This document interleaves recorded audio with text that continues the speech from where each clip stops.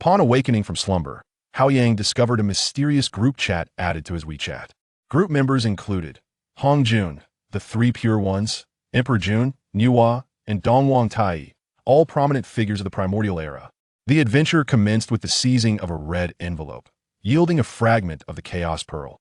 A casual tap on Nuwa resulted in the creation of a celestial being, in exchange for celestial merit.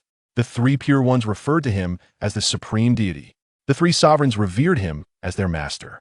Jane and Zhunti devised various means to curry favor with him. Hongyun conferred upon him the title of Sect Master. Hou Tu appointed him as the great emperor of the Eastern Peak. A mere office worker transformed into the cherished darling of the primordial realm? No, he was the mastermind behind the scenes, manipulating the ebb and flow of the three realms through a WeChat group. Chapter 1. A Band of Adolescents? At 6 in the morning, before dawn had fully broken, dark clouds loomed heavily over the metropolis. In a modest rental unit barely 20 square meters in size, light was filtered to a mere thread through cheap curtains. Hao Yang curled up on a single bed, brow furrowed, abruptly awakened by the shrill, incessant sound of WeChat notifications. What the hell? Damn it, he muttered, his eyelids heavy as if weighted with lead, stretching out a hand to grope aimlessly on the bedside table until his fingers finally brushed against the cool surface of his phone case. It's Saturday. Who the hell is sending messages so early? Grumbling as he unlocked the screen, the blinding white light forced him to squint, and the glaring red 50 on the WeChat icon was particularly jarring. A jolt of alarm surged through Hao Yang as he swiftly became more alert. Having just pulled 2 consecutive all-nighters to complete a project last week, could it be that the company was embroiled in yet another debacle? Damn it. Can't anyone have a peaceful weekend? With an ominous premonition, he opened WeChat, and at the very top of his message list, an unfamiliar group chat was conspicuously pinned, its name exuding an inexplicable absurdity. Primordial, a family of love and affection. What on earth? Hao Yang rubbed the corners of his tired eyes, leaning closer to the screen to confirm he wasn't mistaken. His drowsiness evaporated entirely as he sat up, leaning against the cold wall, his finger hovering over the group chat before he clicked in. The group chat interface was excessively clean, with only a solitary system notification at the very bottom. You have been added to the group chat by Hongjun. Hongjun? Hao Yang stared at the 2 characters for a solid 10 seconds, a colossal question mark gradually materializing on his forehead. This name sounded familiar, and as a frequent reader of primordial-themed novels, he suddenly recalled that this was none other than the Tao ancestor. He swiftly switched to his friend list and typed Hongjun into the search bar. As expected, no results found. How could someone not on his friend list add him to a group? When did WeChat acquire such a feature? Is this a prank? Hao Yang grimaced, casting another glance at the group name. A family of love and affection. Who is this, a late-stage adolescent? His WeChat nickname, Hao Yang the Supreme Deity, was something he had chosen during college while playing an online fantasy game. He had been too lazy to change it over the years and had come to regard it as a black history. Yet now, compared to this Hongjun, he suddenly felt that his ID was remarkably normal. At least he hadn't dared to refer to himself as the Tao ancestor. Curiosity was thoroughly piqued, and Hao Yang's fingertips lightly tapped to open the member list of the group. In a mere glance, he froze in place. The avatars of the group members were a vibrant assortment, featuring elderly sages with an ethereal aura, deities clad in golden armor, and others appearing bizarre and exuding a primitive essence. But what truly sent chills down his spine were the nicknames. Taishan Yuan Shi, Tongtian, Nuwa, Jin, Zhunti Emperor, Jun, Taiyi, Hongyun, Kuanpeng, Xinyuan Zizi Mingi Fushi. Scrolling down revealed an entire row of 12 names, each resonating with familiarity. Dijun, Jumong, Zhurong, Rushu, Gonggong, Xianming, Hou Tu, Qiangliang, Zijin, Tianwu, Shizi Shibishi. Hao Yang pinched his thigh fiercely. Ouch! The pain was sharp and piercing. This was not a dream. What the hell? He murmured, his throat dry. Have they gathered all the renowned figures of the primordial realm? He hastily counted. There were more than 50 individuals in the group. Remarkable that this Hongjun could find so many like-minded adolescents, each with such meticulously crafted IDs, they could practically film a grand production titled Primordial Chaos Brawl. Hao Yang swallowed hard, resolved to investigate the true nature of this Hongjun. He tapped the avatar of the member positioned first in the group, and in the instant the screen transitioned, it momentarily froze. The next moment, an unfamiliar error message popped up. Unknown error, unable to view this user's information. Hao Yang furrowed his brows, exited, re-entered, and tapped again, only to be met with the same notification. Doubting the inexplicable, he clicked on the second avatar labeled Taishang. Unknown error. Unable to view this user's information. Yuan Shi, Tong Tian, Nuwa Jane.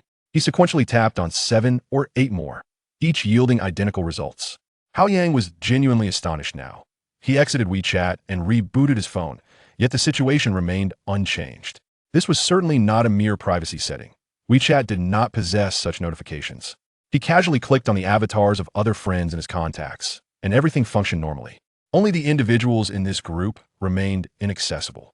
A hacker? A virus? Or could it be a glitch in WeChat? Hao Yang muttered to himself, his fingertips tingling slightly with apprehension, while an inexplicable sense of eeriness began to swell within him. He returned to the group chat interface, his gaze landing on the timestamp of the system notification. 6 hours, 6 minutes, and 6 seconds. 6 o'clock, 6 minutes, and 6 seconds. Hao Yang raised an eyebrow. What a timely choice, quite auspicious. Just then, a new message abruptly emerged in the previously silent group chat. Hongjun has renamed the group to the 3rd Advanced Class of Zhixiao Palace. Huffed, Hao Yang nearly choked on his own saliva. Zhixiao Palace? Advanced Class? The absurdity of it all was simply off the charts. Before he could type out his sarcastic remarks, another message popped up with a glaring red, all members standing out prominently. Hongjun, all members, the 3rd sermon of Zhixiao Palace will commence 3,000 years hence. Please ensure your timely attendance, as the sermon will encompass the path to quasi-sainthood and the opportunities for sanctification. Do not be absent. Uffed, this time, Hao Yang truly laughed out loud. This immersion is too deep. Sanctification opportunities. Why not say Hongjun sermon brings auspicious qi from the east for 30,000 miles? His fingers danced swiftly across the screen, infused with a hint of mischievousness. Hao Yang, the great celestial. Hongjun, brother, you've built quite the comprehensive group. Nearly all the notable figures of the primordial chaos are here. However, I must inquire, what of Luo Ho? Why is he not in the group? The demonic path is still a path. The moment he sent the message, the group fell into an immediate silence. After waiting a few minutes without a response, Hao Yang shrugged and tossed his phone aside, ready to indulge in a brief nap. After all, it was merely a gathering of fellow enthusiasts reveling in their own eccentricities. No need to take it too seriously. Just as he lay down, his phone suddenly erupted with 3 urgent notifications, ringing like a death knell. He jolted upright, snatching his phone, as 3 new messages appeared almost simultaneously on the screen. Tong Tian. Who dares to mention the name of the demon ancestor? Yuan Shi. Insolence. Taishang. Are you not aware that Luo Ho has already been defeated by the Dao ancestor? Hao Yang blinked, his fingers pausing on the screen. The tone of these 3 messages was strikingly different. Tong Tian's was irate. Yuan Shi's carried an air of authority, and Taishang's concise statement inexplicably conveyed a sense of undeniable authenticity. He shook his head, dismissing the absurd notion. It must be a coincidence. Surely, this group of individuals had rehearsed their lines for a role-playing game. Yet, since they wished to play, he might as well indulge them. Hao Yang, the great celestial. Hongjun, this is Hao Yang. I have encountered Hongjun Daozu and fellow Taoists. I am currently not in the primordial chaos and am unaware of the events that have transpired in recent years. Do not hold it against me. Might I inquire if there are still vacant seats in Zhixiao Palace? This time, the response was delayed once again, as if the signal were poor. Zhunti. The seats are fully occupied. You have arrived too late. Jin. Indeed, the guest seats of Zhixiao Palace have already been assigned. Tong Tian. If you do not know, then do not blame me. Hao Yang chuckled, finding their immersion amusing. Remembering the scene from the first sermon in the primordial chaos, his fingers flew across the screen as he prepared to subtly mock the 2 future saints from the west. Hao Yang, the great celestial. Zhunti Jin, since Daozu Hongjun has yet to speak, it hardly seems fitting for you two to interject. Is it truly just a matter of adding a seat? Shall I sit beside my friend Hongyun? Hongyun. The moment he sent the message, a chill ran down his spine, and he glanced around the room, perplexed by the sudden coldness in the midst of summer. 3 minutes later, 2 messages leisurely drifted in, shattering the oppressive silence. Hongyun, do you know me? Zhunti. Do not attempt to sow discord between me and Daoist Hongyun. Just these 2 simple sentences sent a wave of icy dread surging up Hao Yang's spine. What is happening? Why is it like this? His fingers froze on the screen as his heartbeat began to race uncontrollably. This joke seemed to have spiraled out of control. He swiftly exited the group chat interface, hovering his finger over the delete and exit button, yet hesitating to press it. For some inexplicable reason, a strange premonition surged within him. This group appeared to be far from ordinary. Outside the window, the sky had brightened considerably, morning light filtering through the curtains to cast a slender beam upon the floor. With sleep eluding him, he rose, slipping on his slippers as he made his way into the bathroom. The cold water splashed upon his face, the icy sensation rousing him to a semblance of clarity. Gazing into the mirror at his pallid visage, he patted his cheeks and muttered, "I am overthinking. It is merely a chat group for those with delusions of grandeur." Yet in the recesses of his mind, the haunting notifications of unknown errors, the nearly synchronous messages, and that ephemeral inquiry from Hongyun intertwined with the warning from Zhunti, coiled around his heart like tenacious vines. After completing his morning ablutions, he opened his computer, seeking a film to distract himself, but his gaze inevitably drifted toward the mobile phone perched on his bedside.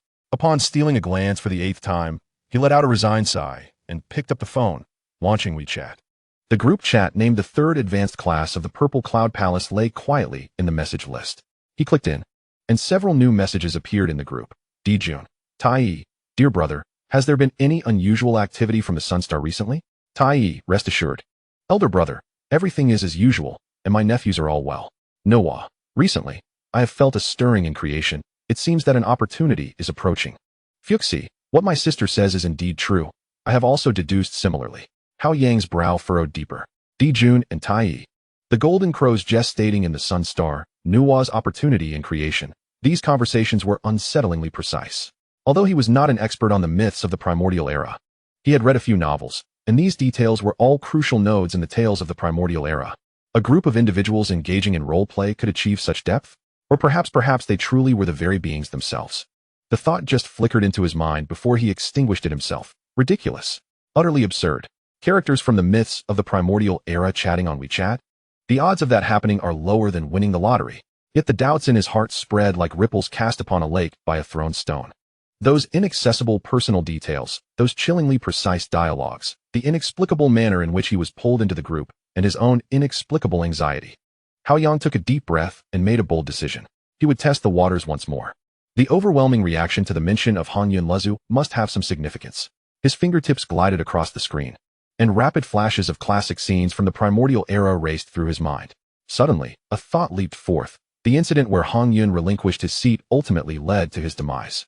That was a renowned scene in the myths, said to be when Hongjun first preached, and Hongyun gave up his seat to Zhunti, thus missing the opportunity to attain holiness, which also led to Kunpeng being robbed of his rightful seat and being scolded as a beast. This subsequently incited Kunpeng's revenge, resulting in a tragic end. If these individuals were merely role-playing, they would certainly follow this narrative. But if Hao Yang dared not contemplate further, his fingers trembled slightly as he typed a seemingly casual message. Hao Yang, the great heavenly sovereign, just now, I deduced that the 6 seats in the Purple Cloud Palace are indeed of great significance. I heard that during the first preaching, Dearest Hongyun relinquished his seat. Truly a remarkable act of merit. Hongyun. The moment the message was sent, Hao Yang held his breath, fixated on the screen. 1 second, 2 seconds, 3 seconds. Time trickled by, and the group remained eerily silent. 3 full minutes passed without a single message appearing. Just as Hao Yang began to think there would be no response, even doubting whether these individuals had collectively logged off, a message suddenly popped up. Kunpeng. Humph. It was just a single word. Yet it pierced through the screen like a sharpened, icy blade, stabbing directly into Hao Yang's heart. The cold resentment nearly overflowed, burrowing into his very bones. He could almost envision a figure draped in a black robe on the other side of the screen, glaring at his avatar with a pair of sinister eyes. Meanwhile, deep within the primordial era, the North Sea was churning with towering waves, and the ancient ancestor Kunpeng hovered above the surface, surrounded by a malevolent aura. His claws tightly clenched, his eyes filled with confusion and suspicion. He had employed all his cultivation to deduce the origins of this great heavenly sovereign Hao Yang. Yet all he found was a chaotic void with no clarity. Soon after, more messages surged forth. Hongyun, how impressive is your method of deduction, dearest friend? Zhunti, Amitba. Hongyun, dearest friend, your compassion is greatly appreciated. Jian, well said, such karmic ties are predestined. Hao Yang's fingers began to tremble uncontrollably. He finally realized that he might have stirred a colossal hornet's nest. Impossible, how could this be? He muttered to himself, his heart racing as if it would burst from his chest. How could a group of mythological figures exist? He abruptly pressed the power button, and the phone screen darkened immediately. He tossed the device onto the bed as if it were a scalding hot potato. retreating several steps until his back collided with the wall. The cold sensation spread along his spine, yet it could not quell the chill rising from the depths of his heart. The rental room was hauntingly quiet, with only the sound of his rapid breathing and the thunderous beating of his heart echoing in his ears. Hao Yang stumbled to the window and yanked the curtains aside. Outside, the sun shone brightly, cars flowed like a river, and the familiar calls from the breakfast shop below filled the air. In the distance, the honking of cars was distinctly audible. It was an utterly ordinary Saturday morning. Everything was as usual, yet Hao Yang knew that some things had already changed. He turned to look at the phone on the bed, its dark screen resembling a silent eye, the group, those names, those dialogues echoing incessantly in his mind. Perhaps I really should exit that group, he murmured to the empty room. But deep within, another voice clamored wildly. What if all of this were true?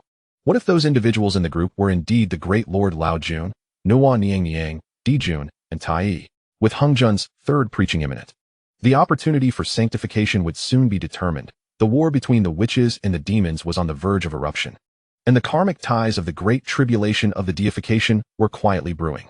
If he truly found himself in a chat group capable of conversing with the mighty of the primordial era, what would that signify?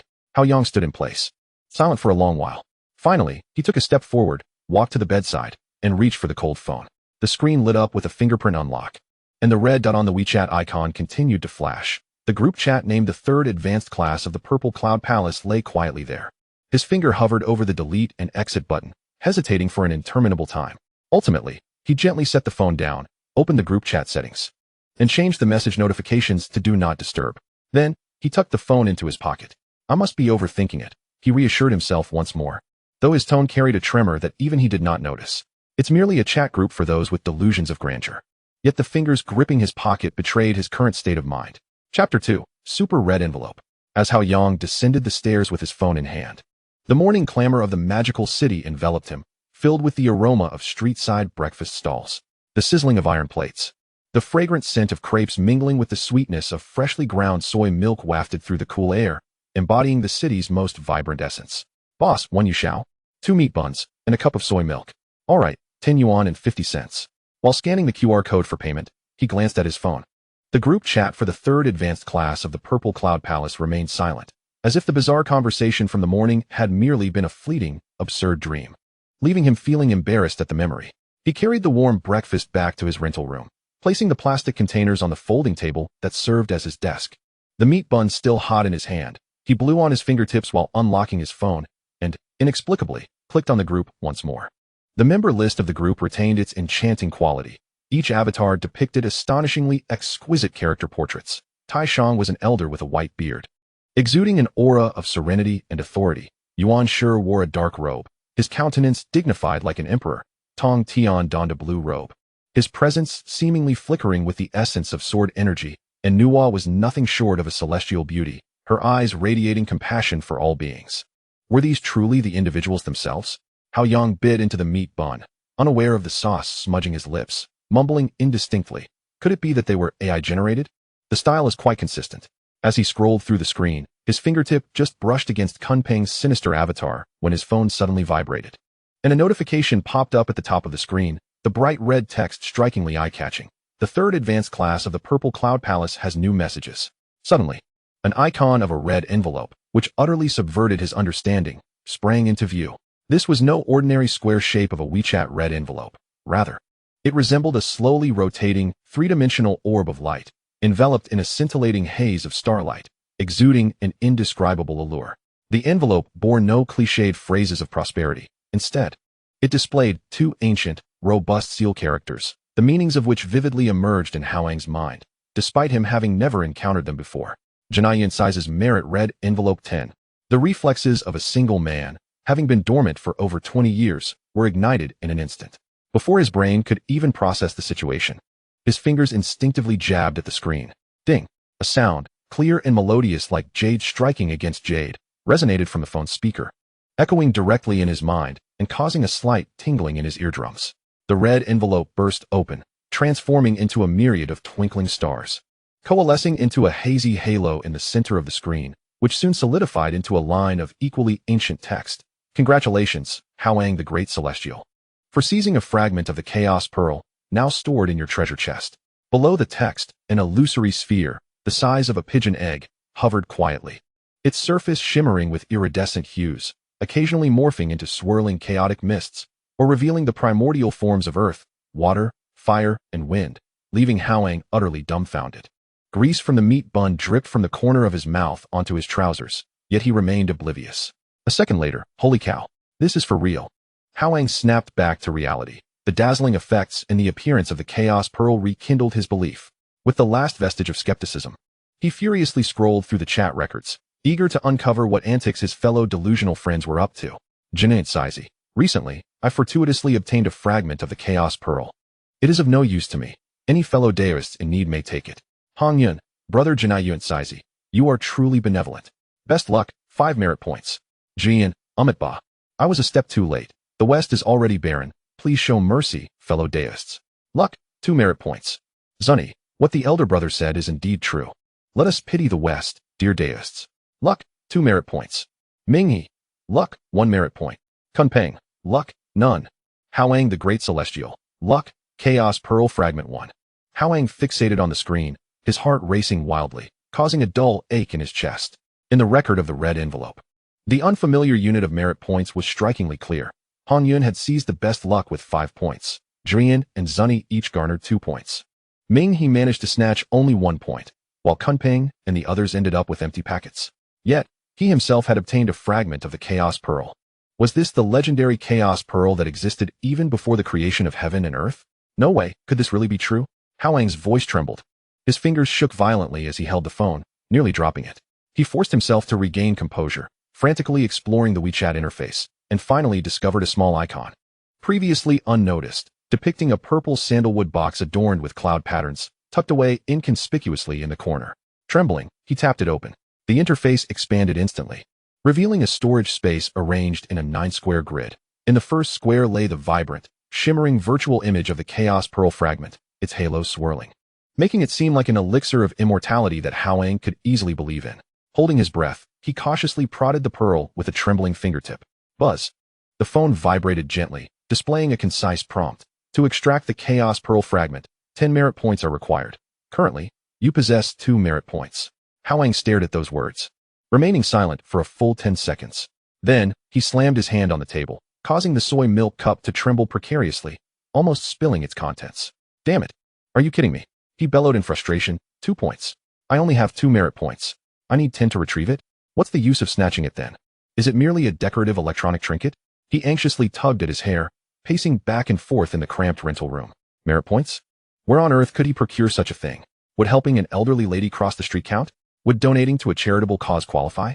Or must he visit a temple to burn incense and pray for blessings? Wait, the merit points mentioned by those in the group were likely not what he imagined. Hao Yang inhaled deeply, forcing himself to calm down, and once more picked up his phone, contemplating that if these individuals were indeed as he suspected, at least it appeared that the prominent figures within the group were still willing to engage in discourse. If there were questions, he would simply ask. He typed meticulously into the input box, Hao Yang the Great Celestial. Thank you, Daoist Taiyi. May I inquire how one acquires merit points? After sending the message, Hao Yang did not wait idly as before. He took a sip of the now cool soy milk and began clearing away the remnants of his breakfast. The meat bun had gone cold, and the yushao had become limp and lacking in texture, extinguishing his appetite entirely. Time ticked away. 3 minutes. Not a moment more. Precisely 3 minutes. His phone vibrated once more. Taishang. Merit is divided into 2 categories. One is the merit of the primordial heavenly Tao, and the other is the merit of the chaos great Tao. The merit of the primordial heavenly Tao must be beneficial to the primordial universe, in accordance with the flow of the heavenly Tao, and it will naturally descend. The merit of the chaos great Tao can only be attained by governing the primordial universe and propelling the evolution of the world. Yuan sure, what the elder brother says is most accurate. Only those with great opportunities, causes, and capabilities can attain it. Tong Tian, second brother. Though merit is difficult to obtain, it is unrelated to ability. Yuan sure, third brother. Hao Yang had no interest in watching the Sanqing engage in their usual debate. His attention was riveted by Taishang's words. Beneficial to the primordial universe, in accordance with the flow of the heavenly Tao. He muttered to himself, his brow furrowing deeper. This statement was unmistakably clear. Merit must be earned in the primordial realm. But what about him? A mere ordinary office worker living in the 21st century metropolis, squeezing on his subways and rushing through projects, seldom even venturing to the neighboring city. How could he possibly reach the primordial realm? Would he need to work across worlds? What about a visa? Who would reimburse his round-trip airfare? Suddenly, Hao Yang recalled something, swiftly reopening the treasure chest, staring intently at the illusory image of the Chaos Pearl fragment, which required 10 merit points for extraction, yet he currently possessed only 2. Where, then, did these 2 merit points originate? He quickly scrolled back through the previous red envelope records, repeatedly confirming that he had indeed captured a fragment of the Chaos Pearl, with no merit points credited to him. The others had all seized merit points, and he alone had been fortunate enough to acquire the fragment. Could it be that these 2 merit points were from his own world? Hao Yang pondered, growing increasingly uneasy. But even if that were the case, 2 merit points were woefully insufficient. He was still 8 points short of the 10-point threshold for extracting the fragment, based on the probability of seizing red envelopes. He would need to grab several more, each time requiring good fortune to accumulate enough merit for extraction. Yet, the issuance of these envelopes depended entirely on the whims of the prominent figures in the group. Hao Yang sighed wryly, collapsing into a chair. And what if he snagged another fragment or something similar that couldn't be directly used? He rubbed his throbbing temples, suddenly realizing a more crucial issue. Time. The replies from the primordial side were consistently timed at precisely 3 minutes. Was this 3-minute interval mere coincidence, or was it a rigid, unbreakable rule? Glancing at the clock on his phone, he saw it was already past 7. After a moment's contemplation, he typed another line into the input box. Hao Yang the Great Celestial. I have one more question for the esteemed Daoists. I have heard that the primordial realm exists as its own world. How does its flow of time compare to that of other minor worlds? In the fleeting moment the message was dispatched, Hao Yang promptly activated the timer on his phone. 1 second, 2 seconds, 10 seconds, 30 seconds. He fixated on the ticking seconds, his heart inexplicably racing anew. 3 minutes later, his phone vibrated precisely on cue. Fushi, your inquiry is quite insightful, my friend. The primordial realm exists as a grand world, with a constant flow of time. However, in comparison to other realms, disparities do indeed arise. A single day in the primordial realm may equate to a century or even a millennium in certain lesser worlds, while some mid-tier worlds may experience time almost in synchrony with the primordial realm. The specifics of these differences depend on the intertwining of the laws of both realms and the depth of causal connections, rendering any definitive statement elusive.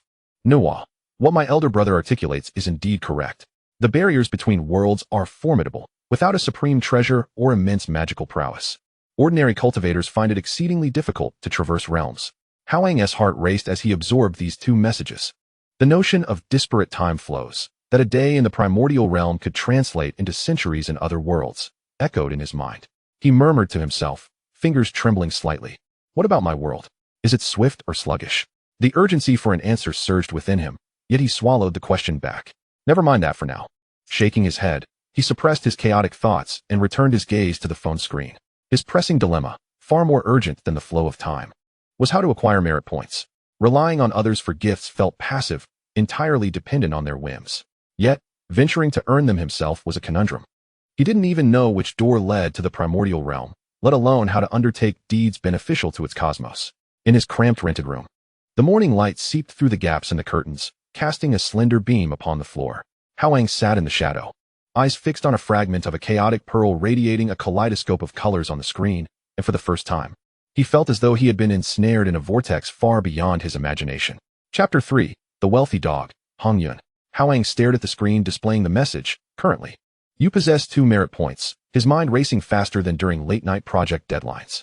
Earning them was an impossibility, he muttered under his breath. Yet, his eyes began to glimmer with newfound excitement. But I can borrow, I can trade. No, this is called information consulting services. I am providing a valuable service of destiny prediction for the primordial realm. He rubbed his hands together in glee, pacing back and forth in the cramped room, his slippers slapping against the floor, startling the sparrows outside into flight. Recent events had been monumental. The 3rd sermon at the Zixiao Palace. Hongyun had received the primordial purple chi, only to be besieged by the likes of Kunpeng and the beings of the Nether River. Hao Yang grew increasingly animated, his fists clenching. If I save his life, surely I shall receive a substantial red envelope in return. Merit points would flow in like a river. With determination, he seized his phone, sat cross-legged on the bed, took a deep breath, and endeavored to exude an air of celestial grace as he earnestly typed a message in the group chat. Hao Yang the Grand Celestial. Is Hongyun available? As the message was sent, Hao Yang fixated on the screen, even moderating his breathing. The wait felt interminably long, yet terrifyingly precise. 3 minutes. Not a moment more. Nor less. Exactly 3 minutes. His phone vibrated once more. Hongyun, do you have something to discuss? Hao Yang's eyes lit up, his fingers flying across the screen. The tone of his message imbued with an air of mysterious authority. Hao Yang the Grand Celestial. I was recently inspired to perform a divination and discern that you are facing a grave tribulation. After sending this, he triumphantly crossed his legs, shaking his foot in glee. The phrase divination of life and death tribulation was bound to heighten the stakes. Once again, 3 minutes passed. Hongyun, are you proficient in the art of celestial divination? It worked. He had hooked the fish, just as Hao Yang was about to reply. Another message popped up in the group chat, nearly causing him to tumble off the bed. Fushi.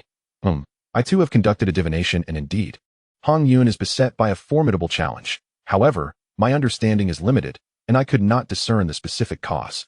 What the hell? Hao Yang almost spat out the sip of cola he had just taken. Fushi, why join the fray at this moment? But then, a new realization struck him, and his eyes sparkled with delight. Marvelous. This is practically official endorsement. With Fushi backing him, how could Hongyun possibly doubt? As expected, 3 minutes later, Hongyun's message arrived. Laden with urgency. Hongyun, I implore you to save me. Hao Yang's excitement caused his hand to tremble, nearly dropping his phone on his face. He steadied himself, knowing that such momentous revelations about the future should never be disclosed in the group chat. Revealing celestial secrets in front of a gathering of primordial powers was a scene too beautiful to contemplate. Hao Yang the Grand Celestial, let us converse privately. 3 succinct words. Direct and unambiguous, conveyed an undeniable authority. Hao Yang's heart raced, his fingers absently gripping the bedspread. 1 second, 2 seconds, 10 seconds. Time trickled by in anxious anticipation, adhering faithfully to its relentless rhythm. 3 minutes. Ding. A crisp notification rang out, not from the group chat, but a friend request. Hao Yang held his breath, eyes glued to the screen, his heart nearly leaping from his throat. Hongyun requests to add you as a friend. Yes, it worked. Hao Yang sprang from the bed, his head colliding with the ceiling with a thud, causing him to grimace in pain. Yet he had no time to rub it as he hastily accepted the request.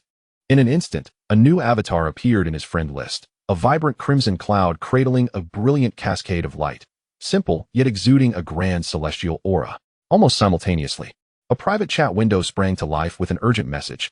Hongyun, brother, save me. Just as Hao Yang was about to respond, his gaze fell upon a small line of text at the bottom of the private chat interface, stinging his eyes. Cross-realm messaging incurs merit costs. Each message costs 1 merit point. Current merit, 2 points. What the heck? Hao Yang's eyes widened in disbelief, unable to suppress an expletive. A charge for private messages? Highway robbery. 2 merit points were barely enough to convey the entire context. His mind raced, devising a plan. In these times, discussing money could sour relationships. But discussing merit required prior negotiation. Hao Yang the Grand Celestial, 20 merit points. Hao Yang succinctly stated the price of 20 merit points, ensuring smooth communication while leaving ample room for negotiation. Even if Hongyun attempted to haggle, offering 10 or 8 points would suffice to convey the crucial information. Upon sending the message, the merit displayed on the screen shifted from 2 to 1. Hao Yang, now tense and sweating, silently pleaded, please, grant me this.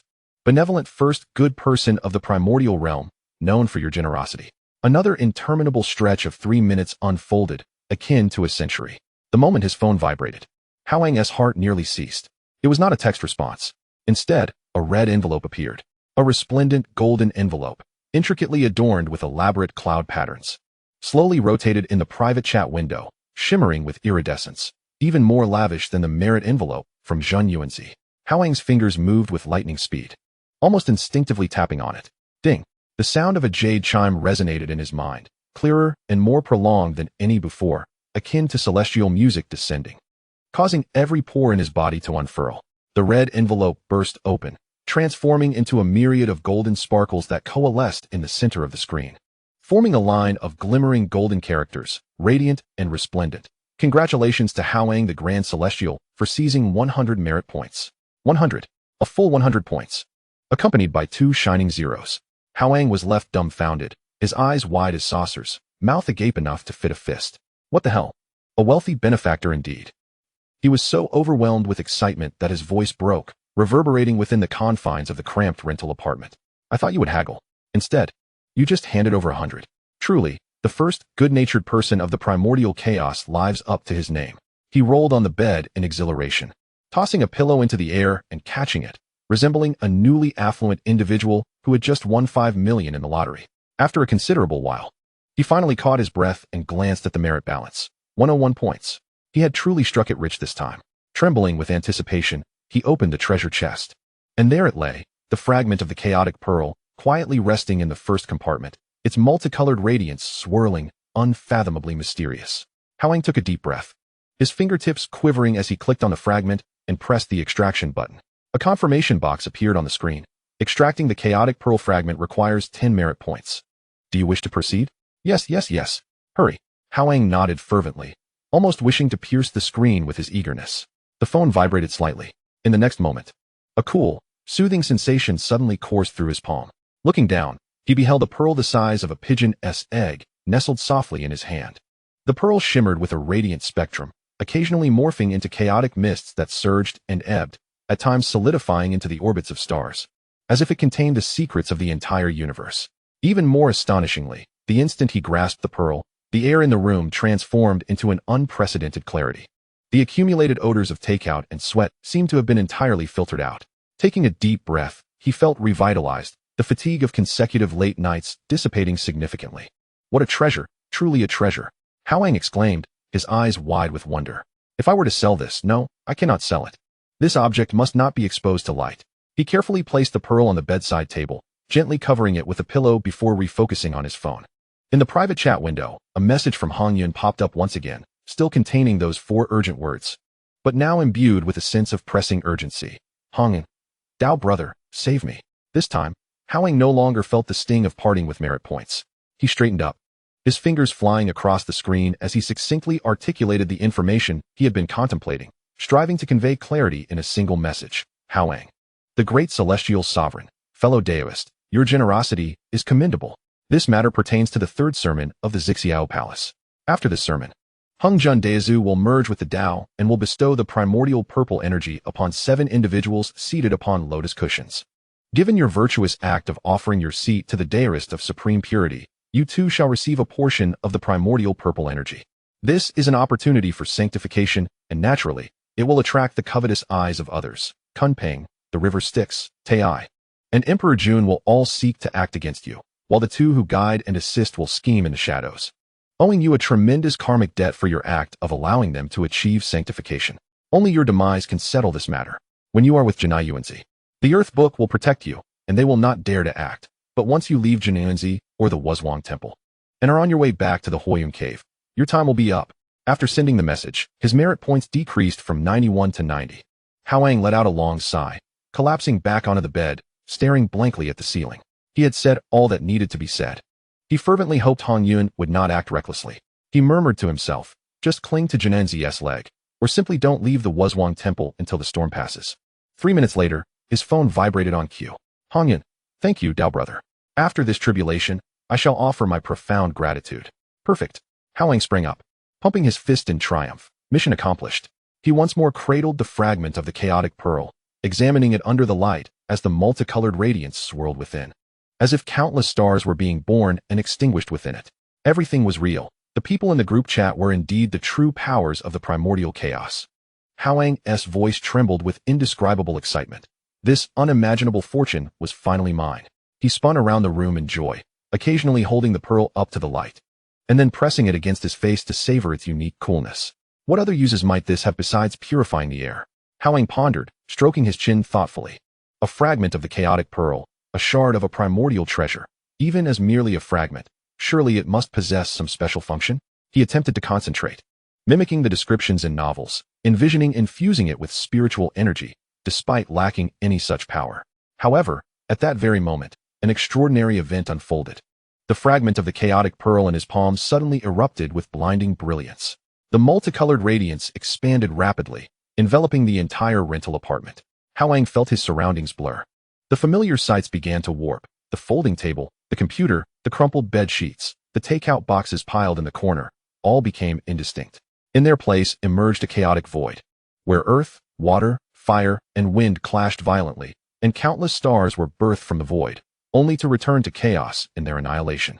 This was a spectacle beyond words, more like an imprint of knowledge embedded deep within the soul, concerning the essence of the world and the primordial chaos.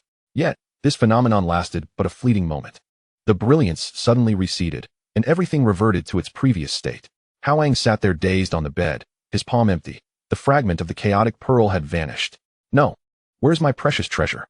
A tightness gripped his heart, cold sweat instantly soaking his back. He hurriedly concentrated, and in the next second, a wave of warmth and comfort washed over him. There, in the center of his consciousness, the fragment of the chaotic pearl floated, slowly rotating and scattering glimmers of light, nourishing his spirit. Wow, that startled me. These treasures must have restrictions that require refinement before they can be utilized. Hao Yang swallowed hard, still trembling from the experience, and patted his chest, hesitating to try again. He lacked even the most basic cultivation techniques, let alone the ability to refine a fragment of a primordial treasure. After such a tumultuous series of events, Hao Yang finally picked up his phone again, glancing at the group chat named 3rd Advanced Class of Xixiao Palace. The chat remained eerily silent, as if nothing had transpired. Yet, Hao Yang knew that in the primordial chaos, a storm was surely brewing. Hongyun had received his message and was likely contacting Zhunti, perhaps running calculations or preparing countermeasures. Did my revelation alter the course of history? Hao Yang mused, a flutter of unease blossoming within him. Would Hongyun's fate change from this point onward? What direction would the future of the primordial chaos take? Suddenly, a cascade of questions flooded his mind. If Hongyun survived, would Kunpeng's resentment deepen, perhaps even turning against me? Would the river Styx still covet that primordial purple energy? Would the schemes of the Western Two Saints fall flat? Would the trajectory of the witch and demon calamity shift as a result? Countless thoughts swirled in his mind. Yet Hao Yang suddenly broke into a grin, shaking his head to dispel the ponderings. What does it matter to me? Why should I concern myself? He gazed at the fragment of the chaotic pearl spinning slowly in his consciousness, then glanced at the screen displaying his merit balance of 90 points. Feeling a wave of clarity wash over him. In any case, merit secured, the fragment in hand, I shall first reap the benefits. Chapter 4. A Day in Reality. 1500 years in primordial chaos. In the following 2 days, Hao Yang's life fell into a peculiar tranquility. The group chat of the 3rd Advanced Class of Xixiao Palace was as still as a stagnant pond, with no new messages surfacing. Every half hour, he found himself unable to resist checking his phone. The screen only displayed the occasional message from the pinned work group. All, please respond upon receipt. While the mysterious group remained utterly silent, not even a ripple of activity. How is time calculated in this realm? Hao Yang lay sprawled on his bed, staring at the ceiling, murmuring to himself. He was unaware of how much time had elapsed in the primordial realm, nor did he know whether Hongyun had heeded his advice to cling tightly to the thigh of Zhunti. The sensation of suspended anticipation felt akin to watching a gripping drama only to have it abruptly halted at a pivotal moment, leaving him in a state of anxious yearning, yet utterly helpless. Ultimately, it all boiled down to the absence of a cultivation method. Hao Yang turned over, resting his head on his arm with a sigh, his thoughts involuntarily drifting to the shard of the chaos pearl nestled within his sea of consciousness. He could vividly perceive the fragment, swirling with a kaleidoscope of colors, suspended deep within his awareness, slowly rotating. With each turn, tendrils of gentle warmth emanated from it, enveloping his limbs and bones, bestowing upon him an indescribable sense of refreshment. His mind felt clearer than ever, thoughts racing with an agility that felt as if he were equipped with an accelerator. Even client information he had previously forgotten now surfaced with remarkable clarity. Yet, he possessed a treasure trove without knowing how to harness it. The cultivation methods suitable for humanity would only be passed down after Nuwa created mankind, and the Taiyi established the teachings of humanity and the golden elixir path a millennium later. Hao Yang clicked his tongue, feeling a bit disheartened. How could he expect Taiyi to conjure a method devoid of any human template? Even as a sage of Heaven's Way, he would likely be at a loss. This matter could only wait. According to his memories, Nuwa's creation of humanity occurred 50,000 years after the third sermon. The Taisheng's teachings followed another 10,000 years later. As for exchanging merits for spiritual fruits with the prominent figures in the group, Hao Yang shook his head with a wry smile. Setting aside whether such an exchange was even feasible, would he dare consume them? An ordinary mortal, without any cultivation methods, recklessly ingesting spiritual fruits brimming with immense spiritual energy, would likely lead to explosive demise. He had read countless tales of mortals in the primordial realm who mistakenly consumed spiritual fruits, either bursting their meridians under the overwhelming energy or being reduced to mindless fools. Such reckless actions were not for him. Thus, over the next 2 days, Hao Yang settled into a remarkably regular routine, eating, sleeping, scrolling through his phone, and occasionally turning inward to regard the shard of the chaos pearl, savoring the refreshing clarity it bestowed upon his soul. Transformation was occurring quietly and imperceptibly. On the second night, while bathing, hot water cascading over him, Hao Yang stood before the mirror, towel in hand, suddenly struck motionless. The reflection staring back at him seemed somewhat altered. His skin had noticeably brightened, not in a sickly pallor, but with a healthy, porcelain-like radiance. So fine that not a single pore was visible.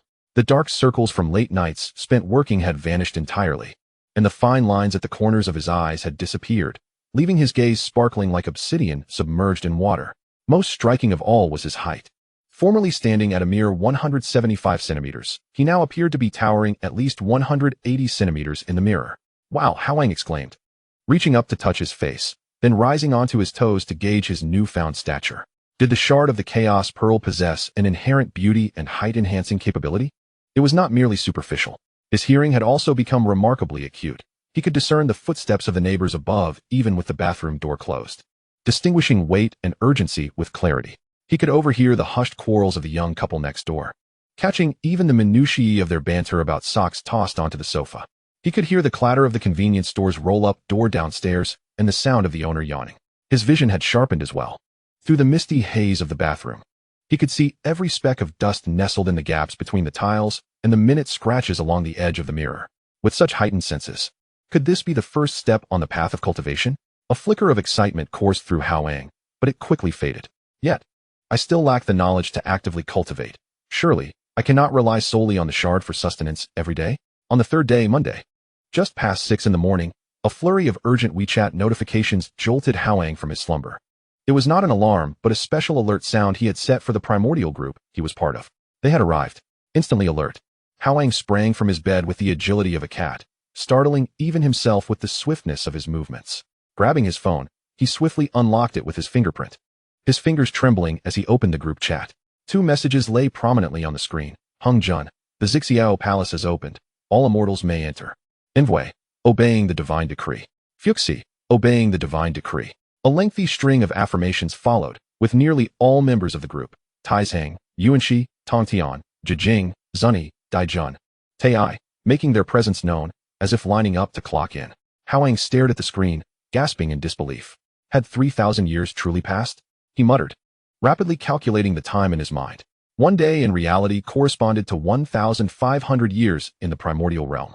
Sending a message on his end meant that it would take a full 3 years for a response on the other side. It seemed he would have to remain quiet for a couple more days.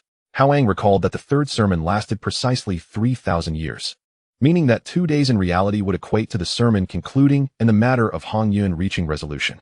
Since he was awake, Hao Yang no longer lingered in bed, and as he washed up, he gazed into the mirror again for some time. Yes, he certainly appeared somewhat more handsome. His skin was so fine it seemed capable of exuding moisture, his eyes sparkling, and even his previously dry hair had transformed into a smooth, lustrous state, gliding through his fingers. If he were to model for a skincare advertisement, he would need no makeup at all. Hao Yang narcissistically stroked his chin, amused by his own reflection. Dressed and ready, he descended to find the breakfast stall at the entrance of his residential complex already set up. The sizzling sound of pancakes on the iron griddle wafted an enticing aroma far and wide. He ordered a double-egg pancake with sausage, and as he scanned to pay, the vendor's wife looked up and regarded him for a moment before smiling. "Young man, you look more spirited after a few days. Your skin is so bright. Even fairer than a young girl." "Really? Perhaps I've been sleeping well lately," Hao Yang replied with a grin. Though inwardly he mused, "The shard of the Chaos Pearl has been cleansing my marrow and refining my veins daily. How could I not look well?" Boarding the crowded bus during the morning rush hour felt like being packed into a tin of sardines, pressed against one another. Hao Yang clutched the handrail, swaying gently with the jolts of the bus, while his mind silently calculated the time. 2 days until the sermon concluded, separating the primordial purple chi, distributing treasures from Hongjun at Beiya, Taizhang severing a corpse, and stepping into the quasi-saint realm.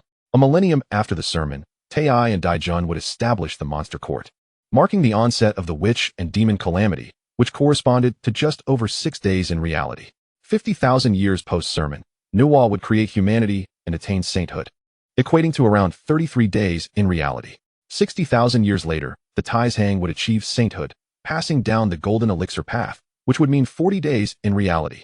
With this calculation, Hao Yang's eyes sparkled with excitement, his fingers gripping the handrail tightening ever so slightly. "It's coming soon.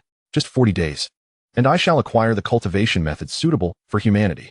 As the bus reached its stop, Hao Yang surged with the throng of commuters, making his way toward the office building where he worked. It was an aging structure of over 20 stories, its exterior tiles peeling and flaking to reveal grimy cement beneath, presenting an air of disrepair. Hao Yang's company occupied the 12th floor, a small e-commerce agency with fewer than 50 employees, including the elusive owner. The elevator was crowded with yawning office workers, a medley of scents mingling, perfume, sweat, and the oily aroma of breakfast yushao, making him feel somewhat nauseous. Fortunately, the shard of the chaos pearl in his consciousness acted as a natural air purifier. As soon as those noxious odors approached, they were filtered away by an invisible force, leaving only a faint freshness, a delightful surprise brought about by the shard. Upon reaching the 12th floor, the elevator dinged open, and Hao Yang stepped out, pushing through the glass doors of the company. "Wow, Brother Yang is here," a melodious and sweet voice rang out, and Lin Xian at the reception raised her eyes to see him, her gaze instantly sparkling like a sky full of stars. Lin Xian was the company's receptionist and administrator, a young girl who had recently graduated, with her bangs framing her face and her long, jet black hair styled into a fluffy ponytail. She exuded a charming vivacity.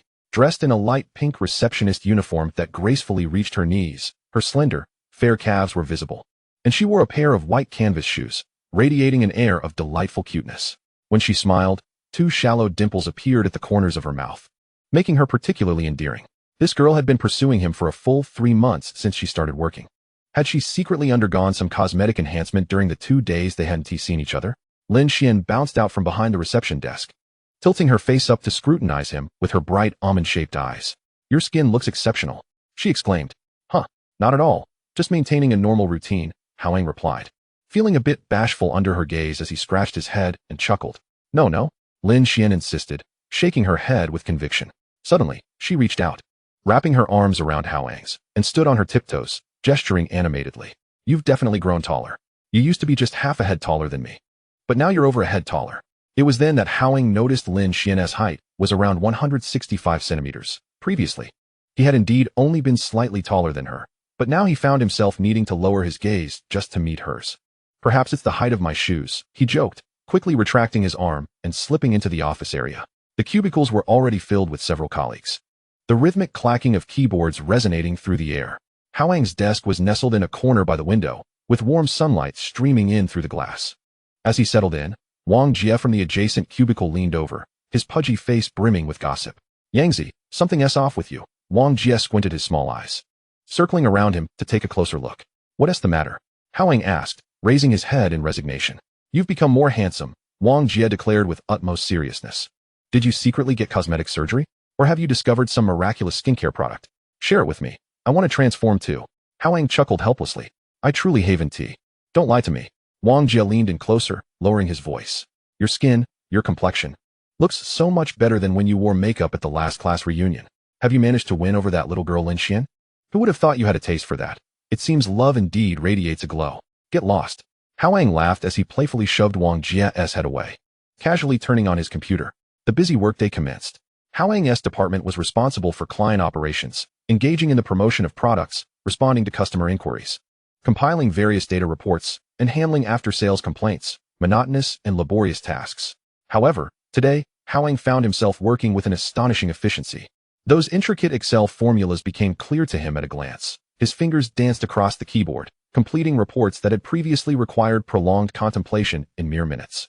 He swiftly skimmed through lengthy customer complaints, adeptly pinpointing the core issues and soothing their emotions with just a few words. Even from 2 cubicles away, he could clearly hear his colleagues discussing the flaws in their proposed plans, and he silently formulated optimization suggestions in his mind. Could the shards of the Chaos Pearl enhance intelligence as well? As he typed furiously, he marveled inwardly, feeling quite pleased with himself. During the lunch break, a few female colleagues huddled together, chattering animatedly while occasionally glancing in Hao Yang's direction. He feigned ignorance, engrossed in his phone, yet his mind was preoccupied with the happenings on the other side. At 2 in the afternoon, their department manager, dubbed Zhou the Skinflint by the staff for his miserly and harsh demeanor, suddenly clapped his hands, summoning everyone for a meeting. "This month's performance is far from satisfactory," Zhou the Skinflint bellowed from in front of the whiteboard, his spittle flying, his greasy hair hanging over his forehead, rendering him quite a comical sight. "Especially your group, Hao Yang. The conversion rate has plummeted by 3 percentage points. What is going on?" Hao Yang calmly raised his eyes to respond. "Manager Zhou, the categories our group is responsible for have recently faced significant market fluctuations, with competitors slashing prices for promotions. Naturally, our promotional efforts are unable to keep pace, affecting the conversion rate. I don't want to hear excuses. Zhou the Skinflint interrupted him abruptly, his face flushed with anger. I want results. If the targets are not met this month, your entire group will have their performance bonuses deducted. Do you understand? A heavy atmosphere blanketed the meeting room, with colleagues bowing their heads, refraining from speaking. Hao Yang gazed at Zhou the Skinflint's greasy face, and a ridiculous thought suddenly crossed his mind. If I had cultivation, would a single spell silence this guy? Or perhaps I could launch a fireball at him. What am I thinking? Hao Yang shook his head. He was a model youth. Just then, however, the shards of the chaos pearl within his consciousness vibrated gently. A cool sensation spread from his forehead throughout his body, and in the next moment, Hao Yang's mind was flooded with Zhou the Skinflint's inner thoughts. Oh no. The funds I misappropriated for stock market replenishment have likely been discovered by finance. What should I do? If the boss finds out, I might lose my managerial position. What the hell? Hao Yang nearly exclaimed in shock, his eyes widening in disbelief. Was this the power of the Chaos Pearl? Or had he awakened the ability to read minds? Suppressing his astonishment, he tried to shift his gaze to Wang Jie beside him. In the next moment, Wang Jie's thoughts echoed clearly in his mind. The buns I had for breakfast were too salty. I'm so thirsty. I want to drink milk tea. But I have no money. Should I shamelessly ask Hao Yang to treat me? Or should I dip into my wife's savings? No, I can't touch that. Hao Yang then glanced at Sisterly across from him. The class teacher called again. My son ranked 5th from the bottom in math. How should I punish him when I get home? All trivial, mundane thoughts. With a flicker of intent, Hao Yang caused the shards of the Chaos Pearl in his consciousness to dim slightly, and the cacophony of thoughts instantly vanished, restoring tranquility to the world. So it has limitations. Hao Yang quickly realized that he could only hear the most intense emotions or thoughts of others, and it couldn't last long, as it consumed a significant amount of mental energy. After merely glimpsing into the minds of 3 individuals, he felt a slight dizziness, akin to having pulled an all-nighter. Nevertheless, even so, this ability was truly remarkable. The meeting concluded amidst Zhou the Skinflint's tirades, and as Hao Yang returned to his desk, he felt a mix of excitement from acquiring a new ability and uncertainty about the future. How could he best utilize this power? He pondered, realizing he couldn't eavesdrop on colleagues just to find out their preferred flavors of milk tea every day. As he finished packing up to grab a bite after work, he encountered Chen Linlin from the marketing department at the elevator entrance. Chen Linlin was renowned within the company for her beauty, tall and graceful, with exquisite makeup. She typically held herself aloof, rarely engaging with the tech-savvy folks from the operations department. However, today, Chen Linlin took the initiative to greet him with a smile. Hao Yang, are you heading out for dinner after work? Ah, yes, Hao Yang replied, somewhat taken aback. You've changed quite a bit lately, she remarked, appraising him with curiosity and a subtle hint of scrutiny. Did you switch to a new skincare brand? Your skin looks fantastic. No, I just wash my face with plain water, Hao Yang replied honestly. Are you free tonight? Chen Linlin suddenly changed the subject, her smile alluring. I have a friend interested in starting an e-commerce project and heard you're an expert in operations. She would like to treat you to dinner to consult with you. Hao Yang was momentarily stunned. He was undoubtedly aware that this was merely an excuse. Previously, Chen Linlin had shown him such indifference that she couldn't even muster a greeting. It wasn't that he lacked charm. Rather, it was her financial constraints that held her back. So, it was utterly implausible that she would invite him to dinner today. The next moment, Chen Linlin's inner thoughts resonated clearly in his mind. How did this guy suddenly become so handsome? His skin radiates a luminous glow, and he exudes a delightful fragrance that ignites an impulse to draw closer. Hao Yang felt an unspoken exasperation within, yet maintained a composed facade as he politely declined. I'm sorry. I have some matters to attend to this evening, perhaps another time.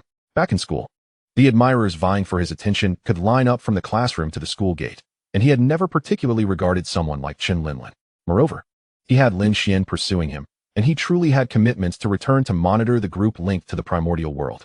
Although there were still 2 days left until the conclusion, who knew what unexpected developments might arise in between? What if some big shot decided to distribute red envelopes? Chen Linlin's smile faltered momentarily, but she quickly regained her composure, responding with a smile. All right then, let's reschedule. As Hao Yang stepped into the elevator, Chen Linlin's thoughts continued to echo in his mind.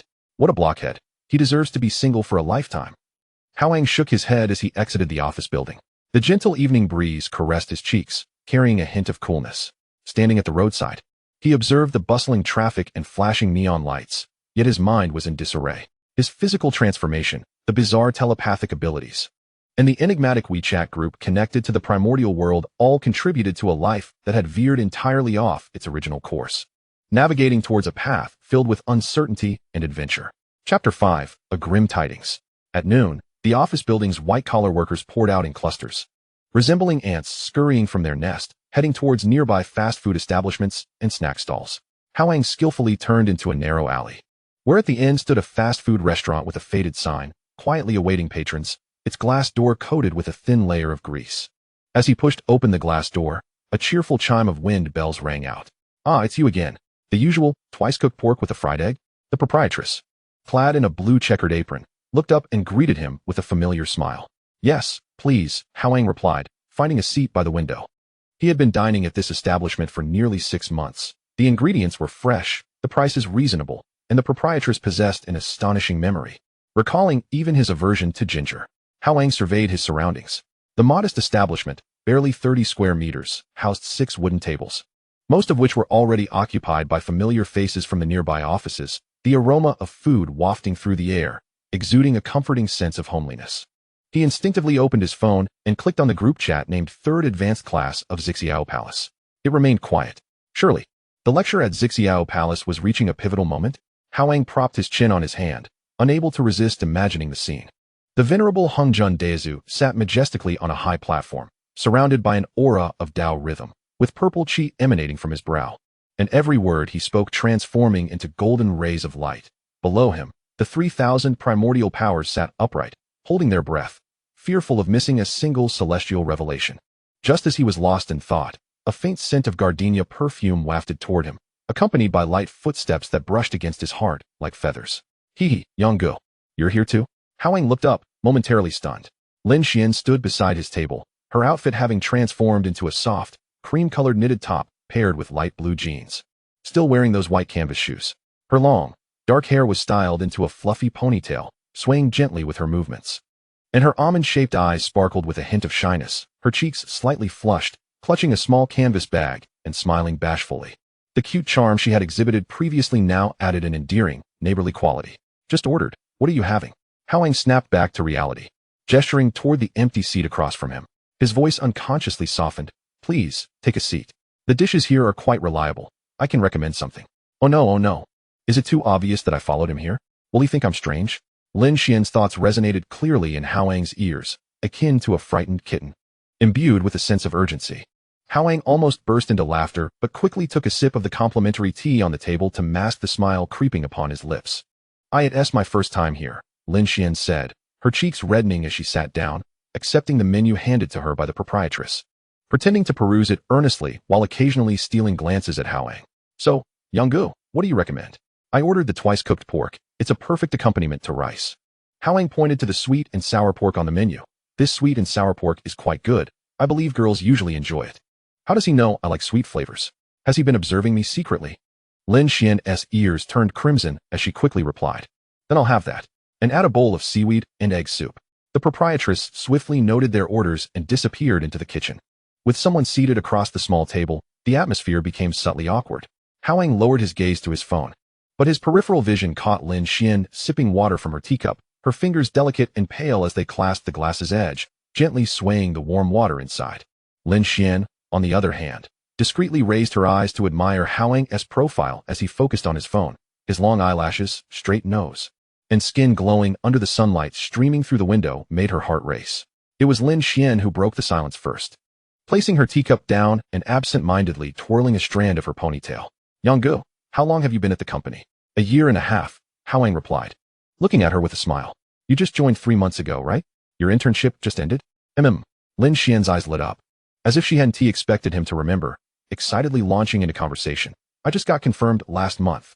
Back in school, I always thought once I started working, I'd be financially independent, able to buy whatever I want, and I was so looking forward to it. But when I actually came to Magic City, I realized the rent is so expensive, eating out is so costly, everything is so expensive." She chattered on like a cheerful little sparrow, sharing tales of being sunburned during military training in college. She recounted her bewilderment when she first arrived in Magic City, dragging her suitcase and standing on the overpass, watching the bustling traffic, her joy upon finding her first tiny partitioned room, and the embarrassment of having only 800 yuan left in her bank account after paying rent last month, forcing her to eat instant noodles every day. "During that time, when my colleagues invited me out for dinner, I didn't dare go," she said, her voice dropping, a bittersweet smile tugging at her lips. "Sometimes, Lying in bed at night, watching the neon lights outside, I secretly wondered if I really didn't belong here. Hao Yang listened quietly, a pang of familiarity swelling within him. 3 years ago, he too had traversed this path, arriving in Magic City after graduation with zeal. Having lived in a 10-square-meter partitioned room where the walls were thin enough to hear the snoring from next door. He had subsisted on steamed buns with Lao Gan Ma for half a month just to save money for rent. Had been swindled by unscrupulous agents who made off with his deposit, standing on the street feeling lost, devoid of even the strength to cry. And had endured wage delays from a heartless boss, laboriously fighting for 2 months to reclaim what was owed. It will all pass, Hao Yang said, looking at her with a gentle tone imbued with conviction and strength. When I first arrived, my situation was even worse than yours. Once my phone broke, and I had only 20 yuan left. I walked 5 kilometers to crash at my friend's place. Really? Lin Xian's eyes widened in surprise. And what happened next? How did it get better? Well, Hao Yang chuckled softly, a warmth of nostalgia shining in his gaze. My friend let me stay for half a month. I went to job fairs every day and eventually found this position, and I also helped him get a job here. Gradually, things improved. He gazed at Lin Xian earnestly and remarked, the Magic City is just like this. It will not treat you gently, yet it will not utterly forsake you. As long as you are willing to grit your teeth and persevere, you shall always find a way out. Lin Xian stood there, entranced, as sunlight streamed through the window, casting a soft golden halo around Hao Yang's features. His smile radiated warmth, akin to the sun in spring, dispelling the confusion and unease that lingered in her heart. Wow, he is truly so gentle. I really like him. Lin Xian's inner voice beat like a small drum, causing Hao Yang's heart to skip a beat. He nearly choked on the tea he had just sipped, erupting into a fit of coughs. Are you all right? Lin Xian hastily set down her teacup and offered him a tissue, her face etched with concern. Was the tea too hot? No, I'm fine, Hao Yang said, accepting the tissue to dab his mouth, all the while internally critiquing. Are the young ladies nowadays so easily swayed? It was merely an inspiring little story. If he were to say something more sentimental, wouldn't it lead to a public confession? Fortunately, at that moment, the proprietress arrived with their meals, steaming twice-cooked pork and sweet and sour pork tenderloin, instantly filling the air with an enticing aroma that alleviated the sudden awkwardness.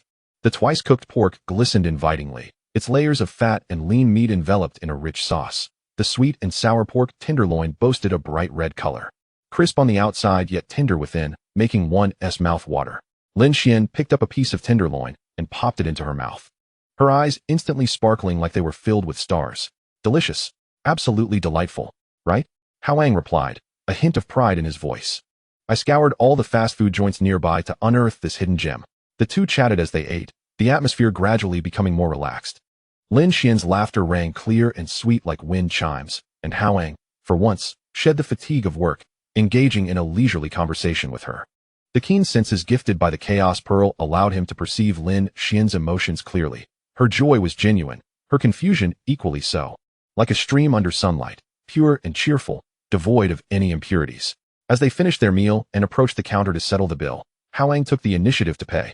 Hey, I thought I was treating you, Lin Xian exclaimed, her cheeks flushed like ripe apples as she stamped her foot in mild annoyance. You can treat me next time. Hao Yang smiled, lifting their empty plates. Come on, we need to head back to the office. There's a mountain of work awaiting us this afternoon.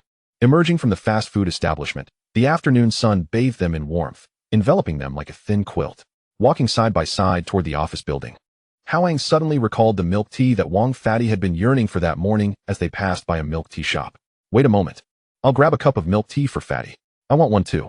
Lin Xian instantly raised her hand, then felt too forward and quickly added, since you paid for lunch, let me treat you to the milk tea. No stealing from me. Her eyes widened adorably, resembling a little squirrel guarding its food. Unable to suppress a smile, Hao Yang nodded in agreement. All right, I'll heed your request. While placing their orders, Hao Yang deliberately selected the cheapest original milk tea for Wang Fatty and then inquired, what would you like? Taro balls and boba. 3 parts sugar. Lin Xian replied with a crisp tone, then cautiously asked, what about you? Can I get the same as yours? Sure, Hao Yang smiled and nodded. As they awaited their milk tea, Lin Xian suddenly leaned in closer, her voice soft and laced with curiosity. Have you noticed how much you've changed lately? A jolt of surprise coursed through Hao Yang, though he maintained a calm facade. Really? Yes. Lin Xian nodded vigorously, her eyes sparkling as they fixated on him. You used to wear headphones at work, walking briskly with your head down, appearing quite aloof. Now, not only has your skin improved, and you've grown taller, but you also radiate such positivity. When you smile, you remind me of a charismatic lead from a drama. Hao Yang touched his nose, understanding dawning upon him. The fragments of the Chaos Pearl had transformed not only his physique, but also gradually infused clarity and confidence deep within his soul, manifesting as an aura others could perceive. Perhaps I've come to terms with certain matters lately, he replied vaguely, chuckling to downplay the gravity. What have you come to terms with? It wouldn't be that you have someone you like, would it? Lin Xian's inner thoughts carried a tinge of disappointment. Like ripples on a lake disturbed by the wind, Hao Yang felt a shiver run down his spine, hastily diverting the conversation. The milk tea is ready. Let us go. After collecting their drinks, the two of them walked back to the office, Lin Xian sipping her taro boba while occasionally stealing glances at Hao Yang. Her thoughts raced, each one crystal clear to him. His hands are so handsome, with distinct knuckles. I want to hold them. His walking posture is so cool. Should I ask if he has a girlfriend? Would that be too direct? Hao Yang felt his ears grow warm, quickening his pace as if wishing to fly back to the office. Upon reaching the office building, they parted ways at the elevator.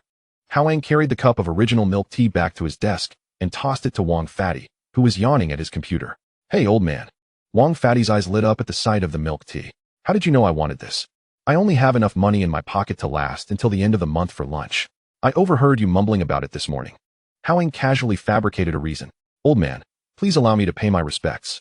Wang Fatty theatrically clasped his hands in gratitude, eagerly inserting a straw and gulping down a large mouthful, sighing in satisfaction. I'm revived. Good for you. Hao Yang teased with a chuckle, returning to his workstation. The afternoon passed with the usual work routine, as Hao Yang tackled client emails and reports with remarkable efficiency. Yet, occasionally, his mind wandered to the depths of his consciousness, where he could vividly see the swirling fragment of the Chaos Pearl, slowly rotating, its radiant light cascading like fine rain, nourishing his awareness. If only he could actively cultivate it. Hao Yang mused inwardly. In ancient legends, the Chaos Pearl was a precious artifact capable of evolving entire worlds. He wondered if this fragment held any secrets. Just as he was lost in thought, his phone vibrated in his pocket. It wasn't a WeChat message. It was an incoming call. Glancing at the screen, his heart sank upon seeing the caller's name. Mom. His heart skipped a beat. His mother usually contacted him via WeChat and rarely called. He quickly grabbed his phone and hurried to the stairwell, pressing the answer button, his voice trembling imperceptibly. Mom. What's wrong? On the other end, his mother's voice came through, tinged with tears, amidst the jarring sounds of a hospital intercom, sharp and distressing. Yang, your grandfather is in the hospital. You must come back. Hao Yang's heart plunged, as if weighed down by a leaden weight. What happened to Grandpa? Is it serious? He fell. His mother's voice broke intermittently, struggling against sobs. They rushed him to the hospital for emergency treatment, but the doctor said his age has caught up with him. All his organs are failing, and there's nothing they can do. They said we should bring him home to prepare for the worst. He has been talking about you constantly. Yang, please hurry back to see him one last time. A deafening buzz filled Hao Yang's head, akin to thunder exploding, and the phone nearly slipped from his grasp as he steadied himself against the cold wall, his fingers trembling. Grandpa, the man who had carried him on his shoulders since childhood, taking him fishing by the river, the one who taught him calligraphy, stern yet secretly slipping candies into his pocket, the man who, when he left home for the Magic City, had stuffed 1,000 yuan into his suitcase, red-eyed, repeatedly reminding him not to suffer while away. He always believed that time was still plentiful, convinced that once he established himself in the bustling metropolis, he would amass great wealth, acquire a spacious home, and bring his grandfather and mother to live with him, honoring them as they deserved. Yet, that opportunity was slipping away from him. I must return immediately. Hao Yang's voice trembled, his throat constricted as if choked. Mom, don't worry. I will take leave right now, and buy the soonest ticket. After ending the call, Hao Yang leaned against the cold wall, taking several deep breaths. Yet he could not suppress the tumultuous waves of bitterness and panic surging within his chest. The stairwell was eerily silent, the safety exit sign casting a faint green glow. Hao Yang closed his eyes, and countless images flashed through his mind. His grandfather sitting beneath the old locust tree, fanning himself with a palm leaf. The wooden toy gun his grandfather crafted for him. The silhouette of his grandfather waving goodbye at the train station, growing smaller and smaller. It felt as though he could do nothing but watch helplessly as the one who loved him most edged closer to the brink of life. Yanggu. The door to the stairwell creaked open, revealing Lin Xian, who peeked in, a bottle of mineral water in her hand. Startled by Hao Yang's pale complexion and red-rimmed eyes, she hurried over. What's wrong? You look terrible. Are you feeling unwell? Her voice was soft and laced with genuine concern, like a warm stream flowing over Hao Yang's frigid heart. I'm fine. He straightened up, forcing a smile. It's just that there's an urgent matter at home, and I need to take a few days off. Oh, I see. Lin Xian nodded, handing him the bottle of water, her voice barely above a whisper. If there's anything you need help with, you can tell me. Yang Ge must be facing a serious family crisis. His eyes are all red. I'm so worried about him. Lin Xian's unspoken thoughts were soft, tinged with empathy. Hao Yang accepted the water, murmuring a hoarse thank you. Stepping out of the stairwell, he strode directly toward the manager's office, where Zhou Beipi was engrossed in a phone call, animatedly expressing something. Upon seeing Hao Yang enter, his brow furrowed into a deep scowl. Ready to scold. Manager Zhou, I have an urgent family matter and need to take a few days off. Hao Yang interjected before Zhou could utter a word. His voice disturbingly calm. Take leave? Zhou Beipi hung up the phone, irritation evident on his face. We are in the midst of a crucial project. Who will handle the work if you take leave? Absolutely not. My grandfather is critically ill, and I must return. Hao Yang stared at him, his gaze unwavering, yet imbued with an undeniable resolve. You can either grant me leave or terminate my employment. The choice is yours. I will hand over my duties to Wang Jie. With that, he turned and walked away before Zhou could react. Zhou Beipi stared at his retreating figure, momentarily stunned, before finally exclaiming, Hao Yang, you truly don't want to work anymore. What is up with this kid? His eyes are terrifying. Returning to his workstation, Hao Yang began hastily packing his belongings. Wang Pengzi sidled up, whispering, What's up, brother? What happened? Just some family matters. I'm heading back for a few days, Hao Yang replied tersely, sending all his unfinished work files to Wang Pengzi. Please keep an eye on these for me, and contact me via WeChat if there are any issues. Sure, no problem. Just let me know if you need anything. Wang Pengzi clapped him on the shoulder, assuring him of his support. Hao Yang nodded, slinging his bag over his shoulder and swiftly exiting the company. As the elevator descended, the numbers flickered, and he fixated on the changing red digits. His mind a whirlwind of confusion, his grandfather's smiling face intertwining with his mother's cries echoing in his thoughts. Could he truly do nothing? Suddenly, Hao Yang lifted his head, his gaze sharpening. He was no ordinary person anymore. He possessed fragments of the chaos pearl within his consciousness, had 101 points of primordial virtues, and even belonged to a WeChat group that connected him with the likes of Taiyi, Nuwa, and Zhunti, formidable beings from the primordial era, those immortals, who had lived for countless epochs and wielded the power to move mountains and fill seas, must have a solution. Surely, there was a way to save his grandfather. As this thought ignited within him, it spread like wild grass, rapidly filling his chest with a fiery fervor. Chapter 6. The Earth Mother bestows medicine, a 1,000-mile journey home. The taxi sped along the airport expressway, the neon lights and tree shadows blending into a blur of luminous flow. Hao Yang gripped his phone tightly, his fingers turning pale from the pressure. The turmoil in his chest surged like rampant weeds.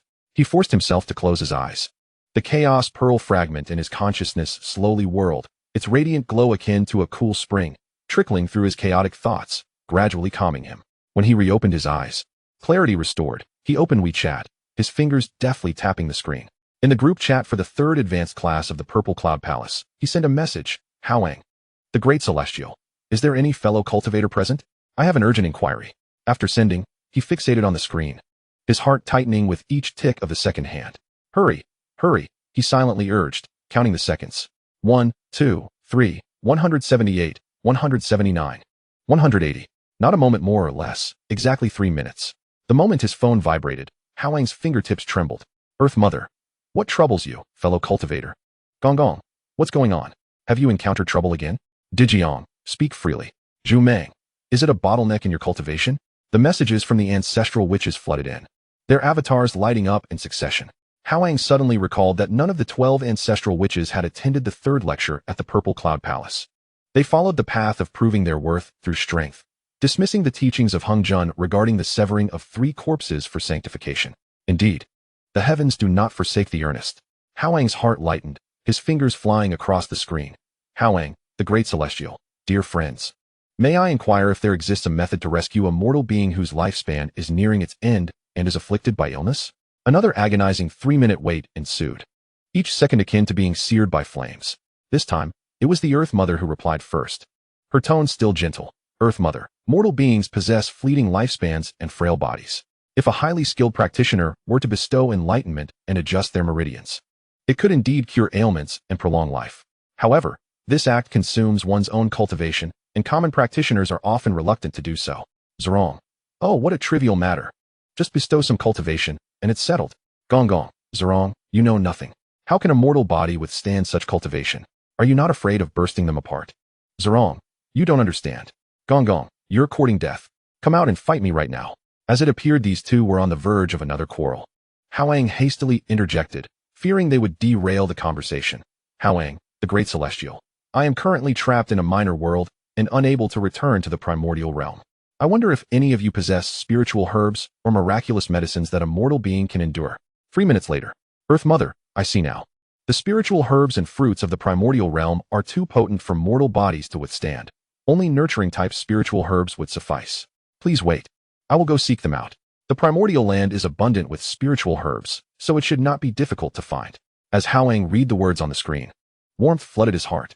The Earth Mother, the ancestral witch destined to govern the earth and reincarnation. Known for her compassion and willingness to embody reincarnation to protect all beings in the primordial realm, indeed lived up to her reputation. Hao Yang, the Great Celestial, thank you. Earth Mother, I owe you a favor. After sending this message, Hao Yang clutched his phone tightly, his palms slick with sweat. Another 3 minutes for him felt like 3 years in the primordial realm. A sudden notification popped up, originating from Hou Tu. Specifically marked for the esteemed Dijun Hao Yang to receive. Hao Yang's fingers trembled, mustering all his strength to click on it. Ding. The familiar sound of a jade chime resonated in his mind, clearer and more prolonged than ever before, as if it carried the weight and warmth of the earth itself. The notification burst open, transforming into 3 streams of emerald light that coalesced in the center of the screen into the ethereal images of 3 exquisite glass vials. The bottles were as transparent as crystal, with shimmering liquid undulating within, and as the gentle glow shifted, it seemed to emanate the essence of flourishing plant life. Congratulations to Dijun Hao Yang for acquiring the essence of a divine herb. Almost simultaneously, a message from Hou Tu appeared. Hou Tu, esteemed friend. This is a potion crafted from a millennium-aged nurturing herb I have procured, of no use to us celestial beings, yet a divine gift for the beings of the mortal realm. I have refined and diluted it to ensure it is bearable for mortal bodies. Hou Tu, a single dose of this essence can extend life by a century, cleanse the marrow, and purge ailments. However, one must remember that a mortal vessel has its limits, and it requires a 10-year interval before another dose can be taken. Hao Yang gazed at the words, a sudden sting of emotion welled in his nose, and his eyes reddened instantly. He took a deep breath, his fingers trembling as he earnestly typed a response. Dijun Hao, Hou Tu, your kindness cannot be adequately expressed in words. From this moment forth, the matters of the Wu clan shall be my own. Should you require assistance, I would not hesitate to lay down my life. This was not mere flattery, it was a heartfelt promise. Upon sending the message, Hao Yang immediately opened his treasure chest. And indeed, 3 glass vials lay quietly within the storage compartment, enveloped in a faint green glow, with a note beside them. Extracting each vial requires 1 merit point. Master, hurry. Hao Yang abruptly raised his head, calling out to the taxi driver in the front seat, his voice laced with uncontainable urgency. The driver glanced at him through the rearview mirror and sighed helplessly. Young man, this is already the fastest I can go. Any faster, and I would be exceeding the speed limit, and the airport is just ahead. Hao Yang ceased his words. Once they arrived at the airport, he scanned the payment and dashed out of the car. As he burst into the terminal, there was still over an hour until boarding. He found a quiet corner to sit, his hands trembling as he dialed his mother's video call. The screen flickered a few times before revealing his mother's swollen eyes, her face pale and frightening. The camera shifted, and Hao Yang's heart clenched instantly. On the hospital bed lay his grandfather, emaciated to the point of resembling mere bones, the once vigorous elder now quietly resting, adorned with various tubes, while the monotonous beeping of the ECG machine emitted a weak and nearly imperceptible rhythm. Mom, put the phone by Grandpa's ear. Hao Yang's voice was hoarse, straining to suppress his tears. His mother nodded, choking back sobs, and placed the phone near his grandfather's ear. Grandpa, can you hear me? It's Yang. Hao Yang leaned closer to the phone, speaking softly. I will be home soon. Hold on a little longer, will you? He paused, unable to restrain his tears any longer, which fell onto the screen. You promised you would witness me getting married. You can't go back on your word. You also said you would help me with my children and name my great-grandchildren. Have you forgotten, Grandpa? In the image, his grandfather's eyelids seemed to flutter slightly. But soon, tranquility returned. Mom, Hao Yang wiped away his tears, his gaze becoming resolute. No matter what it takes, I will ensure the doctors keep Grandpa alive. As long as he draws breath, I can save him. Trust me. His mother nodded in confusion. She did not understand why her son felt this way. But seeing the determination in his eyes, she choked out. All right, I believe you. After ending the call, Hao Yang stared out at the planes taking off and landing, taking a deep breath as the fragments of the chaotic pearl in his consciousness began to swirl slowly, the soothing light flowing through him, calming his anxious heart. There is still time. I will make it in time. At 7 o'clock in the evening, the plane took off as scheduled. At 9:40, it landed at the airport in his hometown. Hao Yang was almost the first to rush out of the cabin, sprinting through the jet bridge and into the brightly lit terminal. In the night, he spotted the line of waiting taxis immediately. Driver, to the Central Hospital of Anyang. As fast as possible, Hao Yang exclaimed as he flung open the car door, throwing a wad of cash onto the passenger seat. Money is not an issue. The driver, a kind-hearted middle-aged man, glanced at Hao Yang's anxious expression and nodded. Don't worry, young man, I'll do my best. Buckle up. The car sped out of the airport, merging swiftly into the flow of nighttime traffic. Hao Yang gazed out at the passing streetlights, gripping the vial he had extracted tightly in his hand. The bottle felt smooth and warm, the emerald liquid inside glowing faintly in the darkness, exuding a subtle fragrance. Is someone at home unwell? The driver asked, peering at him through the rearview mirror, his tone tinged with sympathy. Yes, my grandfather, Hao Yang replied softly.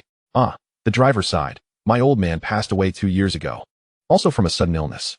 By the time I rushed back, it was too late. Nowadays, the young ones are all working away from home, and the ones who suffer the most are the elderly at home. He fell silent, and the car was enveloped in quietude. Only the sound of the wind rushing past them. At 10:25, the taxi came to a sudden halt at the entrance of the Central Hospital of Anyang. Thank you, driver. Hao Yang exclaimed as he flung open the door and dashed out. Hey, the money. The driver called after him, glancing at the pile of cash in the passenger seat. No need for change. Hao Yang called back without looking as he sprinted into the hospital lobby. The hospital was brightly lit even in the dead of night, the smell of disinfectant permeating the air. Hao Yang grabbed a security guard, urgently inquiring for directions to the ICU, and dashed down the corridor. Turning the corner, he instantly spotted his mother slumped on a bench in the waiting area of the ICU, surrounded by his uncles and several cousins. Their faces were etched with fatigue and sorrow. Yang, you're finally back. His uncle, Ming, was the first to see him, quickly approaching with a hoarse voice. Hurry. Your grandfather is waiting to see you one last time. Several cousins gathered around, their eyes red-rimmed. Uncle, don't worry, Grandpa will be fine, Hao Yang reassured.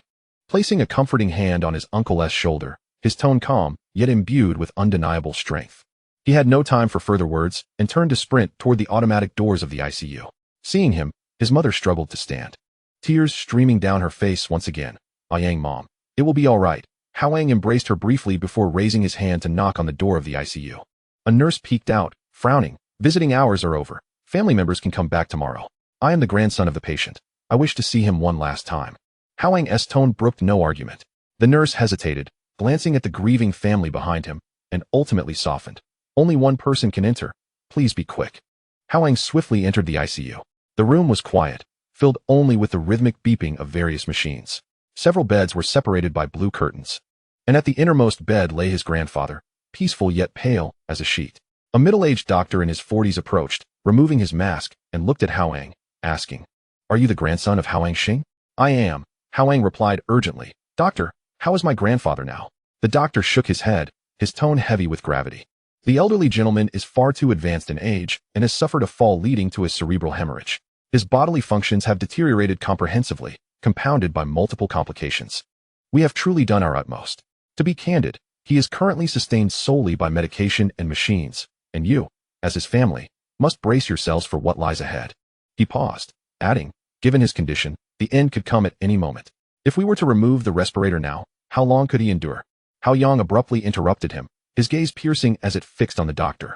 The physician was taken aback, as if struggling to comprehend the gravity of his words. Remove it?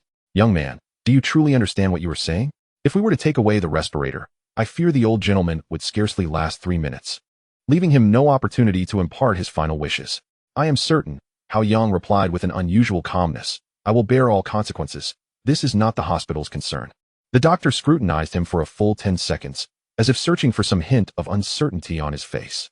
Ultimately, he sighed and extracted an informed consent form from his folder. Please sign here. I must reiterate, once the tube is removed, the hospital will assume no responsibility for what transpires. Understood. Hao Yang took the pen and signed his name without hesitation. A few nurses gathered around, and at the doctor's nod, they carefully began to detach the respirator's tubing from the old man's mouth. The machinery emitted a jarring alarm, and the electrocardiogram's waves instantly weakened and became erratic, threatening to flatten into a straight line at any moment. What are you doing? A young nurse was abruptly shoved aside by Hao Yang, her exclamation echoing in the sterile air. This is none of your concern. Should anything go awry, I will take full responsibility, Hao Yang stated as he turned away, retrieving a glass vial from his pocket. The doctor restrained the nurse who wished to intervene. Shaking his head, having worked in the hospital for 20 years, he had witnessed countless families struggle in their final moments. Some pleaded fervently, others clung to their loved ones, and many brought various remedies in a desperate gamble. This young man appeared to be just another among them. Let him be, the doctor murmured, a hint of resignation in his voice, at least feeling a bit lighter in his own heart. But in the next instant, all present were stunned. Hao Yang uncorked the glass vial. An indescribable fragrance instantly enveloped the entire ICU, masking the acrid scents with a scent reminiscent of a rain-soaked spring morning in the mountains. The dew-kissed grass, and the rich aroma of ancient trees. Just the whiff of this fragrance revitalized several weary medical staff, dissipating traces of fatigue from their eyes. What is that scent? The doctor queried, wide-eyed with astonishment. Hao Yang offered no reply. He carefully approached the bedside, crouching down. One hand gently pried open the old man's tightly clenched jaws, while the other slowly tilted the vial. A vibrant green elixir flowed from the bottle's mouth, glimmering softly. 1 drop, 2 drops, 3 drops. The liquid trickled from the corners of the old man's mouth, gradually slipping down his throat. Everyone held their breath, eyes glued to the frail figure on the bed, fixated on the monitoring equipment. The electrocardiogram's waves continued to pulse feebly. The blood oxygen levels remained alarmingly low. Seconds ticked by, 5 seconds, 10 seconds, 20 seconds. Chapter 7. Some questions are best left unasked. The vial's precious liquid was entirely administered into the old man's mouth. Hao Yang held his breath, his gaze unwaveringly fixed on the weathered face, which had been as pale as paper but now seemed to shimmer with an inner light beneath the skin. 1 second, 2 seconds. The ICU was eerily silent, even the monotonous beeping of the machines seeming to elongate, echoing in the hearts of all present. The doctor and nurses had long forgotten to intervene, their necks craned forward, eyes locked on the bed, faces a mix of disbelief and a flicker of hopeful anticipation. Could it truly be a miracle? 5 seconds passed. The old man's brow furrowed slightly, as if something had brushed against him. 10 seconds. The once almost imperceptible rise and fall of his chest suddenly became distinct, slow, yet imbued with a heart-stopping potency. Beep. The piercing alarm abruptly ceased, replaced by the steady rhythm of a strong heartbeat. The nearly flat line on the screen was suddenly redrawn by an invisible hand, erupting into robust peaks with each pulse, resonating with vitality. How can this be? The attending physician surged forward, pushing aside a nurse in his path, dashing to the machine, nearly pressing his glasses against the screen. His fingers trembled as they scrolled through the data, his voice trembling with incredulity. Heart rate at 72 beats per minute. Blood pressure 120/80, oxygen saturation at 98. This is healthier than my own physical checkup results. As soon as he finished speaking, an even more astonishing sight unfolded. The deep-set wrinkles etched into the old man's face appeared to be smoothed away by warm water, fading visibly until they vanished entirely. His pale, parched skin rapidly regained its fullness, radiating a healthy, rosy glow. The once snowy hair began to darken from the roots, transforming into a lustrous mane of black within just a few breaths. My goodness! The attending doctor could no longer contain himself, exclaiming the first curse of his 2-decade career. His eyes wide as saucers, his jaw nearly dropping to the ground. What am I witnessing? Is this a medical miracle or a scene from a fantasy epic? Several young nurses stood in shock, one in turn dropping her clipboard with a crisp clatter, yet oblivious to it, staring blankly at the bed, her lips trembling, unable to utter a coherent word. Is this still reality? Who on earth is he? On the bed, the old man's eyelids fluttered a few times before slowly opening. His once murky, bloodshot eyes were now bright and clear, as if washed by a spring. He gazed vacantly at the ceiling, blinking in confusion as if awakening from a long, profound dream. Grandfather, how do you feel? Hao Yang leaned closer, his voice tinged with a barely perceptible tremor, not from fear, but from exhilaration. The old man, recognizing the familiar voice, slowly turned his head, staring at Hao Yang's face in astonishment for a full 2 seconds before breaking into a broad smile, his voice resonant and robust. Hao Yang? Why have you returned? Is this a hospital? What has happened? How did I end up in the hospital? Wasn't I just basking in the sun at home? This was no voice of a frail, dying man in his 90s, but that of a sprightly elder in his 60s or 70s. You've returned. Hao Yang has returned. Hao Yang grasped his grandfather's hand, his eyes brimming with tears, nearly spilling over. He had almost lost him. Enough nonsense. The old man laughed, pushing himself up with surprising strength. Hao Yang instinctively reached out to assist him, but was left stunned halfway through. There was no need for support. The old man effortlessly propped himself up, sitting up with a vigor that showed no sign of hesitation. He too was taken aback, glancing down at his hands, once dry and resembling old tree bark, now smooth and firm, devoid of age spots, exuding a healthy blush. He raised his hand to touch his face again, the texture delicate and elastic. There was no trace of frailty to be found. This body. The old man murmured to himself as he threw aside the covers and prepared to rise from the bed. Grandfather, take it slow. Hao Yang hurriedly supported him. Yet, before he could finish speaking, the old man's feet had already touched the ground, standing firmly. Not only was he stable, but he also casually moved his arms and legs, turning his waist and displaying an expression of incredulity. What has happened to me? This is utterly bizarre. What on earth is going on? We'll discuss this at home. Hao Yang quickly interjected, casting a glance at the surrounding medical staff, who were all wide-eyed and speechless. Lowering his voice, he asked, "How are you feeling now? Is there any discomfort?" "Comfortable. Exceedingly comfortable." The old man laughed heartily, his voice echoing throughout the ward. Then, recalling the hospital setting and his own physical transformation, he quickly added, "Home. I want to go home immediately. I cannot endure this wretched place for another moment." With that, he strode confidently toward the door, his posture upright and strong, a stark contrast to the frail patient he had been just moments before. Hao Yang hurried to keep pace, lightly supporting his grandfather's arm, though it seemed entirely unnecessary. "Wait, sir." The attending physician finally snapped out of his shock, rushing forward to block their path, his face a mask of urgency and curiosity. What is going on here? What medication did you administer? This is utterly inconsistent with medical norms. We need to document this thoroughly. Doctor. Hao Yang abruptly turned, his gaze sharpening like a blade, an invisible aura of pressure enveloping the room.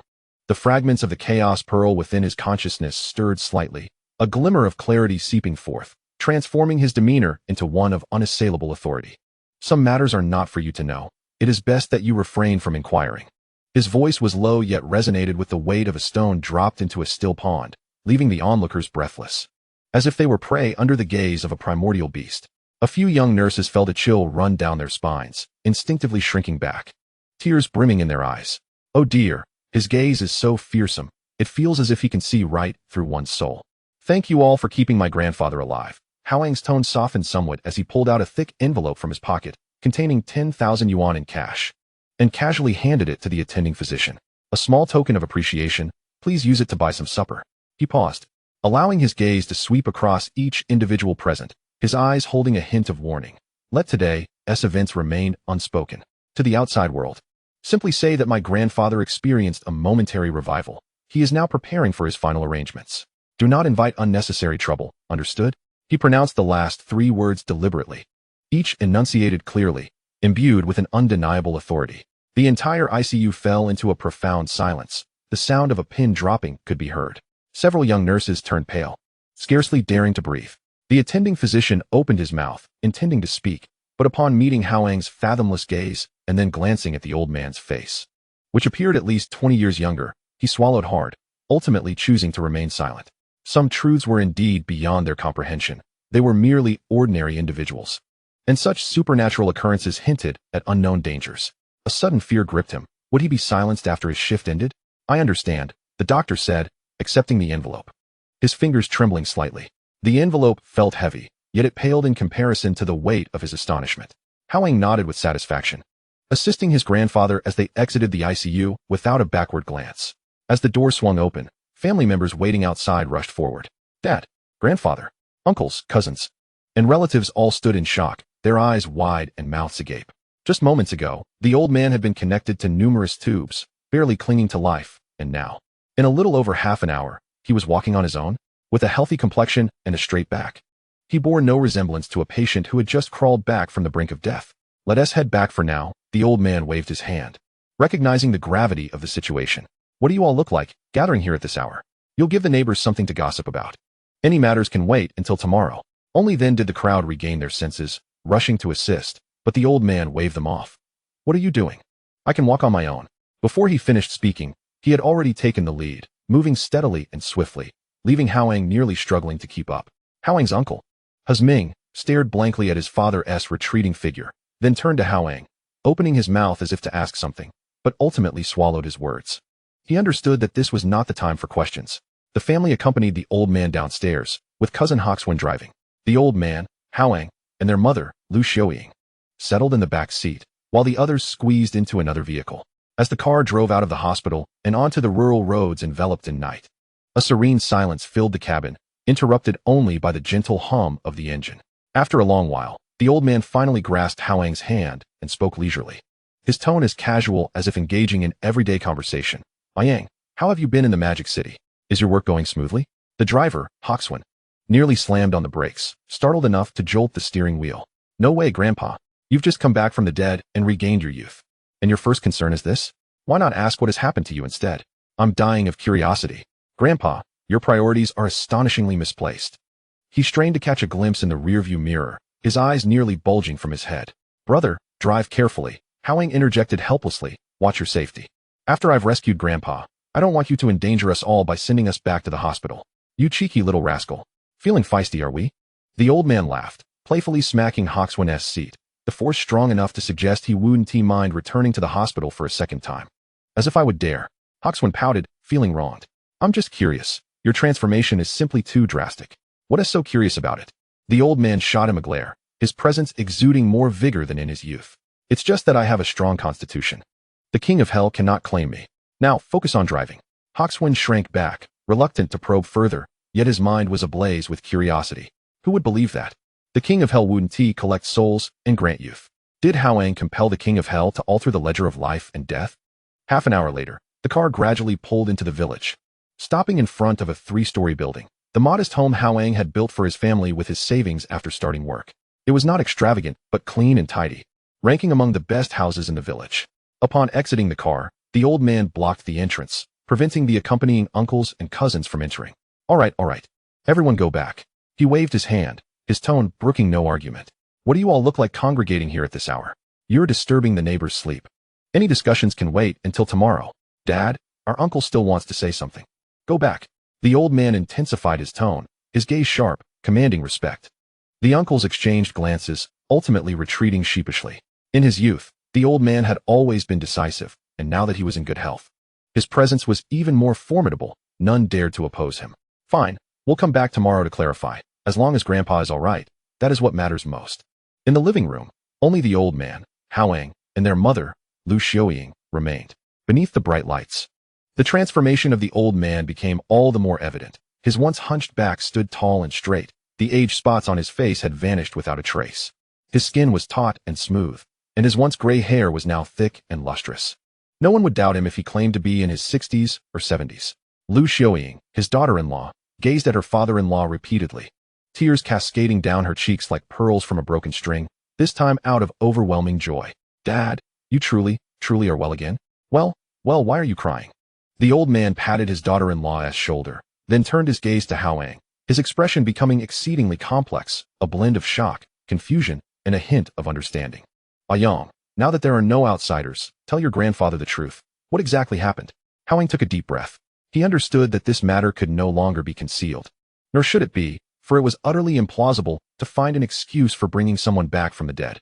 "Grandfather, mother," he began slowly, his voice soft yet imbued with an unusual seriousness. "Do you believe that there are deities in this world?" The living room fell into an immediate silence. Lu Xiaoying was momentarily stunned, her hand halted mid-air as she wiped her tears, a look of bewilderment on her face. "Deities? Hao Yang, are you exhausted? Is that why you're speaking nonsense?"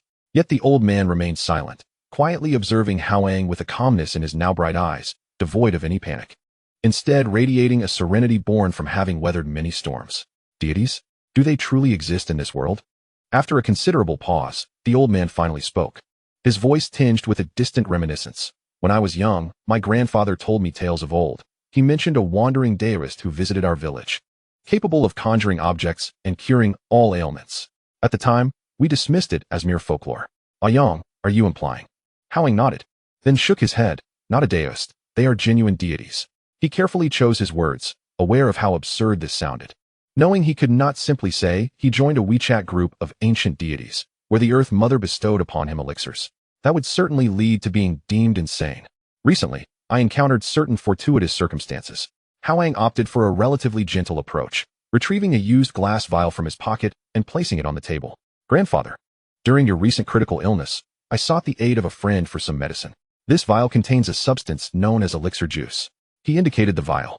"It is crafted from spiritual herbs originating from an ancient, long-lost place, One vial can extend life by 60 years and cleanse the body of ailments, rejuvenating one's youth.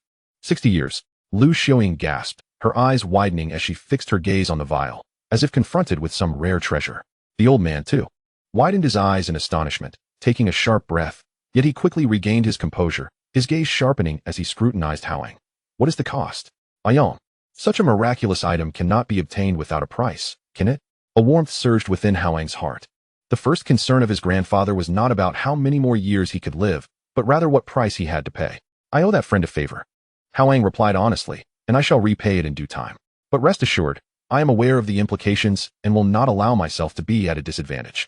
The old man scrutinized his grandson for a long while, long enough for Hao Yang to feel uneasy, before finally exhaling deeply, a look of relief spreading across his face. Ayong, you have grown. You possess your own opinions now. There are some matters I may not comprehend, but I trust you will handle them well. He paused, his tone abruptly shifting to one of gravity, his eyes filled with solemnity. However, you must remember that such miraculous interventions are rare and not to be repeated. Today, it was your actions that saved my life.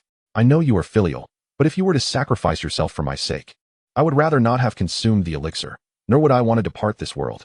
Tears welled up in Hao Yang's eyes, his heart ached. Furthermore, the old man changed his tone, his eyes becoming shrewd. Regarding those individuals at the hospital today, you handled it wisely. The fewer who know about this, the better. I will speak to your uncles, telling them that I encountered a sage in my youth who gifted me a life-preserving pill that I had been reluctant to use, and that I only resorted to it out of necessity. Experience speaks volumes. In just a few words, the old man deftly resolved potential complications. Dad, with you looking like this, Lu Xiaoying still held some concern.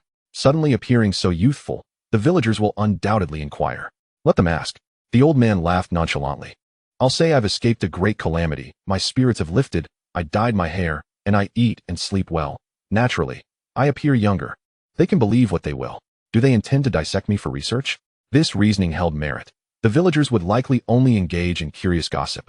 Remarking on how old man Ho had recovered from his illness and appeared more spirited, without venturing into fantastical notions. Dad, Ayong must be hungry. Shall I cook some noodles? Seeing her father-in-law had made up his mind, Lu Xiaoying hastily suggested, wiping her tears. Indeed, the old man smiled at Hao Yang. Ayong has rushed back from the metropolis. He surely hasn't had a proper meal. Quickly, go and prepare it. Make plenty. I intend to have a splendid feast today. Chapter 8, The Plan. The steaming bowl of egg noodles was placed on the table, green scallions floating atop the rich broth. A golden fried egg resting on the noodles, the aroma wafting invitingly. The three sat around the dining table, momentarily frozen, none daring to pick up their chopsticks. The atmosphere tinged with a surreal sense of having survived a calamity, yet imbued with an inexplicable novelty. At last, it was the old man who broke the silence. Lifting his chopsticks and gently tapping the edge of his bowl. Eat. Why are you all just staring? Ayong has traveled all day. He must be famished. Xiaoying, you've been with your father for so long. You must be tired as well. Yes, Ayong, eat quickly. Lu Xiaoying snapped back to reality, hurriedly picking up her chopsticks to serve her son a generous helping of noodles, though her eyes couldn't help but dart towards the old man's face. That visage, 20 years younger, appeared surreal, like a dream. Hao Yang murmured in acknowledgement, diving into his meal, the noodles firm and the broth flavorful. The taste reminiscent of his mother's cooking, yet his mind was elsewhere, racing with thoughts. The elixir juice provided by the Earth Mother exhibited results far beyond his expectations. Not only did it extend life and cure ailments, but it could also restore youth, truly a miraculous substance. Ayong, his mother set down her chopsticks, cautiously inquiring, her eyes alight with curiosity. What do these deities look like? Are they like those portrayed on television, clad in robes, soaring through the clouds? Hao Yang nearly choked on his noodles, coughing a couple of times, sipping some broth to regain his composure before muttering, pretty much. Most of them are innate beings. Existing since the dawn of the world, their appearances far more extraordinary than those on television. Innate beings? His mother's eyes sparkled as if she had struck upon something significant. Are they akin to what is described in novels? Born with the ability to command the laws of nature, able to summon winds and rain without the need for cultivation? That is approximately correct, Hao Yang nodded, striving to explain in simple terms. However, they also value cultivation, pursuing the great Tao, aspiring to attain a state of existence that coexists with the heavens. The old man set down his chopsticks, wiped his mouth, his expression growing particularly earnest. And how did you come to know them? It can't be that you just happened upon them on the road, can it? Hao Yang had long prepared his response. He set down his bowl, his demeanor calm. It was a matter of serendipity, a connection established through intent, somewhat akin to telepathy, though not face-to-face communication. They reside in a place called the Primordial Wilderness, a realm separate from our own, with thick barriers of world separating us. Primordial Wilderness? The mother murmured to herself, her expression one of bewilderment, clearly unfamiliar with the name. Hao Yang, taking the initiative, opened up the floodgates of conversation, recounting tales from the primordial creation by Pangu to the cataclysmic dragon and phoenix calamity, followed by the tumultuous war between the witch and the demon, and culminating in the subsequent battle of the gods and the journey to the west for scriptures. Naturally, he deliberately omitted the mundane detail of the WeChat group, merely stating that he had serendipitously sensed the aura of the primordial world, which enabled him to establish connections with certain formidable beings within it. Captivated, his mother held her chopsticks suspended in midair, her eyes wide with wonder, her breath becoming almost imperceptible. The old man, on the other hand, listened intently, occasionally nodding. He had read Investiture of the Gods and Journey to the West in his youth, and was not entirely unfamiliar with these mythological narratives.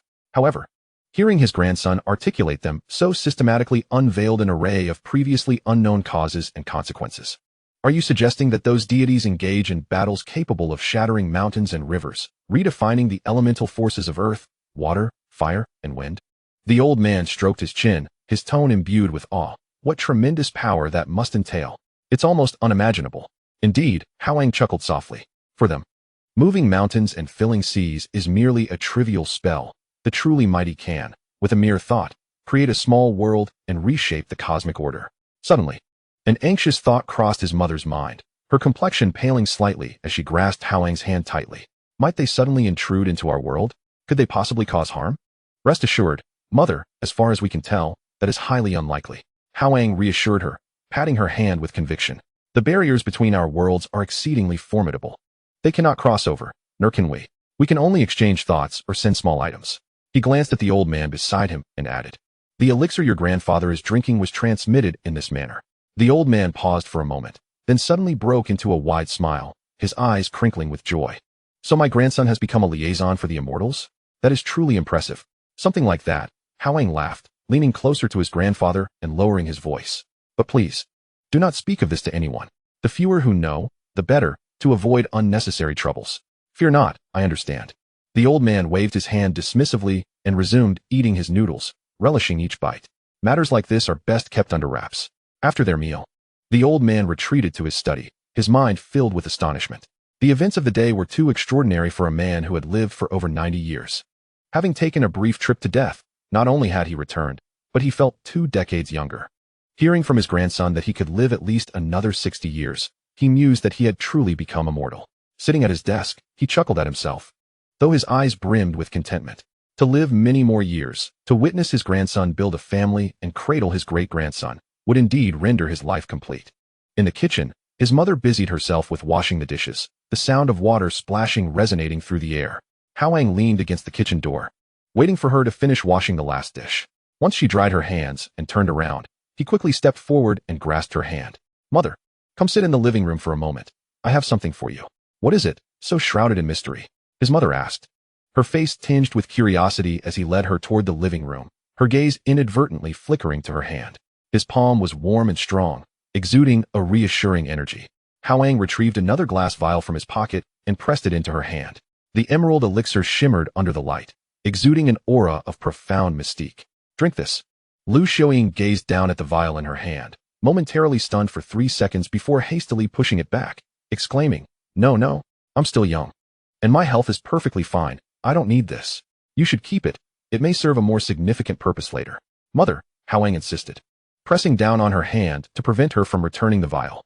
His tone was earnest, half serious. This elixir is truly of little significance to me.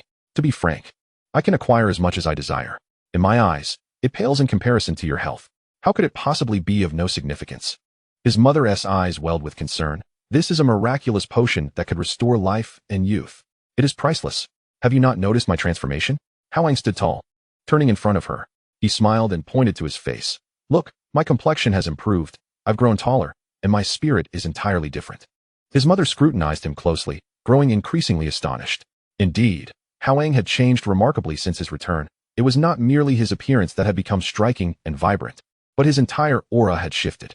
Once weighed down by the fatigue and confusion of a corporate worker, he now exuded calm confidence, his eyes holding an indescribable depth. I stand behind a host of genuine celestial beings. Hao Yang squatted down, meeting his mother-esque gaze. His voice, though gentle, carried strength. To them, a vial of elixir is as inconsequential as a grain of rice to us. Mother, you've toiled tirelessly for most of your life for this family. It is time for you to enjoy some comfort. I wish for you to be healthy, to be youthful and beautiful, and to have ample time to witness me build a family and wait for me to present you with a grandchild. Will you fulfill your son's filial piety? Lu Xiaoying looked into her son's hopeful eyes, her defenses crumbling in an instant. The future he envisioned was one she yearned to see. Biting her lip, she ceased her resistance, uncorked the vial, and tilted her head back, consuming the verdant liquid in one swift motion. The elixir was cool to the taste, imbued with a subtle fragrance of herbs, cascading down her throat and settling in her stomach. In the next moment, a wave of warmth surged from her abdomen, rapidly spreading throughout her limbs. She murmured, her body trembling slightly. This transformation was even swifter and more pronounced than her husband's experience. In just a few breaths, the fine lines on her face seemed to vanish as if gently erased by an unseen eraser. Her skin tightened and brightened at a visible rate. The crow's feet around her eyes disappeared without a trace, and even the nasolabial folds became so shallow they were nearly imperceptible. The few strands of gray at her temples swiftly regained their deep hue, transforming into a cascade of lustrous black hair in the blink of an eye. More astonishingly, her slightly hunched back straightened, her waist became slender, and she appeared to have regained more than a decade, as if returned to her 30s. The entire transformation took less than a minute. Lu Xiaoying sat dazed on the sofa, still in disbelief, as Hao Yang hurriedly fetched a mirror from the bedroom and presented it to her. Reflected in the mirror was a visage still imbued with charm, skin smooth and delicate, eyes bright and spirited, with lips curling into a natural smile. This was her youthful self, yet infused with a gentle grace born of life's experiences. Is this truly me? She murmured, reaching out to gently touch her face, the texture soft and refined, and then running her fingers through her hair, which was now sleek and glossy, devoid of any traces of toil. It is you, mother, Hao Yang replied, noticing her reddened eyes. You have always been beautiful. Lu Xiaoying gazed at her reflection and then at her son, tears finally spilling forth, but this time not from sorrow, rather from overwhelming joy and emotion. She embraced Hao Yang, her voice trembling. Good child, thank you, my dear. No need for such formality between us, Hao Yang reassured her, gently patting her back. It's getting late. You should return to your room and rest. Tomorrow, when you awaken, it will be a brand new future. The mother nodded gently, tightly clutching the mirror in her arms. As she ascended the stairs with a lightness in her step, clearly still enveloped in the immense joy of the moment. After all, who among women does not cherish beauty? Hao Yang returned to his bedroom, closed the door, and let out a long sigh. The events of the day had been overwhelming, traveling a great distance to rescue his grandfather, administering the elixir to his mother, and laboriously explaining matters of the divine. Each of these occurrences would be enough for an ordinary person to process over several months. Yet he had experienced them all within a single day. He took out his phone and opened the group chat titled Third Advanced Class of Xixiao Palace. The chat remained quiet, indicating that the discourse at Xixiao Palace had yet to conclude. After a moment of contemplation, Hao Yang composed a message and sent it. Hao Yang, the great celestial master, thank you, dearest Hou Tu, for the elixir. The matters of the mortal realm have been satisfactorily resolved. In the future, when the time is right, I shall guide the Wu clan to a path of survival. Upon sending, he leaned back against the headboard, awaiting a response. 3 minutes passed, no more, no less. Hou Tu, such trivial matters are of no consequence. There is no need for you to exhaust your cultivation to decipher heavenly secrets. Hao Yang felt a slight stir within. Hou Tu had misunderstood, thinking he intended to employ divine powers to repay the favor. Yet this misconception worked to his advantage, rendering him all the more enigmatic and saving him considerable explanation. He typed another message. Hao Yang, the great celestial master, I have one more request, dear Daoist. Might you provide additional elixir? Diluted to extend lifespan by 10 years would suffice. This time he specifically requested a diluted version. First, to avoid excessive effects that might provoke unnecessary complications, and second, to lighten Hou Tu's burden. Once again, 3 minutes elapsed in silence. Suddenly, a red envelope popped up. Once more from Hou Tu. Hao Yang hastily tapped it open. Ding! A familiar sound echoed in his mind, clearer than ever before. Congratulations, Hao Yang, the great celestial master, for receiving 30 bottles of elixir. 30 bottles. Hao Yang was momentarily taken aback and quickly glanced at the message Hou Tu had sent. Hou Tu, do not think little of this. Dear friend, my merit points are only sufficient to transport these 30 bottles. Merit points? Transport? Hao Yang's heart skipped a beat as he quickly inquired. Hao Yang, the great celestial master, how many merit points are required for the transport of each bottle? 3 minutes later, Hou Tu's reply appeared. Hou Tu, 100 points. Damn. Hao Yang couldn't help but curse under his breath, his heart racing. 100 merit points per bottle meant a total of 3,000 merit points for 30 bottles. Hou Tu was making a substantial sacrifice. It then dawned on him that Hou Tu was not yet a saint, but as the ancestral shaman governing the earth, her benevolence was well known. She often traversed the wilderness, aiding those in need, nourishing all living things, and accumulating considerable merit. Nevertheless, even for her, 3,000 merit points represented a significant expenditure, especially considering that according to the narrative of the Primordial World, Hou Tu would eventually undergo reincarnation. In contrast, offering 3,000 merit points now was akin to sacrificing a part of herself. This favor was indeed monumental. Hao Yang, the great celestial master, I shall remember this kindness, and in due time, I shall repay it handsomely. 3 minutes later, several messages suddenly erupted in the chat, shattering the tranquility. Gong, seventh sister, have you lost your mind? You just gave away 3,000 merit points? How can we trust that he can truly decipher heavenly secrets? Don't let yourself be deceived. Zing, fifth brother, you know nothing. If you can't speak wisely, then remain silent. That friend can send messages across worlds. Can he be an ordinary person? Seventh sister acted wisely. Hou Tu, fifth brother, cease making a fool of yourself. The group chat fell silent once more. Hao Yang gazed at the 30 neatly arranged bottles of elixir in his treasure chest. A smile slowly blossoming on his lips, a glimmer of brilliance flashing in his eyes. With these elixirs, a bold plan began to form in his mind, becoming increasingly clear. Chapter 9. The Primordial World's Gossip Scene. A night of sweet dreams.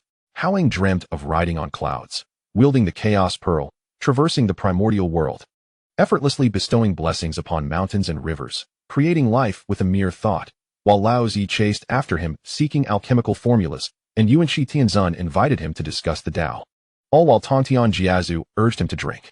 Then, he was abruptly awakened by the incessant ringing of his phone. Damn, who could it be? Groggily, Hao Yang fumbled for his phone, his eyes still not fully open, and beheld the screen filled with a torrent of rolling group chat messages. The Zixiao Palace 3rd Advanced Class had been renamed to those matters of the Primordial World 99. He sat up with a start, rubbed his eyes, and opened the chat.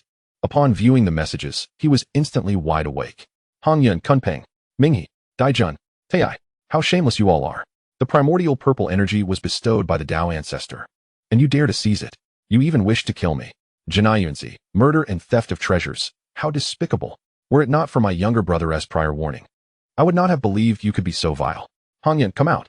Are you cowards who dare not face the consequences of your actions? A lengthy string of comments from onlookers followed. Tongtian, Tisk, murder and theft? Quite interesting. Yuanshi, third brother. Exercise caution. Lao Zi. Nuwa. Dearest Hongyun, please calm your anger. Could there be some misunderstanding? Fuxi. Sister is right. Let us remain calm first. Hong. Nuwa.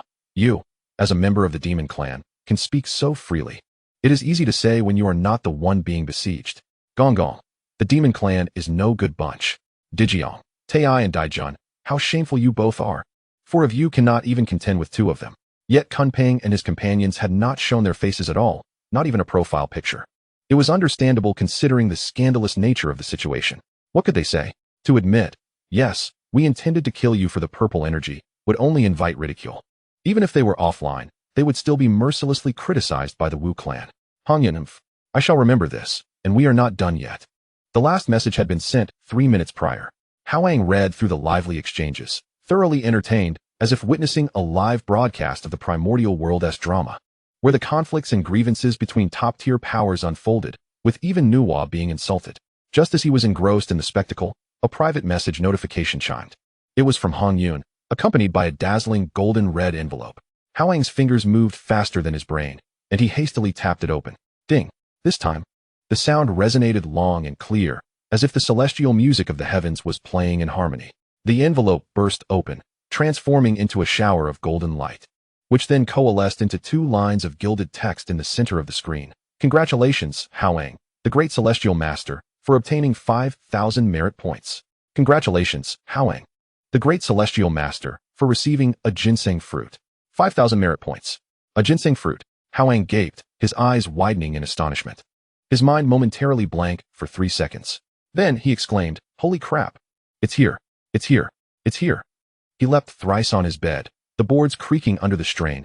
Fortunately, it was a sturdy rural house, or else his grandfather would have come up to scold him. 5,000 merit points. And a ginseng fruit, the signature specialty of Jinyuan Daxian. A legendary fruit said to grant 300 years of life from a mere whiff, and 4,700 years from consuming just one. Hao Yang trembled as he opened his treasure chest, and indeed, a vivid image of a fruit resembling a baby appeared within the storage compartment, complete with limbs and distinct features, emanating a faint white glow, as if it possessed life. Gently rising and falling. Is this the ginseng fruit? Hao Yang swallowed hard, forcibly suppressing the urge to extract it and take a lick immediately. At this moment, the news from Hongyun arrived. "Hongyun, thank you, my fellow deist. Had it not been for your timely warning, I would have surely met my demise. Such a great favor deserves no words of thanks." Following this, there was an extensive account detailing the events. After the sermon at the Zixiao Palace concluded, Hongyun returned to Wuzhuang Temple with Jinyunzi as planned, remaining there for several years, in the timeline of the Donghuang era. Hongyun shared with Jinyunzi the predictions regarding the Kunpeng, which initially met with skepticism from Jinyunzi. However, unable to resist Hongyun's insistence for verification, he ultimately decided to follow discreetly. Indeed, as Hongyun departed Wuzhuang Temple, en route back to Huoyun Cave, he was ambushed by Kunpeng, Mingyi, Emperor Jun, and Taiyi. The four had plotted in advance, launching a surprise attack with lethal intent, aiming for a swift resolution. Yet, Hongyun was prepared. He promptly summoned the 99 soul-dispersing gourd for protection. Although he was wounded and coughed up blood, he managed to evade immediate annihilation. Jinyunzi, who had been following in secret, quickly invoked the Earth Book, enveloping the surroundings in a vast golden-brown radiance, safeguarding Hongyun. Witnessing the futility of their assault, and wary of Jinyunzi's unparalleled defensive capabilities, the four adversaries chose to retreat after a brief entanglement. Upon returning to Wuzhuang Temple, Hongyun's anger surged, and he stormed into the group chat to voice his frustrations. After reading this, Hao Yang stroked his chin, reflecting that even the ever-kind Hongyun had his moments of explosive temper. He typed a response. "Hao Yang, the great celestial master, I am glad to hear you are safe. Is that the ginseng fruit from Jinyunzi's temple? It is rumored that beings from the mortal realm can attain immortality upon consuming it." 3 minutes later, Hongyun, enough of that. I'm too agitated. The ginseng fruit was indeed a gift from my brother Jinyunzi, in gratitude for your assistance. My brother mentioned that the rumors of instant immortality are merely fabrications spread by envious celestial beings who are powerless against him. Hongyun, the ginseng fruit contains the primordial essence of wood, which remarkably enhances cultivation, replenishes one's origin, and aids in healing. However, the notion that one can achieve immortality simply by consuming a fruit is an exaggeration. The path to the Tao must be walked step by step, and one cannot attain it merely by eating a fruit. Hao Yang's eyes brightened. Hao Yang, the great celestial master, so it can indeed be consumed by beings from the mortal realm? Hongyun, my brother stated that if a mortal being lacks enlightenment or a method for cultivation, consuming it would at most extend their lifespan and awaken their intelligence, with most of its essence wasted. Achieving immortality is impossible. It merely allows one to live longer. However, if one possesses a cultivation method, this fruit could indeed accelerate their progress. Ah, now I understand. Hao Yang realized with clarity that the ginseng fruit from Journey to the West had been exaggerated. Of course, for celestial beings, it was indeed a treasure. After all, the lifespans of golden immortals are finite, and thus, the ginseng fruit and the peaches of immortality would surely incite envy. Nevertheless, this was sufficient. What he lacked now were cultivation methods. With the ginseng fruit, and upon attaining the path of golden elixir, his cultivation speed would undoubtedly skyrocket. Hao Yang, the great celestial master, very well. Please express my gratitude to Jinyunzi. When the time is right, I shall teach you the methods to attain sanctity. Upon sending this message, Hao Yang found himself momentarily taken aback, questioning whether he had perhaps overstepped. But then he thought, what is there to fear? He was aware of the plot. The key to Hongyun's sanctification lay in the primordial purple energy and merits. Once Nuwa achieved sanctity and guided Hongyun to follow suit, he would surely accumulate merits, wouldn't he? Indeed, 3 minutes later. Hongyun, is that truly the case? Are you speaking sincerely? The excitement was palpable even through the screen. Hao Yang smiled slightly, continuing to feign wisdom. Hao Yang, the great celestial master. Naturally, the day Nuwa attains sanctity will herald your own opportunity. When that time comes, notify me, and I shall understand. In Hongwang, at Wanshao Mountain, Wuzhuang Temple, Hongyun fixated on the final 2 sentences transmitted by Hao Yang, his hands trembling. Brother, did you see that? He turned to Junzi, his voice quivering. That dearest friend stated he knows the key to my sanctification. He even said it would occur right after Nuwa achieves sanctity. Junzi, equally astonished, forgot to set down his teacup. Achieving sanctity. The Grandmaster Hongjun's 3 sermons at Xixiao Palace ultimately pointed out, beneath the heavenly Tao of Donghuang, there must be 7 saints. Now, excluding Hongjun, who has merged with the Tao, there remain 6 positions for sanctity, which include the 3 pure ones, Nuwa, Jian, and Zhunti. As stated by the dearest ancestor himself, although Hongyun had obtained the primordial purple energy, had his fate not altered, he would have already perished. However, at present, he was utterly ignorant about achieving sanctity. Suddenly, a mysterious powerhouse proclaimed, "I know how you can attain sanctity." The impact of such words was akin to an ordinary person suddenly discovering they could become an emperor. Who exactly is this dearest friend? Junzi murmured. Capable of transcending worlds to convey messages, deducing celestial secrets, and knowing the methods to achieve sanctity. Who cares who they are? Hongyun paced excitedly in the temple. Realizing that this individual could predict the assassination attempt by Kunpeng and his companions, saving his life, that was a tremendous favor. And now, he claimed to know the key to his sanctification. Brother, your gift of the ginseng fruit is truly invaluable. Junzi set down his teacup, smiling. To assist my worthy junior brother, I would not hesitate to sacrifice even this tree, let alone a single ginseng fruit. He spoke from the heart. The two had known each other since the dawn of creation, their companionship spanning countless epochs, far surpassing that of mere brothers. If Hongyun were to achieve sanctity, Junzi would be the happiest of all. However, suddenly, Hongyun furrowed his brow, feeling vexed that the 4 had escaped. They should have set an ambush to ensure they did not leave unscathed. It is difficult, Junzi shook his head. All 4 are at the pinnacle of the great Luo realm, not so easily slain. That we could retreat unscathed is already thanks to the unparalleled defense of the Earth Book. In a true fight to the death, the outcome would be uncertain. He paused, sighing. At present, Taizhang has already slain a body, achieving quasi-saint status, placing him ahead of everyone else. We, in the great Luo realm, still fall short. Hongyun remained silent for a moment before suddenly laughing. No matter. With that dearest friend's guidance, there is no telling how I might not catch up in the future. He gazed out at the sea of clouds beyond the temple, his expression resolute. Chapter 10. This is technology. In his room, Hao Yang stared at his phone screen, his face paling. The interface of the treasure box displayed a glaring line beneath the ginseng fruit icon. Extracting requires 1,000 merit points. Do you wish to extract? What the hell? This is robbery. Hao Yang nearly dropped his phone in shock. Extracting would cost 1,000? How much did it cost for Hongyun to send it over? He quickly calculated. A vial of spiritual medicine juice costs 100 merit points to transmit, but extracting only requires 1 merit point, a ratio of approximately 1,000 to 1. By this calculation, extracting the ginseng fruit would require 1,000 merit points, meaning sending it over would cost a staggering 100,000 merit points. 100,000. Hao Yang gasped in disbelief. He finally understood the weight of the gratitude expressed by Hongyun and Junzi. It was a life-saving grace, repaid with a staggering 100,000 merit points. Such generosity is rarely matched in Donghuang, aside from a few saints who do not regard merit points as significant. Forget it. Hao Yang consoled himself. Just this one fruit should suffice for my cultivation to immortality, right? Yes, it must be enough. He tucked away his phone and rose to freshen up. As he descended the stairs, his mother was already busy in the kitchen, the aroma of porridge filling the house, while in the yard, his father practiced Tai Chi.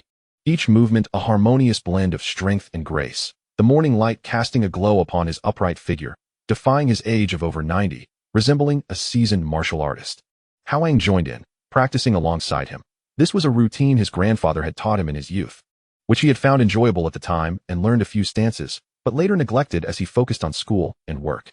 After completing a set of moves, Hao Yang eagerly assessed his body. Aside from a slight sweat, he felt nothing extraordinary. Indeed, it was merely a method for strengthening the body. He muttered, thinking he might cultivate some internal energy. What are you thinking? His grandfather concluded the practice, chuckling. Do you really think this is a martial arts novel? It is simply an activity to stretch your muscles. After breakfast, his mother went to the backyard to feed the chickens and ducks. No sooner had she left than his uncle and third uncle arrived with several cousins in a flurry. Dad, are you really all right? Uncle Hasming stared intently at the old man, his eyes wide with disbelief. Last night, the more we thought about it, the more something felt off. You seem far too spirited. Uncle Hasliang chimed in. Indeed, Dad. Your complexion, your hair, one could easily believe you're only 50. The old man, having anticipated their astonishment, began to recite the pre-arranged explanation from the previous night. What is there to panic about? In my youth, I encountered an extraordinary sage who bestowed upon me a life-preserving pill, claiming it could save my life in times of crisis. I had always hesitated to use it, but I finally gave it to Hao Yang, who hurried back last night to administer it to me. The crowd listened with a mix of skepticism and intrigue. It was indeed plausible that the old man, having traveled extensively in his youth, might have encountered peculiar phenomena. Just then, Mother returned from tending to the chickens and ducks, and the atmosphere in the living room shifted to sudden silence. All eyes gravitated toward her radiant face, seemingly in her 30s, framed by her lustrous black hair and her upright posture. Xiaoying, Uncle stammered. You two Uncle glanced at the old man, then at Lu Xiaoying, his expression akin to that of someone who had seen a ghost. Dad, do you have another life-preserving pill?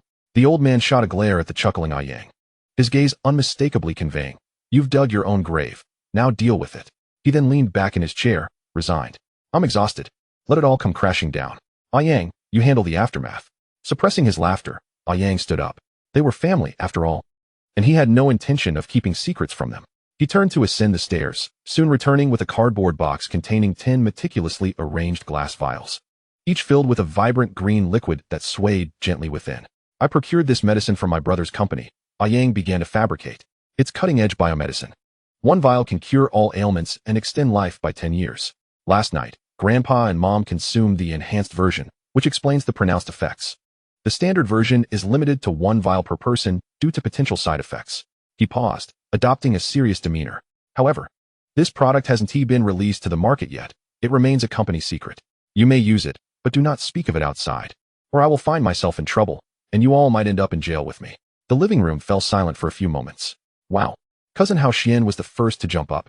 Hao Yang, you're impressive. How did you manage to get this? I always wondered how those wealthy stars seem to grow younger. It turns out there is truly such advanced technology. With him leading the charge, the others began to accept this notion, believing the old man's age could indeed be offset by a miraculous experience. Yet, Lu Xiaoying's transformation was not easily explained by a single life-preserving pill. Instead, Hao Yang's narrative about advanced technology resonated more with their understanding. Recently, online rumors had circulated about certain wealthy individuals using life-enhancing agents, while celebrities underwent cellular rejuvenation, all seemingly defying the passage of time. With tangible evidence in Hao Yang's hands and living examples in the forms of the old man and Lu Xiaoying, the story gained traction. All right, the old man declared, sensing the moment was ripe to disperse the gathering. Take your things and leave. Remember, this matter stays between us. Especially you sons-in-law. Just let your wives drink it, but don't go blabbing about it. If something goes awry, to protect Hao Yang, you'll take the fall for him. His words were stern but effective, prompting several uncles and cousins to nod vigorously, expressing their gratitude as they departed with their share of the medicine. Once everyone had left, the old man sighed and patted Hao Yang's shoulder. You've worked hard. He assumed Hao Yang had made some sacrifice. Rest assured, Grandpa, it's merely a minor issue. Hao Yang replied with a smile. I'll be heading back to the bustling metropolis this afternoon. I need to sort out a lot of matters after taking such short notice for leave. Work is essential. The old man nodded, but Hao Yang, remember my words. Stay grounded and don't get carried away. Understood. At noon, Mother prepared a sumptuous feast filled with Hao Yang's favorite dishes. After they finished eating, she busied herself packing his belongings. Though it was just a backpack, she insisted on cramming in several jars of her homemade spicy sauce, pickled vegetables, and boiled tea eggs. Mom, that's enough. I can't carry it all, Hao Yang chuckled helplessly. Nothing purchased outside can compare to what your mother makes. Lu Xiaoying shot him a glare, her hands still working. At 2 in the afternoon, Hao Yang boarded the bus heading to the provincial capital. The old man accompanied him to the village entrance, waving his hand. Go on, and remember to call often. Mother's eyes glistened with unshed tears, but she held them back. As the bus started, the scenery of his hometown gradually receded. Hao Yang leaned against the window, warmth flooding his heart. This was the home he wished to protect. In the future, after cultivating his skills, wouldn't it be as simple as a thought to return, allowing him to be by his family's side while balancing work and family? With few passengers on the bus, Hao Yang found a window seat. Just as he settled in, the fragments of the chaos pearl in his mind trembled slightly, and faint whispers drifted in. An elderly lady in the front row murmured, "This bus is a few minutes late. Will I make it in time to pick up my grandson?" A young man in the adjacent seat pondered, "What should I wear for my date tonight? Should I bring a small umbrella?" The driver grumbled, "When will they repair this wretched road? Has all the money been embezzled by corrupt officials?" Hao Yang quickly gathered his thoughts, allowing the chaos pearl's clarity to filter out the noise. This ability was indeed useful, but it could be rather overwhelming. He took out his phone and opened the group chat titled Matters of the Primordial Age. The lively chatter had faded, leaving a tranquil silence. Yet his contacts had gained a few new friend requests from Zhunti, Jiayin, Fuxi, and Nuwa. Chapter 11. Done. Hao Yang gazed at the string of friend requests on his phone screen, a slight smile curving his lips. Zhunti, Jiayin, Fuxi, Nuwa. They all arrived. Leaning back in his seat, the bus gently swayed as it rolled out of the county town. It seemed the incident involving the Red Cloud had indeed left them all astounded. Indeed, as news of the Red Cloud spread, anyone would be curious about someone capable of accurately predicting the life and death tribulations of a great Luo Jingxian, eager to befriend him. Of course, one could imagine Dijun and Taiyi were likely gnashing their teeth in frustration. He tapped his fingers, approving all the requests. Almost instantly, messages popped up. Zhunti, greetings, fellow Daoist. I am Jiayin and Zhunti. I've observed your profound predictive abilities. Might you offer us guidance on when the West can flourish? On the other side, Jiayin, indeed. The West is barren, and all beings suffer. If you could provide us with some insights, we would be eternally grateful. Hao Yang glanced at these messages, curling his lips in disdain. Flourishing in the West? That's an affair for after the investiture of the gods. It's far too early for that, and these two future saints are already out begging for alms. How naive. With a flick of his finger, he deleted the conversation box, too lazy to respond, and conserving a bit of merit. Next came a message from Nuwa. Nuwa, fellow Daoist. I have recently felt something stirring within me. The opportunity to become a saint seems near yet elusive. Might you offer some guidance? Whatever you require. Please do not hesitate to ask. Hao Yang's eyes brightened. If Nuwa were to create humanity shortly after the third sermon, in approximately 30 days in real time, had she already begun to sense it? His mind raced with possibilities. If Nuwa were to create humanity ahead of schedule, what impact would that have? Would the emergence of humanity alter the course of history in the Primordial Age? Would the Taizhang Lejun's teachings be expedited? Most importantly, would the golden elixir path become attainable sooner? Done. Hao Yang bit his lip and typed a response. Hao Yang, the great celestial venerable, this matter I shall not disclose. When the time is right, you shall know. Since you have inquired, allow me to offer a hint. The witch and demon clans are not meant to be the eternal protagonists of this realm, at least not in the future. A great battle shall ensue between the two, leading to their exit from the stage of the Primordial Age. Thus, a new protagonist must emerge. Your mastery of creation is unparalleled. Don't you feel this realm lacks something essential? The Tao ancestor embodies the Tao precisely because the heavenly Tao is incomplete. And your path serves to rectify this deficiency. Though the words were shrouded in ambiguity, the message was clear. Hurry and create humanity. Only then can you attain sainthood. Hao Yang gazed intently at the screen, his heart racing with anticipation. In 3 minutes, he would await Nuwa's response from 3 years in the future. The bus glided smoothly along the highway, as the sky outside darkened, the distant mountains fading into a deep blue silhouette. Hao Yang stowed his phone and turned his gaze to the window. 3 minutes later, his phone vibrated. Nuwa. Thank you, fellow Daoist, for your guidance. Nuwa has attained enlightenment. Is there anything you require, dear friend? Whatever I possess, I shall not refuse. Success. Hao Yang exhaled in relief, a smile gracing his lips. It appeared Nuwa had grasped that fleeting insight, and the creation of humanity might indeed be expedited. He replied, Hao Yang, the great celestial sovereign. Once you achieve sanctification, I shall disclose the matter to you. This statement left a tantalizing hook for when Nuwa became a saint, enabling him to rightfully voice his demands. Whether it be for her to beseech Taishang for the golden elixir or the supreme clarity's celestial methods. As for the message from Fuxi regarding the divination technique, Hao Yang chose to disregard it. Divination? He had no such skill, relying solely on spoilers. By the time the bus arrived in the provincial city, it was already evening. Hao Yang switched to the airport shuttle, and around 9 o'clock, his flight landed at Shanghai Pudong Airport. Stepping out of the terminal, he was met with a wave of humid warmth. The city's night was perpetually illuminated, the traffic on the elevated roads coalescing into ribbons of light. He hailed a taxi. Driver, to Zhangjiang Science Park, please.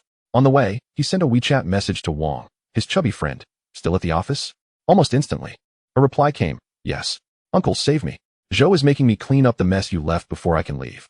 Accompanied by a crying emoji. Hao Yang chuckled. Just wait, I'll bring you some late-night snacks. He purchased barbecue and milk tea downstairs in the office building, lugging the bags upstairs.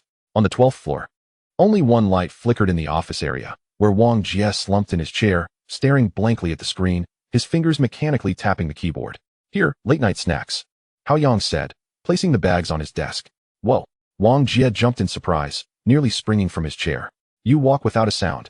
You scared me to death. But upon seeing the barbecue and milk tea, his eyes lit up. Uncle, you still care for me? Of course, Hao Yang replied, pulling up his chair. You've worked hard. Send me the documents. Sure thing. Wang Jie exclaimed, as if granted a reprieve, hastily sending the files over. You have no idea. Zhou has been like a bull today, berating everyone. He said you were absent without leave and plans to dock your entire annual performance. As Hao Yang received the documents, he opened his computer. Let him. I don't care. What? You're not worried at all. Wang Jie replied incredulously. If it were me, I'd be plotting his demise. The sound of typing echoed through the empty office, rapid and relentless, like raindrops. Wang Jie munched on chicken wings and sipped his milk tea, suddenly sensing something was amiss. He turned to look at the rapidly increasing text on Hao Yang's screen. Tables, charts, and analysis reports were being completed at an astonishing pace. Are you on some kind of cheat mode? This is a 2-hour workload. 25 years of single life has honed my speed. You wouldn't understand, Hao Yang replied, not lifting his gaze. I really have been playing with a golden shovel. He added with a chuckle. Wang Jie muttered, but this is outrageous. It's like you've become a different person. Hao Yang smiled, but did not respond. The cognitive speed and hand-eye coordination granted by the Chaos Pearl had indeed exponentially enhanced his work efficiency. What once felt like tedious data analysis now revealed its logic at a mere glance. Complex planning materialized in his mind after just a brief contemplation. 20 minutes later, the final document was saved. Done. Hao Yang stretched. What else did Zhou say? Nothing much. Just that he wants to see you in his office tomorrow for a serious talk. Wang Jie imitated Zhou's tone, squinting. I suspect he wants you to write a self-criticism and dock your pay to assert his authority. Hao Yang shut down his computer and stood to stretch his neck. All right. I'll meet him tomorrow. You really are going? Wang Jie looked stunned. If it were me, I'd just apologize and submit a leave request. Let him cool off first. No need, Hao Yang replied, grabbing his backpack with a smile. I'm resigning tomorrow. What? Wang Jie nearly dropped his milk tea. Are you insane? Is finding work in this city so easy that you can just quit? Are you planning to live on fresh air? Chapter 12. Don't make me slap you. As the elevator descended, the metallic cabin held only the two of them. Hao Yang casually draped an arm over Wang Jie's shoulder. Why don't you join me in resigning? Are you out of your mind? Wang Jie recoiled as if scalded, his chubby face quivering. I'm not following you into madness. Besides, if I quit, who is going to support me? The more he spoke, the more agitated he became. Nearly spitting as he exclaimed. Think back to the days we lived under the bridge. Remember the times we starved on the streets, watching others feast. After finally securing a stable job, you say you'll just quit? Hao Yang remained silent, simply observing him. The elevator's mirrored walls reflected two figures, one tall and handsome, exuding an ethereal aura, the other plump and oily, a stark contrast to their former selves, highlighting the widening chasm between them. Thus, Hao Yang gently inquired, are you living the life you've always desired? Wang Jie opened his mouth, but could not articulate a response. This company is just like that, Hao Yang reassured him, patting his shoulder. We've sacrificed so much for these results. Yet look at your health. You've ballooned. Your blood lipids and pressure must be off the charts.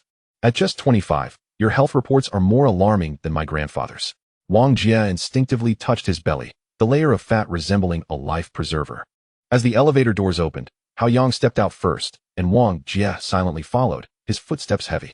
His appearance had always been a sore point. In college, he had been relatively handsome, standing at 5'7", weighing around 130 pounds.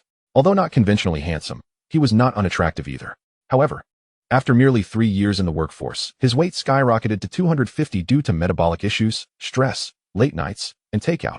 A vicious cycle.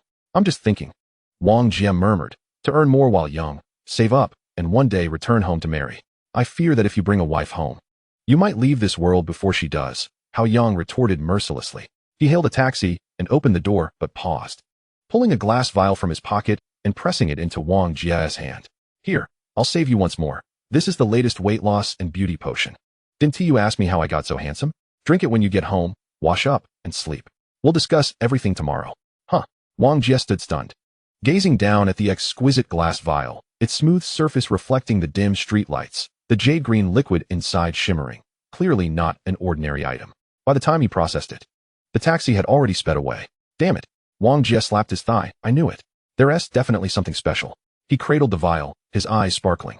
This bottle, this quality, it must be worth a fortune. Remembering Hao Yang's recent transformation, his fairer skin, taller stature, and refined demeanor, he wondered, could this potion truly be so miraculous? Wang Jie muttered to himself, carefully tucking the vial into his pocket as if it were a treasure. Upon returning to his modest apartment, Hao Yang unpacked the spicy sauce. Pickled vegetables and tea eggs his mother had stuffed in his bag, arranging them neatly on the table, instantly infusing the small room with a sense of home. He glanced at his phone. The group chat was silent, so he tossed his phone onto the bed and hummed a tune as he headed for the shower. The warm water washed away his fatigue, and as Hao Yang stood before the mirror, he admired his increasingly handsome face. The fragments of the chaos pearls swirling in his mind, a smile unconsciously curling his lips. The next morning, Hao Yang stepped out to greet the rising sun.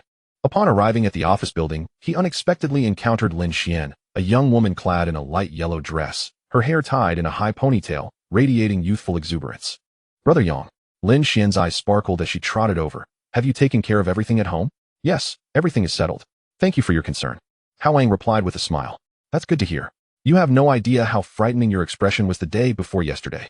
As the elevator arrived, the two stepped inside. In the confined space, only the two of them were present. Standing beside Hao Yang, Lin Xian could catch the refreshing scent emanating from him, not perfume, but rather reminiscent of fresh grass after rain, quite delightful. "I'm so nervous, so nervous." "What is wrong with you, Lin Xian?" "No, I must control myself. I need to restrain my feelings. But Hao Yang is just so handsome. If only Hao Yang were the CEO, a domineering CEO falling in love with me." Hao Yang's eyelid twitched. This was certainly not what he wished to hear. The girl's thoughts were overwhelmingly intense, and since they pertained to himself, even the Chaos Pearl or his own abilities could not shield him from them. As the elevator doors opened, Hao Yang reached out to ruffle Lin Xian's hair. "Stop daydreaming and focus on your work." "Oh," Lin Xian instinctively replied. It was only after Hao Yang had walked away that she realized at the elevator entrance. Her face flushed crimson. "Hao Yang must have noticed my wandering thoughts. How embarrassing. He can't possibly have mind-reading abilities, can he?" Just as Hao Yang settled at his workstation, a figure darted in like the wind, collapsing onto the floor before him. "Father, you have no idea. I spent the entire night in the restroom." The newcomer was Wang Jie, but today he appeared as if he were a completely different person. Yesterday, he had weighed in at a hefty 250 pounds. Today he looked significantly slimmer. Though he hadn't fully regained his ideal figure, he was evidently more vibrant, his skin glowing with health, his eyes sparkling. And even his double chin had diminished. "Get up, you're being ridiculous." Hao Yang nudged him with his foot. "You should still be in there for a few more days. Let it keep coming. Let it flow." Wang Jie exclaimed excitedly. "I would even resign just to keep this up." Last night's experience had been utterly surreal. After returning home, he skeptically consumed the potion, which tasted sweet and minty, and shortly thereafter, his stomach began to gurgle, initiating a marathon-like restroom odyssey. Initially terrified, he assumed Hao Yang had given him a laxative, but oddly enough, it caused no pain, and he felt increasingly energized. By the early hours of the morning, after noticing his reflection in the mirror, he was astounded. He had lost weight. His complexion had brightened. His dark circles had vanished. "Get lost, you filthy mess." Hao Yang waved dismissively, returning to his work. "All right then." Wang Jie scampered back to his desk, sitting up straight. In the morning, Hao Yang handled his tasks with remarkable speed. The accelerated thinking brought on by the Chaos Pearl transformed what would have been tedious tasks into effortless ones. He even found time to draft a resignation letter, print it out, sign it, and neatly tuck it into his pocket. At precisely noon, the internal phone rang. "Hao Yang, come to my office." Coming, Hao Yang stood, adjusted his collar, and walked towards the manager's office. Upon entering, he found the manager, Zhou Beipi, seated behind a large executive chair, his face stern, fingers tapping rhythmically against the desk. "Hao Yang, you have been absent for a day and a half without cause, causing significant losses to the company. Your performance for this month will be entirely deducted, and you will also need to write a thorough reflection. Here is my resignation letter. Sign it." "I'm leaving," Hao Yang interrupted, placing the letter squarely in front of Zhou Beipi. Zhou Beipi was taken aback, his glasses nearly slipping down his nose. "What are you trying to do?" "I said." Hao Yang pronounced each word with precision. "I resign. Immediately now? Right this moment, sign it." Zhou Beipi's expression shifted, momentarily startled, then quickly regained his authoritative demeanor. "Have you lost your mind? Resigning now? Who will take over your projects with dozens of brands? Can you bear the company's losses?" "I couldn't care less." Hao Yang smiled. "You can find anyone you like to replace me. Either sign it, or don't force my hand." Zhou Beipi's face flushed with anger, but he felt an inexplicable trepidation when gazing into Hao Yang's deep-set eyes. He was accustomed to exerting authority over his subordinates, berating this one and that one. The Hao Yang of old would never have behaved this way. Today, however, he had met his match, firing Hao Yang. It was possible, but inconvenient, as only Hao Yang was well-versed in those projects. A last-minute replacement would certainly lead to chaos. Coughing to clear his throat, Zhou Beipi's tone softened. "Brother, don't be impulsive. Finding a job in this city isn't easy. How about this? I want to deduct your performance, and you don't have to write the reflection. Just work hard, and I'll help you secure a raise at the end of the year. How does that sound? Stepping forward, Hao Yang leaned over the desk. Looking down at him, I said, now, sign it. Do I need to repeat myself? Zhou Beipi finally exploded, snatching the resignation letter and hastily signing it. Take it. Now get out of the company. You truly are a piece of work, Hao Yang remarked, taking the letter and flicking it lightly. This is merely a termination notice. According to labor law, the compensation I will ensure is directly deposited into my account. Zhou Beipi's eyes widened in disbelief. You bastard. You're scheming against me. He attempted to rise, but Hao Yang pressed him back into his chair with a single hand, which, although seemingly casual, felt as heavy as iron, rendering him immobile. There's even more delightful news awaiting you. Your good days are over, Hao Yang whispered in his ear. With that, he turned and walked away, not even glancing back at Zhou Beipi. Outside, several colleagues pretended to be busy, their ears perked up. Upon seeing Hao Yang emerge, their gazes shifted toward him. Returning to his workstation, Hao Yang began to pack his belongings. Although there was little to collect, just a few books and a water cup. Wang Jie approached, whispering, what happened? I resigned. What? You actually did it? I thought I was joking when I suggested you soften your stance. Did you think I was jesting last night? Hao Yang handed him a USB drive. Please deliver this to finance, stating it contains evidence of Zhou Beipi's financial misconduct, along with this termination notice. Let them proceed with the compensation. Wang Jie accepted the items, his expression mixed. You're quite something, ruthless indeed. If one does not offend me, I shall not retaliate. I merely intend to bring Zhou down. In the end, it will be you who rises, Hao Yang concluded, packing the last of his items into a box. I've sent you the documents. I've categorized everything for you. Follow my instructions, and you won't make any mistakes. I'll escort you, Wang Jie suggested, realizing the logic behind it. Chapter 13, acquired a brain-dead fan.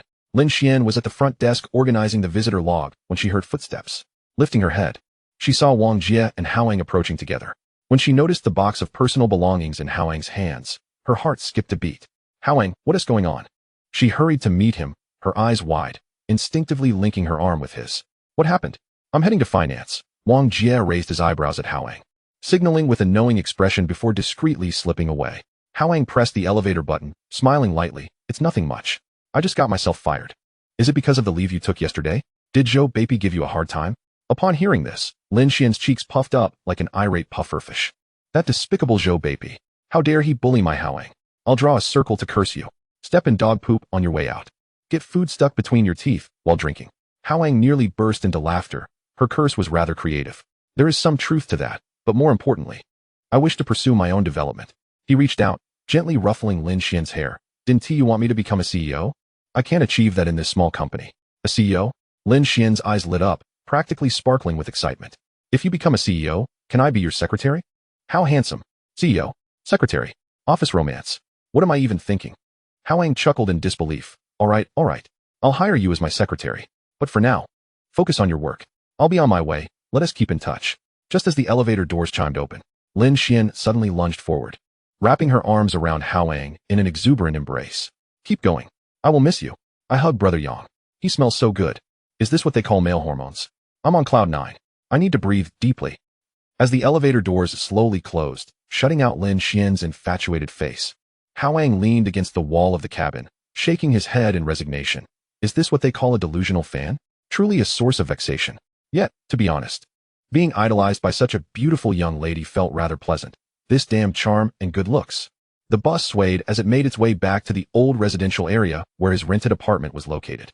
Hao Yang ascended the stairs while carrying a cardboard box, opened the door, and collapsed onto the bed after placing the box in the corner. Phew, finally, it's over. He stared at the spider busily weaving its web on the ceiling, yet felt no sense of loss. Instead, a liberating ease washed over him. After 3 years, he had ascended from an intern to a team leader at the company, toiling late into the night, only to be met with Zhou Beipi's dismissive remark about the need for young people to exercise more. Now, all of that was behind him. Just then, his phone rang. Glancing at the caller ID, he saw it was Mr. Bai, one of the company's general managers and shareholders. He answered the call. Mr. Bai? Hao Yang. The voice on the other end was warm and refined. We have reviewed the evidence you submitted. Zhou Wyman is implicated in embezzlement, and the company has reported it to the authorities. Thank you for your assistance in this matter. Hao Yang remained silent, awaiting further details. As expected, Mr. Bai continued, you see, the position of marketing manager has now become vacant, and the team cannot manage without leadership. Would you consider returning to take charge? We can negotiate your salary. How does doubling it sound? Mr. Bai, Hao Yang chuckled. You know how dedicated I have been to the company. That is no secret. However, how has the company treated me? After 3 years, I am still merely a team leader. I won't bother to point out how Zhou Weiman attained his managerial position. It seems pointless. There was a brief silence on the other end. Returning is not an option, Hao Yang continued. I have completed all matters regarding the team and handed over responsibilities to Wang Jie. With 2 assistants, he is more than capable. I hope the company recognizes his efforts. Another pause ensued. Very well, Mr. Bai sighed. On behalf of the company, I thank you for your contributions over the past 3 years. The compensation and performance bonuses will be fully transferred to your account. If you find it uncomfortable outside, you are always welcome to return. The company's doors will forever remain open for you. Thank you, Mr. Bai, Hao Yang replied, and after ending the call, he tossed his phone onto the bed and shook his head. My son, this is all I can do for you now. He referred to Wang Jie, ensuring Zhou Baop was ousted and the transition was smooth. With Wang Jie's capabilities and qualifications, his promotion to manager was a foregone conclusion. With at least a 50% salary increase, consider it a helping hand for a friend. Lost in thought, his phone chimed. A bank notification read, your account ending in XXXX has received a transfer of 9,875,000 yuan. Balance, over 98,000. With the compensation and this month's salary and performance bonuses, the company had indeed been generous this time. Just then, his phone buzzed again. This time it was Wang Jie. Yufu, the finance department has sorted everything out. The money should be in your account now, right? Indeed, Hao Yang replied. What about Zhou Baop? The police just arrived at the company and took Zhou Baop away. You should have seen his face. It looked as if he had lost his father. Wang Jie's voice brimmed with excitement. Also, Mr. Bai had a conversation with me, saying he wants me to temporarily assume the manager's position for a 3-month evaluation. My salary will increase by 80%. Congratulations, Hao Yang smiled. Work hard, don't let me down. If you encounter anything unclear, feel free to ask me. Your father's brain is sharper than yours. Absolutely. By the way, I'll treat you to dinner tonight. To celebrate your escape from the depths of despair and my promotion. All right, you choose the location and invite Lin Xian as well. Sure. I'll make sure to keep an eye on her. I won't let anyone snatch her away. You're ridiculous. After hanging up, Hao Yang felt even better. His brother was thriving, and that brought him immense joy. He rose and walked to the window, gazing at the elderly taking leisurely strolls, children playing, and office workers returning home, a mundane yet authentic life. And he had transformed into someone extraordinary. Chapter 14. Because they are not you. Hao Yang fell into a deep slumber that afternoon, drifting into a dreamlike state where chaotic fragments swirled in his mind. The gentle light flowing as if even his dreams had been washed clean of turmoil. It wasn't until 8 o'clock in the evening that his phone rang incessantly. Hello? Hao Yang answered groggily. Where are you? Wang Jie's voice boomed from the other end. Big brother. We agreed to have dinner. Lin Xian and I have been waiting here for half an hour. The grilled fish is already cold. Coughing, Hao Yang jolted upright, realizing he had overslept. Don't mind the details. Just send me the address, and I'll be there immediately. He felt a bit embarrassed, ever since the Chaos Pearl integrated with him. His sleep quality had improved remarkably. He fell asleep at the slightest touch of his pillow and slept deeply. You're unbelievable, Wang Jie exclaimed before hanging up. A WeChat message popped up with the location, a well-known Sichuan restaurant on a nearby commercial street. Lin Xian had also sent several messages. Brother Yang, we're here. Fat brother has ordered a ton of dishes. Appa, where are you? Followed by a series of adorable emojis. Hao Yang replied that he would arrive soon, then stood up to fix his hair. In the mirror, he observed his increasingly handsome visage, his skin radiant, brows and eyes strikingly refined. And even his hair shone with an extraordinary luster. If this were ancient times, I might be mistaken for a demon, he muttered to himself, changing his clothes before heading out. The streets of the bustling metropolis remained lively at 8:30 in the evening.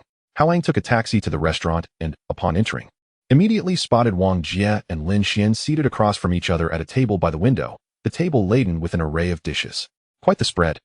My son, Hao Yang approached, as Lin Xian pulled him to sit beside her. Spending lavishly? Grilled fish, bullfrog, barbecue, and even alcohol? Living the high life, I see. Before them lay a 3-kilogram grilled fish still bubbling, fragrant bullfrog in a dry pot, skewers of lamb, chicken wings, and leeks all present, alongside a dozen bottles of beer. Wang Jie chuckled. Ahem, I took a little from my wife's allowance to treat you both, as a token of gratitude for this manager's great favor. Ridiculous, Hao Yang laughed. Turning to Lin Xian. Look at him being so smug. Lin Xian covered her mouth, giggling softly. But fat brother has indeed lost quite a bit of weight. I didn't recognize him this morning. Of course, Wang Jie puffed out his chest with pride. Though the excess flesh remained, he had indeed slimmed down a notch. Let us wait until you slim down more. Hao Yang placed a piece of bullfrog into Lin Xian's bowl. Eat first, otherwise it will all go cold. Thank you. Lin Xian's south eyes curved into crescent moons. Wang Jie opened 3 bottles of beer and handed over 2. Here, let us make a toast, just the 2 of us. From university until now, through thick and thin for over 6 or 7 years, all of it is in this drink. Wait, Lin Xian blinked curiously. You 2 are university classmates? I thought you were just colleagues. Not just classmates. Wang Jie took a large gulp of beer, wiping his mouth. We've been roommates since our freshman year, and after graduation, we came together to the metropolis. It's been 3 to 4 years now. Then why do you always call him Yufu? Lin Xian propped her chin up, aware this was a common jest among boys. But it seemed she was the only one addressing it. Brother Yang had never called him that. Wang Jie set down his beer bottle. His expression suddenly serious, because Yang's has saved my life. He paused momentarily before continuing. Both of us hail from rural backgrounds.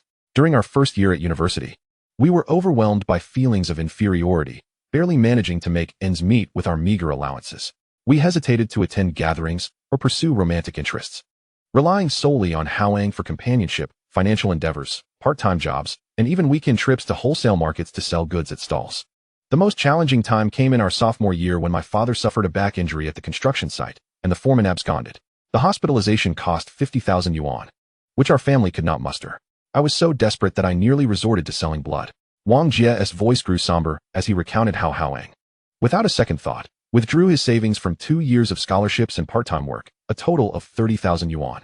He simply stated, "First, we save a life. The money can be repaid gradually." Lin Xian's eyes widened in astonishment. Later, I learned that among that 30,000 yuan was the money Hao Yang had earmarked for renovating his family home. Wang Jie felt a sting in his eyes. From that day onward, I vowed that he would be my brother and benefactor for life. He lifted his bottle and clinked it with Hao Yang, exclaiming, "Don't let my frugality fool you. Over the past 3 to 4 years, I've nearly saved 500,000. My goal is to settle down in this bustling metropolis and bring my parents over." Wow. Lin Xian gasped, 500,000. You're amazing, fat bro. However, she quickly redirected her attention to Hao Yang, who was quietly enjoying grilled fish. Wait. The most impressive one is still Brother Yang. He managed to save 30,000 while in college to help someone and brought his friends along to earn money. Stay humble, Hao Yang finally interjected, still chewing on a piece of fish. If I don't eat soon, it'll turn into mush. He was genuinely hungry. After consuming the chaos pearl, his metabolism had greatly accelerated, and he hadn't had lunch, leaving his stomach empty enough to devour a cow. Lin Xian, now intrigued, leaned closer to Wang Jie and whispered, "Fat bro, did Brother Yang ever have a girlfriend in college?" Though her voice was low, Hao Yang's keen hearing, a side effect of the chaos pearl, caught every word, which could be quite bothersome at times. Wang Jie grinned widely. No, he never did.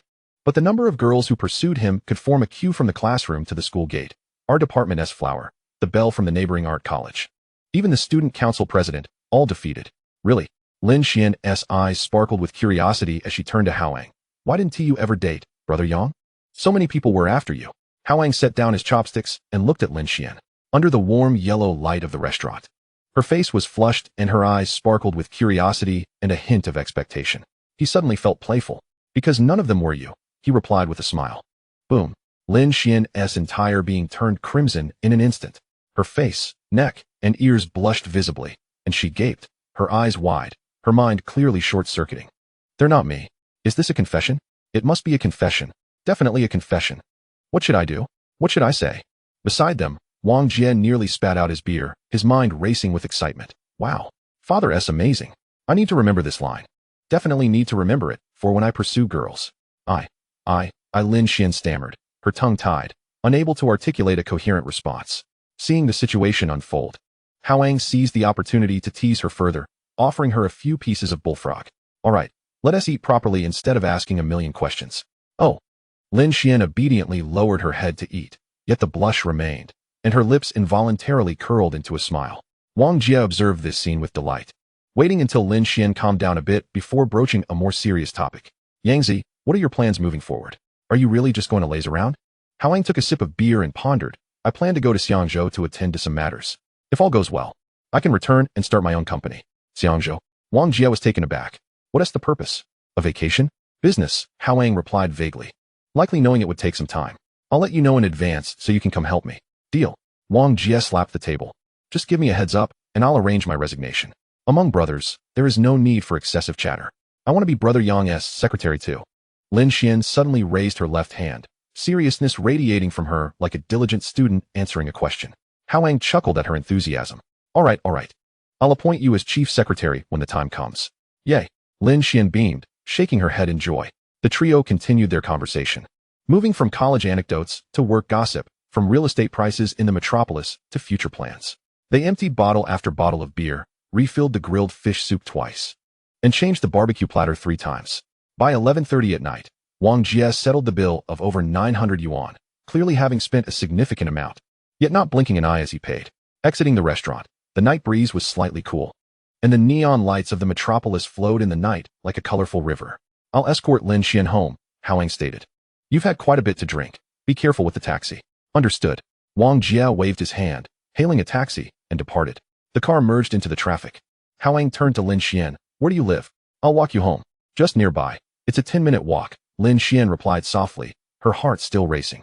The two walked side by side on the sidewalk, the night breeze gently swaying Lin Xian's skirt, her hair brushing against her cheeks. I really want to hold hands. No, must be reserved. But what did Brother Yang mean by that statement just now? Listening to her inner monologue, Hao Yang couldn't help but smile. This girl is simply adorable, so he took her left hand in his. Chapter 15, Xiangzhou. The warmth of his palm enveloped her. Lin Xian froze in place. A slow-motion spell seemed to have been cast upon her, from her fingertips to the roots of her ears, gradually turning a delicate shade of pink. The night breeze swept through, yet her cheeks felt hot enough to fry an egg. Oh, he held my hand. It's holding hands. It's real holding hands. Not an illusion. What should I say? Should I say something? Or just let him hold my hand? Hao Yang, feeling the slight tremor in her hand, found it amusing, yet maintained an air of nonchalance. Let us go. I'll take you back. Lin Xian's voice was as soft as a whisper. The two walked hand in hand, slowly moving forward through the night, the bustling streets of the metropolis still alive with the sounds of traffic, shop music, and the laughter of passers-by. Yet in Lin Xian's world, only the warmth of their clasped hands and the thunderous rhythm of her heart remained. The 10-minute walk seemed to vanish in the blink of an eye. Standing beneath the old apartment building, the warm yellow streetlight cast long shadows of the two figures. Hao Yang released her hand. We've arrived. Huh, so soon? Lin Xian instinctively replied, then quickly shook her head. No, that's not what I meant. Observing her flustered demeanor, Hao Yang couldn't help but chuckle, gently tucking a stray hair behind her ear. All right, stop overthinking. Go upstairs and get some rest. Oh. Lin Xian nodded obediently, turning back multiple times as she walked inside. Upon reaching the entrance, she paused, turning to look at Hao Yang. Under the streetlight, his silhouette appeared tall and straight, his features softened by the night.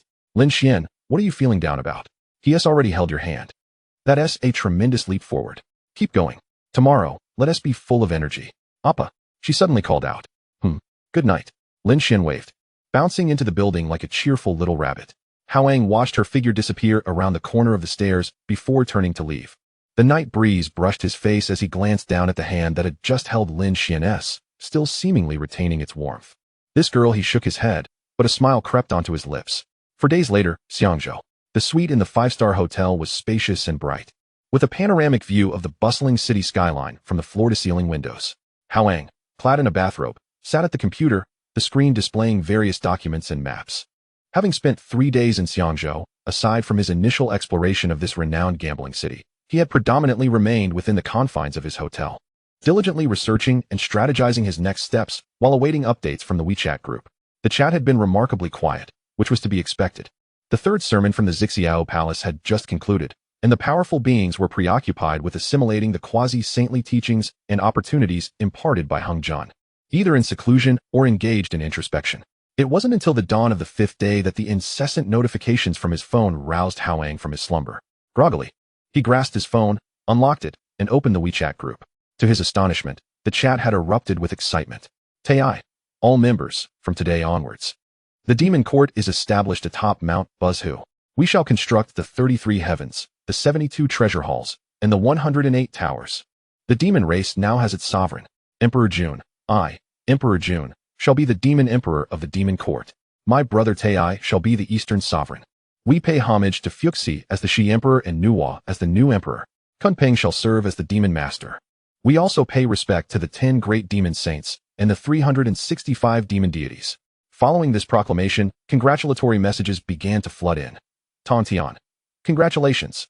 The establishment of the demon race court further perfects the primordial rules. Yuan sure. Indeed, this is a cause for celebration in the primordial realm. Taishang. Jian. Amitba. Well done, well done. What great meritorious fortune. Zhunti. Congratulations to my friends Emperor Jun and Taiyi. Yet, dissenting voices soon followed. Dijun. Such audacity. Mount Buzz, who is the backbone of the Pangu father god. How dare you? These feathered beasts, claim it. Zerong, exactly. A demon court? I see it as nothing more than a bird's nest. Gong gong. Emperor Jun and Taiyi, come forth and face us. Hongyun, humph, colluding together. Such mere rodents dare to establish a demon court. Zhen Yuanzi, my younger brother speaks true. At that moment, the animosity between the Wu and demon races was laid bare. Leaning against the headboard, Hao Yang observed the flurry of messages on the screen, his mind as clear as crystal. Ultimately, the conflict between the Wu and the demon races was a struggle for survival. Following the initial calamity of the Long Han era, the Dragon, Phoenix, and Kylan clans had waned, while the Wu clan rose to prominence through Panga's essence and formidable physique, viewing the demon race as mere sustenance. To them, the untamed beasts were food, and the awakened demons were nothing more than talking ingredients. As for the demon race, they lived in constant trepidation until Emperor Jun and Taiyi, the two brothers of the three-legged golden crow, emerged with the river chart and Luo book, along with the chaos bell, rallying the myriad demons and finally gaining the strength to resist. The establishment of the demon court was inevitable. Both the Wu clan and the demon race sought survival. And in this struggle, there were no absolutes, only differing stances. However, Hao Yang murmured to himself, once Nuwa creates humanity and the human race ascends as the protagonists of the heavenly realm, these two clans shall retreat from the stage of history. He glanced at the time. It was 7:30 in the morning, and the verbal skirmish in the group continued, but he had lost interest. Rising from his bed, he freshened up and donned a pristine white suit. The reflection in the mirror revealed a tall, handsome young man, his ethereal aura increasingly evident, as even the most ordinary suit seemed to exude an indescribable elegance when worn by him. Today, he was to meet someone significant. Hao Yang adjusted his collar before heading to the Xiangzhou Cultural and Arts Gala, scheduled for 8 in the evening at the exhibition center. Upon his arrival, he was met with a throng of people outside the venue, media reporters with cameras, affluent socialites clad in finery, and celebrities striking poses on the red carpet, their flashbulbs flickering in a dazzling display. As he stepped out of the taxi in his white suit, the incongruity of his arrival drew many curious glances. After all, attendees were typically chauffeured in luxury vehicles or accompanied by nannies, and it was rare to see someone arriving via taxi. Who is that? A newly debuted star? I don't recognize him, but he possesses an impressive aura and is quite handsome. Quick, snap a few photos. He exudes the charm of a domineering CEO. Hao Yang remained oblivious to the surrounding cameras, presenting his invitation and confidently entering the venue. The invitation was not obtained lightly. He had invested considerable connections and resources to acquire it, for the attendees that night were all wealthy elites, not individuals one could easily approach. Inside, the venue was lavishly adorned, with crystal chandeliers casting a soft glow, and a long buffet table laden with exquisite delicacies and beverages. Elegantly attired guests mingled in small groups, engaging in lively conversation. Hao Yang took a glass of champagne and settled onto a sofa in the lounge area, crossing his legs and surveying the room with the regal demeanor of a lion surveying its domain. Chapter 16, the Xiangzhou Night Banquet. As Hao Yang sat comfortably on the sofa, he had yet to take a sip of his champagne when several elegantly dressed socialites approached, wine glasses in hand. Excuse me, sir, you seem unfamiliar. Is this your first time in Xiangzhou? One woman in a silver evening gown inquired, her eyes sparkling with curiosity. I'm from the mainland, Hao Yang replied politely, a modest smile gracing his lips, a country bumpkin, unaccustomed to the grandiosity of such events. Which part of the mainland? Another woman in a pink gown eagerly pressed, her tone noticeably more animated. Anyang County, Jiang Province, a small county town. As soon as the words left his lips, the smiles on the socialites' faces visibly faded. Anyang County? Never heard of it. A rural origin? Though the young man was indeed striking and possessed an exceptional aura, the goal of the evening was to engage with billionaires and scions of illustrious families. Oh well, enjoy yourself, sir. We shall greet others over there. The woman in silver found an excuse, linking arms with her companions and turning away. As the group of socialites walked away, Hao Yang could still faintly hear their hushed discussions. What a pity, he is truly handsome. Handsome means little, he's from a rural area, he has probably just a pretty face. Exactly, Look, he doesn't even have a chauffeur. He arrived by taxi. Listening to their remarks, Hao Yang chuckled lightly, taking a sip of his champagne. Such is reality, isn't it? A gentle voice chimed in beside him. Turning his head, Hao Yang noticed a man in his 50s, with graying hair and donning a pair of gold-rimmed glasses. Taking a seat beside him, the man was dressed in an impeccable dark gray suit, exuding an air of refinement, his face adorned with a benevolent smile. Once you've experienced more, you'll come to terms with it. The man extended his hand. Donghuang. Hao Yang's eyes brightened slightly as he shook hands with him. Greetings, Director Duo. You know me? Du Kefeng appeared somewhat surprised, but soon smiled. That makes things easier. Here is my business card. He produced a simple black card embossed with gold lettering from his inner pocket and handed it over. I've been observing you for a while. Your appearance, demeanor, and on-the-spot reactions are quite commendable. Would you be interested in pursuing a career in the film industry? Hao Yang accepted the card, which bore the name of Donghuang's director studio along with contact information. He was well aware of Donghuang's stature as a prominent director in Xiangzhou, known for crafting numerous classic crime and art films, and possessing considerable influence across the three regions. I grew up watching your crime films. It's hard not to recognize you. Hao Yang said sincerely. I will consider the acting opportunity. Feel free to reach out if you have suitable roles. He retrieved his own business card, a remnant from his previous company, which bore only his name and phone number, stark in its simplicity. Donghuang examined the card, and rather than showing disdain, he nodded appreciatively. It's good that young people remain grounded. I'll go catch up with a few old friends, and if a fitting role arises, I'll get in touch. He stood, lightly clinking his glass against Hao Yang's. Here's to future collaboration. Thank you, Director Du. Hao Yang raised his glass in response. Watching Donghuang's departing figure, Hao Yang glanced down at the card in his hand, feeling a mix of amusement and disbelief. Acting, pursuing a career in film? This was a path he had never considered. However, upon further reflection, it should not be overly difficult to act out a performance utilizing the aura and heightened perception bestowed by the Chaos Pearl. Moreover, should I manage to infiltrate the entertainment industry, the access to greater resources and networks could potentially aid in my subsequent plans. That can be considered at a later time. He neatly tucked away the business card. This evening's art gala is divided into two parts, the initial exhibition and networking session, followed by a charity auction.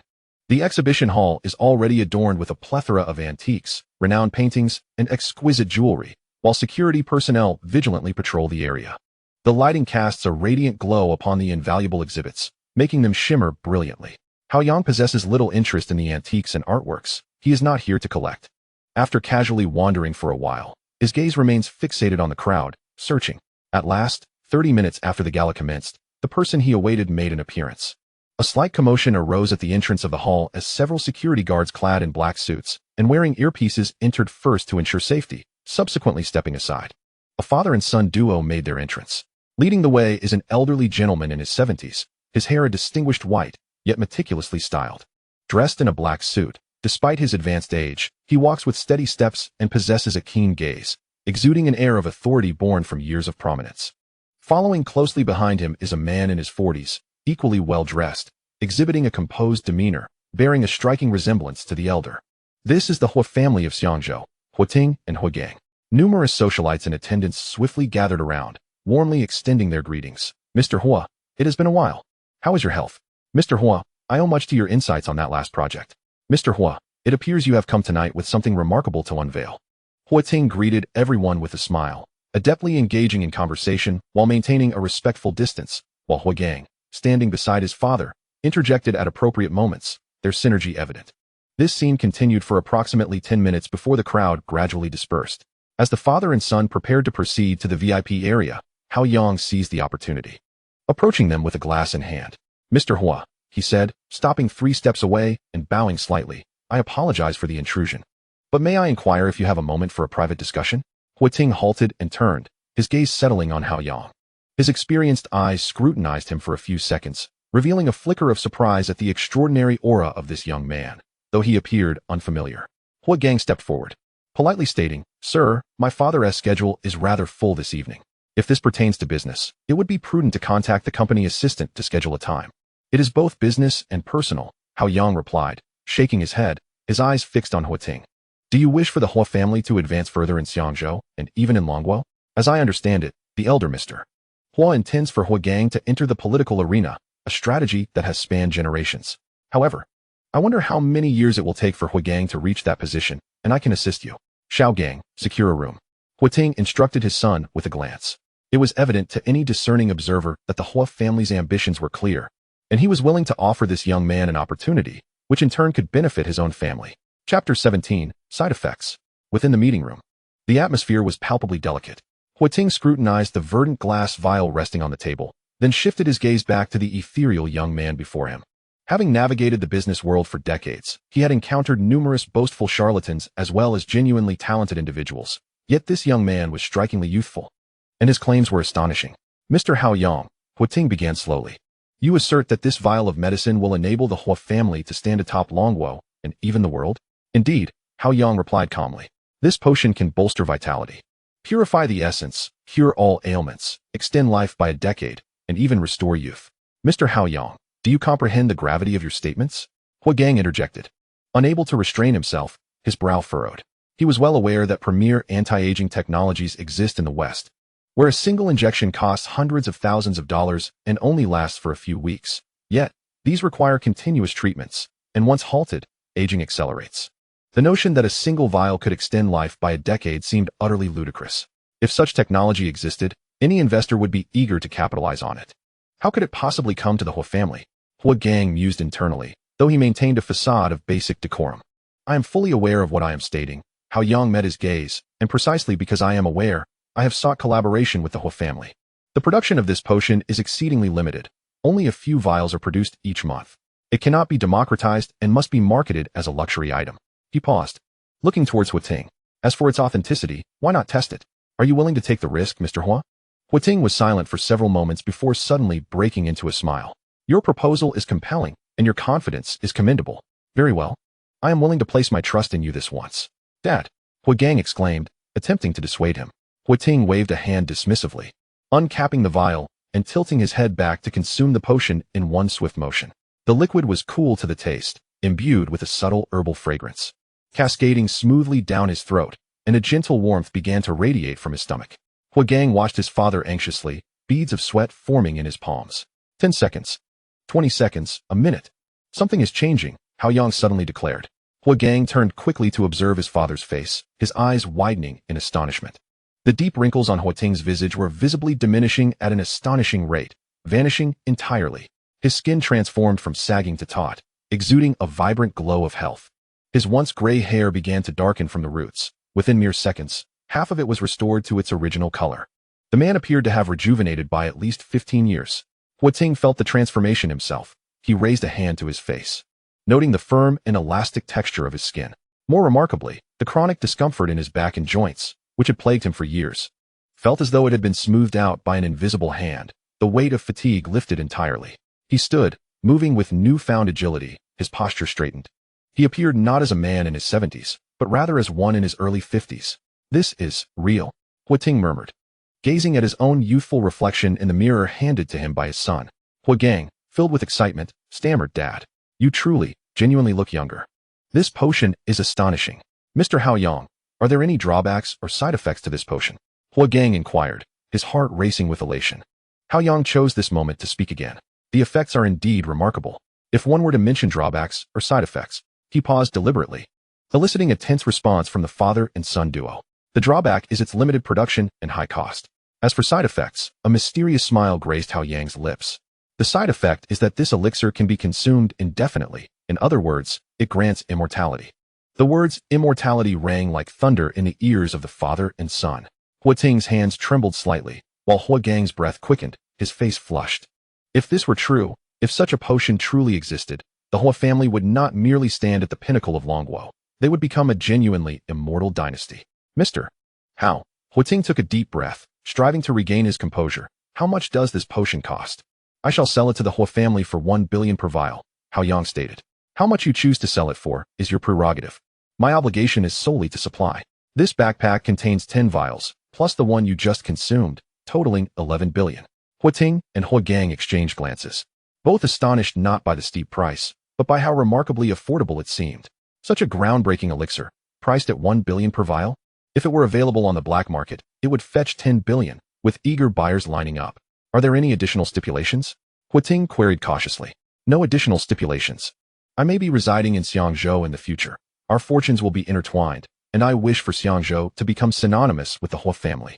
You shall serve as my ambassadors. Hao Yang shook his head. His motives were purely financial. Furthermore, his recent observations of Xiangzhou revealed it to be quite an appealing place to settle. This city stands as one of the most prosperous in the Dragon Kingdom, boasting unparalleled safety among the cities in the east. Hou Tu felt a twinge of embarrassment at this confession. Mr. Hao, I sincerely appreciate your trust. To be frank, we may not be able to gather such a substantial sum in a short time. Would it be possible to exchange some assets instead? Of course. You may take your time to arrange it. I am not in a rush, Hao Yang replied readily. I currently do not possess any assets here and could certainly use some real estate. I have faith in the Hou family's integrity. Absolutely. Hou Tu nodded vigorously. Turning to his son, Xiao Gang, accompany Mr. Hao for a while. I need to attend to some matters. He grabbed the backpack containing 10 vials of elixir and added, Mr. Hao Yang, I shall be busy for now. Should you require anything, do not hesitate to inform Xiao Gang. As Hou Tu exited, the two bodyguards stationed outside were momentarily taken aback. Who is this? Why are they coming out of the boss's office? Wait, that face, that figure. Boss. One of the guards exclaimed. Indeed, Hou Tu nodded, walking briskly, with one bodyguard hastily trailing behind. The other guard stood dumbfounded at the doorway. His mind a whirlwind. Is there a makeup artist inside? How did the boss emerge looking so much younger? Inside the conference room, Hou Gang's demeanor shifted entirely. He inclined his body slightly in a gesture of respect. Mr. Hao Yang, may I show you around? The auction is about to commence, and you may bid on anything that catches your eye. Very well, let us explore, Hao Yang replied with a gentle smile, accepting the invitation. The Hou father and son displayed a keen understanding of decorum, acting decisively, which was precisely why, after scouring Xiangzhou's elite, Hao Yang chose the Hou family, first for their safety. As 3 generations of the Hou family were patriots with an excellent reputation, second for their discernment, knowing what to inquire about and what to leave unasked. As they strolled through the venue, Hou Gang remained half a step behind, allowing Hao Yang to take the lead. This subtle gesture immediately caught the attention of everyone present. The elite and dignitaries exchanged glances, wondering who Hou Gang was accompanying with such deference. In the distance, several socialites who had previously conversed with Hao Yang were now utterly astonished. The woman in the silver gown nearly dropped her champagne flute. Isn't that the one who just came from the rural mainland? The lady in the pink gown's face alternated between red and pale. It seems so. Isn't this amusing? What a ruse, playing the humble card. Are the big shots nowadays so low-key? Taking a cab to a gala. Regret washed over them. Had they known this young man was of such significance, they would have engaged him more thoroughly and exchanged contact information. Hou Gang led Hao Yang through the venue, where numerous individuals approached to greet them, their eyes often darting curiously toward Hao Yang, eager to discern his identity. Soon, the auction commenced. As guests settled into their seats, Hou Gang guided Hao Yang to the foremost VIP section, affording the best view and most spacious seating. Just as they sat down, a hostess clad in a red kipao gracefully approached, her tall, attractive figure accentuated as she bent to present a bidding paddle, revealing a glimpse of her porcelain skin. Sir, your bidding paddle, she purred sweetly, her gaze flirtatious. As Hao Yang accepted the paddle, he felt the light touch of her pinky finger graze his palm. Looking up, he was momentarily captivated by her alluring presence. The hostess straightened, casting a subtle wink before departing. Hao Yang glanced down to find a small heart-shaped note tucked beneath the paddle. Well, he chuckled to himself. Is this how the upper echelons of society operate? How brazen. He handed the note to Hou Gang. Hou Gang laughed, shaking his head. Mr. Hao Yang, you jest. I am quite devoted to my wife. Such temptations are a daily occurrence in our circle. If you are single, however, I suggest you indulge. They are far more virtuous than those outside. His tone was calm, his eyes clear, indicating sincerity rather than mere politeness. Hao Yang nodded, crumpling the note and tossing it aside. What has Goddess Guo been up to lately? He inquired, referring to Hou Gang's wife, a former Olympic champion and a paragon of national pride. Jing is at home with the children. She does not enjoy such gatherings, hence her absence, Hou Gang replied. If convenient later, Mr. Hao Yang, you are welcome to visit my home. We shall see. Hao Yang gestured toward the stage, where the auctioneer had taken position, the spotlight illuminating the center stage. Ladies and gentlemen, welcome to tonight's charity auction. The first item up for bid is a royal enamel double-eared vase, starting at 3 million. The auction began. Hao Yang reclined in his chair, relaxing while Hou Gang quietly explained the origins and values of each item, occasionally offering his insights on the bids. The first 6 items sold, with prices ranging from several million to tens of millions.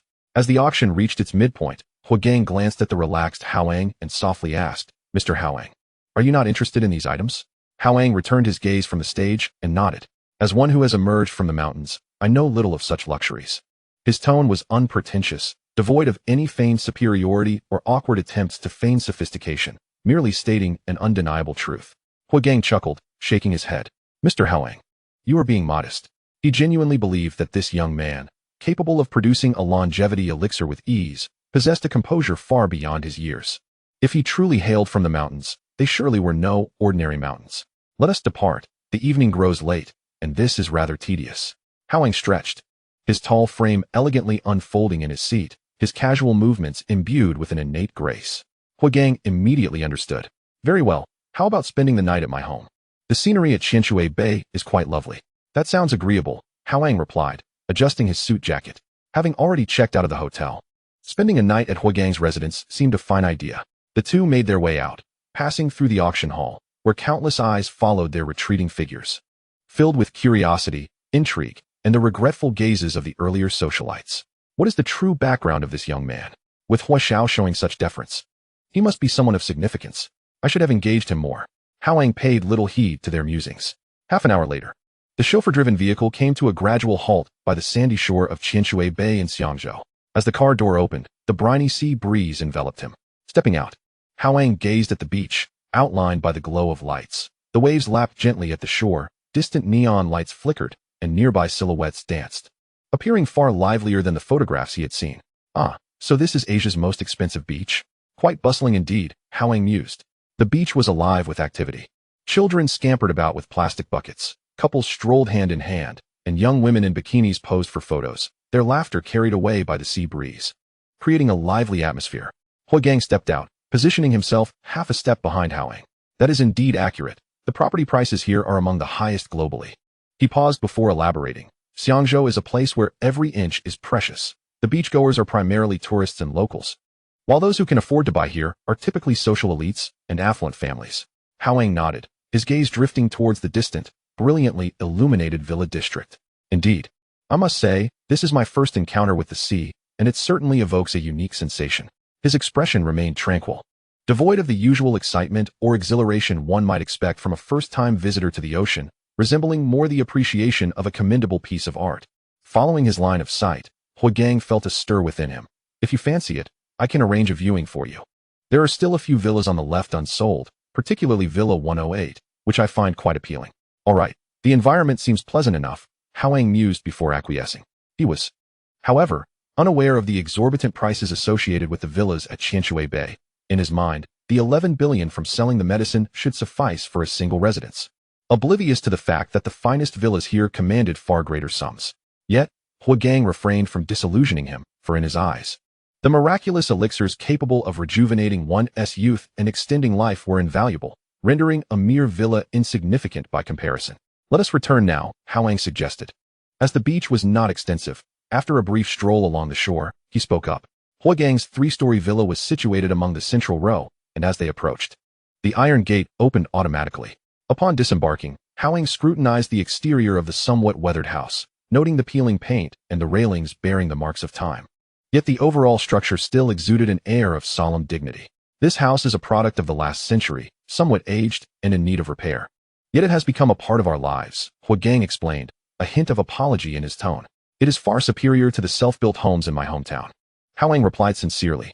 He genuinely appreciated the abode. Although it bore the scars of age, it possessed an authenticity devoid of ostentation, evoking a sense of groundedness instead.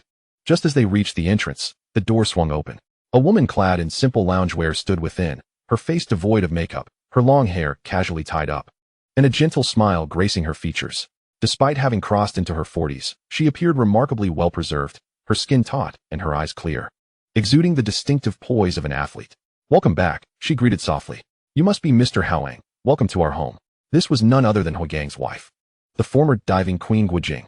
3 children followed closely behind her. The eldest, Hua Shi, 12 years old and nearly as tall as his mother, with well-defined features and an expressive gaze. The second, Hui Yan, 8 years old, sporting a ponytail and curiously eyeing the guests. And the youngest, Hui Yi, 6, shyly clutching her mother's leg. Hello, uncle, the children chimed in unison, their manners impeccable, devoid of any arrogance typical of affluent families. Hao Yang smiled, crouching to meet their eye level. Greetings to you all. I hope my late-night visit does not inconvenience you. Not at all, not at all, Guojing quickly interjected. Please, come in. The living room was indeed as Hao Yang had envisioned. Exceedingly modest with beige sofas, a wooden coffee table, several pieces of calligraphy and paintings adorning the walls, and a corner displaying the children's photographs and trophies, all emanating a homely atmosphere devoid of any ostentatious luxury commonly associated with affluent households. Hou Gang instructed the children to head to bed, and they obediently bid Hao Yang good night before ascending the stairs hand in hand. She just started middle school this year. Yin'er is in the 3rd grade, and Yi is still in kindergarten, Hou Jing remarked, expertly preparing tea while carrying out her tasks with ease. Mr. Hao Yang, would you prefer tea or coffee? Tea will suffice, thank you, Hao Yang replied, settling comfortably onto the sofa. The trio engaged in conversation, reminiscing about Hou Jing's illustrious moments and competitions, her life post-retirement, and the economics and local culture of Xiangzhou. As Hou Jing spoke, she often unconsciously referenced her children and family, her gaze softening, her tone imbued with happiness. Hao Yang listened quietly, occasionally interjecting with a question, though more often, he simply observed. He noted that Hou Gang's gaze towards his wife was always filled with unabashed affection and respect. Conversely, Hou Jing, despite marrying into affluence, retained the simplicity and resilience characteristic of an athlete, exhibiting none of the pretentiousness often associated with wealthy matrons. This couple was indeed a rarity, Hao Yang thought to himself. As the night wore on, Hou Gang rose, stating, Mr. Hao Yang, the guest room is ready. Allow me to show you the way. Thank you for your trouble. The guest room was located on the 2nd floor and faced south. Upon opening the window, one could gaze upon the sea. Though the room was not spacious, it was impeccably tidy, the bedding new and imbued with the scent of sunlight. The bathroom is adjacent, with all toiletries prepared, Hou Gang informed him. Rest well. I shall see you in the morning. Very well, good night. The door closed gently behind him. Hao Yang approached the window, staring out at the shimmering sea under the night sky, his mind replaying the events of the evening, the decisiveness of the Hou family, Hou Jing's authenticity, and the warmth of this household. The Hou family is indeed admirable. I have made a wise choice. Chapter 19, Settling into Villa 108. Morning sunlight filtered through the slats of the blinds, casting neat bands of light across the wooden floor. Hao Yang awoke, rejuvenated by the profound sleep induced by the beads, and rose to wash up and change into comfortable loungewear before descending. The sounds of sizzling eggs and the fragrant aroma of congee wafted from the kitchen below. Hou Jing, donned in an apron, stirred the white porridge in a clay pot with a wooden spoon, while golden fried eggs sizzled in a nearby skillet, accompanied by crisp bacon. A diligent middle-aged housekeeper was preparing side dishes with alacrity. Good morning, Hao Yang. Hou Jing turned to greet him, her smile warm. Did you sleep well last night? Very comfortably. Just like home, Hao Yang replied as he entered the dining area, noticing Hou Shi already seated at the table, engrossed in his studies. What an early riser.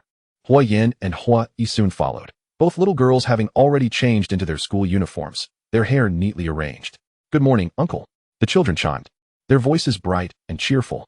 Good morning, Hao Yang responded, taking a seat at the empty spot. Hou Gang appeared just then, emerging from his study with a newspaper in hand. Good morning, Mr. Hao Yang, he said, setting the newspaper aside. Dad will be over shortly. He mentioned he needed to discuss something with you. Very well. The breakfast, though simple, was bountiful. The congee paired with homemade pickled radish and fermented tofu, perfectly fried eggs, fragrant bacon, and freshly steamed char siu buns and sticky rice chicken. Hou Jing and the housekeeper arranged the dishes on the table before she removed her apron and sat down. She was relatively quiet during the meal, primarily focused on attending to the children, reminding Hou Yi not to spill congee on her uniform, and serving Hou Yin the sticky rice chicken she couldn't reach. Meanwhile, Hou Gang perused the newspaper while partaking in breakfast, occasionally exchanging remarks with Hao Yang about the weather and news in Xiangzhou. This warm, unpretentious family atmosphere made Hao Yang feel quite at ease. After the meal, Hou Shi shouldered his backpack, while Hou Yin took her sister's hand. The 3 children were escorted off to school by the housekeeper, leaving the house in a sudden hush. Hou Jing tidied the dining table, preparing cups of tea for Hao Yang and Hou Gang before retreating to the backyard to tend to her flowers, a habit she had cultivated since retirement. In the living room, Hao Yang and Hou Gang sat across from each other, sipping tea that was of the finest pure, its ruby hue and rich flavor delightful on the palate. Before long, the doorbell rang. Old Master Hou has arrived. The elderly gentleman entered, clad in a light gray tang suit, his hair dark and his complexion rosy, walking with a briskness that belied any semblance of the frailty he had displayed the previous day. A beaming smile graced his face as he approached Hao Yang, clasping his hands in greeting. Good morning, Mr. Hao Yang. Good morning, Mr. Hou, Hao Yang replied, rising to acknowledge him. Please, take a seat. Hou Ting settled into the sofa opposite, retrieving several documents from his briefcase. Last night, I made some arrangements, and the results, haha, exceeded my expectations. He pushed the documents towards Hao Yang. This is the transfer contract for Villa 108, along with the transfer agreements for these commercial properties. A mere signature from you will suffice. This card is a supreme black card issued in your name, which already holds 500 million. Your personal income tax has been taken care of. Hao Yang glanced at the documents, noting the clear ownership of the villa and the prime locations of the shops, all situated in the golden area of Xiangzhou. The black card felt icy to the touch, embossed with the bank's gilded insignia. Is it sufficient? He inquired. Although he was unaware of the specific price of Villa 108, anyone with discerning eyes would recognize that 500 million might not suffice in a place like Qianshui Bay. Oh, it's more than enough, Hou Tu replied, waving his hand dismissively, his smile deepening. Last night, I distributed the medicine. The hidden benefits have exceeded 10 billion. You need not worry about that. The hidden benefits he referred to encompassed the favors owed by the elite families, the intricate web of connections formed, and the elevated status and influence of the Hou family, all of which were far more valuable than mere currency. Very well, Hao Yang nodded, signing his name on the document. The amount of money is inconsequential to me. What I desire is a relatively safe living environment and personal space. Rest assured, Hou Tu replied earnestly. The security level at Qianshui Bay is already the highest. I will arrange for additional patrolling officers to be stationed here shortly. And bodyguards have already been arranged to ensure you are not disturbed.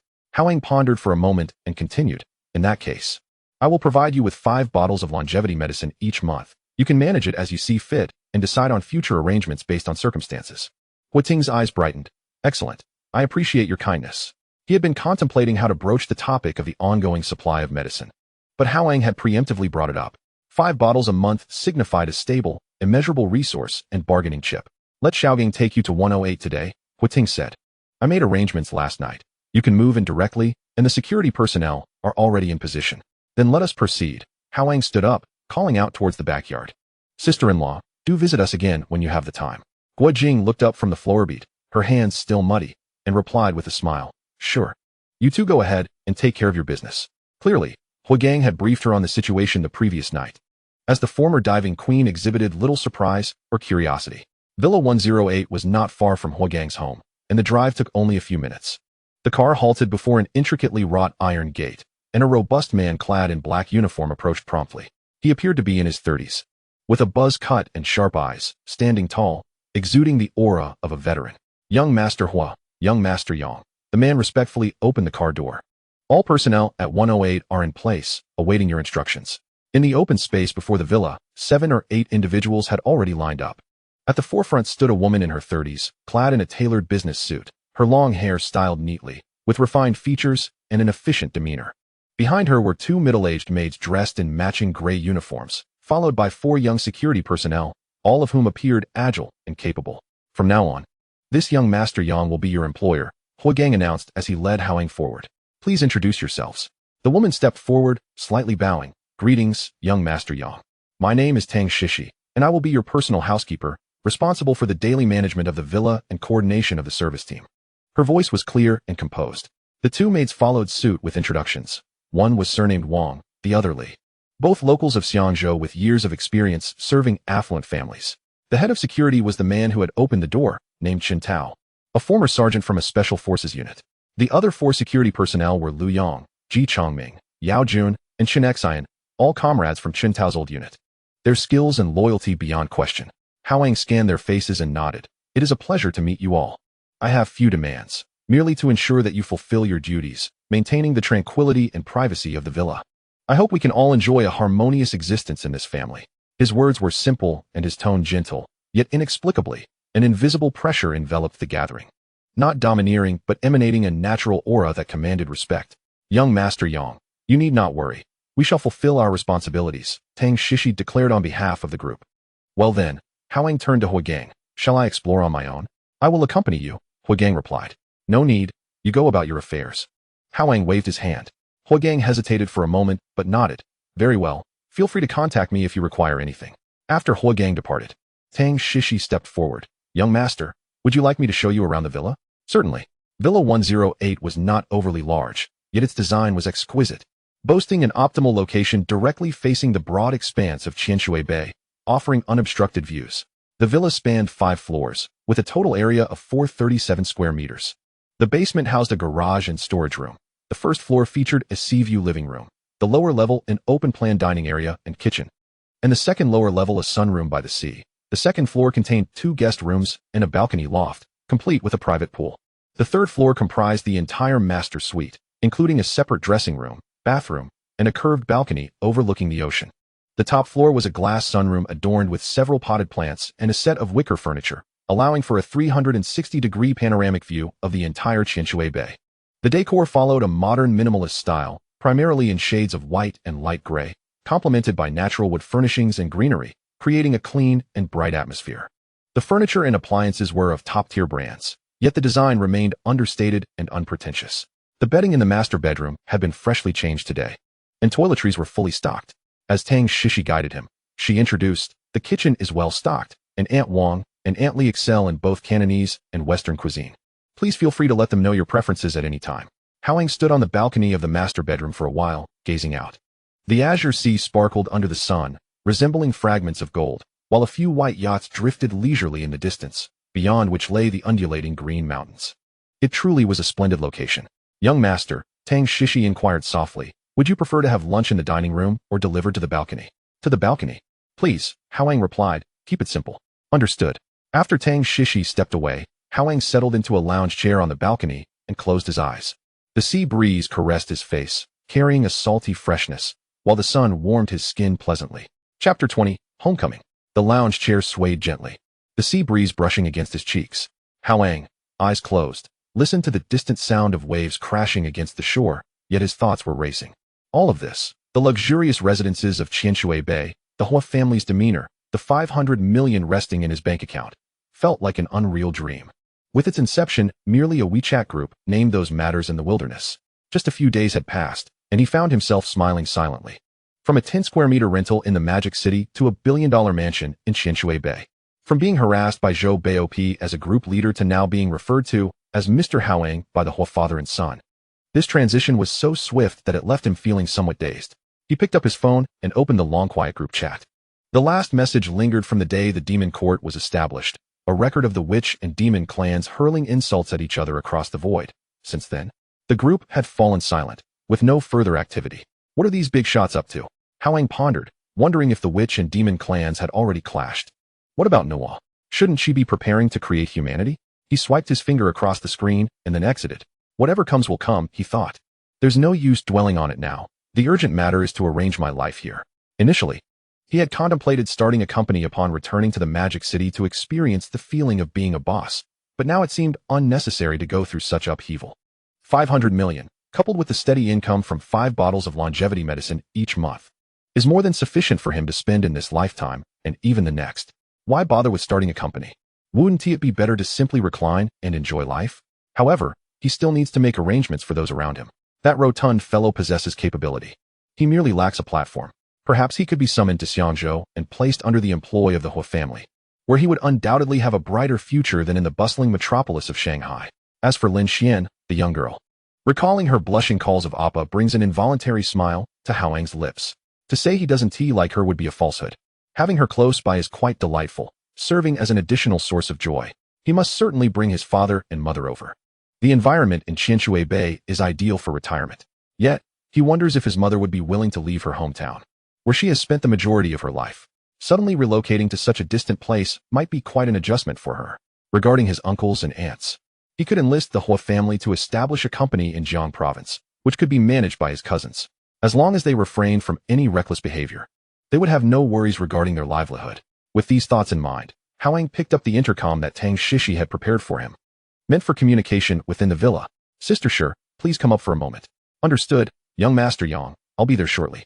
A few minutes later, the sound of light footsteps echoed from the staircase as Tang Shishi ascended, her breath slightly hurried, clearly having rushed. "Young Master Yang, you called for me?" "Indeed," Hao Yang replied, sitting up straight. "Please make arrangements for tomorrow. I will be returning to Jiang province." Tang Shishi nodded without further inquiry.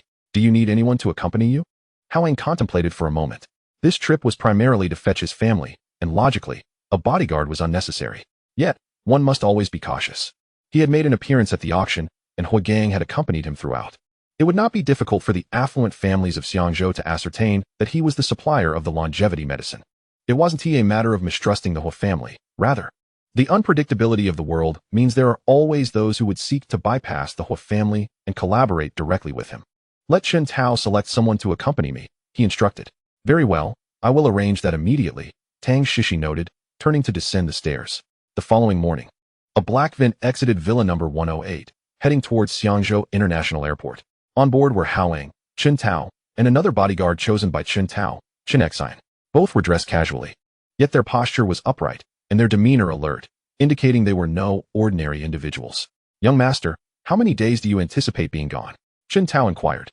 2 or 3 days, at most. Hao Yang leaned back in his seat, to bring my family over. Chen Tao nodded and refrained from further questions. Upon arriving at the airport and completing the check-in procedures, the trio boarded their flight to Jiang Province. The spacious first-class seats and attentive service from the flight attendants did little to engage Hao Yang, whose gaze was fixed on the diminishing outline of the city outside the window, his thoughts drifting to his small village back home. Over 2 hours later, the plane touched down. The air in Jiang Province was drier than in Xiangzhou, carrying the crispness of early autumn. The three hailed a taxi and provided the address of Hao Yang's hometown. As the taxi departed the urban area and merged onto the highway, the scenery transformed from towering buildings to fields and villages. Hao Yang gazed out at the familiar sights, feeling a surge of nostalgia. It seemed strange that only a few days had passed, yet it felt like an eternity. By the way, Chen Tao. He turned to face him. Is it true that those from the special forces can take on 10 ordinary individuals in a fight? Chen Tao paused, then chuckled. Young master, if it's only barehanded, I could handle 5 or 6 at most, provided they lack combat experience. With weapons, it's feasible to take on 10. But in terms of firearms, Dragon Country has strict gun control, so in situations involving firearms, our survival rate is merely slightly higher. Is that so? Hao Yang laughed. I thought it was like in the movies, where one could charge into a crowd and wreak havoc. This remark elicited laughter from both Chen Tao and Chen Xian, even prompting a smile from the taxi driver, who glanced at them through the rearview mirror. Well, movies do tend to exaggerate, the driver chimed in. The atmosphere in the car grew more relaxed as Chen Tao and Chen Xian shared amusing anecdotes from their time in the military. 40 minutes later, the taxi halted at the entrance of the village. Hao Yang paid the fare and stepped out with the 2 men. It was a quiet afternoon in the village, with only a few elderly folk chatting under the shade of trees. Upon seeing Hao Yang, they paused in surprise. Ah Yang, you're back? Grandpa Li, Grandma Wang. Hao Yang greeted with a smile. How have you been? Oh, good, good. The elderly nodded, though their curious gazes lingered on Chen Tao and Chen Xian, who stood out with their distinctive aura, resembling 2 javelins. Hao Yang offered no further explanation and led them towards his home. As they approached the front door, his mother, Lu Xiaoying, emerged from the backyard, carrying a plastic bucket meant for feeding the chickens. Dressed in a faded checkered shirt, with her hair simply tied back, her face bore the signs of fatigue from labor. Mom. The familiar voice made Lu Xiaoying look up, her eyes brightening upon recognizing her son, though her brows soon furrowed. Ah Yang, why didn't you inform me you were coming back? I thought I'd surprise you, Hao Yang replied, stepping forward to take the bucket from her hands. Why come back for no reason? There's nothing going on at home. Lu Xiaoying scrutinized him, glancing at Chen Tao and Chen Xian behind him. Didn't you say you were in Xiangzhou? Things were wrapped up, so I came back to fetch you and Grandpa to enjoy life. Not going. Lu Xiaoying shook her head without hesitation. I'm used to staying in my hometown. Why go so far? Besides, the expenses there are exorbitant. It's far more comfortable here. She then glanced at Chen Tao and Chen Xian. Who are these 2? They are bodyguards I hired in Xiangzhou, Hao Yang introduced. This is Chen Tao, and this is Chen Xian. Good day, Mayam. Chen Tao and his companion greeted politely. Bodyguards? Lu Xiaoying's expression changed. Why hire bodyguards for no reason? Ah Yang, have you offended someone? No. Where did you get that idea? Hao Yang chuckled. It's just a precaution. He urged his mother inside. As they entered the house, Chen Tao and Chen Xian, aware of their place, stopped at the entrance of the courtyard and did not follow into the living room. Lu Xiaoying was seated in a chair, still unable to suppress her curiosity. You truly haven't offended anyone? Absolutely not. Hao Yang poured her a glass of water. Your son is now wealthy. Hiring 2 bodyguards is quite normal. I assent it? How much wealth can you have? Lu Xiaoying murmured. Moreover, we are just ordinary folks. Why would we need bodyguards? And Grandpa? Hao Yang shifted the topic. He has gone to play chess at your uncle's house. Lu Xiaoying glanced at the clock on the wall. He should be back soon. I'll give him a call. Chapter 21, Leaving Home. In the living room, the ceiling fan whirred, dispersing the afternoon heat. Hao Yang, his grandfather, and his mother sat around a square table, listening to their son recount his brief experiences in Xiangzhou. The old man's brow furrowed deeply, each wrinkle etched with concern. Isn't this a bit too dangerous? He tapped the table, Such a treasure will undoubtedly attract attention. Although the Hou family is a prominent clan in Xiangzhou, what if someone resorts to desperate measures? It's not a significant concern, Hao Yang replied, shaking his head. The Hou family holds considerable influence in Xiangzhou. They will shield us from many troubles. Moreover, he paused, his tone calm. Grandpa, you must trust your grandson. I would never recklessly expose myself without proper preparation. The old man scrutinized his grandson for several seconds. Hao Yang's gaze was steady, lacking the impulsiveness often seen in youth. Instead, exhibiting a determination that belied his age. This lad truly possesses confidence. The old man mused inwardly, his expression softening slightly. Is it absolutely necessary to go? Lu Xiaoying hesitated before speaking. Having lived her entire life in her hometown, with familiar neighbors all around, the thought of suddenly moving so far away was daunting. She harbored an unutterable sense of insecurity regarding the extravagant notions her son spoke of, elixirs of longevity, the illustrious Hou family, and opulent mansions worth billions, concepts that felt as distant to her as tales from another realm. Just consider it a journey, Mom, Hao Yang gently reassured, wrapping his arm around her shoulder. If you find it uncomfortable after a while, we can always return. The conditions there are excellent. When I marry and have children, they will have access to the finest educational resources. Wouldn't you want your grandson to attend the best schools? His words struck a chord deep within Lu Xiaoying. She opened her mouth to protest, but swallowed her words instead. Hao Yang was right. The patriarch had made the decision, and his tone brooked no dissent. We should go and broaden our horizons. Spending a lifetime in this mountain village has narrowed our perspectives. Lu Xiaoying glanced at her father-in-law, then at her son, finally exhaling a sigh of resignation. All right then, I shall heed your wishes. Thus, the matter was settled. In the afternoon, Lu Xiaoying and her father-in-law began to pack their belongings. Chun Tao and Chun Xin arrived to assist them. These two former Special Forces soldiers worked with remarkable efficiency, organizing, boxing, and moving items in a methodical manner. Mom, you can't take everything, Hao Yang gently interrupted as he noticed her attempting to cram a 20-year-old enamel basin into the suitcase. Everything you need is there. Some things can't even be taken on the plane. If you forget anything, we can have Uncle send it over later. Reluctantly, Lu Xiaoying set down the basin but then carefully wrapped a jar of her homemade pickled vegetables. This must come with us. Your grandfather adores my pickles. Hao Yang could only chuckle in exasperation. By evening, their luggage was finally packed. In truth, there wasn't much, just a few changes of clothes, a handful of sentimental trinkets, and the local delicacies Lu Xiaoying insisted on bringing. After dinner, Hao Yang called Wang Jie. The phone rang several times before being answered, and a weary, irritable voice came through. Hello? Who is this? Fatty, how's your managerial position treating you? Hao Yang inquired with a smile. Damn, Yangzi, you finally remembered me. Wang Jie's voice shot up an octave. Let me tell you, this company is a disaster. They won't hire more staff, and they keep pressuring me for progress. I'm working overtime every day. Is Lao Bai out of his mind? Doesn't he know how crucial this project is? How dare he? Hao Yang frowned. It seems to stem from the situation with Zhou Weiman. Wang Jie lowered his voice. The board is auditing the finances and uncovered a mountain of discrepancies. Everyone here is on edge. Lao Bai is fighting for his own survival and can't afford to care about the project. Hao Yang fell silent for a moment. Forget it. Just quit that awful job. Come to Xiangzhou tomorrow. I'll arrange for you to work with the Hou family. Hou family? Which Hou family? Wang Jie was taken aback. There are several Hou families in Xiangzhou. The one that Goddess Guo married into. The other end fell silent for 3 seconds before erupting in disbelief. What? Yangzi, you have connections there. Of course. Hao Yang held the phone a bit farther away. When have I ever deceived you? Just forget about everything on your end. Don't worry about your salary either. I wouldn't want you to suffer. Are you insane? That's over 10,000 yuan. Wang Jie lamented. To please the father. Buying you a house in Xiangzhou is just a drop in the bucket. Really? Absolutely. Godfather. Wang Jie's voice cracked with excitement. Send me the address. I'll catch the next flight. Hao Yang chuckled. All right, I'll send you the address shortly. I'm currently at my hometown picking up my grandfather and mother. I'll also be flying to Xiangzhou tomorrow. Fine. I'm heading back to prepare right now. After hanging up, Hao Yang promptly sent the address of the villa at 108 Kinschwiffen. Within a minute, Wang Jie's message popped up. Damn. 108. Is it what I think it is? Indeed, your father has purchased it, Hao Yang replied. Godfather, you've played the fool with me for so long. How much suffering have I endured these past few years? A flood of tearful emojis followed. Hao Yang laughed and playfully sent back a message to get lost. Then he thought for a moment and sent a message to Lin Xian before putting his phone down. The next morning, Hao Yang took his mother and grandfather to his uncle's house. Upon learning they were to reside in Xiangzhou for a while, his uncle first expressed astonishment, then joy. That's wonderful.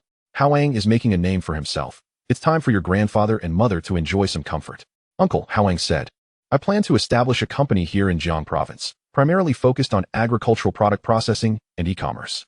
Would cousin be interested in taking over? His uncle was taken aback. A company? Hao Yang this. I will provide the initial funding, and your son can manage the operations. As long as they don't mismanage it, I can guarantee their financial security for life. I'll send someone to assist them hands-on. His uncle's eyes glistened with unshed tears as he patted Hao Yang's shoulder. Hao Yang, you have a good heart. We are all family. Hao Yang smiled. After leaving his uncle's house, he visited his third uncle, relaying the same news, which elicited a mix of surprise and gratitude from them as well. With these arrangements in place, Hao Yang felt a considerable weight lift from his shoulders. Upon returning to his own courtyard, Chun Tao and Chen Xian had already loaded their luggage onto 2 taxis. Let us go, Hao Yang said, opening the car door for his mother and grandfather to enter. As the vehicle slowly left the village, Lu Xiaoying peered out the window, watching her diminishing hometown with reddened eyes, while her father-in-law remained composed, resting against the seat with his eyes closed. Mom, don't look back, Hao Yang said softly. If you miss home, we can return at any time. Lu Xiaoying nodded, wiping the corner of her eyes. The car merged onto the highway, heading towards the airport. Chapter 22. I cannot sign. The plane touched down at Xiangzhou Airport. Exiting the terminal, a sleek black van awaited them, and Yao Jun was there to greet them. He quickly stepped forward to take their luggage. As they drove towards Qinchuan, Lu Xiaoying curiously observed the scenery outside, the towering skyscrapers and bustling streets, so starkly contrasting with the small mountain village she had inhabited for half her life. When the car halted before the ornate iron gate of Villa 108, her father-in-law maintained a semblance of calm, yet Lu Xiaoying was utterly speechless. She had imagined what her son's description of a villa might entail, but witnessing it firsthand left her at a loss for words. Beneath the sun, the black edifice stood majestically against the mountains and the sea, its curved balcony resembling outstretched arms embracing the entire bay. The yard was lush with green grass, interspersed with tropical plants, and the sound of waves could be faintly heard, mingling with the salty, humid breeze. Is this our home? Lu Xiaoying murmured in disbelief. Yes, it will be from now on, Hao Yang said, assisting her out of the car. Poetry, this is my mother and grandfather. Have the rooms been arranged? He inquired of Tang Shishi. Everything has been arranged. Tang Shishi smiled, bowing slightly. Elder, madam, please follow me. She signaled to 2 maids to carry the luggage and led everyone into the villa. The internal elevator smoothly ascended to the 4th floor, which was entirely dedicated to guest rooms. The rooms were spacious, facing south, with floor-to-ceiling windows overlooking the boundless sea. The decor retained a minimalist style, yet the attention to detail revealed care and thoughtfulness. The bedding was soft cotton, and fresh lilies adorned the nightstands, filling the air with a delicate fragrance. This room is even larger than the main room in our old home. Lu Xiaoying stood in the center of the room, feeling somewhat disoriented. Madam, this is your dressing room. Tang Shishi opened a door. All toiletries are provided in the bathroom. Should you need anything, please do not hesitate to call me. She guided the 2 visitors on another tour of the villa, from the sunroom to the private pool, and from the dining room to the study. At each location, Lu Xiaoying would emit a suppressed gasp of astonishment, while the old gentleman, though silent, was clearly filled with emotion. As noon approached, the doorbell rang. Hou Gang arrived with Guijing, carrying an assortment of gifts, ginseng, bird's nest, and cordyceps, all nourishing delicacies. Grandfather, Mom, this is Hou Gang, the eldest son of the Hou family and the future chief executive of Xiangzhou, Hao Yang introduced, and this is his wife, Guijing. Hello, grandfather. Hello, auntie. The couple greeted eagerly, apologizing for the intrusion. Very well, such promising youth. The old gentleman nodded repeatedly, expressing his appreciation. Please, sit down and enjoy some tea. This is Jing. Lu Xiaoying exclaimed excitedly, taking Guijing's hand. Auntie often watched you compete for the glory of our country. You are even more stunning in person than on television. Guijing blushed slightly and smiled. Auntie, you flatter me. I feel quite old now, and you appear far younger. Dear sister-in-law, do come over often to chat with my mom, Hao Yang said to Guijing. She is new here and may take some time to adjust. Of course. Guijing nodded. If Annie has any discomfort, please let me know. Our families are close, so feel free to visit any time. The 3 men settled into the living room for tea and conversation, while Lu Xiaoying and Guijing, accompanied by Tang Shishi, strolled along the beach, engaging in lively discussion and quickly growing familiar with one another. Halfway through their tea, the sound of a car engine echoed from downstairs. Through the floor-to-ceiling windows of the balcony, they could see a minivan pull into the courtyard, the door opening to reveal Wang Jie and Lin Xian, who alighted with an air of restraint. After a few days apart, Wang Jie had undergone a remarkable transformation. He had lost considerable weight, his complexion had brightened, and he exuded a youthful vigor reminiscent of his university days. Lin Xian, dressed in a light yellow dress with her hair tied in a high ponytail, appeared refreshingly vibrant. At that moment, Wang Jie's heart raced. Just moments ago at the airport, when Chun Tao had called out young Master Wang, he had nearly believed he was dreaming. Overwhelmed by the unfamiliar respect directed at him, an experience he had never encountered in his 20-plus years of life. Why are you acting like a quail? Hao Yang stepped out onto the balcony, calling down, come up. Coming. Wang Jie responded hurriedly. Young Gu. Lin Xian's eyes lit up upon seeing Hao Yang, and she dashed into the villa, leaving Wang Jie trailing behind. Hey, wait for me, Wang Jie exclaimed, pursuing her. In the living room, Lin Xian arrived first. Leaping into Hao Yang's embrace, her eyes sparkling. Young Gu. Hao Yang gently patted her back, whispering, there are others here. Only then did Lin Xian realize that Hou Gang and the old gentleman were also present, her face flushing crimson as she quickly released him and stepped to the side. Embarrassment washing over her. How mortifying. What should I do? Her inner turmoil was palpable. Father, I have arrived. Wang Jie panted as he rushed in. Bowing deeply upon seeing the old gentleman. Grandfather, I hope you are well. Good, very good. The old gentleman smiled, beckoning. Come over, Xiaopeng, and have some tea. It has been 2 years since I last saw you. Hao Yang also encouraged Lin Xian to sit down, though she kept her head lowered, her cheeks still tinged with pink. Last night, when Wang Jie mentioned that Hao Yang wanted her to come to Xiangzhou, she had readily agreed without hesitation, unaware that it was to meet the parents. And certainly not expecting that Hao Yang resided in such an upscale area. Could it be that Yang Gu is indeed a hidden corporate mogul? Her mind raced with vivid scenarios reminiscent of various novels. Young Master Hua, you seem amused. Hao Yang smiled at Hou Gang. This is my unaccomplished friend, Wang Jie. We shared a dormitory in university and have weathered many storms together for 6 or 7 years. He turned to Wang Jie. Aren't you going to greet him? Hua Xiao. Hello. Wang Jie stammered, his voice trembling with excitement. I am Wang Jie. The man before him was none other than the living embodiment of the eldest son of the Hua family, the future political heavyweight of Xiangzhou. Hello. It is a pleasure to meet you. Hou Gang nodded, shaking Wang Jie's hand. Yang Xiao has informed me about you. Take a day to rest. Tomorrow I will arrange for someone to take you to the company. Thank you, Hua Xiao. Wang Jie expressed his gratitude profusely. I must admit, I envy the bond between Yang Xiao and Wang Xiao, Hou Gang remarked, glancing at Hao Yang, his tone imbued with sincere admiration. Their relationship is pure and childlike. Hee. Wang Jie chuckled foolishly. It is all Yangzi who has been helping me. I am the one lagging behind. This is what Yang Xiao has prepared for you, Hou Gang said, retrieving a document from his briefcase and handing it to Wang Jie. Just sign here. Wang Jie took the document, initially thinking it was merely a standard employment contract, but as he flipped through it, his expression changed dramatically, his eyes widening with each line he read.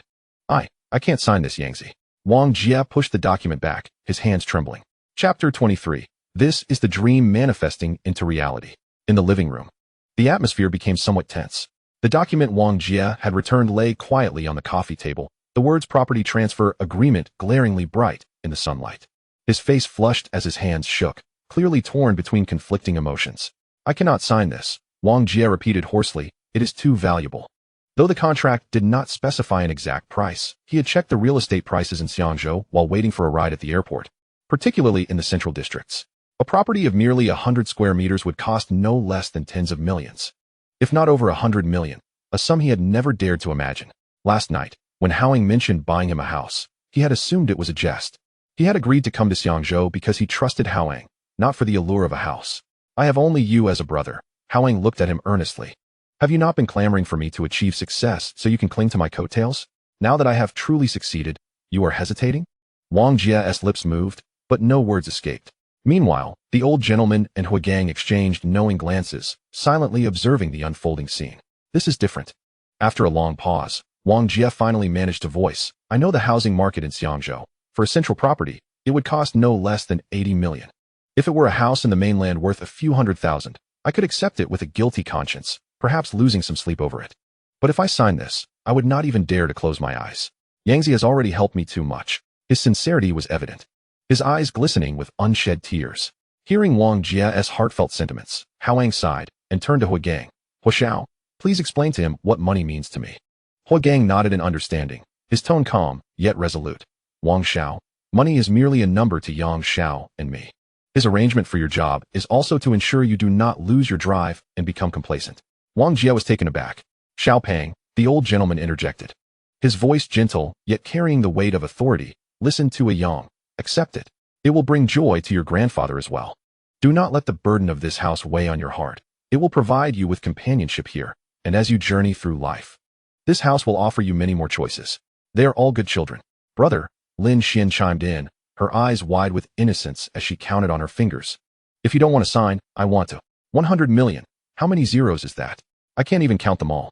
So many zeros. I can't keep track. 1, 10, 100. She murmured softly, her endearing foolishness lightening the atmosphere.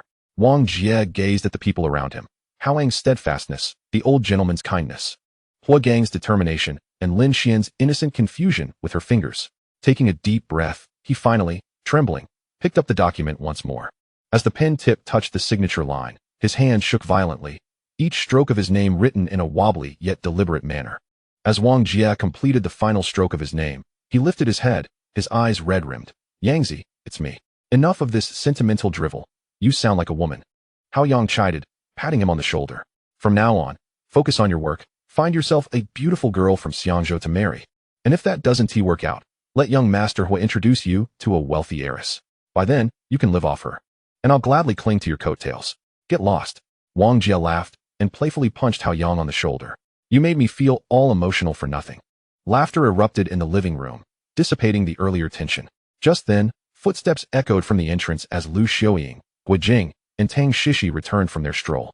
Upon noticing the two new faces in the living room, Lu Xiaoying paused, her gaze lingering on Wang Jie's face for a few seconds before she tentatively spoke. Little fatty? Yes, it's me, Wang Jie replied, standing up and sheepishly scratching his head. Still so cheeky. Lu Xiaoying laughed, giving him a light pat. You've lost quite a bit of weight.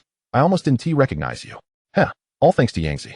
Lu Xiaoying's attention shifted to Lin Xian, who sat quietly beside Hao Yang, her head bowed and fingers nervously twisting the hem of her clothing, exuding an aura of both anxiety and obedience. Mom, Grandpa. At this moment, Hao Yang tugged Lin Xian to her feet, his tone as casual as if remarking on the pleasant weather. This is Lin Xian, who might become your future daughter-in-law or granddaughter-in-law. As the words fell, the living room fell into a momentary silence. Lin Xian froze, her face flushing a noticeable crimson. From her forehead down to the nape of her neck, she opened her mouth, but no sound emerged. Her mind was a blank slate. Who am I? Where am I? What am I doing? Daughter-in-law? Granddaughter-in-law? Are they talking about me? Oh my. Lu Xiaoying was the first to react, joyfully stepping forward to grasp Lin Xian's hand, scrutinizing her up and down. What a stunning and adorable girl. You must be exhausted from your flight. Come, let us take a stroll together. Hao Yang has finally brought a girlfriend home. Lin Xian was dazed as she was led away, casting a pleading glance at Hao Yang as she departed. Appa, save me. Hao Yang smiled and waved her off. In the evening, the dining room on the basement level of the villa was adorned with a long table set for 12, laden with an array of dishes. Cantonese-style steamed grouper, poached chicken, roasted goose, abalone, and several hometown delicacies insisted upon by Lu Xiaoying. Outside the expansive floor-to-ceiling windows, the setting sun painted the sea in hues of golden red. Hua Ting also arrived, seated at the head of the table with the elder, both engaging in a spirited exchange over drinks, embodying the camaraderie of old friends. In truth, they were only a decade apart in age, yet at that moment, they appeared contemporaries. Brother, you truly don't look a day over 60, Hua Ting raised his glass, his tone filled with admiration. If someone told me you were 60, I would believe it. He held in high regard the longevity elixir, which not only prolonged life but also rejuvenated one's spirit from within. Its effects were nothing short of miraculous. Ah, old man, I nearly met the Grim Reaper. But Hao Yang pulled me back, the elder quipped. Brother, this is my only grandson. You must take good care of him. Rest assured, Hua Ting replied earnestly. Hao Yang has helped the Hua family immensely. I regard him as my own child. In Xiangzhou, the Hua family's word still carries weight. That settles it, that settles it. The elder filled another glass, declaring, this toast is for you, brother. At the opposite end of the table, a different scene unfolded. Lin Xian found herself flanked by Lu Xiaoying and Guijing, besieged by questions. Xian, how far along are you and Hao Yang? When do you plan to get married? Should we start preparing for pregnancy? I know an excellent gynecologist.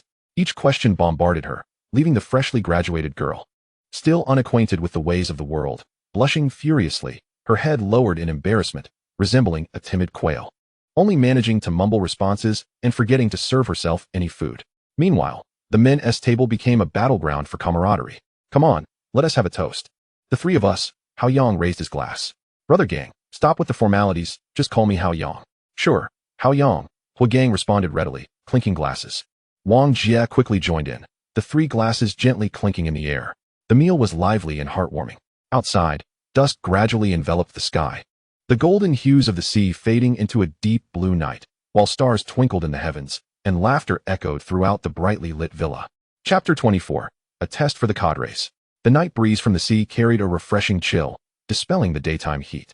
On the curved balcony of the master bedroom on the third floor, Hao Yang reclined in a rattan lounge chair, holding a glass of lemon water to dispel the slight tipsiness from dinner. The wind swept over him, clearing much of the alcohol from his system, leaving his mind particularly clear. In the distance, the deep blue sea shimmered under the moonlight, waves lapping rhythmically, like an unceasing breath. He picked up his phone and opened the long-dormant WeChat group events of the Primordial era, the chat history frozen on the day of the establishment of the Demon Court, where the two clans had exchanged heated insults, after which the group fell silent, as if the primordial beings had collectively gone into hiding. What on earth are they all busy with? Hao Yang wondered. His fingers glided over the screen, opening a private chat with Hongjun, contemplating before sending a message. Hao Yang, the Great Celestial, is fellow deist available? The message was successfully sent, deducting 1 merit point from his balance of over 5,000. Hao Yang was unperturbed. 3 minutes later, his phone vibrated. Hongyun, do you have something to discuss, Brother Dao? The reply arrived as promptly as if timed. Perhaps 3 years had passed in the primordial realm. Hao Yang, the Great Celestial, might I trouble you to concoct a batch of longevity elixir that extends life by 10 years? Last time, deist Hou Tu assisted me, but she has exhausted her merits to help me. Sending the message, Hao Yang harbored little hope, although the elixir was trivial for the primordial beings. The effort involved in its creation, along with the merit points required for its transmission, made it unlikely that Hongyun would offer it without reservation. 3 minutes later, Hongyun, that's simple, just a moment. Suddenly, the phone screen lit up, and a familiar starry 3D red envelope popped up, the unique style of the primordial group. Reflexively, Hao Yang tapped it. Ding. Congratulations, Hao Yang, the Great Celestial, for seizing 100 bottles of longevity elixir. Hao Yang stared at the screen, blinking in disbelief. 100 bottles? He quickly opened his treasure box to check, finding 100 neatly arranged, emerald green small glass vials, each containing diluted elixir, glowing softly. Hongyun, is this enough? Fellow deist? If not, I can prepare more. Taking a deep breath, Hao Yang's fingers flew over the keyboard. Hao Yang, the Great Celestial, this is more than sufficient. Thank you, fellow deist. As he gazed at the 100 bottles of elixir, his mind raced. 1 bottle extends life by 10 years. So 100 bottles equate to 1,000 years. Of course, the same individual cannot consume them consecutively and must wait between doses, but even if distributed among different people, this amounts to an immeasurable fortune. Holy cow, Hao Yang couldn't help but murmur, Hongyun truly is a wealthy benefactor. Does he really regard 10,000 merits as trivial? Transmitting 100 bottles of elixir, calculated at 100 merit points per bottle as per Hou Tu's previous statement, amounted to an entire 10,000 points of merit. Hongyun offered this without hesitation, barely batting an eye. Indeed, rescuing him was truly worthwhile.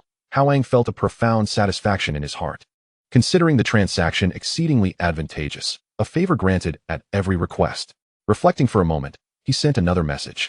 Hao Yang, the Great Celestial, I wonder, dear friend, are you skilled in forging magical artifacts? I require a protective talisman suitable for use in the mortal realm. One that recognizes its master through a drop of blood and activates automatically.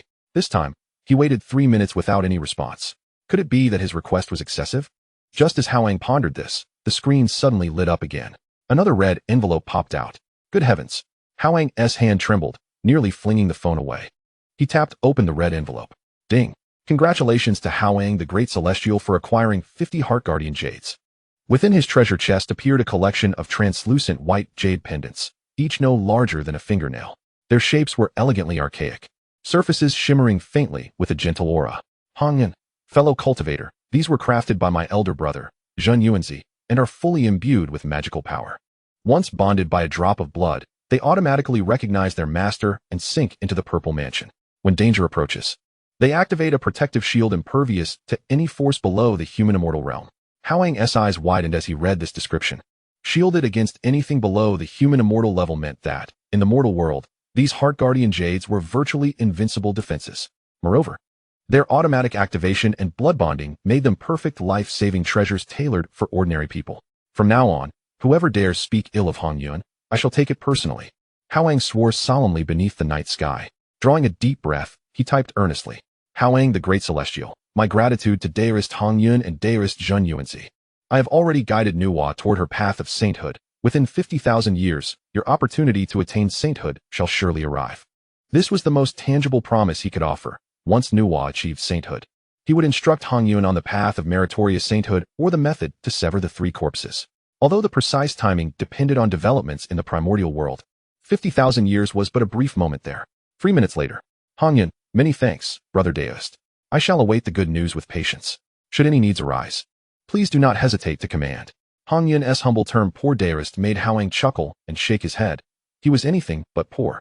He exited the chat interface and reopened the treasure chest. 100 bottles of elixir juice and 50 heart guardian jades. These resources were sufficient to safeguard everyone dear to him, his parents, grandfather, Wang Jie, Lin Xian, and even a suitable share for the Hou family. As for the cost, there was none. What cost could one expect for a spoiler? The sea breeze grew cooler. Just as Hao Yang prepared to extract a heart guardian jade, a sound behind him drew his attention. He saw Lin Xian hesitantly entering the room. Little one, why aren't you resting? What brings you here? Hao Yang asked. Embarrassing to say, but Annie told me to come upstairs and sleep with Appa. Hearing her thoughts, Hao Yang realized something amiss. Lin Xian had just bathed. Her hair was still damp, and she wore only a bare-patterned nightgown, the neckline slightly open revealing a patch of snowy skin, as if she wore no undergarments. Good heavens! Wasn't this encouraging improper behavior? Hao Yang swallowed nervously, thinking who wouldn't be flustered by such a test. He then stood and approached Lin Xian, helping her fasten her nightgown properly. At your age, you should know better than to dress like this. Appa is so gentle. Never mind. Even if I'm embarrassed, so be it. Before Hao Yang could fully grasp her thoughts, she pounced onto the bed, pinning him down, her bosom pressing against him, lips covering his in a tender kiss. His mind went blank, and his body responded instinctively. Minutes later, as he gazed at Lin Xian lying on the bed, her skin pure and fair, cheeks flushed with shyness, Hao Yang's breath grew heavy. He lunged forward, determined not to let his little white rabbit escape. Pain omitted 10,000 words here. At dawn, just as the sky brightened faintly, Hao Yang finally released Lin Xian, who was now sound asleep, a gentle smile gracing her lips. Yet a faint tear streak lingered at the corner of her eye. Hao Yang carefully cut off the blood-stained corner of the quilt, folded it neatly for safekeeping, then lay beside her, quietly admiring her adorable sleeping visage. As morning light streamed in, he washed and descended to the dining room, already bustling with people. The old master was engrossed in a game of chess with Hou Tu. It seemed Hui's father had stayed overnight at his son's home. Lu Xiaoying and Guojing busied themselves preparing breakfast in the kitchen, while Wang Jie and Hou Gang sat on the sofa watching the news, occasionally chattering. Good morning, young master. Tang Shishi approached with coffee. Good morning. Hao Yang accepted the coffee and glanced around the lively dining room. So bustling today? Master Hui's family arrived early. Seeking a chess match with the old master, Tang Shishi explained with a smile. Madam and Miss Gua are preparing Cantonese dim sum, hoping Miss Lin will enjoy it. The young mistress just fell asleep after a long day. Arrange some nourishing broth for her at noon when she wakes, Hao Yang whispered into Tang Shishi's ear. I'll arrange it immediately. Tang Shishi was surprised by Hao Yang's competence. Clearly, their boss was quite capable.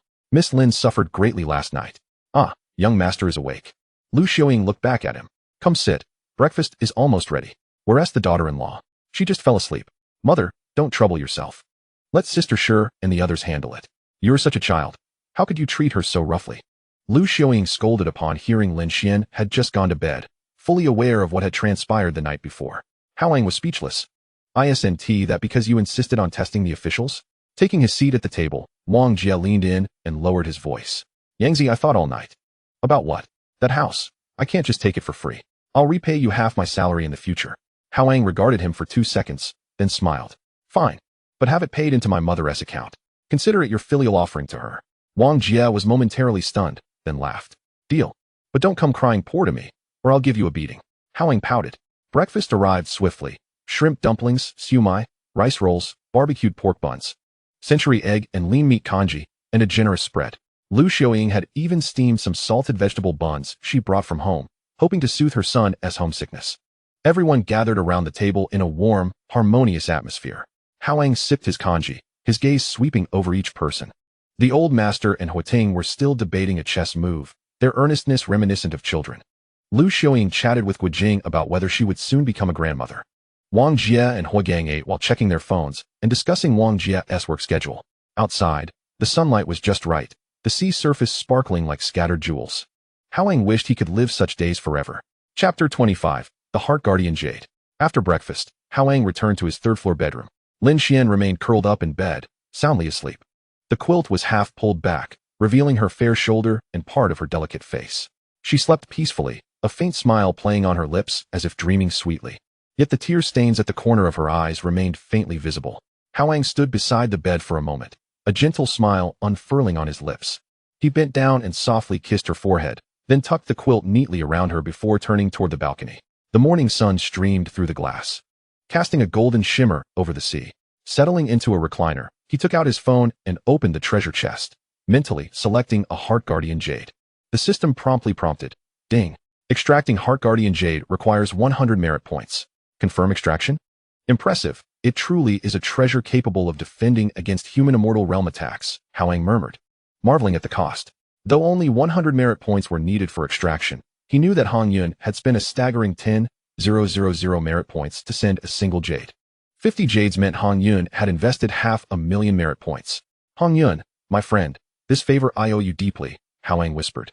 With a single thought, he extracted 11 Heart Guardian Jades and 7 bottles of longevity elixir in one go. A flash of white light illuminated the room as these objects materialized on the coffee table. The jade tokens glistened with a pearly luster, while the emerald green vials, transparent and crystalline, shimmered gently in the sunlight. Hao Yang found a wooden box and carefully placed the items inside before cradling it as he descended the stairs. In the living room, the others had just finished their breakfast.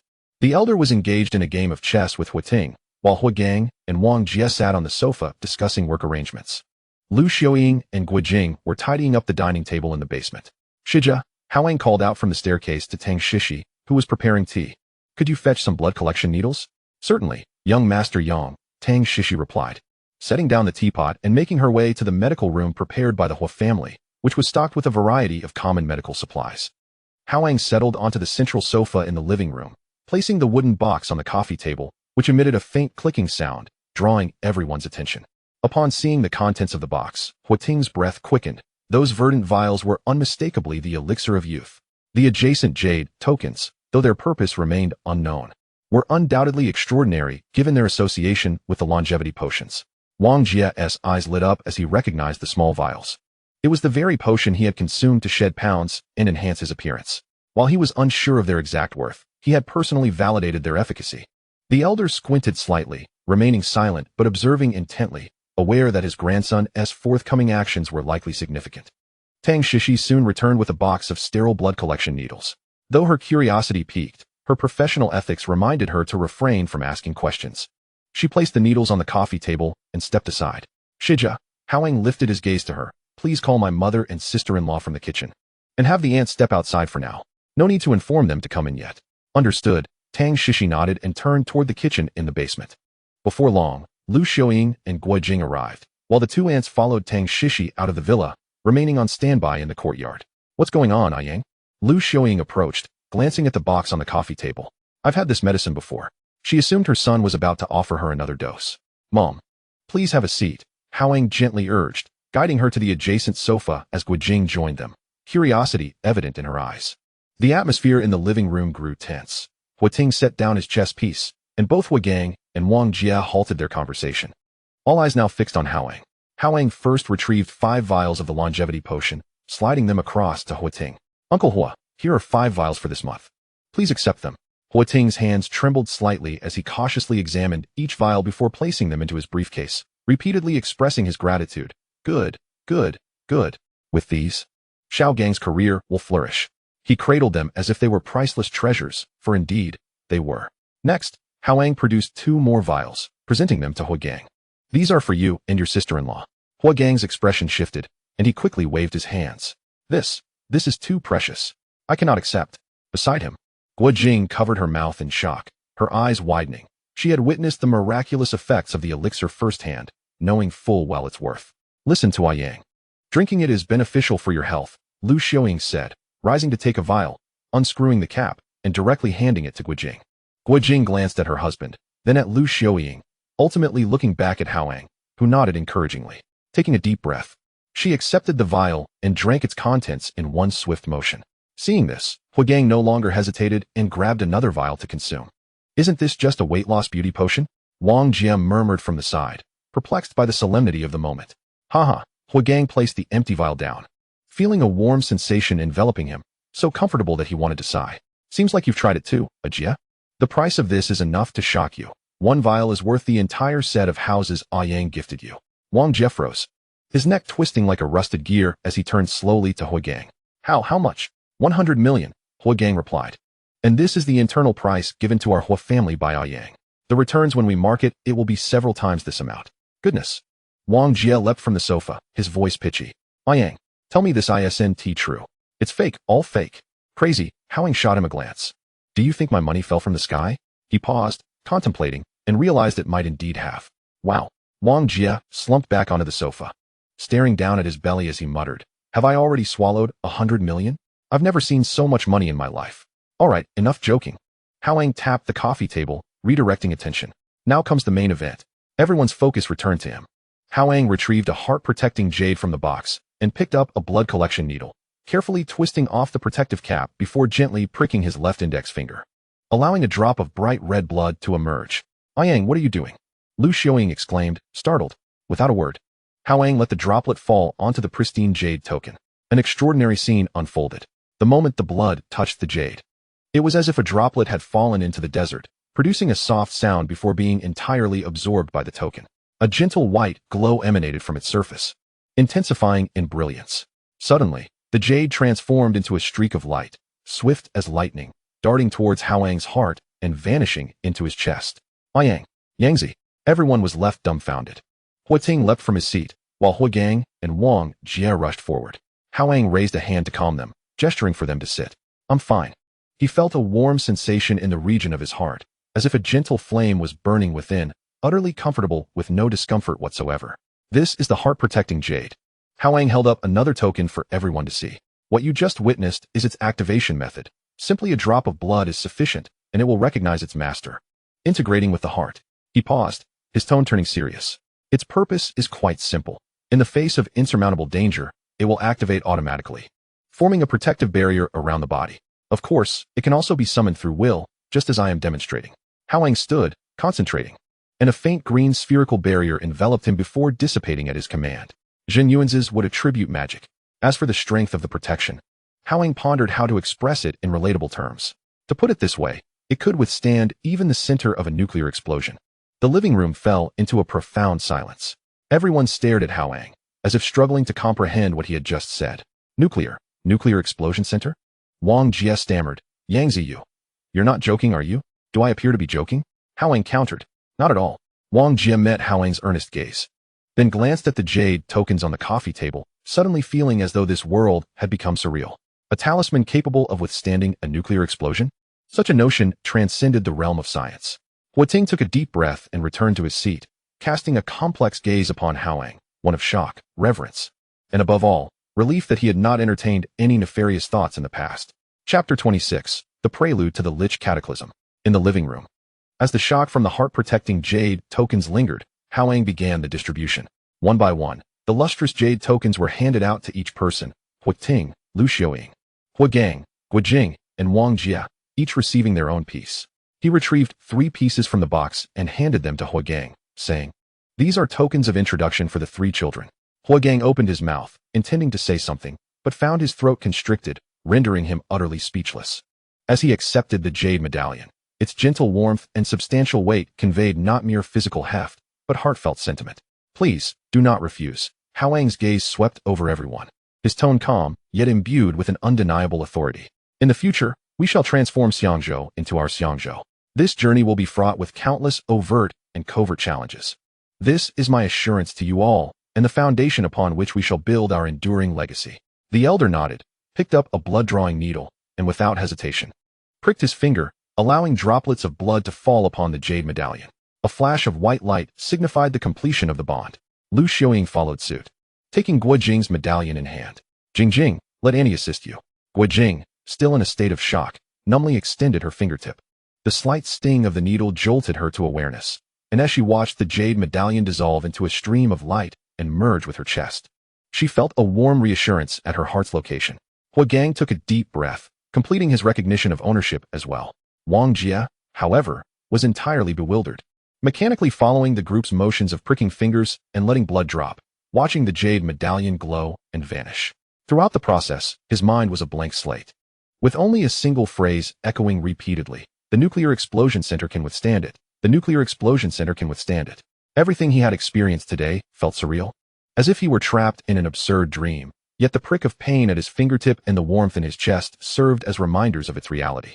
Why did Hao Yang choose to bring the Hou family along? He understood that in this world, wealth alone was insufficient. Power was equally essential.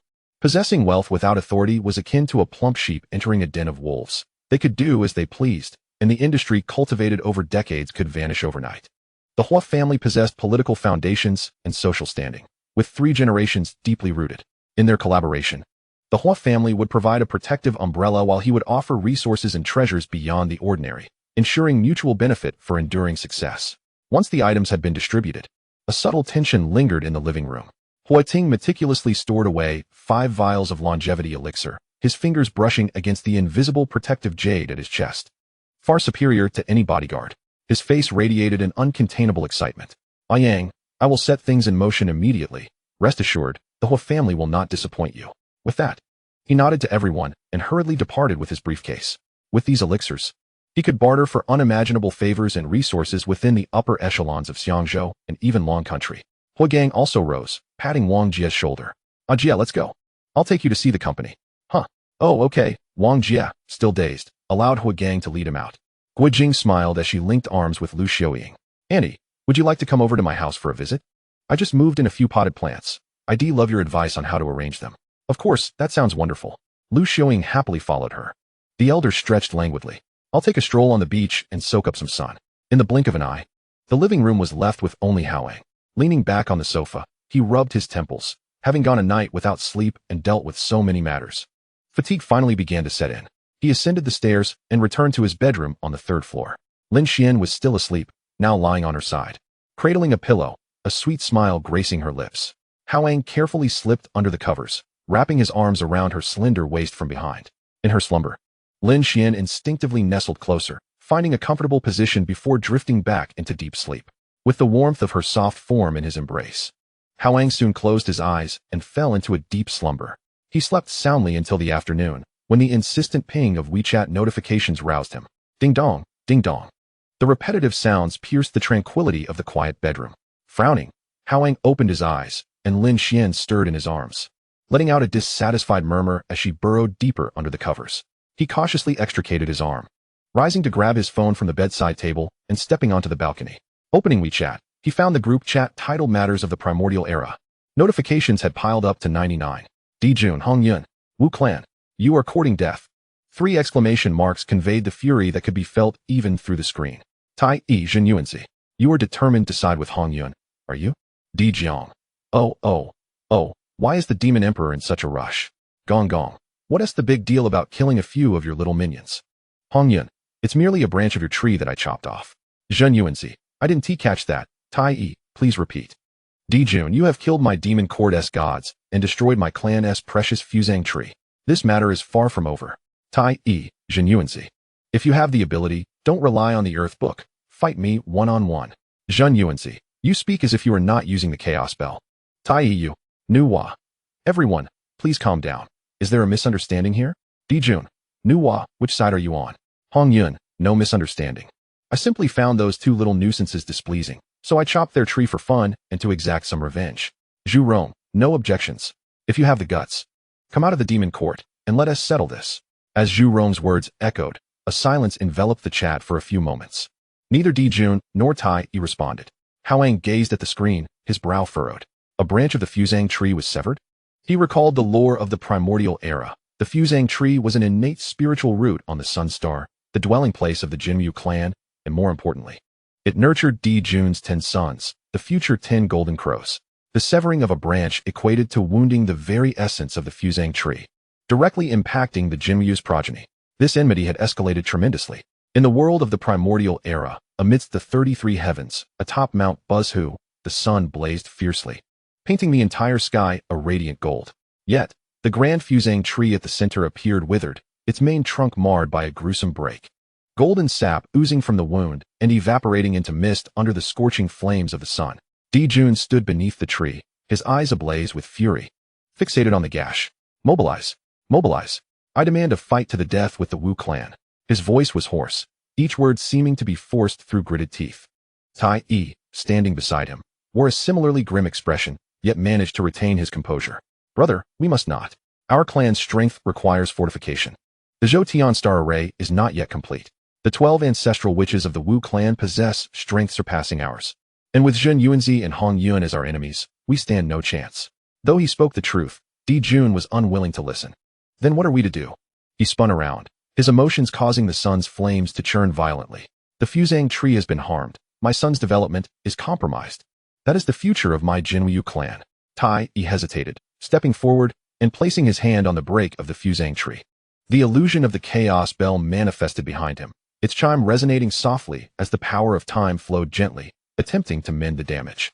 Yet, this would require time and a significant expenditure of his magical energy. Have the clan members intensify their training, Taiyi said solemnly.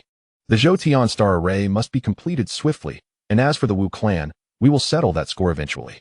Dijun glared at his brother for a long moment before finally suppressing his rage and exhaling heavily. I want the Wu clan to be utterly annihilated. Beyond the 33 heavens, within Nuwa's palace atop Buzhu Mountain, Nuwa sat cross-legged on a cloud bed, her brow furrowed. Dijun's earlier question, which side are you on, unsettled her greatly. The identity of the demon emperor that he had imposed upon her had never sat well. She was devoted to the path of creation and had little interest in the violent conflicts between the two clans. However, now, Dijun presumptuously categorized her among the demon clan, employing a tone of inquiry that was utterly absurd. Nuwa couldn't help but smirk inwardly. Ever since the last encounter with the enigmatic heavenly lord Hao Yang, who had enlightened her, she had begun to prepare for the creation of humanity. The lord had explicitly stated that she would forge a new race, destined to become the protagonists of the future heavenly realm. This prophecy illuminated a path toward her own sanctification. Consequently, she became increasingly estranged from the demon clan, a race fated to fade from the annals of history, unworthy of her investment of time and effort. Yet, her elder brother Fuxi was deeply concerned about the demon clan. During the recent alliance of the witch clan with Hongyun and Zhunti to assault the 33 heavens, Fuxi had taken the lead, charging to the forefront, while Hongyun and Zhunti resorted to a clever maneuver that nearly uprooted the Fuzang tree. Realizing the futility of their attempt, they merely severed a branch and made their escape. With this thought, Nuwa sighed. Her elder brother's nature was thus loyal and steadfast. Once he had made a decision, even 10 golden crows could not sway him. She transmitted a message to Fuxi. Nuwa, elder brother, are you all right? After a considerable pause, Fuxi responded. Fuxi, I am fine, merely sustained minor injuries. A few days of rest will suffice. You need not worry, sister. Nuwa, next time, do not rush in so boldly. In the conflict between witches and demons, we need not become too deeply involved. Fuxi, after all, I am the emperor of the demon clan, but you are right, sister. I shall exercise caution. Nuwa gazed at the swirling chaotic energies outside the Donghuang palace. The creation of humanity must be expedited. Once the new race was born, and she attained her sanctification, she would possess sufficient confidence to disregard anyone's opinions. By then, a glimmer of anticipation flickered in her eyes. On the balcony, Hao Yang switched off his phone and gazed at the shimmering surface of the sea in the distance. The conflict between witches and demons had intensified. Nuwa was preparing to create humanity, and Hongyun had felled the Fuzang tree. The narrative of the Primordial World seemed to shift slightly, yet appeared to be progressing in a direction familiar to him. He could not foresee, however, how much of a butterfly effect his emergence would incite. Chapter 27. Everything felt surreal. A rustling sound came from behind. Lin Xin awoke, groggily sitting up and rubbing her eyes. Appa, what time is it? It's afternoon. From now on, call me Hao Yang. The readers dislike you referring to me as Appa all day. Hao Yang walked back to the bedroom and planted a gentle kiss on her forehead. Are you hungry? Sister sure has prepared some supplements. Let us go downstairs for a drink. Lin Xian wrapped her arms around his waist, burying her head in his embrace. Her voice muffled, my waist hurts. Hao Yang chuckled as he retrieved a small emerald bottle from the bedside table. The last vial of the original elixir that could extend life by 60 years. Here, drink this. He twisted off the cap and held it to Lin Xian's lips. Oh, it smells wonderful. Lin Xian sniffed, her eyes lighting up. What is this? It is for beauty and complexion, Hao Yang said, maintaining a straight face while telling a benign fib. Gently massaging her waist. Really? Wow, that feels amazing. Lin Xian, believing him completely, took the bottle and drank it in one go. The elixir slid down her throat. Cool and refreshing, transforming into a gentle warmth that surged through her limbs, melting away the soreness and fatigue from the previous night. She was suddenly invigorated. I'm not in pain anymore. How magical. That's good. Hao Yang smiled, ruffling her hair. Shall I fetch the soup? No, let's go down together. Lin Xian playfully clung to his arm. All right. The two descended to the restaurant on the lower level. The vast space was almost empty, save for Tang Shishi, who was busy in the open kitchen. Upon seeing them, Tang Shishi smiled and presented 2 bowls of translucent bird's nest soup. Young Master Yang, young mistress, it's just finished.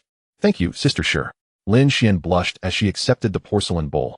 Being addressed as young mistress made her heart flutter, akin to savoring honey. Hao Yang sat beside her. Sister Shi, please arrange for us to explore. We've been in Xiangzhou for several days without fully appreciating this international metropolis. Of course, young Master Yang. Tang Shishi noted, turning to make arrangements. Lin Xian took small bites of her bird's nest, her eyes crescent-shaped with delight.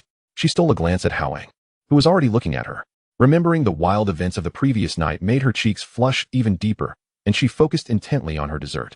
Half an hour later, the two changed their clothes and headed downstairs.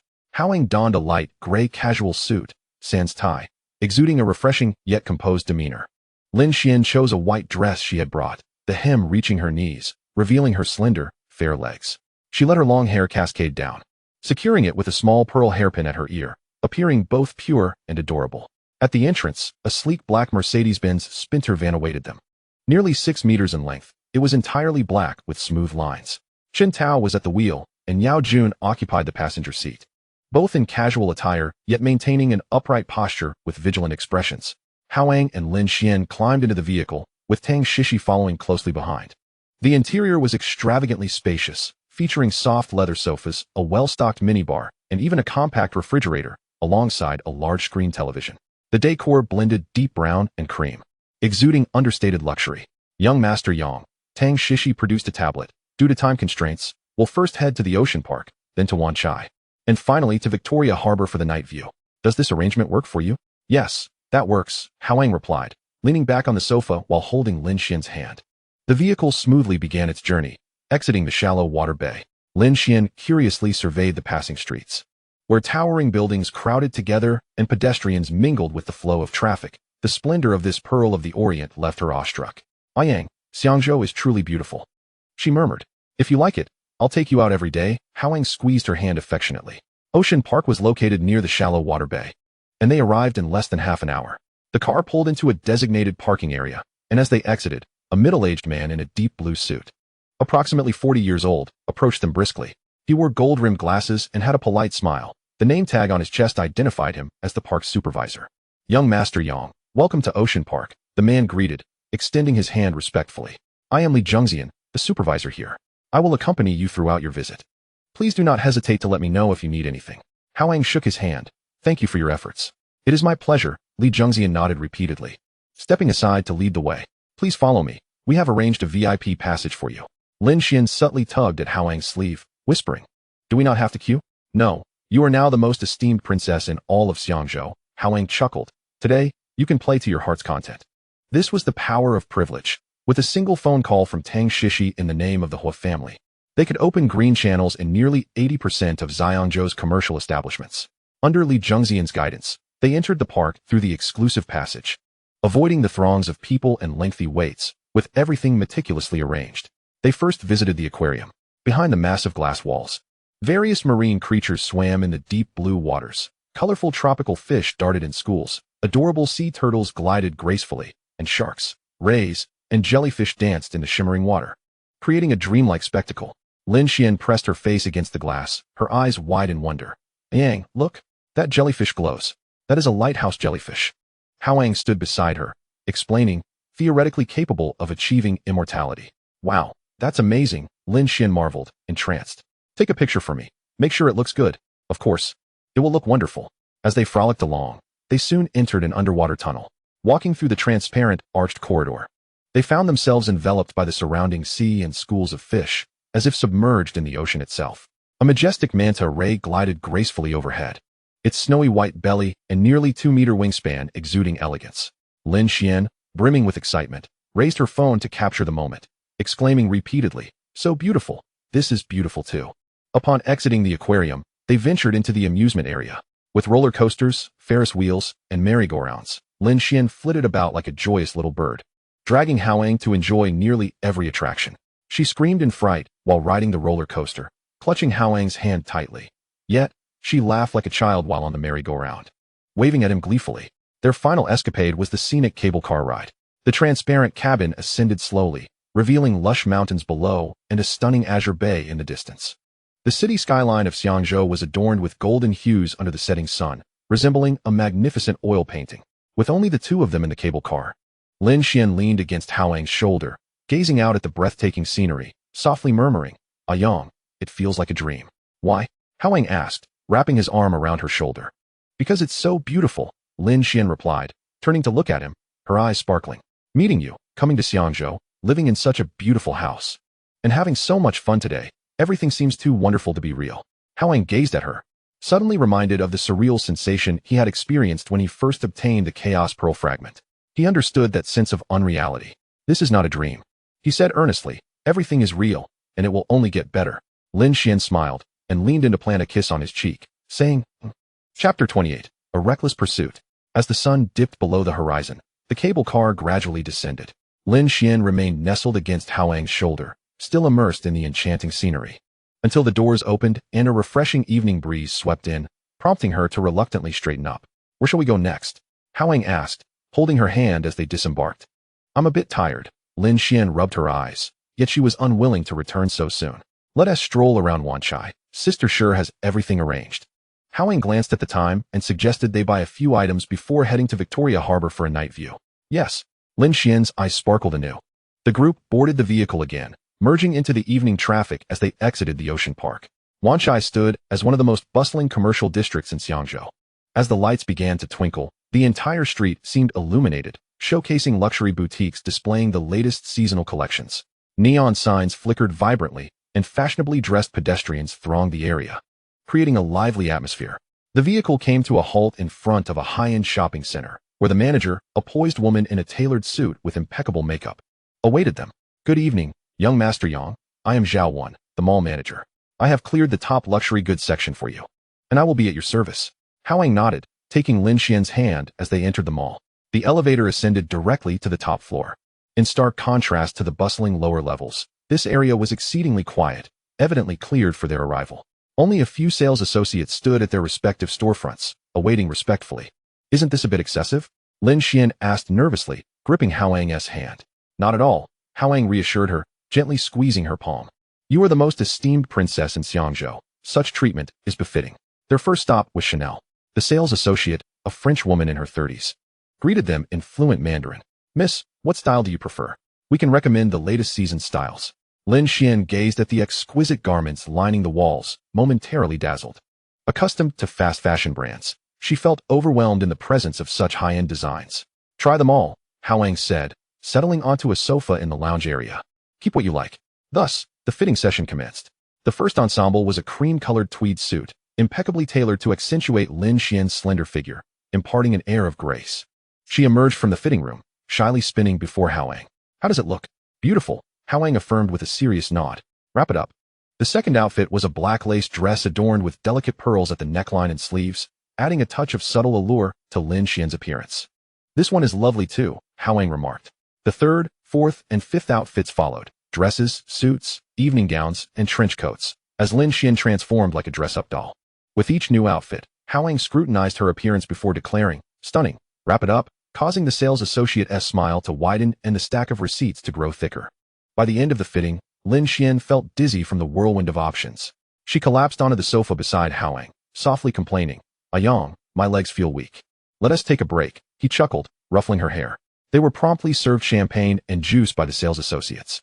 Lin Xian sipped her juice, watching as the associates meticulously packed each outfit into elegant bags, feeling both delighted and a bit remorseful for the extravagant purchases. Yet, she refrained from asking how much everything cost, knowing Hao Yang would neither disclose the amount nor care. After a 10-minute respite, they swiped their cards and moved on to Dior. Then came Gucci, Prada, and Hermes. Clothes, shoes, bags, cosmetics, and perfumes. Hao Yang nearly acquired an entire wardrobe of top-tier brands for Lin Xian. She shifted from initial shock to blissful numbness, and ultimately to a casual acceptance that if Appa said to buy it, then they would. By the time they finished exploring all the clothing stores, the mall staff trailing behind them pushed 3 shopping carts brimming with beautifully packaged bags. We still need jewelry, Hao Yang noted, glancing at the time. Let us go buy some accessories. The jewelry section lay on the opposite side of the mall, quieter and illuminated by soft lighting. Each spotlight precisely highlighted the gems in the display cases, where diamonds, gemstones, and pearls sparkled brilliantly. They entered Cartier, where an elegant middle-aged saleswoman approached them immediately. Good evening. Sir and miss. How may I assist you? Would you like to see necklaces, bracelets, rings, or earrings? Let us see them all, Hao Yang replied.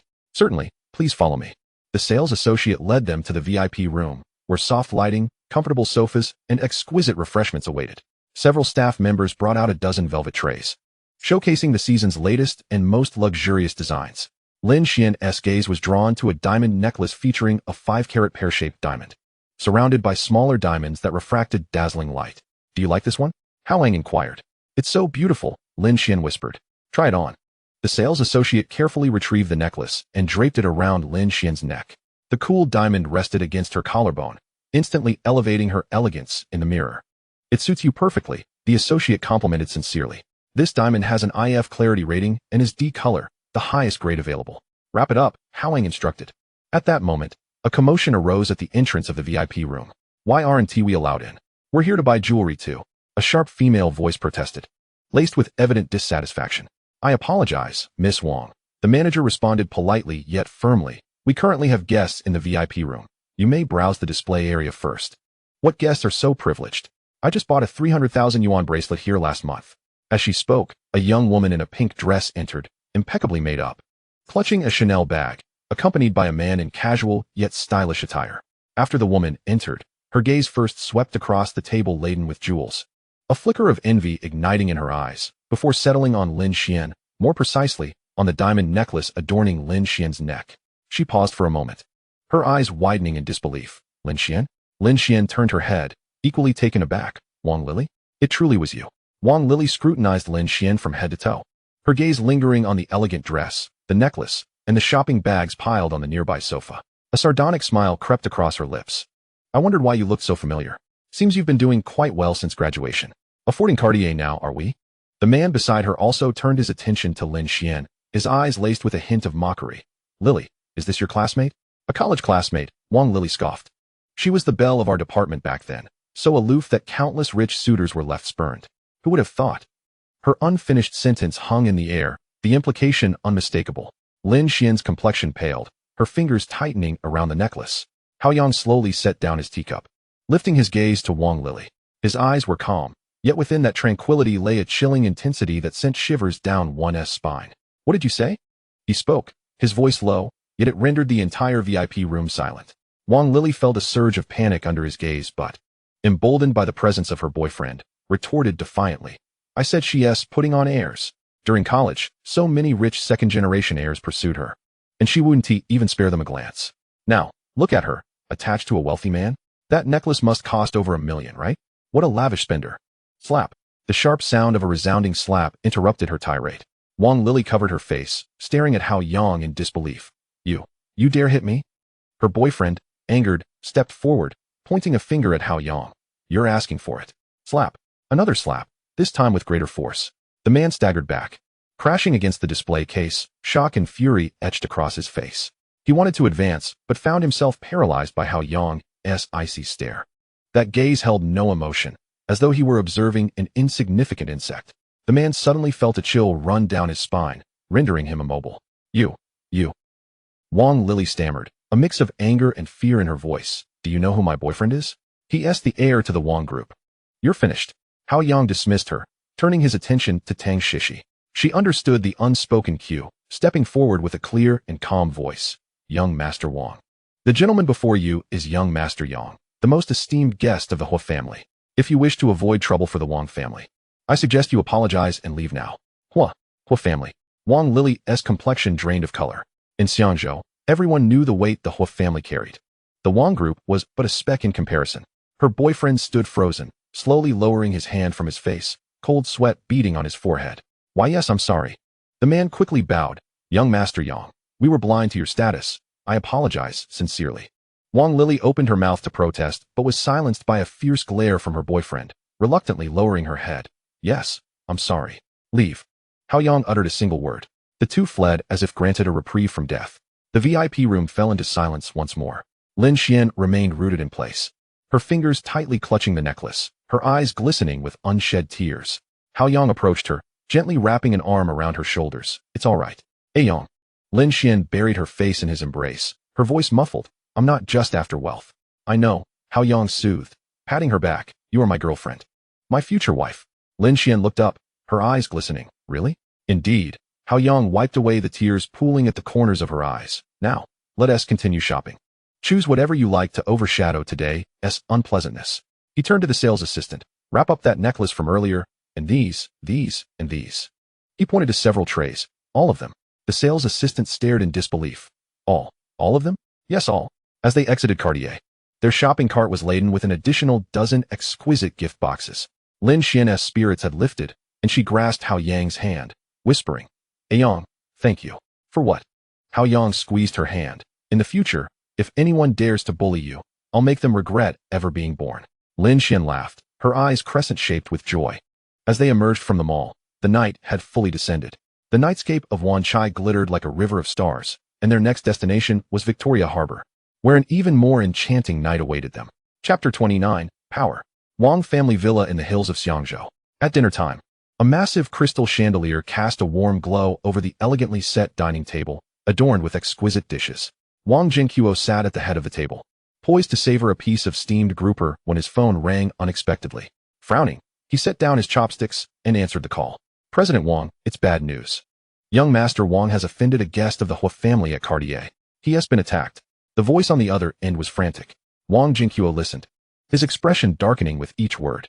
Upon hearing young Master Yang, the most esteemed guest of the Hou family, the veins on his forehead throbbed violently. Smack!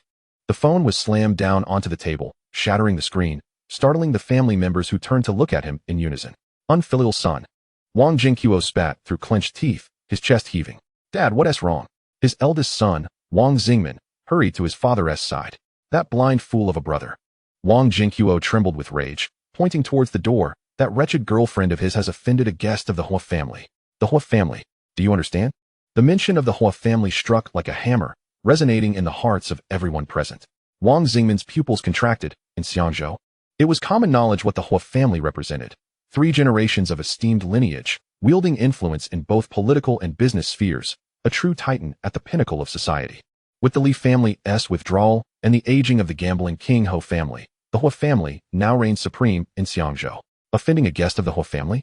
Wang Xingmin's back broke into a cold sweat. This was no trifling matter. One wrong move, and the entire Wang family could find themselves in dire straits. That idiot. Wang Xingmin's face turned ashen. I'll bring him back immediately. We'll go apologize. Apologize? Wang Jingqiu scoffed, fury blazing in his eyes. They may not even grant you an audience. You'd better go, beat your brother half to death first, then take him. As for that woman, you handle her, ensure she never sets foot in Xiangzhou again. Understood, Dad. Wang Xingmin wasted no time, snatching up the car keys and racing out the door. The dining room fell into a tense silence, and Wang Jingqiu's youngest daughter cautiously asked, Dad, is the Hou family really that terrifying? We live in a society governed by law. Wang Jingqiu glanced at his daughter, his voice hoarse, with a single word. The Hou family can reduce the Wang family's decades-long foundation to nothing overnight. They are the law in Xiangzhou. His words sent shivers through everyone present. Victoria Harbor. The harbor under the night sky resembled a flowing painting. The skyscrapers of Central across the bay shimmered brilliantly, their glass facades reflecting a dazzling light, akin to a forest aglow. On the water, ferries and yachts glided by, leaving trails of golden ripples. Hao Yang held Lin Xian's hand as they walked along the seaside promenade, the evening breeze carrying the salty tang of the sea, dispersing the heat of the day. The promenade was bustling with tourists taking photos, couples strolling hand in hand, and street performers strumming guitars and singing. However, with Chen Tao and Yao Jun flanking them and Tang Shishi at their side, a small barrier was created, preventing anyone from encroaching upon their space. It's so beautiful here, Lin Xian remarked, her eyes sparkling as she gazed across the bay, as Hao Yang wrapped his arm around her shoulder. He appeared even more handsome than in the photographs. The two strolled to the railing, leaning against it to admire the night view. The sea breeze tousled Lin Xian's long hair, prompting her to gather it with her hand. Suddenly, she turned to Hao Yang and asked, Yang, is it really alright to spend so much money today? Of course, Hao Yang chuckled softly. To me, money is merely a number. Besides, he paused, gazing into Lin Xian's eyes. Spending on you brings me joy. Lin Xian blushed, lowering her gaze as she quietly replied, I feel happy too. It feels like a dream. It's not a dream. Hao Yang took her hand firmly. There will be even more moments like this in the future. The two quietly admired the night scenery for a while until Tang Shishi approached, whispering, Young Master Yang, the fireworks are ready. Hao Yang nodded. Moments later, a spark of light suddenly illuminated the sky across the river. With a whoosh and a bang, the first firework blossomed in the night, its golden brilliance radiating outward like a glowing tree. Wow! Lin Xian exclaimed, her eyes sparkling with delight. Following closely, the second and third fireworks ascended in succession, bursting into magnificent patterns against the deep blue sky. Reds, greens, golds, and silvers intertwined to create a sea of light. The reflections shimmered on the ocean surface, creating an ethereal dreamscape. Around them, tourists looked up in awe, some raising their phones to capture the moment, while others applauded and cheered, leaning into Hao Yang's embrace. Lin Xian gazed up at the sky, the colors of the fireworks flickering in her eyes, her lips curving into a childlike smile. Hao Yang looked down at her, suddenly recalling their first encounter at the company's reception, where she wore a simple professional outfit, her polite smile masking the shyness of a newcomer to the world. Now, clad in an exquisite dress and adorned with a diamond necklace, she nestled against him, exuding carefree joy. Let it always be this way, he thought. The fireworks display lasted for 15 minutes, culminating in a final firework that soared skyward, bursting into a magnificent golden bouquet before gradually fading away. The night sky returned to tranquility, save for the distant lights still shining brightly across the river. Hao Yang, Lin Xian murmured, thank you. For what? Thank you for everything. Meeting you is the luckiest thing in my life. Lin Xian lifted her head, looking earnestly at him. Hao Yang smiled and gently kissed her forehead. Meeting you is also my fortune. They embraced for a moment longer before turning to leave. Back in the car, Lin Xian, feeling weary, leaned against Hao Yang's shoulder, drifting into a light slumber. Hao Yang allowed her to rest her head on his lap, softly patting her back as one would soothe a child. Tang Shishi, seated in the front, glanced at them through the rearview mirror, a gentle smile gracing her face. Just then, Hao Yang's phone vibrated. He took it out to check. It was a message from Hu Gang. Hu Gang, Yang, the Wang family has contacted me. They nearly beat Wang Xingning to death. And Wang Lily is also in a bad place. She wishes to apologize in person. What do you think? Shortly after, Hu Gang sent a video showing Wang Xingning, battered and bloodied, curled up on the ground, while Wang Lily appeared nearly deranged, mumbling that she wouldn't dare again. Hao Yang pondered for a moment before replying. Hao Yang, this has little to do with Wang Xingning. It was just that woman's loose tongue. Let us consider the matter closed. Hu Gang understood. Putting away his phone, Hao Yang gazed out the window. Xiangzhou was still vibrant under the night sky, with neon lights flickering and traffic flowing like a river. This was the allure of power, truly captivating. Chapter 30. Fan meeting. The van glided smoothly away from Victoria Harbor, traversing the brilliantly lit streets before finally halting before a tranquil courtyard.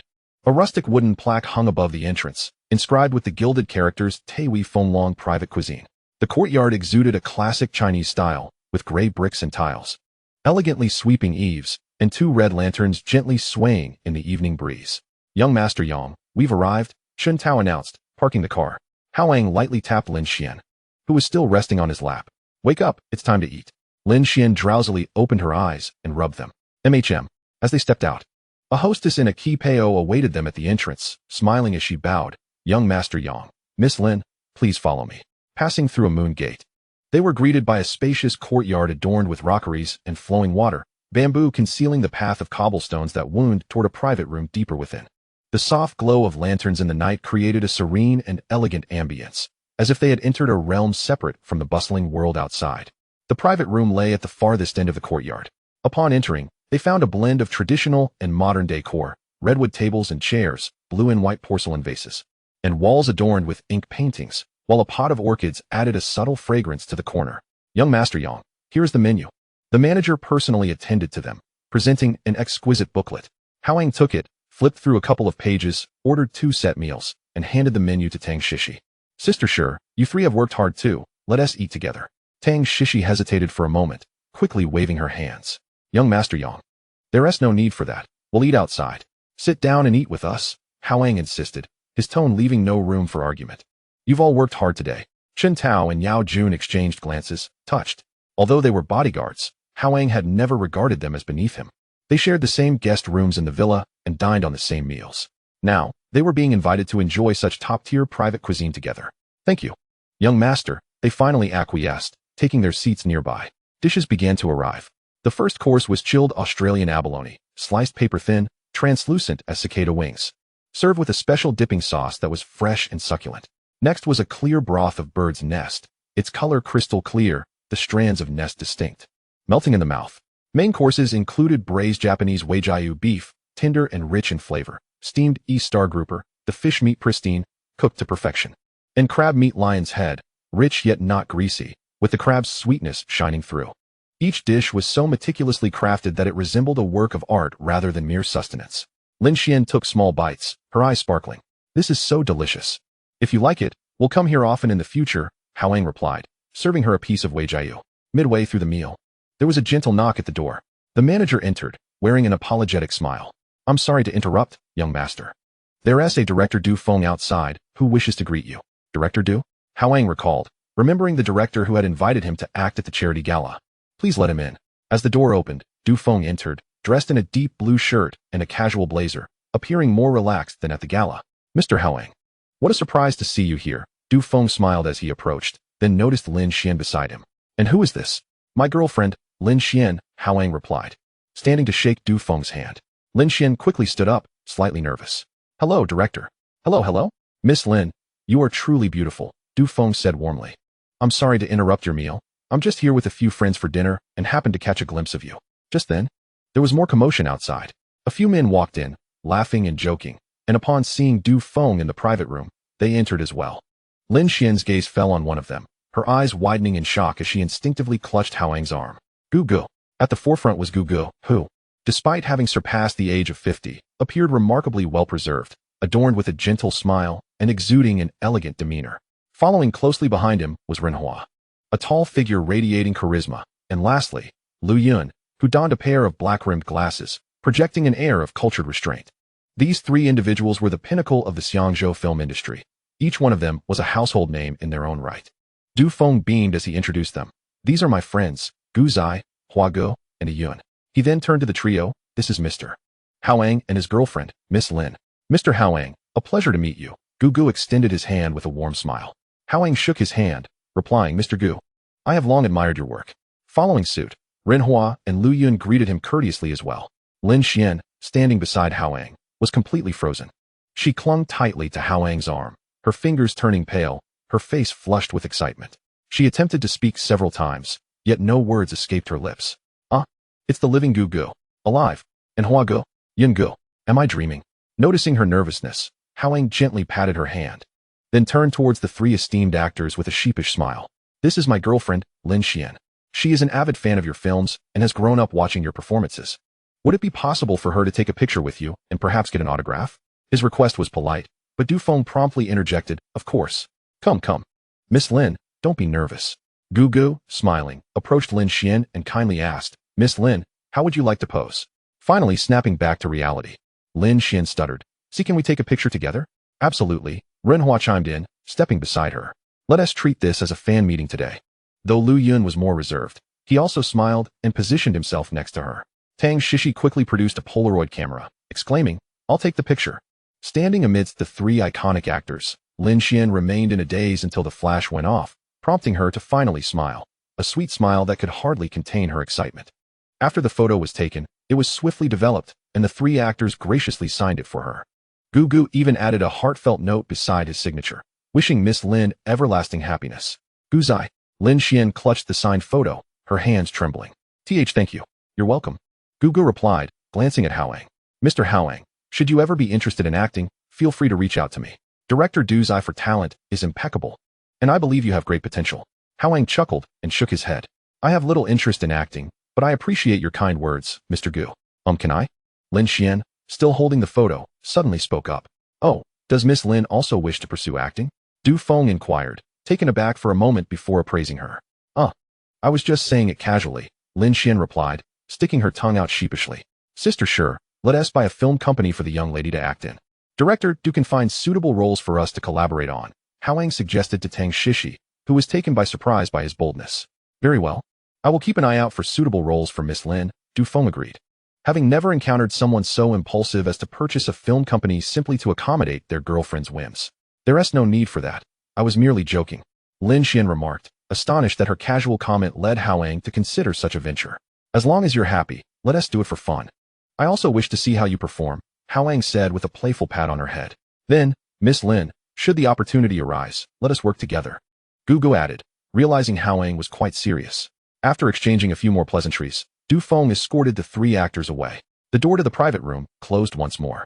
Lin Xian continued to gaze at the signed photo, murmuring to herself, am I dreaming? It's not a dream, Hao Yang chuckled, ruffling her hair. It's real. But Lin Xian lifted her head, her eyes sparkling with astonishment. That is Gugu, and Huagu, Yungu. They actually took a picture with me and signed my photo. I might even act alongside them in the future. Overwhelmed with joy, she jumped in place twice before throwing herself into Hao Yang's embrace. Thank you, Hao Yang. Hao Yang held her close, feeling her slight tremors, those of excitement. Are you that happy? He whispered. Yes, I'm super happy. Lin Xian buried her face in his chest, her voice muffled, yet brimming with delight. I've loved their movies since I was little. I can't believe I met them in person today and took a picture. Throughout the latter part of the meal, Lin Xian remained in a state of elation, frequently retrieving the signed photo to admire it, and then glancing at the pictures on her phone, smiling as if she had discovered a treasure. Seeing her joy warmed Hao Yang's heart. As the group exited the private room and strolled into the courtyard, Lin Xian couldn't resist glancing back. As if the experience had been a beautiful dream, she feared that if she looked away, it would all vanish. The car drove back to Qinshui Bay. On the way, Lin Xian leaned against Hao Yang's shoulder and softly said, Today has been the happiest day of my life. There will be even happier days ahead, Hao Yang reassured her. Lin Xian closed her eyes, a smile still gracing her lips. I believe you. The car halted in front of Villa 108. The night had deepened, and the lights from the villa shone warmly, as if welcoming homecoming souls. Hao Yang took Lin Xian's hand as they exited the car and walked through the door. In the living room, the elder was engaged in a chess match with Hou Tu, while Lu Xiaoying and Guo Jing were watching television. The three children from the Hua family were playing in the living room, mingling with Guo Jing. Uncle Yang, Hua Shi exclaimed upon seeing Hao Yang, immediately pulling his sisters closer. Earlier that evening, when their mother had revealed the 3 jade tokens, it had completely altered his worldview.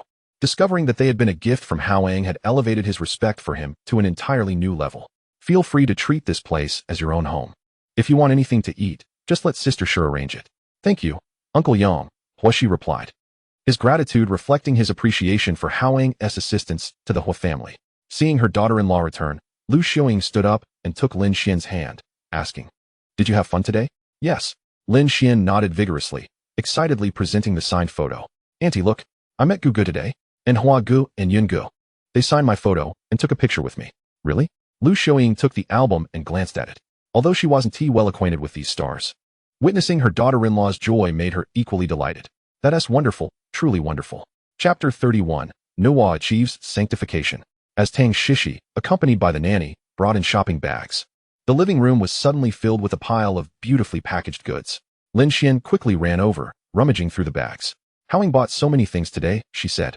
A bit shyly. I picked out a few things for you, Annie. Please see if you like them. As she spoke, she retrieved gifts specifically chosen for Lu Xiaoying, a beige Chanel cardigan, an Hermes silk scarf, a set of Estee Lauder skincare products, and a Cartier pearl necklace. Lu Xiaoying was taken aback. What did this cost? Money is not important, Hao Yang interjected as he approached, wrapping his arm around his mother's shoulders. What matters is the thought behind it. She took a long time to choose. Lu Xiaoying gazed at the exquisite items in her hands, her eyes slightly moist. Although it was her son's money being spent, the gifts were carefully selected by her daughter-in-law, and that sentiment warmed her heart. I love them, I truly do, she said, pulling Lin Xian closer and giving her a gentle pat. You are very thoughtful, Xian. Lin Xian smiled sweetly. I'm glad you like them, Auntie.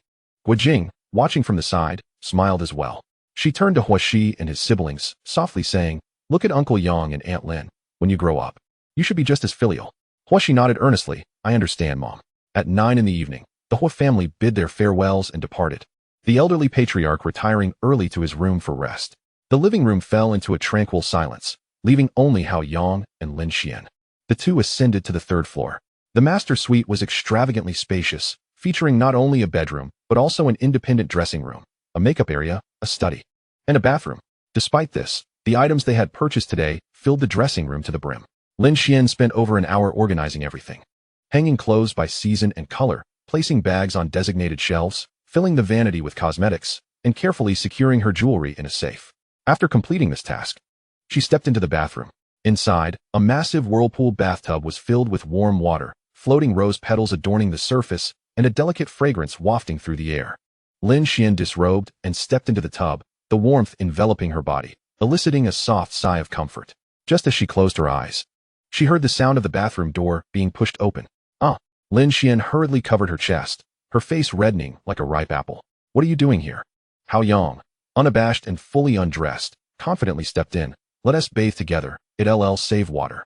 The bathtub was spacious enough for two. And he sat across from Lin Xian, gently prying her hands away from her chest, gazing at her flushed face with a blend of tenderness and playful teasing. You showed yourself to me last night, yet you're still so shy? I must punish you. No, Appa. Lin Xian's voice grew increasingly faint. Hao Yang did not give her a chance to resist, leaning in to seal her lips with his.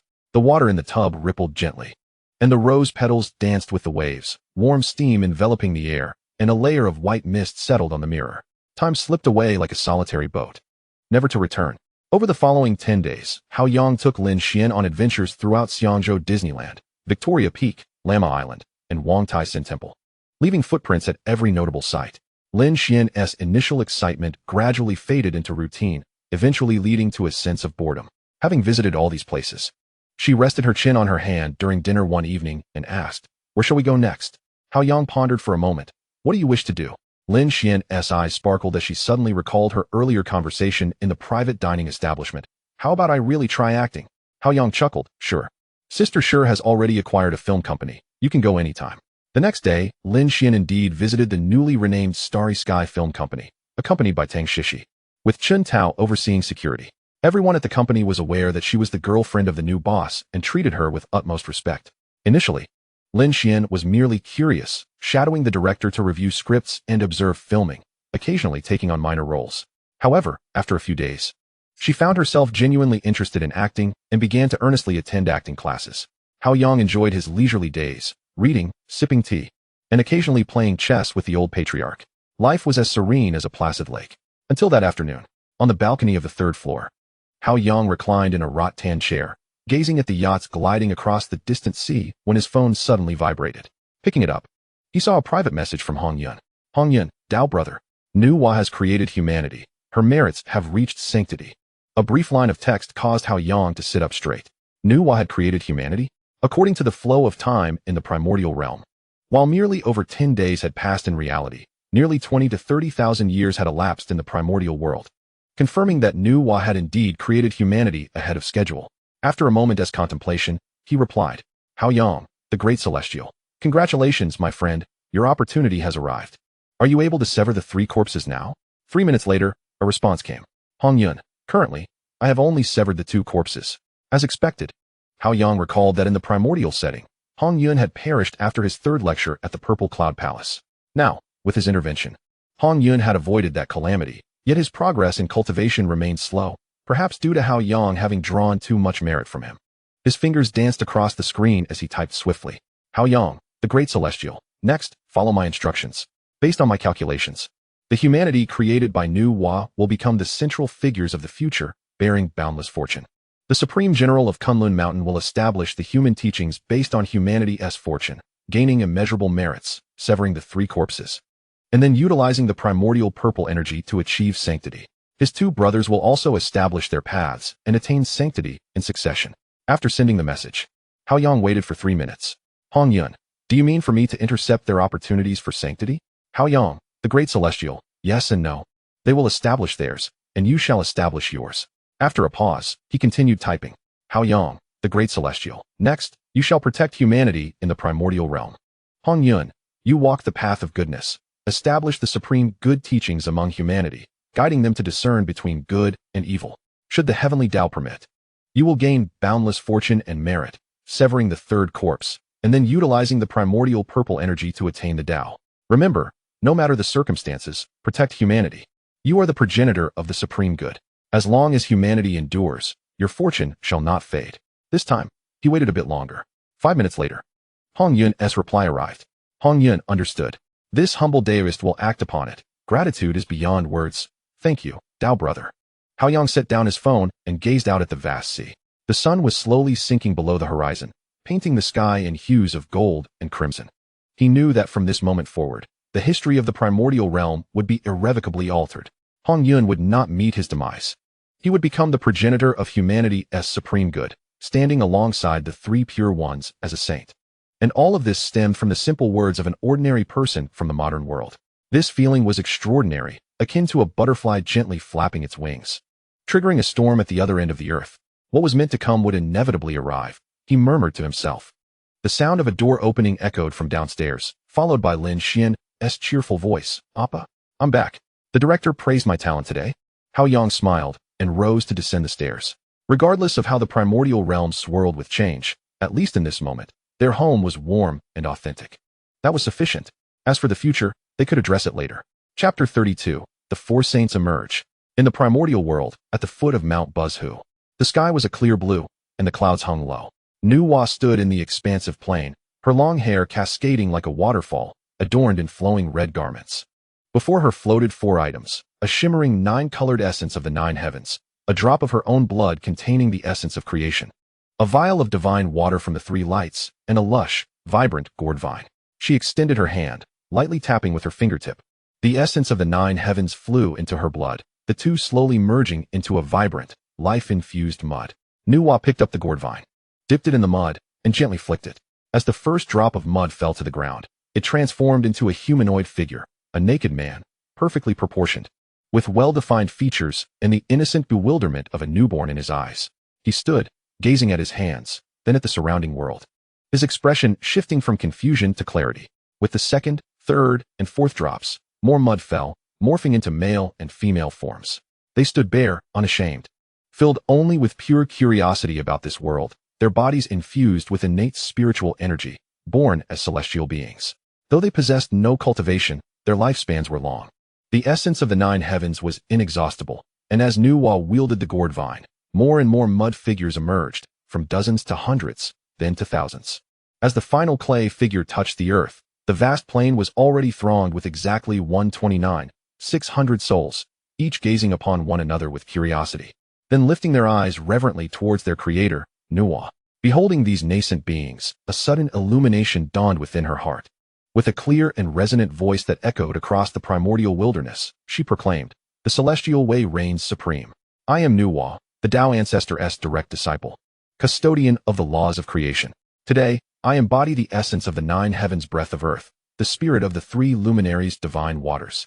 Guided by my own sacred blood, and mediated through the gourd vine, in imitation of the great Pangu's divine form, I fashion mankind to mend the deficiencies of heaven, earth, and humanity, establishing the lineage of humanity and inheriting the destiny of the human path.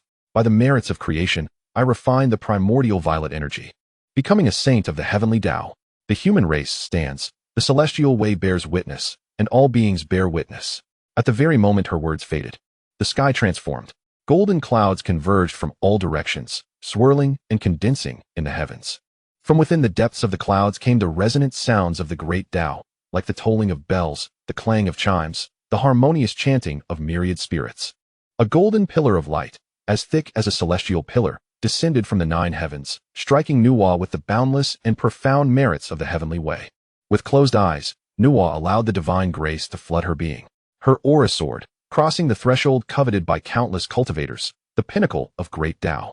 A thunderous reverberation swept through the primordial wilderness. We pay homage to the saint. All beings bowed their heads. Golden lotuses bloomed from the earth. Sweet dew descended from the heavens. Heaven and earth rejoiced in unison. Nuwa's merits had ascended her to the rank of heavenly Tao saint.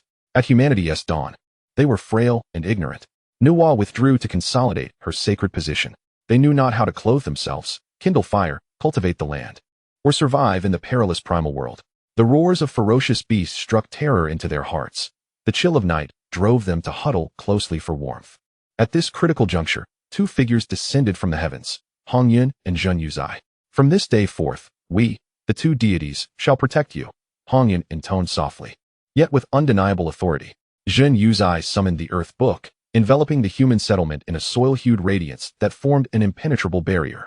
Henceforth, Wild beasts dared not approach, nor could storms ravage their homes. Hongyun took on the role of mentor, teaching humanity to recognize edible fruits, weave simple garments from leaves, seek shelter from wind and rain. He enlightened them on the concepts of good and evil, permissible and forbidden actions. Though newly born, humanity possessed astonishing aptitude. They swiftly mastered all Hongyun imparted and began to independently explore their world. 3 millennia passed in the blink of an eye. Humanity's population exploded from the initial 129,600 to over 100 million through successive generations. Yet Hongyun discerned a troubling truth. The original innate humans enjoyed long lifespans and robust physiques, but with each passing generation, their descendants grew increasingly weak. Presently, newborn humans were mere mortals with lifespans scarcely exceeding a century, vulnerable even to the breath of the weakest demon beasts. Humanity required a more systematic inheritance.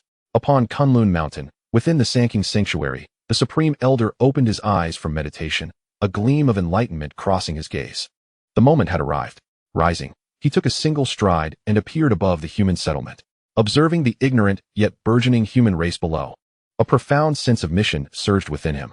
He descended to a small hillock and seated himself in lotus posture. From this day forth, I shall teach you the path of cultivation. His voice was gentle, but carried throughout the human territory.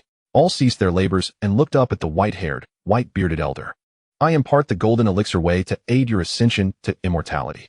The Supreme Elder began his teachings, using humanity as the model. He instructed them on how to sense the spiritual energy of heaven and earth, how to refine qi into spirit, how to condense the elixir into a nascent form. His explanations were lucid, starting from the most fundamental breathing techniques, gradually guiding humanity through the gateway of cultivation. This instruction spanned 2 millennia. Hongyun and Zhun Yuzai observed silently, refraining from interference. Cultivators emerged among humanity, drawing qi into their bodies, refining it into spirit, steadily breaking the shackles of mortal flesh. Though progress was slow, hope had been planted. When the Supreme Elder concluded his final lesson on the realm of the immortal human, the heavens once again shifted in hue. The celestial way reigned supreme. I am the Supreme Elder, the primordial spirit of Pangu incarnate, foremost disciple under the Tao ancestor, master of the way of non-action. Observing heaven and earth, humanity newly established yet unillumined, beings ignorant and order yet unclear, I vow to found the human sect, guided by purity and non-action, following the natural course as principle, without distinction of race or lineage, universally saving all beings, propagating the great Tao, inheriting the destiny of humanity. By the merits of opening the heavens as foundation, establishing the sect's merits as guide, refining the primordial violet energy, uniting the 3 corpses as one, attaining the great Tao of the mixed origin, becoming the supreme, pure Tao virtue heavenly venerable. The human sect is established, the Tao tradition transmitted, the celestial way bears witness. Upon his declaration, heaven and earth rejoiced together. Clouds of merit spread across 30,000 miles. Protective energies of the cosmos enveloped him. Primordial violet energy infused his being. And holy might swept through the primordial wilderness. All life bowed. Golden clouds of merit amassed, slightly less magnificent than at Nuwa's ascension, yet still immense. A pillar of merit light descended, pouring into the Supreme Elder's body. His aura began to ascend. From within emerged the good corpse, manifesting as a kindly old man, the evil corpse as a stern middle-aged figure, and finally, the attachment corpse, a youth with an indifferent expression. United, the 3 corpses completed his merit. A thunderous second holy might surged through the wilderness. The Supreme Elder had attained sainthood. Following the Supreme Elder's departure, he took with him one innate human named Hongyun. Since the opportune moment, he drifted down to the central plaza of humanity, where a simple altar had been erected. Countless humans gathered, their eyes filled with reverence for the venerable Hongyun, who had shielded them unfailingly for 3 millennia. Taking a deep breath, Hongyun proclaimed in a clear voice, "The celestial way reigns supreme. I am Hongyun, born from the first red cloud of heaven and earth, disciple of the purple cloud palace, master of the supreme good Tao, witnessing the ceaseless strife in the primordial wilderness, humanity's ignorance, and the suffering of all beings. I vow to establish the supreme good sect, with supreme goodness akin to water, benefiting all things yet remaining tranquil, bearing profound virtue to sustain the world and save beings as principle, without distinction of race or lineage, transmitting the path of goodness, imparting methods, and protecting all life, by the primordial violet energy as guide. The protective merits of the human path as foundation, establishing the sect's destiny as cornerstone, uniting the 3 corpses as one, attaining the great Tao of the mixed origin, becoming the Hongyun merit heavenly venerable. The supreme good sect is established, the path of goodness transmitted, the celestial way bears witness. Memories of 3,000 years flooded Hongyun's heart, the patience with which he taught them to identify edible fruits, the decisiveness in driving away beasts, the care in gathering herbs to heal the sick. Unbeknownst to him, the first to kneel was followed by a second, then a third. 100 million humans knelt in unison, bowing their heads to Hongyun. Hail the sect leader. Their voices rose like a mountain's roar and the ocean's tide, piercing the heavens. At that moment, the clouds of Myriad in the sky gathered anew, even more magnificent and vast than when the supreme elder had ascended. A golden pillar of light descended, enveloping Hongyun entirely, while a smaller portion landed upon Zhunti, who smiled with joy. By virtue of this merit and destiny, he severed the third corpse, achieving the pinnacle of quasi-sainthood. Meanwhile, Hongyun closed his eyes, feeling the merit suffuse his body. The shackles that had bound him for countless years began to loosen. The good corpse emerged as a gentle, smiling youth, the evil corpse as a solemn middle-aged man, and finally, the attachment corpse as an elder with clear eyes and boundless compassion. United, the three corpses returned to their place. Hongyun's aura soared ever higher. Primordial violet energy burst forth from his primordial spirit, merging with the merit to form the ladder to sainthood. A cataclysmic third holy might swept the primordial wilderness. Hongyun had attained sainthood. He opened his eyes, and instead of the usual gentleness, they now radiated a compassion that encompassed the universe. He gazed upon the 100 million kneeling members of the human race and softly spoke. The highest virtue is like water. Water benefits all things and remains tranquil. I teach you to discern right from wrong, to be grateful and to assist and love one another. When one does good deeds, though blessings may not yet arrive, calamities have already receded. When one commits evil deeds, though misfortunes may not yet come, blessings have already distanced themselves. His voice was gentle, yet each word was a pearl, nourishing the hearts of every human present like a spring rain. Rise. From this day forth, the human race shall endure, and the highest virtue shall never cease. At Kunlun Mountain, Yuan Shi and Tong Tian stood at the peak, observing the successive waves of sacred might sweeping across the primordial world, their expressions a mixture of complexity. Red Cloud has surprisingly attained sainthood, Yuan Shi murmured. Tong Tian, however, chuckled. Interesting. Let us embark on a journey ourselves. The two departed Kunlun, traversing the primordial realm for 2 millennia, witnessing humanity's flourishing, the arrogance of the demon race, the tyranny of the shaman race, the movement of heaven and earth, and the myriad forms of existence. After 2,000 years, they returned to Kunlun. Yuan Shi stood before the Jade Void Palace and declared, from today onwards, I established the Chan teaching. Chan signifies clarity. My teaching aligns with the heavenly mandate, elucidating celestial principles, valuing the roots of disciples, and emphasizing innate talent. As his words resonated, merit descended, and the three corpses emerged, returning to their rightful places. Yuan Shi attained sainthood. Tong Tian laughed heartily, stepping to the shores of the East Sea. From today onwards, I established the Jie teaching. Jie means to seize. My teaching seizes every glimmer of opportunity, welcoming all who are inclined toward the Tao. Merit descended, and the three corpses emerged. Thus, 6 of the 7 saints predicted by Hongjun had appeared, leaving only the final 2 from the west, with an additional saint. As deduced by Hongjun, in the Xixiao Palace, Hongjun, the Tao ancestor, opened his eyes, gazing at the vast primordial land, his expression devoid of sorrow or joy. Change has finally arrived. Chapter 33, A Step to Divinity. In the real world, off the coast of Xiangzhou, a white yacht lay quietly anchored on the azure sea, sunlight cascading onto the deck and reflecting a dazzling brilliance. The yacht had been an impulsive purchase a few days prior. It was Sunday, and Guojing had brought 3 children along, currently chatting under a sunshade with Lu Xiaoying. While the elder was fishing on the other end of the deck with the 3 siblings, their laughter ringing out intermittently. On the second level of the yacht, Hao Yang lounged on a deck chair, clad only in beach shorts, while Lin Xian knelt beside him, her small hands dabbed in essential oil, diligently giving him a back rub. Is this pressure all right, Yang? She asked softly. Comfortable, Hao Yang replied, eyes closed, the scent of the oil filling his nostrils, the gentle sound of the waves lulling him into a state of relaxation. Such days had passed for 5 days now. Ever since that day when Red Cloud announced Nuwa's ascension to sainthood, the group chat had become utterly lively. On the first day, the news of Nuwa's sainthood erupted, flooding the chat with congratulations for the Nuwa Empress. By the 4th day, the Taishang's establishment of the Ren teaching led to another round of accolades, but not long after, Red Cloud surprisingly established his own teaching and attained sainthood as well. The chat exploded with excitement. Tong Tian, goodness.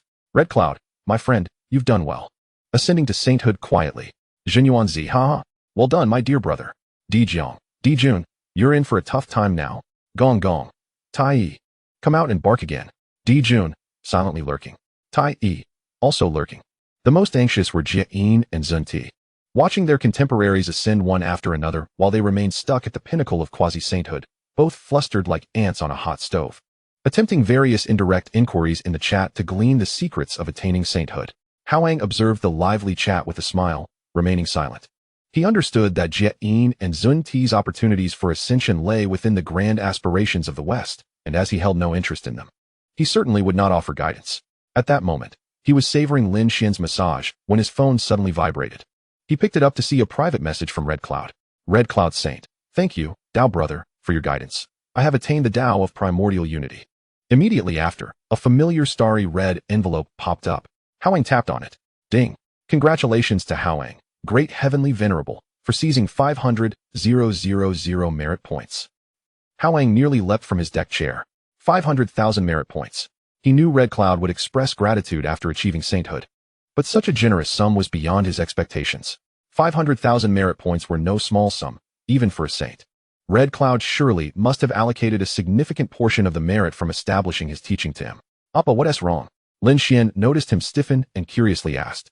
Nothing, just received some good news, Hao Yang replied, taking a deep breath to suppress his excitement. After a moment's thought, he responded to Red Cloud. Hao Yang, great heavenly venerable. Congratulations, Tao friend, on attaining the Tao of primordial unity. Please continue to provide protection for the human race. 3 minutes later, a reply came. Red Cloud Saint, of course. Tao brother, should you require anything, feel free to ask. Just as he exited the chat with Red Cloud, another message popped up. It was from Nuwa. Nuwa Saint, heavenly venerable, I have obtained the items you requested from Taizhang. Following that, another red envelope appeared. Hao Yang opened it. Ding. Congratulations to Hao Yang, great heavenly venerable. 4 Seizing Golden Elixir Path 1, Sanqing Celestial Method 1, 8-9 Mystical Arts 1. 3 Manuals. Hao Yang's eyes lit up, his breath quickening. He had waited too long for this. Without a cultivation method, the Chaos Pearl fragments could only passively alter his body, preventing active cultivation. Now he finally had the means. However, the surprises were not yet over. Just as he prepared to check the details of the manuals, the phone screen suddenly darkened, followed by lines of golden text appearing. Ding. Detected that Hao Yang, great heavenly venerable, has acquired cultivation methods. Chat system upgrading. 1030-508-0100. Ding. Consumed 300,000 merit points. Chat system upgrade complete. Opening the following modules. 1. Cultivation Method Simulation System. Can consume merit points to simulate advanced versions of cultivation methods. Can consume merit points for rapid comprehension of cultivation content. 2. Enlightenment Cultivation System. Can consume merit points to refine resources into spiritual power, directly enlightening and enhancing realms. 3. Interdimensional Teleportation Array. Can consume merit points to teleport to designated coordinates in the primordial realm. Hao Yang stared at his phone screen, utterly stunned. The system has upgraded, and with so many new features. The cultivation method simulation, enlightenment cultivation, and interdimensional teleportation array seemed tailor-made for someone like him. Oh dear. My merit points. He couldn't help but exclaim, realizing the upgrade had consumed all his 300,000 merit points. Ayong. Lin Xian paused her actions and leaned in to see his phone. What merit points? Nothing, just some in-game currency, Hao Yang replied, putting his phone away. Turning to embrace her suddenly, feeling that the days ahead would be even more interesting. Lin Xian, bewildered by his embrace, nonetheless smiled sweetly. If Yang is happy, then I'm happy. In the evening, the yacht returned to the shallow water bay dock. The setting sun painted the sea in hues of gold and crimson, while Villa 108 stood quietly against the twilight. As the group returned home, Lu Xiaoying and Guojing took the children to prepare dinner. The elder stated he was tired and went to rest, while Lin Xian was pulled into the kitchen by Lu Xiaoying, who said she would teach her to cook some dishes that Hao Yang loved. Hao Yang rode the elevator alone to the rooftop terrace. Here, he could overlook the entire bay. And at night, he could see the starry sky. He found a clean spot and sat cross-legged. As the night gradually descends, the distant city lights flicker to life, resembling a scattered galaxy of stars. Hao Yang takes out his phone and opens the system interface. The merit balance displays 203,980 points. He first accesses the Cultivation Technique Simulation Learning System, selecting Golden Core Path. A prompt appears. Learning the complete system of Golden Core Path requires 10,000 merit points. Do you wish to continue? He chooses to continue.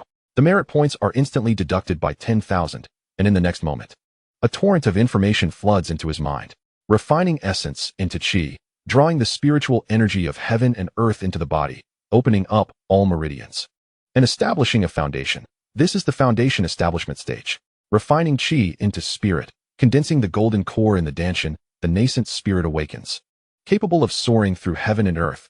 This is the golden core stage, refining spirit to return to the void. The golden core shatters into an infant, and the primordial infant exits the body, traversing the vast emptiness. This is the primordial infant stage, refining the void to merge with the Tao. The primordial infant transforms into the primordial spirit, harmonizing with the Tao, where a single thought can move the universe, and distance becomes irrelevant. This is the spirit transformation stage. The entire cultivation system is crystal clear, with the key points, challenges, and risks of each realm imprinted in Hao Yang's consciousness like a brand. With his eyes closed, he digests this information, gradually attaining enlightenment. So this is what cultivation entails. Next comes the initiation of his training. He opens the treasure chest and clicks on the jade-like ginseng fruit, which glows softly and emits an enticing fragrance. Detected the innate spiritual fruit, ginseng fruit, which can be converted into pure magical power. Conversion requires 100,000 merit points. Do you wish to continue? 100,000 points. Hao Yang glances at his remaining merit, 194,980 points. Sufficient. He chooses to continue. In that instant, the ginseng fruit transforms into a stream of milky white light, vanishing from the treasure chest, while simultaneously 100,000 merit points dissipate like flames. Suddenly, the sky undergoes a transformation. The previously clear night sky becomes overcast as clouds gather from nowhere, forming a vortex above the villa. At the center of the vortex, a gentle yet magnificent pillar of light pierces through the clouds, descending straight down and enveloping Hao Yang, who is seated in meditation. On the beach, tourists and residents witness this extraordinary phenomenon and rush to capture photos and videos. Look over there, the sky has changed. Goodness, has the heavenly gate opened? Are aliens invading? Within the light beam, Hao Yang's aura begins to surge wildly. The first layer, drawing qi into the body. The descending pure magical power floods into his pores like rivers converging into the sea, cleansing his meridians. The second layer, establishing the foundation and opening the meridians. The 12 primary meridians and the 8 extraordinary vessels are all connected, forming a swirling vortex in the Danshan. The third layer, condensing the golden core. The vortex compresses and solidifies, ultimately transforming into a golden Dan pellet the size of a longan, slowly rotating in the Danshan. The fourth layer, the golden core shatters. Cracks appear on the surface of the golden pellet, exploding with a resounding boom as a 3-inch tall infant leaps out, bearing a striking resemblance to Hao Yang. Seated in the void with an imposing aura.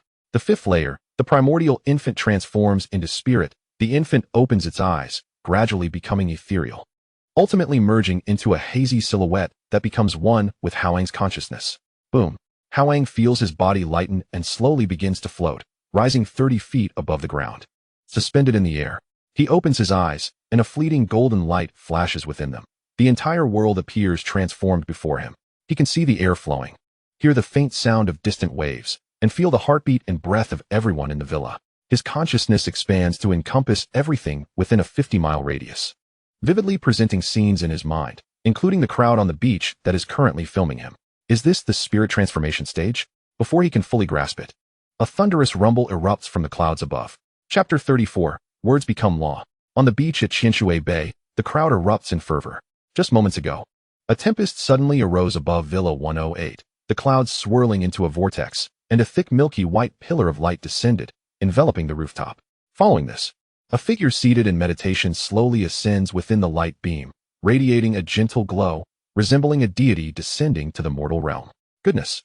I knew the spiritual energy was reviving. Why aren't they letting me join in? A young man exclaims, nearly dropping his phone from excitement. Is he about to ascend? The thunder tribulation has arrived. A middle-aged man stares in disbelief. Did I wake up in another world? Is this still the same reality? A young girl rubs her eyes vigorously. The crowd's phones are all trained on the sky, the sounds of shutter clicks, video recordings, and gasps rising in a cacophony as someone uploads a video on social media, captioning it. Qianshui Bei witnesses a scene of ascension. Watch quickly. It might be deleted at any moment. The uproar grows louder, and even those inside Villa 108 can hear the commotion through the courtyard walls. Lu Xiaoying is the first to step out of the kitchen, still holding a spatula. She pushes open the back door and walks into the yard, looking up to see the white light enveloping the rooftop, her son floating in midair. Yang. Her mind goes blank, overwhelmed. She knows her son has connections with those celestial beings, those elixirs that can rejuvenate, those charms that can withstand nuclear explosions. Is this the celestial beings coming to collect their due? Are they here to take her son away? Yang. Lu Xiaoying drops the spatula and rushes back inside, tears streaming down her face. The elder also hears the commotion and steps out of the house. Upon witnessing the scene above, his pupils constrict, his hand gripping the cane tight, veins bulging. Lin Xian follows suit, and upon seeing Hao Yang suspended in the light beam, her face turns pale. Yang. What has happened to you? The others, Chen Tao, Tang Shishi, Aunt Wang, Aunt Li, stand in stunned silence in the yard. Chen Tao clenches his fists, unsure of what to do, while Tang Shishi covers her mouth, her eyes wide with shock. Guo Jing stands at the entrance with her 3 children, her expression grave. She immediately pulls out her phone and dials Huagang's number. Honey, it seems Yang is about to ascend. Many people here in Qianshui Bay are witnessing it. Quickly, control the network. Otherwise, this cannot be contained. Her voice is urgent and clear. On the other end of the line, Huagang is in his office. Upon hearing his wife's words, his expression shifts dramatically. He hangs up the phone and swiftly opens a social media app on his phone. Indeed, the local channels are ablaze with activity. Videos titled Qianshui Bay Ascension, Immortal Crossing Tribulation, Spiritual Energy Revives are spreading like wildfire, views skyrocketing at an alarming rate. Huagang takes a deep breath, glancing at the videos before dialing several numbers. This is Huagang. Listen, no matter the cost. All videos of the Qianshui Bay event must be taken down. Immediately. This is Huagang. I want all videos of the ascension deleted remotely, irretrievable. Execute it now. I said now. This is Huagang. Immediately shut down all networks in the Qianshui Bay area. Yes, all of them. Just say it's for temporary maintenance. A series of commands are issued, and cold sweat beads on Huagang's forehead. He opens the social media app again, observing as the videos begin to vanish one by one, with search results showing no relevant content. Letting out a sigh of relief, he grabs his car keys and rushes out of the office. The car speeds toward Qianshui Bay. At this moment, on the beach, as Huagang's orders are enacted, the previously excited crowd suddenly realizes something is amiss. What the heck? There's no internet. Wait, where are my videos? Really, my videos are gone. Just now I saw my Dijun video was taken down. A sense of foreboding permeates the air. There's a cover-up. The authorities are intervening. We need an explanation.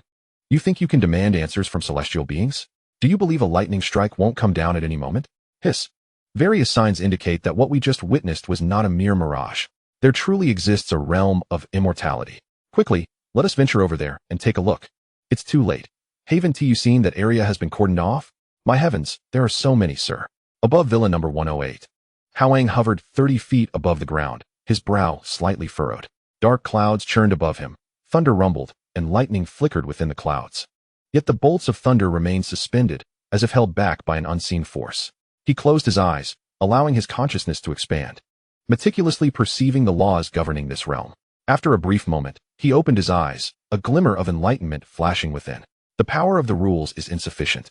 The heavenly path is incomplete, preventing the tribulation of thunder from descending, he murmured. This world, after all, is not the primordial chaos. The laws of heaven and earth are flawed, and even a complete thunder tribulation cannot coalesce. With a gentle wave of his hand, he uttered a command. The roiling clouds in the sky seemed to be stirred by an invisible hand, dissipating in an instant, and the beam of light quietly vanished, revealing the clear night sky adorned with countless stars. Downstairs, hurried footsteps and shouts echoed, and with a thought, he vanished from his spot, reappearing at the stairwell of the rooftop. The elevator door chimed open, and Lu Xiaoying rushed out first, followed closely by Lin Xian and the elderly gentleman. Yang, are you all right? Lu Xiaoying grasped her son's hand tightly, tears streaming down her face. Yang, what happened to you? Lin Xian clutched his other arm, her small face streaked with tears. I'm fine, Hao Yang reassured them with a smile. You know how it is with immortals. I was simply given a manual for cultivation. And while practicing, I unexpectedly broke through my realm, not anticipating such a commotion. He wiped away the tears from his mother and Lin Xian's faces. The elderly gentleman stood behind them, his gaze serious as he looked at his grandson. Cultivating immortality? So you mean to say, Yang, you have become an immortal? Seeing the worried expressions of his family, Hao Yang felt warmth in his heart and nodded. You could say that, but we are still lacking in the thunder tribulation. In our world, one cannot truly become an immortal. Forget about becoming an immortal, Lu Xiaoying exclaimed, her tears giving way to a smile as she lightly tapped her son. You nearly scared your mother to death. Boo-hoo, you scare me so much. Lin Xian lamented, burying her face in his arm. Don't cry, don't cry. Hao Yang gently patted her back. I'm perfectly fine.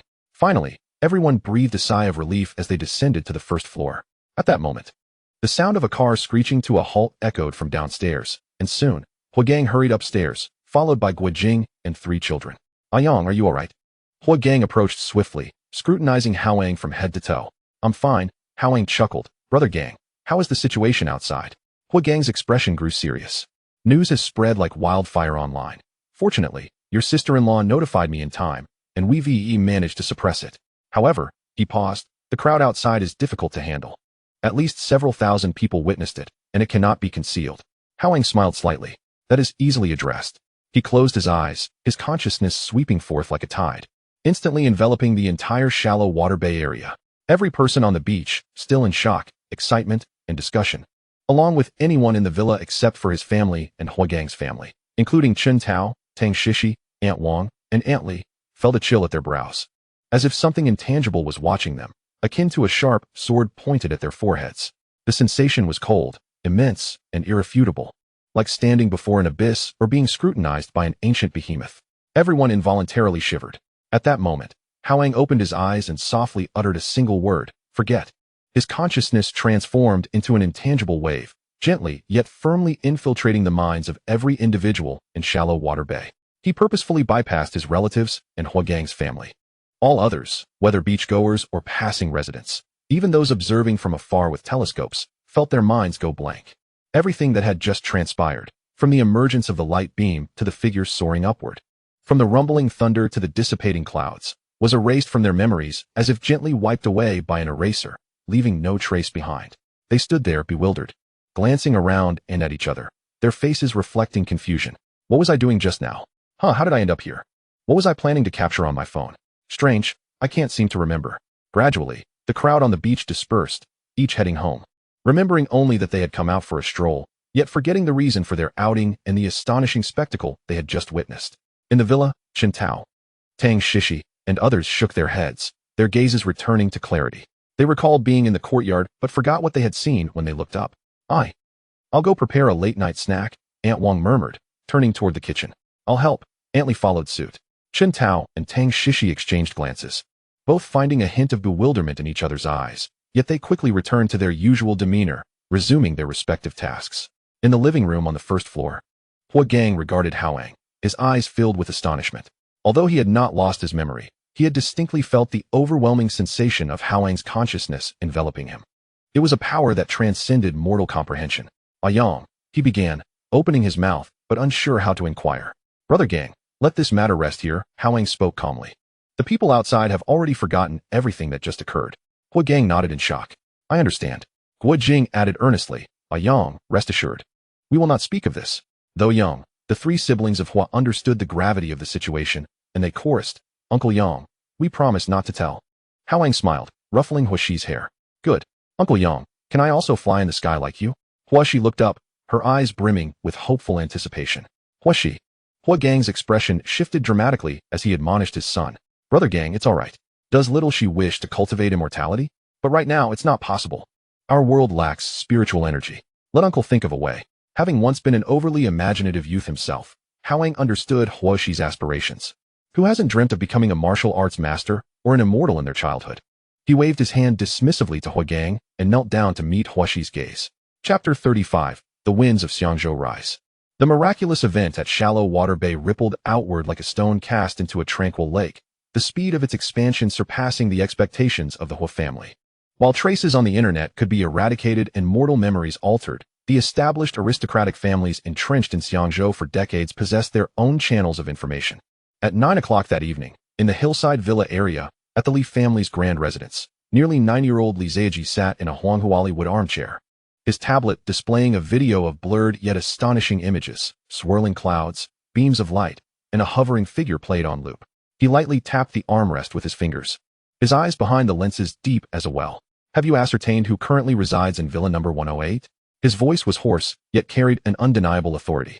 Behind him, a middle-aged butler clad in traditional attire bowed and replied, Master, we have identified the owner. His name is Hao Yang, 25 years old, hailing from Anyang, Jiang Province. He arrived in Xiangzhou approximately half a month ago and has been closely associated with the Hou family. Hou Ting and Hou Gang treat him with great respect.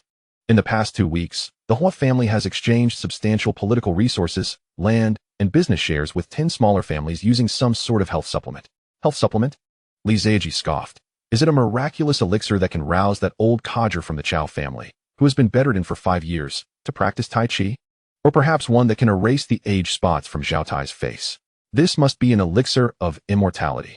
He turned off the video, slowly rising to gaze out at the dazzling nightscape of Xiangzhou. Hou Ting, quite the ambitious one, reaching out to the He, Zheng, Lu, and Wu families. Tomorrow morning at my family ST room, we shall convene. Simultaneously, the gambling king He Kaiang sat in a private suite on the top floor of the Pudong Entertainment City, silently contemplating the video sent by his son He Yalong. Behind him, an elderly man clad in a Daoist robe, with hair as white as snow yet a youthful visage, narrowed his eyes slightly. Vital energy courses through him. He has taken the first steps toward enlightenment. Your second son may indeed be a true cultivator. True cultivator? He Kaiang turned the jade ring on his thumb. And how does that compare to you? The old man shook his head. This old Daoist is but an outer disciple of Longhu Mountain. Having extended my lifespan for a century through elixirs and talismans, nearing my limit. Observing this phenomenon, the light beams are pure and untainted, not of any sinister path. The teachings he has received are likely of an ancient, orthodox lineage. A glint of intensity flashed in He Kaiang's eyes. So, you mean to say that the Hou family may have allied with a genuine dragon? Not merely a true dragon, the old man sighed, but perhaps a celestial dragon. This realm has long been depleted of spiritual energy.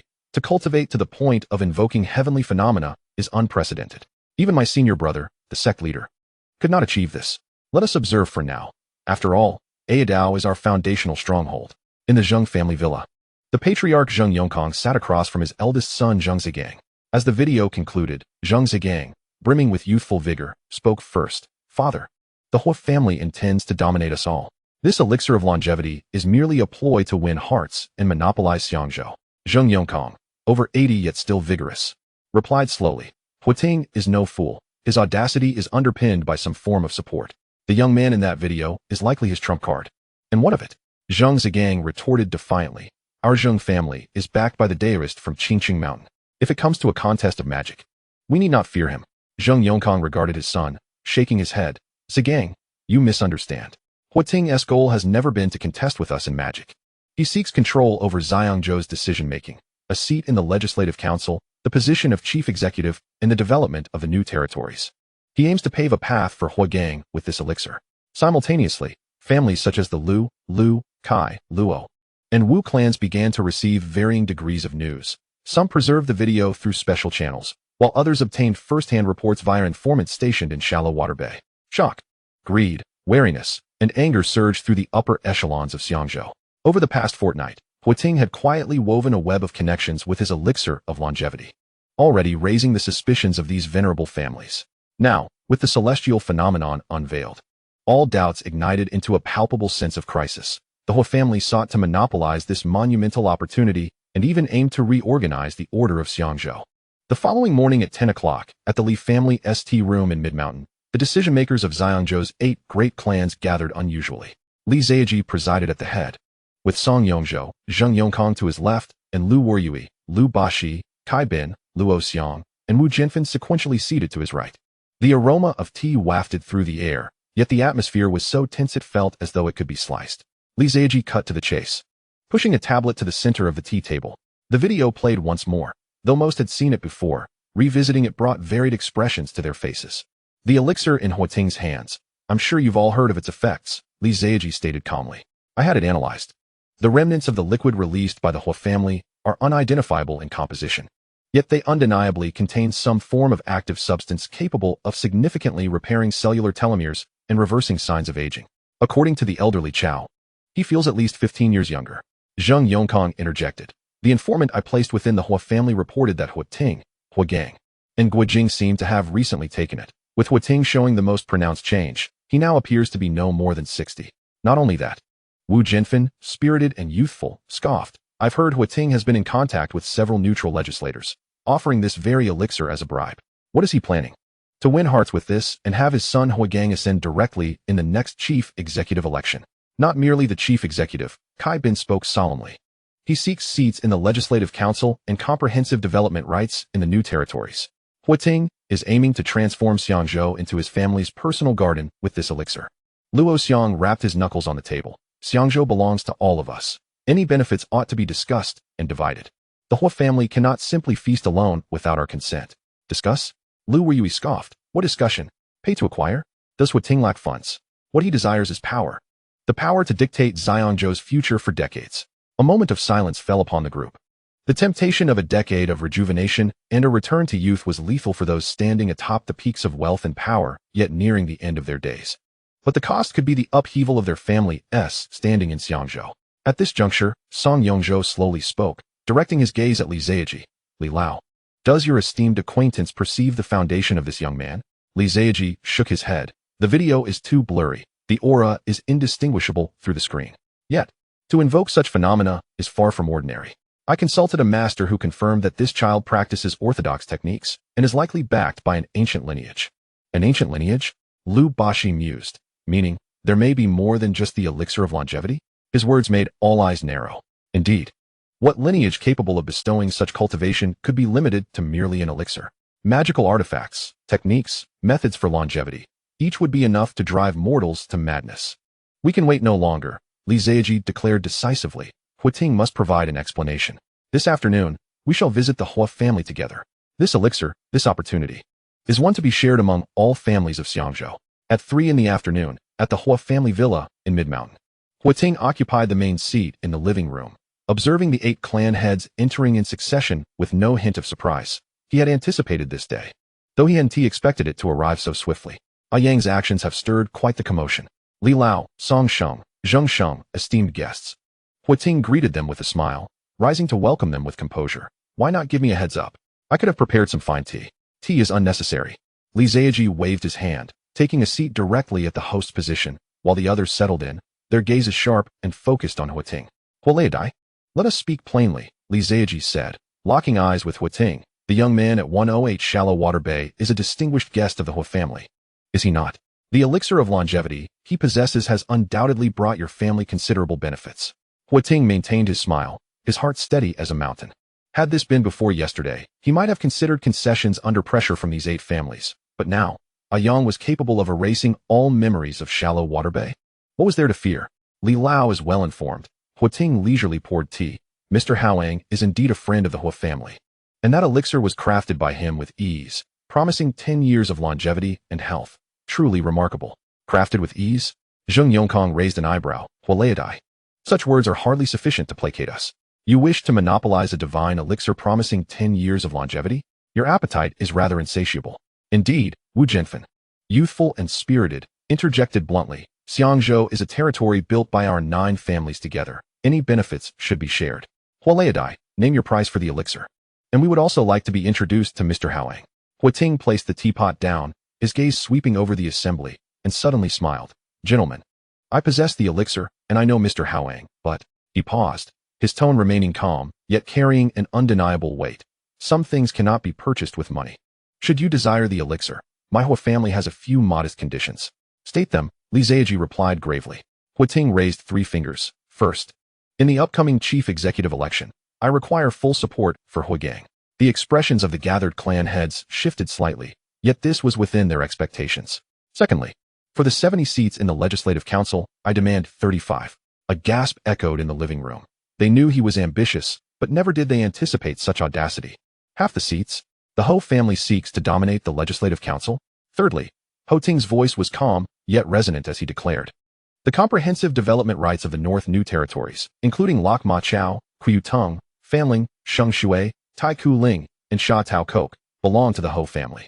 Huiting, have you lost your mind? Wu Jianfen was the first to rise, slamming his palm on the table. This is no different from handing over Xiangzhou to your family. Zheng Yongkang's expression darkened. Brother Hou, your appetite is too large, beware of choking on it.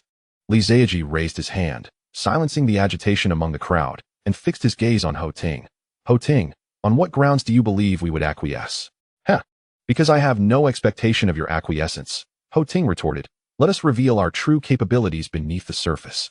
I, Huiting, dare to wager the entirety of the Hou family. Who among you dares to join me? Of course, Hou Tu shifted his tone, sighing. I am also aware that each of you has formidable backers. The Hou family does not wish to sever ties with you all.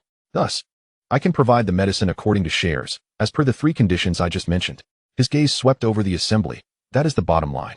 The living room fell into a profound silence. The allure of longevity was tantalizingly close, yet the price was relinquishing power over Xiangzhou. Li Zheji slowly rose, a glint of sharpness flickering in his aged eyes. Hou Tu, do not assume you are the only one with powerful allies. Longhu Mountain, Qingqing Mountain, Mushin, and Quanjun. Our families are not merely carved from wood or clay. If it comes to a confrontation, even your master Hao Yang may not be able to protect the Hou family. He paused, articulating each word. Xiangzhou belongs to us all. There is much we can discuss amicably, but if you wish to swallow it whole, you must see whether your teeth are strong enough. Li is correct. Zheng Yongkong stood as well. Hou Tu, let us consider this conversation as if it never occurred. We want the medicine, but the terms must be renegotiated. Otherwise, we shall part ways and reveal our true capabilities. The other family heads rose one after another, their gazes icy. Hou Tu remained seated at the head of the table, still smiling, though inwardly he scoffed. A breakdown in negotiations? Excellent. For he had not anticipated a successful outcome from this initial discussion. It was time for these old fogies to witness the distinction between the celestial and the mundane.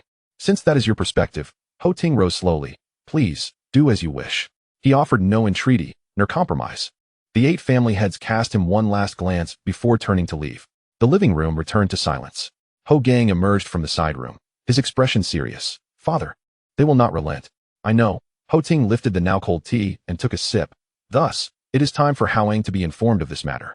There are some troubles we mortals cannot resolve, but the immortals can. He gazed out the window toward the distant direction of Repulse Bay, his eyes deepening with contemplation. The sky over Xiangzhou was about to change. This time, the Hou family intended to stand at the pinnacle of the clouds. What he initially thought could be a gradual plan to nibble away at their territory now appeared unfeasible. Chapter 36. We have no right to forgive them on behalf of our ancestors. That evening, after Hao Yang dealt with the memories of the witnesses from Repulse Bay, the Hou family departed, as there were many matters left for him to finalize. The living room of Villa 108 at Repulse Bay was brightly lit. The elder sat on the main sofa, gently stroking a purple clay teacup, his calm gaze fixed on his grandson across from him. Lu Xiaoying sat beside the elder, unconsciously clutching the hem of her clothes, while Lin Xian pressed closely against Hao Yang, nearly burying herself in his embrace, her eyes still red from crying. Hao Yang. The elder finally spoke, his voice steady. Are you saying you almost became an immortal? Hao Yang nodded, his tone light. One could say that. As long as I pass through a thunder tribulation, I would officially step onto the path of immortality. However, the rules of our realm are incomplete, and the thunder tribulation cannot descend. He shrugged. So I suppose I am a half-immortal now? A half-immortal is still an immortal. Lin Xian immediately lifted her head, tears welling in her eyes. Please don't become an immortal. If you do, will you fly away? Like in the shows? Will you just zoom up to the heavens and never return? Hao Yang chuckled, wiping away her tears. Silly girl, becoming an immortal doesn't necessarily mean leaving. Even if I truly became an immortal, I could stay wherever I wanted and return whenever I wished. Besides, he pinched Lin Xian's cheek. Do you think I would abandon you? Lin Xian broke into a smile, but still clung tightly to his arm. Lu Xiaoying sighed in relief, though worry still lingered in her eyes. Hao Yang, I don't understand these immortal matters. I just want to ask, do you possess any immortal methods now? This question struck a chord. The elder's gaze sharpened as well. Hao Yang smiled, setting down his teacup. Naturally, I do. As the words fell, he gently waved his right hand. There was no sound, no visual effects, but the space in the living room seemed to ripple like water. In the next instant, Lin Xian's exclamation was swallowed by the sea breeze. The 3 felt a blur before their eyes, the solid wooden floor beneath them transforming into an ethereal night sky. No, they were still standing, but beneath them lay nothingness, only profound darkness and a distant glimmer of light on the horizon. The salty sea breeze rushed toward them, carrying the chill of the night, and then, after several shifts, they finally came to a halt. Where are we? Lu Xiaoying shut her eyes in fear, gripping Hao Yang's arm tightly. The elder, however, steadied himself, glancing down hundreds of meters to the pitch-black sea below, where the waves shimmered under the moonlight. Further out, he squinted. Are those warships? He observed a fleet of iron giants sailing in formation, their outlines distinct against the night, lights glowing on their bridges, and shadowy figures moving on their decks. Most notably, all the vessels bore a flag with a glaring red sun on a white background. Those are the warships of the Foot Basin Chicken. The elder's jaw clenched, veins bulging on the back of his aged hands. He abruptly turned to Hao Yang. Hao Yang, What is going on here? Teleportation or instantaneous movement? Hao Yang replied calmly, as if merely describing a mode of transport. We are currently off the coast of the Foot Basin Chicken, approximately 2,000 kilometers from Xiangzhou. 2,000 kilometers. Lin Xian's eyes widened, momentarily forgetting her fear. We just moved from Xiangzhou to the Foot Basin Chicken in seconds? Indeed, Hao Yang nodded. After becoming an immortal, one can appear anywhere on Blue Star with a single thought. I am still a bit short of the full potential, but this distance is manageable. Lu Xiaoying still dared not open her eyes, her voice trembling. Hao Yang, why are we here? Please, let us go back. I feel dizzy. There's nothing to worry about. I'm here to collect some interest, Hao Yang said, a slight smile curling his lips, though his gaze turned cold as he split off a thread of spiritual energy to soothe his mother. His attention then swept over the fleet below, his consciousness extending like invisible tendrils. In an instant, roar. The sea erupted without warning. The previously tranquil black waters were stirred violently, as if a colossal invisible hand had seized them, waves surging and piling up in layers. 10 meters, 30 meters, 50 meters. In a mere 3 seconds, a towering black wave exceeding 1,000 meters rose like a city wall, looming over the fleet. The moonlight was devoured by the monstrous wave, casting a shadow over the entire fleet. Alarms blared piercingly aboard the warships, chaos erupting on the decks. What the hell is happening? The radar gave no warning. No storm signals. Is the sea god angry? Mommy, I want to go home. Panic screams, cries, and prayers intermingled, clearly reaching Hao Yang's ears through his consciousness. He maintained a stoic expression, merely shifting his thoughts. The colossal wave crashed down. Silence enveloped the scene. Or rather, sound was rendered mute by an unseen force. In the eyes of the venerable elder and his companions, the towering 100-meter wall of water toppled with an almost languid grace, engulfing the entire fleet as if it were mere playthings. The steel vessels crumbled against the might of the colossal wave, as fragile as paper, tumbling, shattering, disintegrating, before being consumed whole. A mere 5 seconds later, the monstrous wave dissipated into thin air. The ocean regained its tranquility, the moonlight continued to radiate with brilliance, and the gentle waves caressed the surface, while the fleet and the hundreds of souls aboard vanished as if they had never existed, leaving behind only scattered remnants to attest that the earlier spectacle was not a figment of imagination. Goodness gracious! The elder trembled, tears streaming down his weathered cheeks. He pounded his thigh with fervor, his gaze fixed intently on the now serene sea, as tears cascaded down the creases of his face, falling into the void. Hao Yang comprehended his grandfather's emotions. The elder had once tread upon the battlefield, emerging from a sea of corpses and blood. Countless comrades, fellow villagers, and countrymen had perished in that war, their shared grievances and wounds etched deep within his essence. Bringing his grandfather to witness this scene was meant to convey that the debts of blood could be settled by his grandson. Hao Yang stepped forward and gently patted his grandfather's trembling shoulder. The space shifted once more. This time, they found themselves hovering above a city, illuminated by a dazzling nocturnal panorama.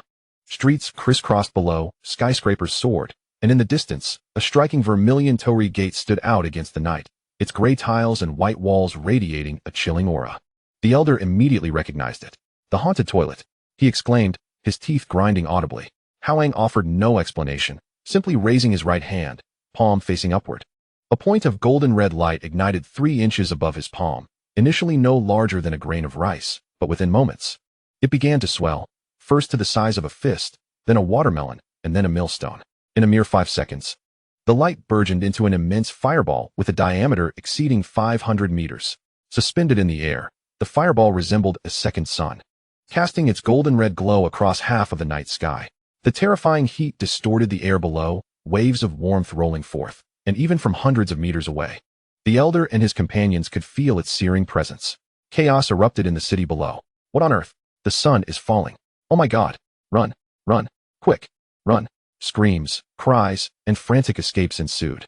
The streets descended into pandemonium, with elderly individuals in kimonos kneeling in prayer, men in suits scrambling in terror, and tourists from the Dragon Kingdom fleeing in fright. Hao Yang's gaze remained cold and indifferent. He pressed his palm downward. The colossal fireball, now 500 meters wide, began to descend slowly. There was no explosion, no shockwave, not even a sound. Wherever the fireball passed, everything was silently obliterated. Buildings, trees, vehicles, and human forms transformed into wisps of blue smoke upon contact, leaving no ashes behind. The fireball struck the ground. 5 seconds. In just 5 seconds, it vanished. Where the haunted toilet once stood, a vast pit of smooth, mirror-like glass remained, its walls crystalline and reflecting an eerie, prismatic sheen under the moonlight. The pit was utterly empty, devoid of any remnants, while structures within a kilometer radius suffered the wrath of the searing heat, with glass windows melted and walls charred black. The night breeze carried the acrid scent of burning. Hao Yang withdrew his hand, as if he had merely performed a trivial task. He turned to face his family. Lin Xian's face was ashen, her grip on his hand tight, her lips quivering in silence. Lu Xiaoying was utterly overwhelmed, eyes shut tight in fear.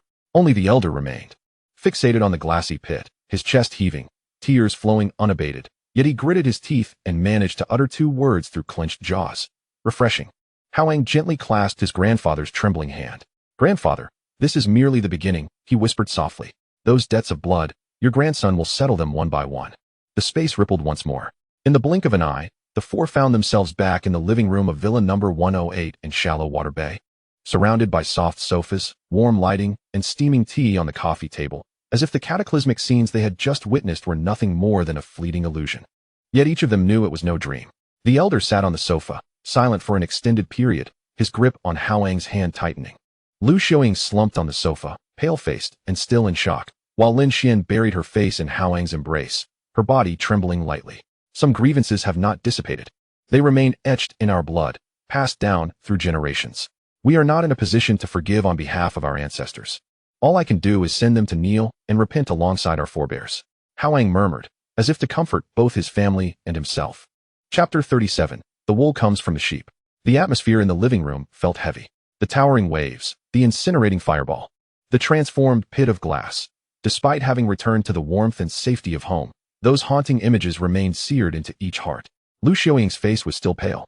Lin Xian clung tightly to Hao Yang, her fingers unconsciously tugging at his clothing, while the elder across from them stared into his teacup, lost in thought. Finally, the elder broke the silence. He lifted his teacup and took a sip of the now lukewarm tea, his voice hoarse. "Xian, Xiaoying, do you think that Yang was too ruthless just now?" Lin Xian bit her lip. Brother Yang did nothing wrong. He could never be in the wrong. Hearing Lin Xian's words, Hao Yang felt a surge of warmth in his heart. Embracing her felt wonderful, knowing that the one he cherished stood steadfastly by his side. Lu Xiaoying hesitated for a moment, then spoke softly. "Dad, I'm a bit scared. There were so many people beneath that fireball." "People?" The elder suddenly chuckled. A smile tinged with unspeakable sorrow and desolation. "Xiaoying, do you know how those people were treated when the invaders entered the village?" He set down his teacup, his gaze drifting into the void, as if he were transcending time, returning to that blood-soaked autumn over 70 years ago. "When I was 14, at the old Zhang family's house on the east side of the village, 7 members were impaled to death by bayonets on the threshing floor. The youngest was only 3 years old, clutched tightly in his mother's arms, yet the bayonet pierced both mother and child." The elder's voice remained calm. But beneath that calm lay a tumultuous current. Lu Xiaoying covered her mouth in shock, while Lin Xian's eyes glistened with tears. The widow Li from the west side of the village was dragged into a watchtower, and 3 days later, when they brought her out, she was unrecognizable and completely naked. When we secretly buried her, she clutched half a shoe sole for her son, stained with blood. "And my older brother." The elder's voice began to tremble. He was delivering a message to the guerrillas when he was betrayed by a traitor. The invaders bound him to the old locust tree at the village entrance and flayed him alive, all to extract information about the guerrillas' whereabouts. My brother never uttered a word until his death. The living room fell into a deathly silence, broken only by the elder's stifled breaths and the distant sound of waves outside. That old locust tree, every rainy day, bled red from its bark. The elder closed his eyes, taking a deep breath. "Xiaoying, Xian, you have not experienced those days. So you do not understand what it means to hold a grudge steeped in blood. Those are not mere words from a book. They are the very blood that seeps into the earth and permeates our bones." He opened his eyes and looked at Hao Yang, his gaze filled with pain, solace, and a sense of release. Hao Yang spoke wisely. "We are not entitled to forgive our predecessors. What we can do is to send those beasts underground to kneel and repent before the martyrs." The elder clasped Hao Yang's hand and turned to Lu Xiaoying, saying, "Xiaoying, Hao Yang is not a ruthless killer. He seeks justice for the countless wronged souls that have perished." Tears streamed down Lu Xiaoying's face as she nodded vigorously. "Father, I understand. I truly understand." Lin Xian also wiped her tears and rushed into Hao Yang's embrace, exclaiming, "Brother Yang, you are right. Those wicked ones deserve this." Hao Yang gently patted her back. Glancing at his grandfather, a warm current flowing through him, he realized that his grandfather's words were meant not only for his mother and Lin Xian, but also for himself. reassuring him that he had done nothing wrong. All right, the elder said, wiping the corners of his eyes and revealing a smile. It's all in the past. Now that our Hao Yang has the capability, he will settle those debts one by one. Let us eat. This meal shall serve as our victory banquet. The atmosphere finally lightened. Dinner was prepared by Aunt Wang, featuring a delightful array of Cantonese home-style dishes: white-cut chicken, steamed fish, oyster sauce lettuce, and a large pot of nourishing soup. The elder had a hearty appetite, devouring 2 bowls of rice while continuously serving Hao Yang and Lin Xian. Lu Xiaoying gradually regained her smile, reminding Hao Yang to be cautious in his future endeavors and not to scare anyone. After the meal, the elder, due to his advanced age and emotional fluctuations, retired early to his room. Lu Xiaoying, having finished clearing the dishes, pulled Lin Xian aside, saying, Xian, come, accompany auntie to your sister-in-law's house for a visit. Jingjing mentioned she brought back some new tea from the mainland. Let us go taste it. Lin Xian looked at Hao Yang, who smiled and nodded. Go ahead. Have a chat with Mom. I have some matters to attend to. All right, I'll wait for you to return, Lin Xian replied obediently, linking arms with Lu Xiaoying as they left. The villa fell into tranquility. Hao Yang ascended to the 3rd floor, pushed open the glass door to the balcony, and was greeted by the night breeze carrying the salty scent of the sea. The distant lights along the beach twinkled like a suspended galaxy. He settled into a lounge chair and pulled out his phone. The Donghuang WeChat group was eerily quiet. The big shots seemed to be lurking in the shadows. However, his private chat list had 2 blinking avatars, Zhunti and Jiayin. Upon opening the messages, he saw they were sent a few hours prior. Zhunti, Heavenly Sovereign, have pity on the West. It is a barren land where all beings suffer. Please, Heavenly Sovereign, guide my brother and I towards the path of saintliness. The West shall forever be grateful. Jiayin, Heavenly Sovereign, we truly have nothing of value to offer from the West. Please accept these 3,000 merits as a token of our sincerity. Accompanying the message was indeed a red envelope. Hao Yang casually tapped it. Ding. Congratulations to Hao Yang, the great Heavenly Sovereign, for seizing 3,000 points of merit. The merit balance flickered, rising to over 197,000 points. Tisk, they are indeed impoverished. Hao Yang smirked. He recalled that after Hongyun attained sainthood, he casually handed over 500,000, while the transportation cost for Zhun Yuan's ginseng fruit was a staggering 100,000 merits. These future saints were remarkably stingy. He did not rush to reply but instead opened the group chat interface to find the newly unlocked interdimensional transport module. Clicking on it revealed the module's description. Interdimensional transport consumes merit to activate the transport function, allowing travel between this world and the Donghuang world. The transport location can be precisely designated, with an error not exceeding 100 miles. Single transport cost, 100,000 merits. 100,000. Hao Yang inhaled sharply. A round trip would amount to 200,000. He shook his head, temporarily extinguishing his desire to visit. The Donghuang realm in this era was indeed teeming with great Luo golden immortals, and his current cultivation, at the transformation stage, could easily be devoured by a passing monster. Merit, oh merit. Hao Yang leaned back in the lounge chair, the sea breeze tooling his hair. Cultivating techniques requires merit. Receiving enlightenment requires merit. Interdimensional transport requires merit. This thing is even more useful than money. His gaze returned to the private chat interface, observing Zhunti and Jiayin's humble yet anxious messages. A smile slowly forming at the corner of his mouth. You reap what you sow. Who urged you to offer me merits? He tapped his fingers lightly and replied with 2 words. Hao Yang, the great Heavenly Sovereign, agreed. In the dilapidated temple atop Sumi Mountain, Jiayin and Zhunti sat facing each other, their expressions filled with worry. Brother, have we been deceived? Zhunti lamented, his already troubled visage growing more distressed. 3,000 merits. That is the fruit of our 1,000-year accumulation. Jiayin also wore a bitter expression but maintained his composure. Let us wait a bit longer. Since the Saint Nuwa guided us to seek this Heavenly Sovereign, surely. Before he could finish, the Tao of Heaven resonated through the celestial net with Hao Yang's transmission. Hao Yang, the great Heavenly Sovereign, agreed. Just one word. That single word made Jiayin and Zhunti leap from their cushions in an instant. He replied. Zhunti exclaimed, his voice cracking with excitement. Jiayin's heart raced like a drum. And he quickly responded. Jiayin, we beseech the Heavenly Sovereign for guidance on the path. The West shall forever be grateful. Another 3 years passed. Just as the two were teetering on the brink of despair, the talisman trembled again. Hao Yang, the great Heavenly Sovereign, I can grant you the method. But I require half of the merits you obtain upon attaining sainthood. Half. Zhunti's eyes nearly bulged out. Brother, this is too much. Sainthood merits are incredibly precious. He demands half. Jie-in's face also darkened, gritting his teeth as he replied. Jie-in, Heavenly Sovereign, half is indeed excessive. What about one success merit instead? Another 3 years passed. Hao Yang the Great Heavenly Sovereign, at least 30%. If less, figure it out yourselves. On Sumi Mountain. The two brothers exchanged glances, their faces marked by reluctance and struggle. 30% of merits. Sainthood merits are bestowed by the Tao of Heaven, infused with its laws. Even the slightest amount is immensely precious. 30% feels like carving into their flesh. But what if they refuse? Nuwa has attained sainthood, Hongyun has attained sainthood, and the three pure ones have attained sainthood. The era of saints in the Donghuang realm is about to commence.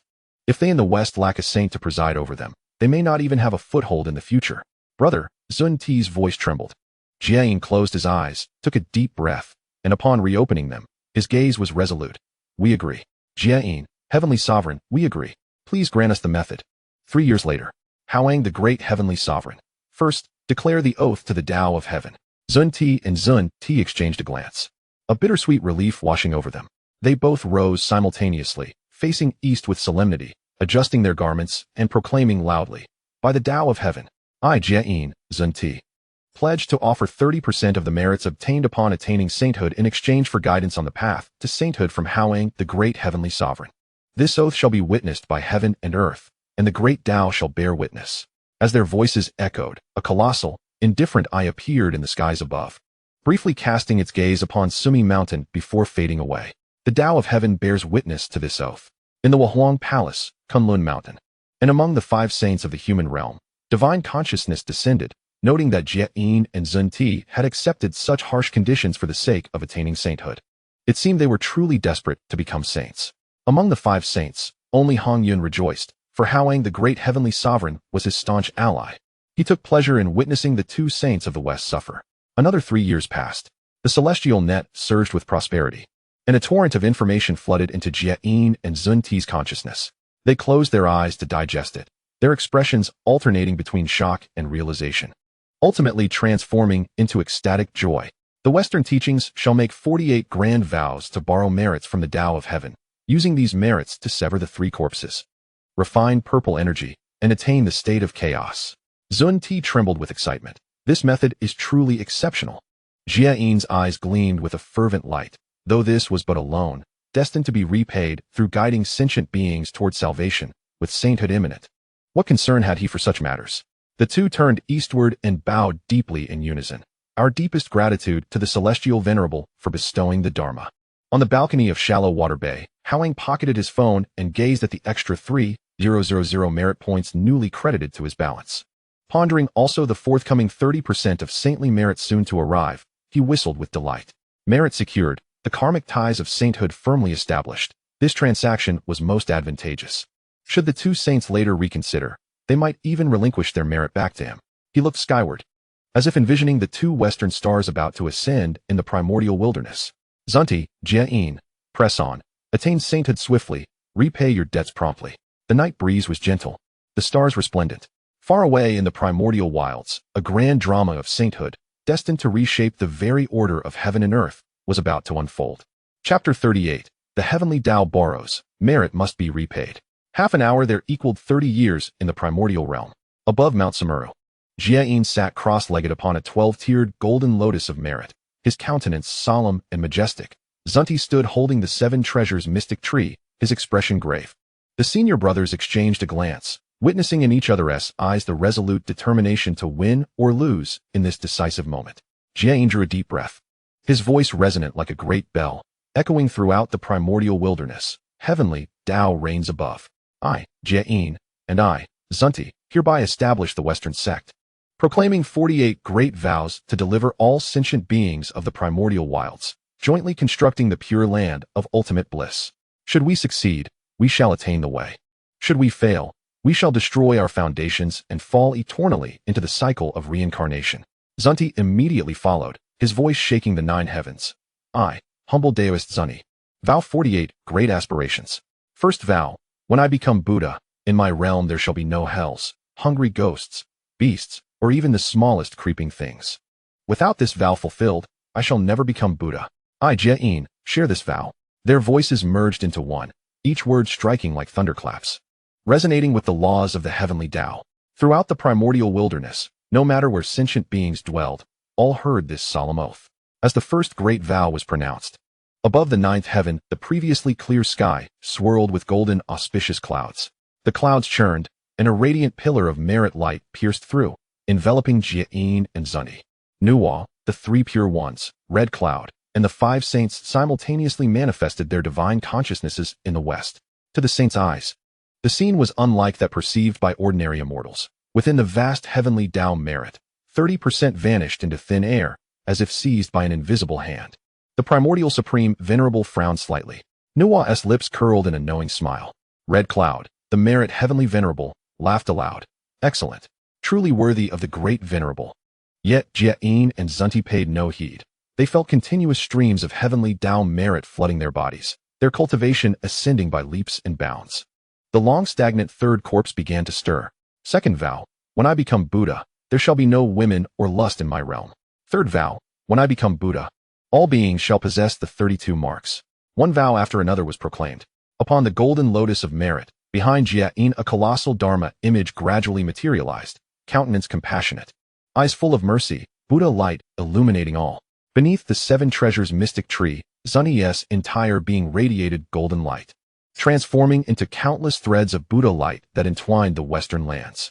Fourth vow, fifth vow, 10th vow, 20th vow. With each vow spoken, 30% of the merit vanished. Dijun and Zhunti's hearts bled, yet they dared not pause. Having sworn the heavenly Tao's oath, halting midway would not merely destroy their foundations, it would shatter their very souls on the spot. 30th vow, 40th vow. When the 48th vow fell, when I become Buddha, all beings in my realm shall attain immeasurable life and boundless light. The final word was uttered. Boom. Simultaneously, two faint sounds echoed within Dijun and Zhunti's bodies. Like shackles breaking, the third corpse severed. Primal chaos purple aura refined. Two vast and boundless saintly auras surged into the sky, sweeping across the primordial wilderness. The merit clouds above transformed into golden rain showering the west. Golden lotuses bloomed from the earth. Sacred chants resounded. Buddha light bathed the land. I am Namo Amitabha Buddha of the Western ultimate bliss world, infinitely compassionate and merciful. I am Namo Zhunti Buddha mother of the Western ultimate bliss world, infinitely compassionate and merciful. The two spoke in unison, their voices permeating heaven and earth. Above Mount Sumeru, the divine consciousnesses of the five saints appeared in unison, clasping hands in congratulation. Congratulations to the two Daoist brothers on attaining the primordial way. Dijun and Zhunti hastily returned the salute. Greetings, esteemed senior brothers. The primordial supreme venerable regarded them deeply, then glanced at the feeble aura pillar above the western sect's palace. He said nothing, his divine consciousness dissipating as the other saints departed one after another. Atop Mount Sumeru, the freshly ascended brothers bore little joy upon their faces. Zhunti gazed at the western sect's aura, barely maintained by the golden lotus of merit, and mournfully said, Senior brother, what shall we do? The 48 great vows. We owe the heavenly Tao merit that may take countless kalpas to repay. Dijun's expression was equally bitter, yet he forced calm. No matter. No matter, we shall repay slowly. Eventually, it will be paid off. At least we have attained sainthood. Even he lacked confidence in these words. The Western sect's aura was but a fraction of that of the human sect, the teaching of clarification, the teaching of interception, or the superior teaching. Not even rivaling the aura enjoyed solely by Nuwa's human clan. To be a saint in this realm was a meager fate indeed. Villa number 108, Shallow Water Bay. Hao Yang had just set down his phone and prepared to rest his eyes when two crisp system notification tones sounded in his ears. Ding. Congratulations, Grand Heavenly Venerable Hao Yang. Dijun and Zhunti's saintly vow merits have been credited. Total, 2,300,000 Heavenly Tao Merit Points. 560,000 Heavenly Tao Aura Points. Ding. Detection. Host's aura value has surpassed 500,000. Unlocking the Aura Treasure Hunt feature. Consuming aura points can reveal treasure information in the current world, the more aura consumed. The wider the search range and the higher the treasure quality. Hao Yang's eyes snapped open, his heart pounding wildly. On the phone screen, the merit balance fluctuated wildly, from over 197,000 points remaining to a staggering 2,497,000 points after the recent influx. His aura points also jumped from 0 to 560,000. Even Hao Yang, mentally prepared, was stunned by the figures. 2,300,000 merit. 560,000 aura. Have they completely stripped Dijun and Zhunti's reserves? He took several deep breaths to calm himself, yet a smile bloomed uncontrollably across his face. Merit, 2, for 97,000 points. Aura, 560,000 points. What did this signify? It meant he could traverse the primordial wilds 12 times over. It meant he could freely simulate, bestow blessings, and cultivate at will. Double blessings indeed. Hao Yang rose from his lounge chair and paced the balcony, excitement childlike.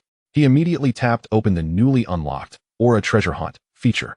The interface was simple, displaying only a search box with usage instructions. Aura Treasure Hunt. Consume aura points to explore treasure information in the current world. Minimum consumption, 1,000 aura units. The more aura invested, the broader the search and the higher the treasure tier. Chapter 39, The Lineage of the Mortal Realm. The ripples from the Ascension incident at Shallow Water Bay spread further by dawn.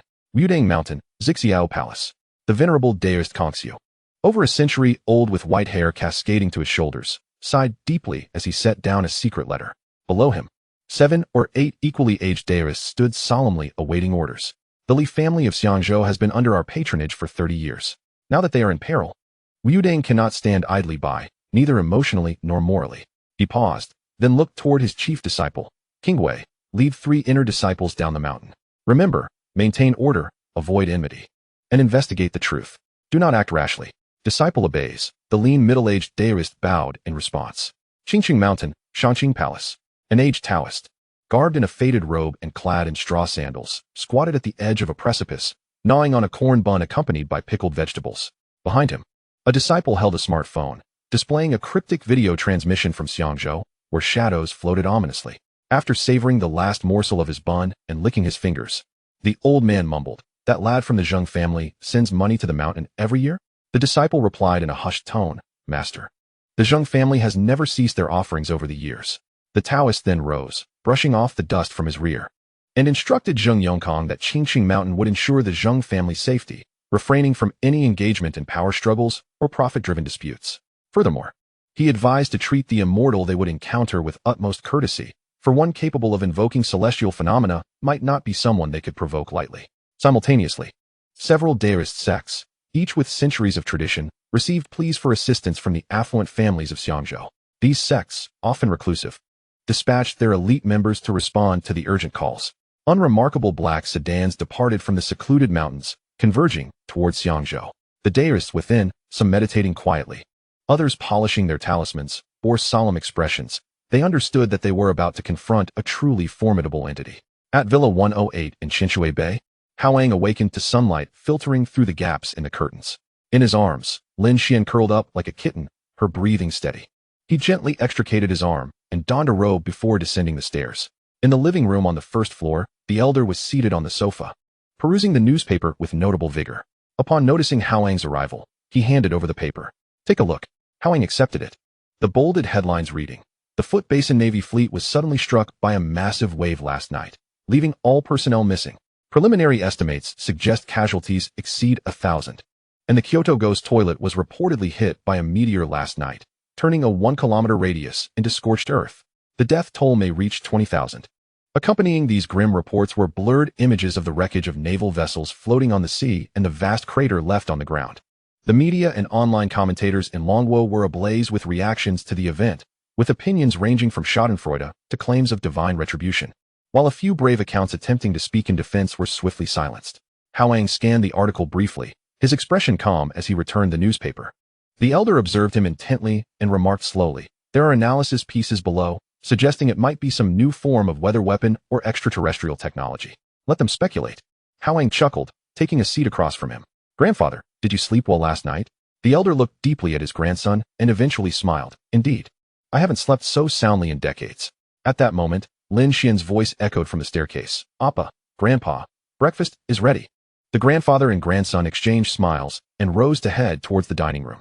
The breakfast spread was lavish, with Aunt Wong having prepared shrimp dumplings, rice rolls, and century egg and lean pork congee. Lin Xian chattered animatedly about a dream she had the previous night, while the elder chimed in occasionally. And Lu Xiaoying busily served dishes to her daughter-in-law, creating a warm atmosphere. After the meal, Hao Yang suddenly recalled something and winked at Lin Xian. "Girl, do you want to go out and play?" "Where to?" Lin Xian's eyes brightened. "Just a casual stroll." No sooner had he spoken than he took her hand and stepped forward. The living room shimmered like rippling water and dissipated.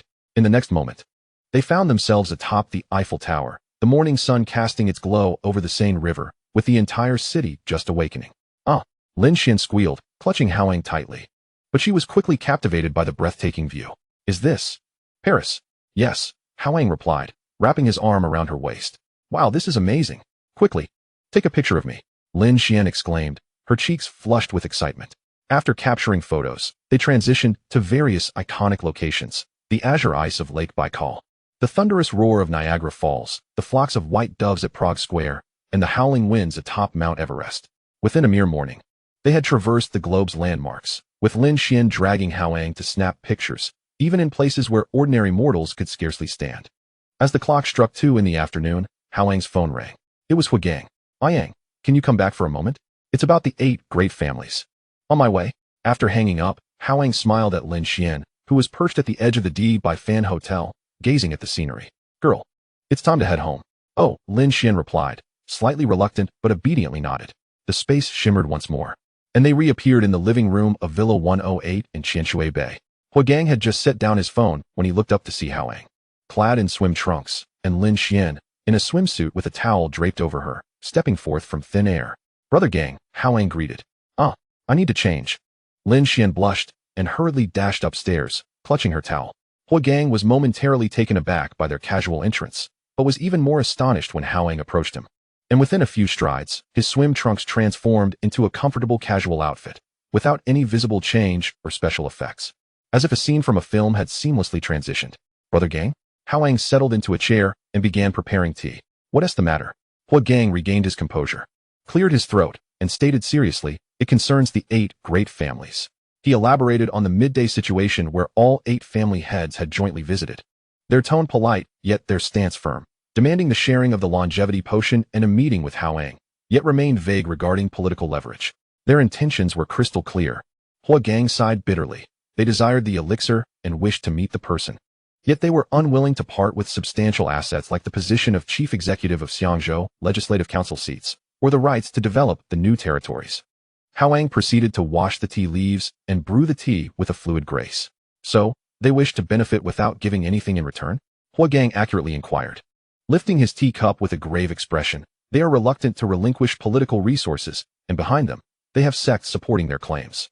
Oh, Hao Yang raised an eyebrow. Which sects? Liudang, Qingcheng, Longhu Mountain, Huashan, Mushan, and about 7 or 8 others. Hou Gang lowered his voice. I've received word that these sects have already sent people down the mountain, and they will arrive in Xiangzhou by tonight at the latest. Yang, these Daoist sects have a long lineage. There might truly be formidable figures among them. Hao Yang chuckled, lifting his teacup and gently blowing away the foam. Formidable figures? How many stories high can they be? In the living room, Hou Gang found himself momentarily speechless, caught off guard by Hao Yang's comment. Hao Yang smiled, refilling Hou Gang's cup with tea, speaking as casually as one might discuss the weather. Brother Gang, I'm not being boastful. But do you believe that even if they summoned the 3 winds of Liudang to appear before me, they would stand no taller than 3 feet? Hou Gang paused, the teacup in his hand momentarily halting. Hao Yang continued, I took Lin Xian around half the globe.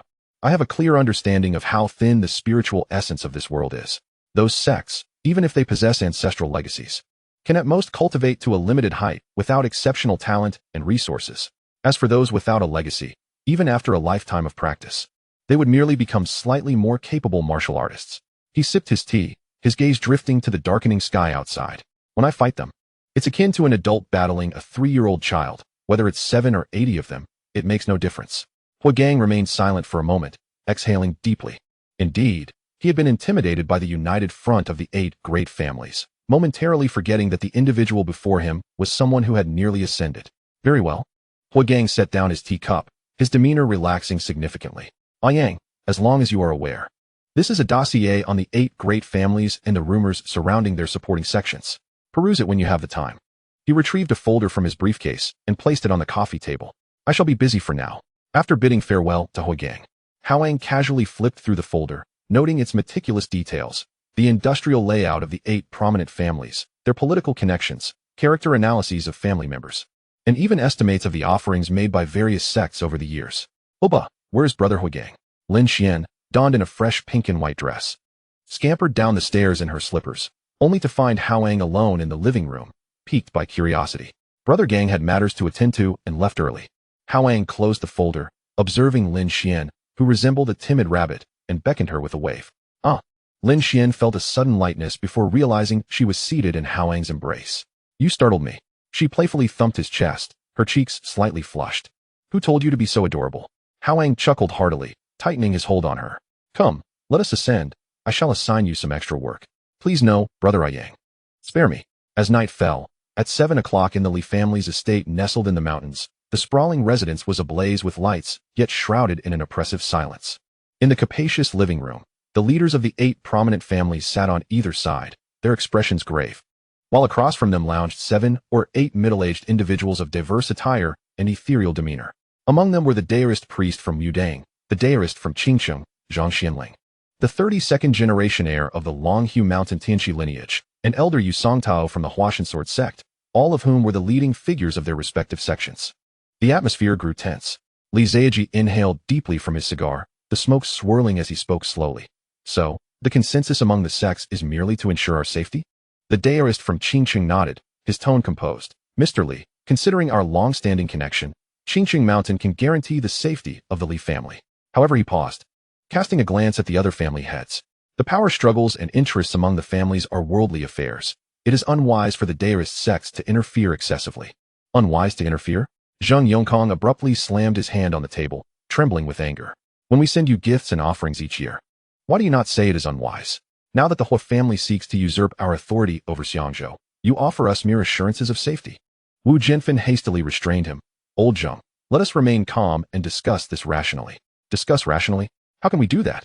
Zheng Yongkang's eyes reddened. You are all aware of the conditions set by that old man Huating, the chief executive, the legislative council. The rights to develop the new territories. This is an attempt to drive us 8 families to extinction. Once the Hua family truly controls Xiangzhou, how can we continue to offer our tributes to you Daoists? What will we have left to ensure our safety? His words were blunt, and the faces of the Daoists grew grim. Li Ziaji raised a hand to signal Zheng Yongkang to sit down, then addressed the sect representatives. His voice steady. The situation is such that for us 8 families, extending our necks invites the blade, while withdrawing them does no better. If we do not resist, the Hua family will methodically strip us bare. In that case, whether Xiangzhou thrives or withers will be dictated solely by the Hua family, and if we lose our influence, we shall no longer be able to offer our tributes. He paused, sweeping his gaze across each Daoist. Thus, to take a gamble.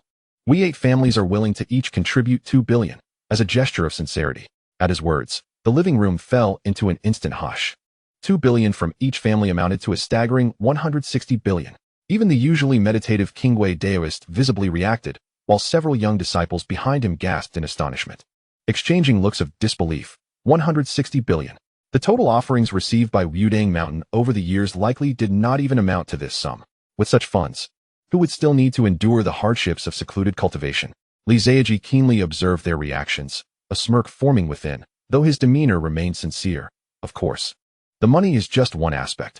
What is even more crucial is he deliberately paused, allowing all eyes to turn toward him before slowly uttering the words. That individual may possess a complete genuine cultivation legacy.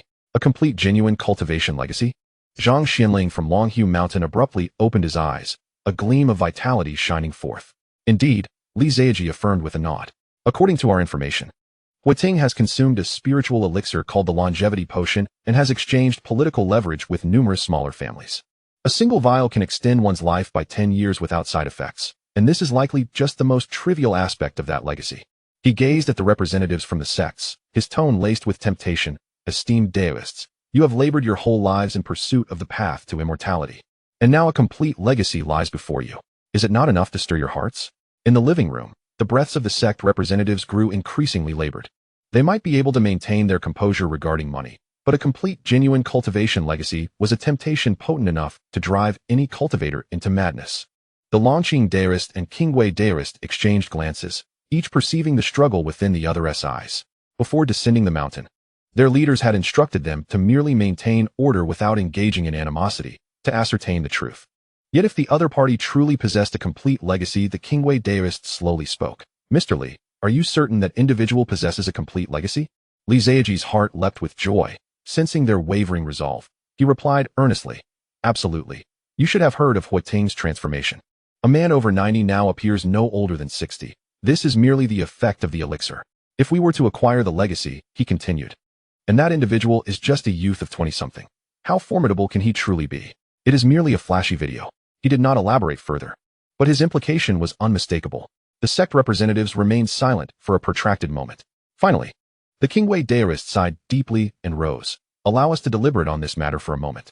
The 8 family heads watched as the sect representatives withdrew to a side hall, expressions of relief washing over their faces. Zheng Yongkong wiped the sweat from his brow and murmured, Mr. Li, do you think they will agree? Li Zheji reignited his cigar, his gaze shrouded in depth behind the smoke. 160 billion, coupled with the allure of a complete legacy, they have no other choice. In the side hall, the sounds of heated debate echoed faintly. The night in Xianzhou deepened. Chapter 41, A Gamble and a Traitor. The debate in the side hall continued for approximately half an hour before gradually subsiding. When the sect representatives returned to the living room, Li Zheji keenly sensed an unusual atmosphere. Leading the procession were the Qingwei Daoist, Zhang Xianling, and Lanqing Daoist, their expressions calm to the point of indifference, while the other representatives behind them exhibited flickers of uncertainty in their eyes. The Qingwei Daoist halted, surveying the 8 family heads, and spoke slowly, his voice clear and resolute. Mr. Li, after discussion with Daoist Zhang and Lanqing, we have decided that Wu Deng shall not participate in this matter. Li Zheji's smile faltered. Next, Zhang Xianling stepped forward and bowed. The Tianqi lineage of Longhu Mountain shall also abstain. Longqing Daoist sighed. Qingqing Mountain will likewise refrain from participation. The living room fell into an abyss of silence. The expressions of the 8 family heads were a tapestry of shock, confusion, anger, and an unmistakable hint of dread. They had anticipated that the temptation of 160 billion coupled with a complete legacy would be sufficient to sway these reclusive sects. Yet they found themselves unprepared for the outright refusal from the 3 most significant sections. Li Zheji inhaled deeply, striving to maintain his composure, his eyes narrowing slightly. Do the 3 Daoists understand what this implies? We naturally understand, the Qingwei Daoist replied, his expression unchanged, yet his tone bore a detached aloofness. In consideration of our long-standing connection, Wu Deng can ensure the Li family's direct bloodline has one individual ascend the mountain to cultivate in seclusion, fostering a wholesome connection. Zhang Xianling interjected. The Tianqi lineage can likewise guarantee that one direct descendant from the Lu family may ascend. Lanqing Daoist added. Qingqing Mountain can ensure that one direct descendant from the Zheng family may ascend. As the conversation reached this point, the implications were unmistakably clear. They held little faith in the audacious gamble of the 8 prominent families. However, out of respect for past ties, they were willing to extend a lifeline, preserving a fragment of lineage. This was tantamount to directly informing the heads of the 8 families. This time, you may very well risk losing everything, even your very existence. Zheng Yongkang's visage turned ashen, his hands clenched so tightly that the knuckles turned white. Wu Jinfen felt cold sweat bead on his forehead. His lips trembled as he attempted to articulate something, yet no sound emerged. The other family heads exchanged anxious glances, their eyes betraying their alarm. Only Li Zheji, after the initial shock, slowly regained his composure. After a moment of silence, he unexpectedly smiled, a hint of desolation in his expression. Very well, thank you, esteemed Daoists. A retreat is better than dragging the entire family to ruin. However, the remaining 5 families also hope to seek your protection. The terms are negotiable. He rose and bowed deeply to the 3 Daoists, while the other 5 families, upon hearing Li Zheji's arrangement, breathed a sigh of relief. Without this escape route, they would not dare to accompany him into madness. However, Daoist Qingwei pondered for a moment, glancing at his companions. Upon seeing Zhang Xianling and Changqing nod, he returned the gesture, saying no more, and turned to lead their disciples away. Master! Master! The urgent calls halted the 3 Daoists in their tracks. Daoist Qingwei furrowed his brow and turned back to see his 2 direct disciples, along with 5 or 6 young disciples from Zhang Xianling and Changqing's sect, all standing with bowed heads, hands clenched, faces etched with inner turmoil. What is it? Daoist Qingwei inquired in a low voice. One Wu Deng disciple lifted his head, guilt written across his face, yet his gaze unwavering. Master, I wish to stay and take my chances. So do we.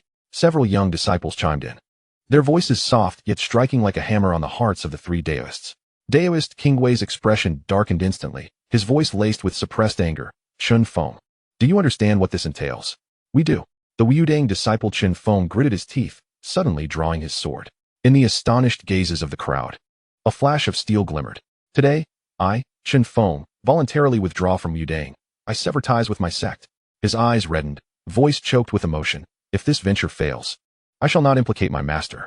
Should fortune favor us, I shall return to the mountain and plead for forgiveness from my master and the sect leader. So do we. The other disciples echoed, each following suit, the glint of swords illuminating the room as they severed portions of their robes. Some cut their sleeves, others their hems. Resolute in their actions, yet unable to meet their master's eyes. Daoist King Wei trembled with rage, pointing at the disciples he had painstakingly nurtured for over a decade. His lips quivering as he finally managed to force out, having spoken thus, regardless of success or failure, you shall have no further connection with me or the sect. Take care of yourselves. With a violent flourish of his sleeve, he strode away without looking back, his silhouette heavy with disappointment and sorrow. Zhang Xianling and Daoist Changqing gazed at their own disciples, shaking their heads with deep sighs, choosing silence as they departed from the parlor. Outside the estate, the sound of a car engine revving up and fading into the distance echoed. In the parlor, only the heads of the 8 families remained. Along with the 7 or 8 young Daoists who had just renounced their sect, the atmosphere thick with awkward tension. Li Ziyi was the first to recover, clearing his throat and donning a renewed smile as he approached the group of young Daoists, speaking gently, "There is no need for such despondency. Your masters spoke in haste. Once we succeed, you shall return to the mountain with your legacy, and they will surely welcome you back." His words were artfully crafted, soothing the young disciples' spirits while subtly reminding them that their heritage was paramount. The leading Wudang disciple, now known as Chen Feng, took a deep breath and clasped his fists towards Li Ziyi, declaring, "Rest assured, Mr. Li, having chosen to remain, we shall devote ourselves entirely to this cause." The others nodded in agreement, their eyes rekindled with determination. Indeed, they had no retreat. Returning to their sect was not an option. And if they could not gain something from this gamble, they would truly be left with nothing. Li Ziyi nodded in satisfaction and turned to the other family heads. "Now that everyone is present, let us discuss our next steps." The group resumed their seats. This time, the absence of the 3 prudent Daoists was palpable, replaced by the fervor of the young, eager to prove themselves.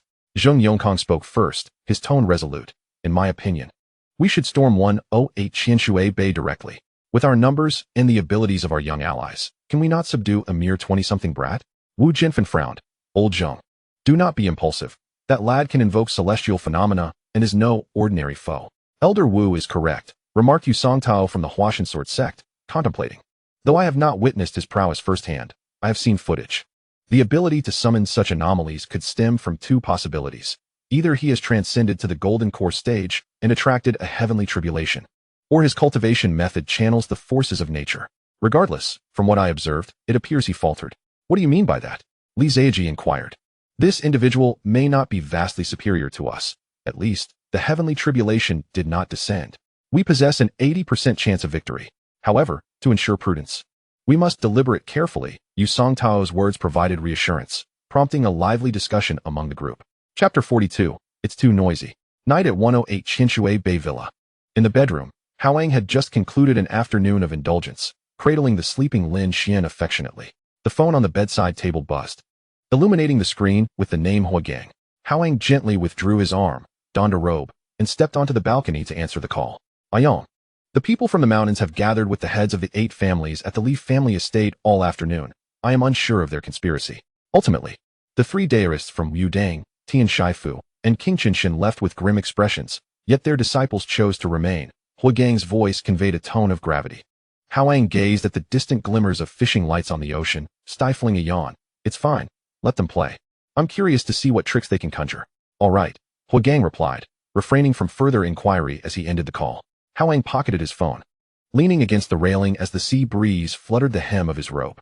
"Well, there are indeed those unafraid of death," he muttered to himself while stroking his chin. In truth, he could have gone to the Li family estate right then and eliminated them all with a single strike. However, that was not feasible, at least not now. Xiangzhou was not a lawless land, and for the Hua family to take control here, a smooth transition was paramount, rather than a blood-soaked purge. Should he act now? How would the other families perceive it? They would only view the Hua family as instigators of terror, where those who submit thrive and those who oppose perish. If public sentiment faltered, it would become challenging to maintain allegiance. More importantly, explanations to the inland would be difficult. A misstep could lead to a well-played hand being utterly squandered. He needed to wait for them to reach out. Hao Yang narrowed his eyes, a smirk curling at the corners of his lips. "Once they do, I shall strike decisively, and then no one will have a word to say." He turned and returned to the room, once again enveloping the slumbering Lin Xian in his embrace, soon descending into slumber himself. Morning dawned bright and sunny. After breakfast, Hao Yang was engaged in a game of chess with the elder in the living room, the black and white pieces clashing fiercely as neither side yielded ground. The phone rang again. Glancing at the caller ID, he saw it was Hou Gang once more. He picked up the phone and moved to the window to answer. On the other end of the line, Hou Gang's voice was even more somber than it had been the previous night, yet unexpectedly composed. Yang, they've taken action. Zioxi and the others were kidnapped on their way to school. The assailants were swift. In the blink of an eye, they vanished. The technique suggests they are from the mountains. Hao Yang's eyes narrowed slightly. Understood, he replied in a calm voice. Disseminate the news of the children's abduction and commence a strategic assault on the industries and political resources of the 8 families. Prepare for a complete takeover. Understood. Hou Gang did not hesitate. After hanging up, Hao Yang returned to the chessboard, where the old man looked up, keenly sensing the subtle shift in his grandson's demeanor. Yang, what's wrong? Nothing, Hao Yang replied with a smile. Just a few little mice have gone mad. I'll take care of it. As soon as he finished speaking, he vanished from the living room in the blink of an eye. The old man gazed at the empty seat across from him, shaking his head as he resumed his game. At the Hua family villa, when Hao Yang appeared in the living room, Guijing was pacing anxiously, accompanied by Lu Xiaoying and Lin Xian. They had originally planned to make dumplings together that day, but now their faces were etched with worry. Although they knew the children carried protective jade talismans and were unlikely to come to serious harm, a mother's instinct rendered her incapable of tranquility. Yang, upon seeing Hao Yang, Guijing grasped at him like a lifeline. Zioxi and the others, sister-in-law, don't worry, they will be fine, Hao Yang gently reassured her. I've already set things in motion with Gango. I'll bring the children back. Guijing nodded vigorously, her eyes still red, but her emotions had stabilized considerably. At the same moment, Hou Gang, through media channels controlled by the Hua family, released an explosive announcement to all of Xiangzhou and even the entirety of Longguo. The Hua family's third-generation siblings, Huaxi, Huiyan, and Hui, were kidnapped this morning by unidentified forces while on their way to school. The Hua family is offering a bounty of 1 billion for any leads. As the news broke, the entire Xiangzhou was thrown into chaos. What status did the Hua family hold in Xiangzhou? 3 generations of patriotism, deeply rooted and red-blooded, had made substantial contributions to the development of Longguo. Guijing, once the diving queen and a national idol, now had her children abducted in broad daylight. The anger spread like wildfire. The citizens of Xiangzhou spontaneously organized, commencing a thorough search. Taxi drivers, convenience store owners, and countless others took to the streets, hoping to find any trace of the 3 children. Simultaneously, the Hua family showcased its formidable power. Almost as soon as the news was released, a concerted assault on the commercial interests and political resources of the Li, Zheng, Lu, Wu, and other 8 prominent families commenced. Stock prices plummeted, banks ceased lending, partners withdrew investments, and political allies turned against them.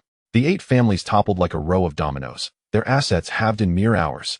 Family members holding official positions were summoned for questioning, suspended, or even taken away for investigation. In a derelict warehouse in Zhulang, under dim lighting, the heads of the 8 families wore ashen expressions as they absorbed the incessant barrage of bad news. The Li Group stock has crashed by 70. The Zheng family South 3 real estate projects in the new territories have been halted. Wu Jianfen's second son has been taken by the Integrity Commission. Each piece of grim news struck like a whip against the hearts of those present. Li Zaiji's hand trembled as he gripped his phone. Glancing at the 3 children bound to chairs at the center of the warehouse, their eyes shining with astonishing brightness as they stared coldly at their captors. Does Hou Gang truly not care about the fate of his children? Zheng Yangkang's voice was hoarse, disbelief coloring his tone. Is he willing to go all out against us? A cold chuckle echoed in response. Everyone turned to gaze at Huaxi, the 12-year-old boy bound to the chair, his face devoid of fear, instead wearing a sardonic smile. You old fools, do you really think you can bring down the Hua family? Huaxi looked disdainfully at the aging men, his voice clear and defiant. You should consider whether you might end up shooting yourselves in the foot. Li Zaiji's face darkened to an ominous hue. You little brat. Your father would rather abandon you than let us devour him. How ruthless. Old man. Huaxi tilted his head, amusement gleaming in his eyes. Do you really think we are unaware of your schemes? We've known all along that you would view us as your breakthrough. Li Zaiji's pupils constricted. Then why do you suppose we were so easily captured? Huaxi asked with a cunning smile, resembling a sly fox. This question feels like a bucket of icy water poured over the heads of everyone in the warehouse, sending chills down their spines. Chen Feng, Li Zaiji shouted angrily, commanding him to silence. Emerging from the shadows, Chen Feng had no path of retreat left. You little brat, your mouth is quite tough, he gritted through clenched teeth. Raising his right hand, Let us see how tough you remain after this. He swung his hand toward Huaxi's face. Sand. Huaxi uttered 2 words. And with a flicker of thought, a gentle green light enveloped the 3 siblings. The veil was as thin as a cicada's wing, yet radiated an unsettling aura. Chunfeng's palm struck the veil solidly. Bang! A muffled sound resonated. Ah! Chunfeng screamed as he staggered back. His right hand, along with half of his forearm, was obliterated upon contact with the veil, exploding into a mist of blood. What is this? Gasps of horror filled the warehouse. Yu Songtao from the Huashan sword sect stared intently at the green veil, breathless, his eyes bursting with insatiable greed. A treasure. This is a protective treasure. Treasure. The faces of those present paled in alarm. Though their sects had incomplete legacies, they were familiar with the weight of the term treasure from ancient texts. These were legendary artifacts crafted by cultivators, capable of moving mountains and filling seas, of safeguarding lives and vanquishing foes. The so-called artifacts they possessed paled in comparison to true treasures. Mr. Li, Yu Songtao's voice trembled with excitement. Quick, have Hua Gang summon that person. If we can seize him, this treasure, this legacy, no need to call. A calm voice resonated from above the warehouse. All heads snapped upward. A figure stood suspended in midair through a gaping hole in the ceiling, quietly surveying them. Sunlight streamed through the opening, casting a golden halo around him. As if a deity had descended, Hao Yang stretched leisurely, as though just awakening from slumber. I've been here for quite some time now, floating in the void. Yu Songtao's greed instantaneously solidified into boundless terror. A golden core expert. This is impossible. How can this realm still harbor golden cores? Enough of this noise. Hao Yang frowned, his gaze sweeping across the scene. With a flick of his consciousness, the eyelids of Hua Yin and Hua Yi, bound to their chairs, gently closed as they fell into a peaceful slumber. His attention then settled on Yu Songtao. A soft sound punctuated the air. Yu Songtao's body swelled like an overinflated balloon, then exploded, devoid of blood and flesh, without a single cry of agony, transforming into a wisp of faint red mist that dissipated into the ether as if he had never existed. The warehouse fell into an oppressive silence. Everyone stood frozen, their minds blank. A single glance, merely a glance, had obliterated Yu Songtao, a Foundation establishment expert. This is impossible. Chunfeng collapsed to the ground. The excruciating pain from his severed arm paled in comparison to the terror swelling within him. What on earth are you? You are also quite noisy. Hao Yang turned his gaze to him, his expression indifferent, and far more deserving of punishment. Chunfeng felt an irresistible force surging within him, causing his organs and limbs to swell.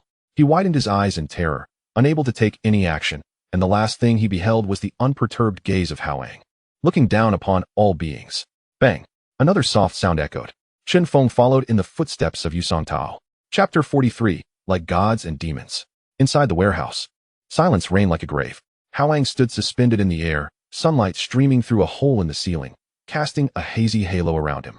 Below, within a green protective light, Huaxi's face flushed with excitement as she danced with glee.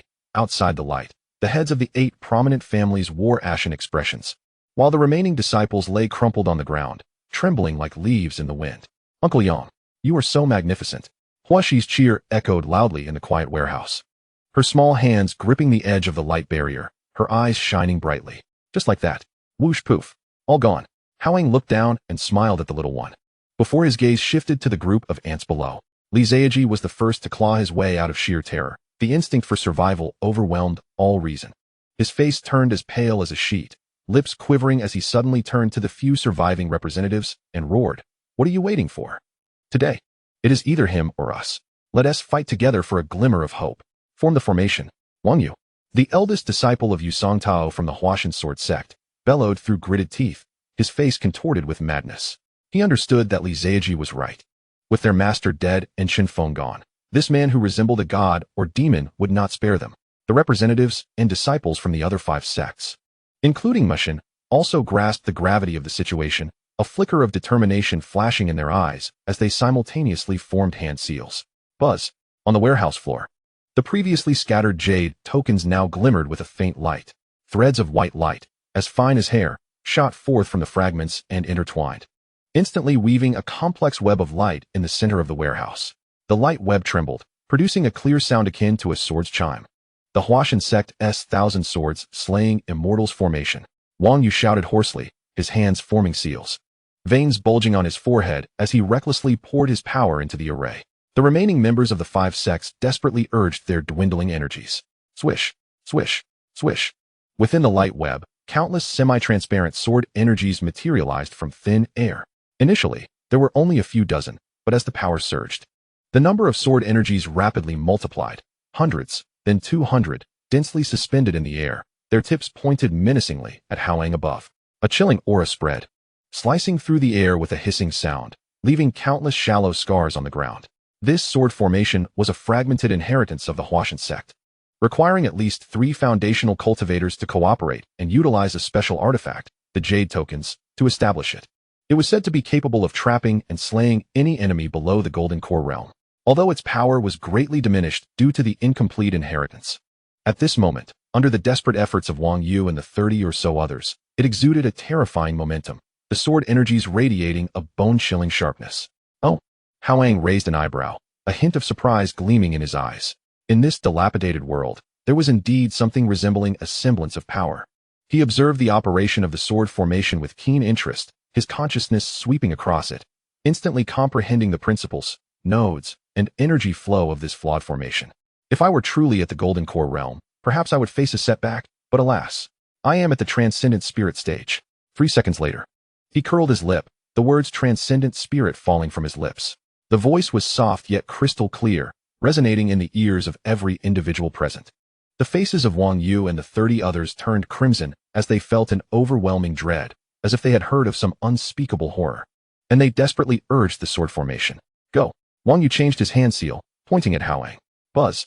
The hundreds of suspended sword energies emitted a thunderous roar, transforming into streaks of flowing light, akin to a torrential downpour of pear blossoms, or like a rain of arrows, surging toward Hao Yang in a sweeping wave. The sword energies sliced through the air with a sharp whistle, their momentum fearsome. Wow! Huashi gasped in astonishment from below, her small fists clenched tightly. Facing this torrent of sword energies capable of reducing those at the Golden Core realm to pulp, Hao Yang merely raised his right hand casually, extending his index finger toward the oncoming blade storm, and gently tapped it. Freeze. With a word, the law followed. Time seemed to come to a standstill at that moment. The hundreds of sword energies, upon colliding with an invisible barrier, were instantaneously halted mid-air, just a few feet away from Hao Yang, their tips trembling as they emitted an unwilling hum, yet they could not advance an inch further. Wang Yu and the 30 others' pupils constricted, their hearts sinking. I'll return this to you, Hao Yang said lightly, a flicker of light glimmering at his fingertip. In the next instant, the hundreds of frozen sword energies shuddered violently, their blades turning to point at the 3 individuals who had formed the array below and the 8 family heads behind them. No. Wang Yu let out a desperate scream. Go. A single word slipped from Hao Yang's lips. Whoosh, whoosh, whoosh. The hundreds of sword energies, moving with a speed even greater, fiercer, and more frenzied than before, rolled back. Moreover, each sword energy, as it flew back, astonishingly split into 2, then 4, filling the air in the blink of an eye with not just thousands, but a deluge of sword energies. The entire warehouse became awash in a chilling glow, resembling a galaxy turned upside down, a tidal wave of sword energies. Ah, help, master. The screams abruptly ceased. The torrent of sword energies engulfed everything. There was no resistance, no struggle. Everyone, including Wang Yu and his companions, transformed into a myriad of crimson specks, scattered amidst the brilliant yet deadly light. The sword light lasted for 3 seconds before gradually dissipating. In the center of the warehouse, it was empty. The ground was as smooth as a mirror, leaving no trace of blood or torn cloth, only the faint scent of blood lingering in the air, bearing witness to the brief yet brutal cleansing that had just transpired. Everything returned to silence. Wow! Huashi's shrill cry shattered the stillness as she leaped with excitement within the protective light. Uncle Yang, that move was so cool. I want to learn it. I must learn it. It's a billion times cooler than any game or movie special effects.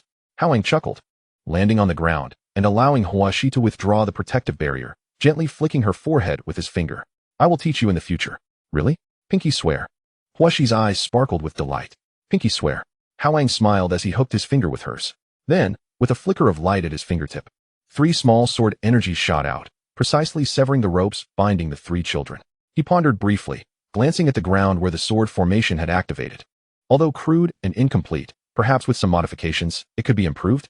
While he remained at ease, the remaining 8 family heads had succumbed to utter despair. Li Zheji sat collapsed on the ground, his trousers soaked with a large patch of moisture, trembling so violently that his teeth chattered. He looked at Hao Yang, then at the empty center of the warehouse, his mind blank. The apocalyptic sword light and the sight of dozens evaporating in an instant had shattered all his ambitions, schemes, and courage. Mr. Yang, his voice was hoarse, akin to a broken windbag, as he lay on the ground, tears streaming down his face. Spare us, spare us. We were wrong. We truly know our mistakes. We do not want the medicine. We do not want the inheritance. We do not want Xiangzhou. We, the 8 families, will immediately withdraw from Xiangzhou, surrendering all our industries and resources to the Hou family, just for a chance to live. We promise, from now on, to disappear and never appear before you again. The other 7 family heads also snapped back to reality, crawling on their knees in a row, banging their heads against the ground like a pestle, their foreheads striking the ground with loud thuds, blood streaming without their awareness. Mr. Yang, have mercy. We have been blinded by greed. We beseech you, show us mercy and let us go. Hao Yang turned to look at these 8 once mighty figures in Xiangzhou, now reduced to a pitiful state, his gaze indifferent, devoid of any emotion. Humph. Boom. An indescribable, overwhelming pressure descended upon them like an invisible ancient mountain, crashing down with a thunderous force. The heads of the 8 families could scarcely emit a cry, feeling as if the entire weight of Kunlun Mountain bore down upon their spines. Crack, crack, crack. The sickening sound of shattering bones reverberated through the air. The knees of the 8 individuals were utterly obliterated, akin to porcelain crushed under the weight of a 1,000-ton hydraulic press. Blood instantly soaked through their expensive trousers, spreading in glaring crimson stains across the floor. Agonizing pain surged throughout their bodies, their eyes bulged with terror, gasping for breath, yet they could not utter a single scream, merely convulsing like fish on the brink of death in a pool of their own blood. The voice of Hao Yang, calm yet chilling, resonated through the air. The Hou family offered you a chance. It is you who failed to cherish it, who thought not of how to atone, but instead escalated your actions, kidnapping children and even plotting my murder. He leaned slightly, his gaze sweeping over the contorted faces twisted in agony and fear. I am curious. Who granted you such audacity? The 8 heads of the families curled up in the crimson pool, resisting the ancient mountain-like pressure, devoid of even the strength to plead for mercy, left only with boundless dread and despair. Hao Yang straightened, shaking his head. Were it not for your remaining utility, I would wish to send you to join those worthless ones from earlier. He turned his attention away from them, transmitting his thoughts to Hou Gang and a large contingent of military police waiting 1,000 meters away. Brother Gang, bring your men over to clean up. The principal offenders have been dealt with.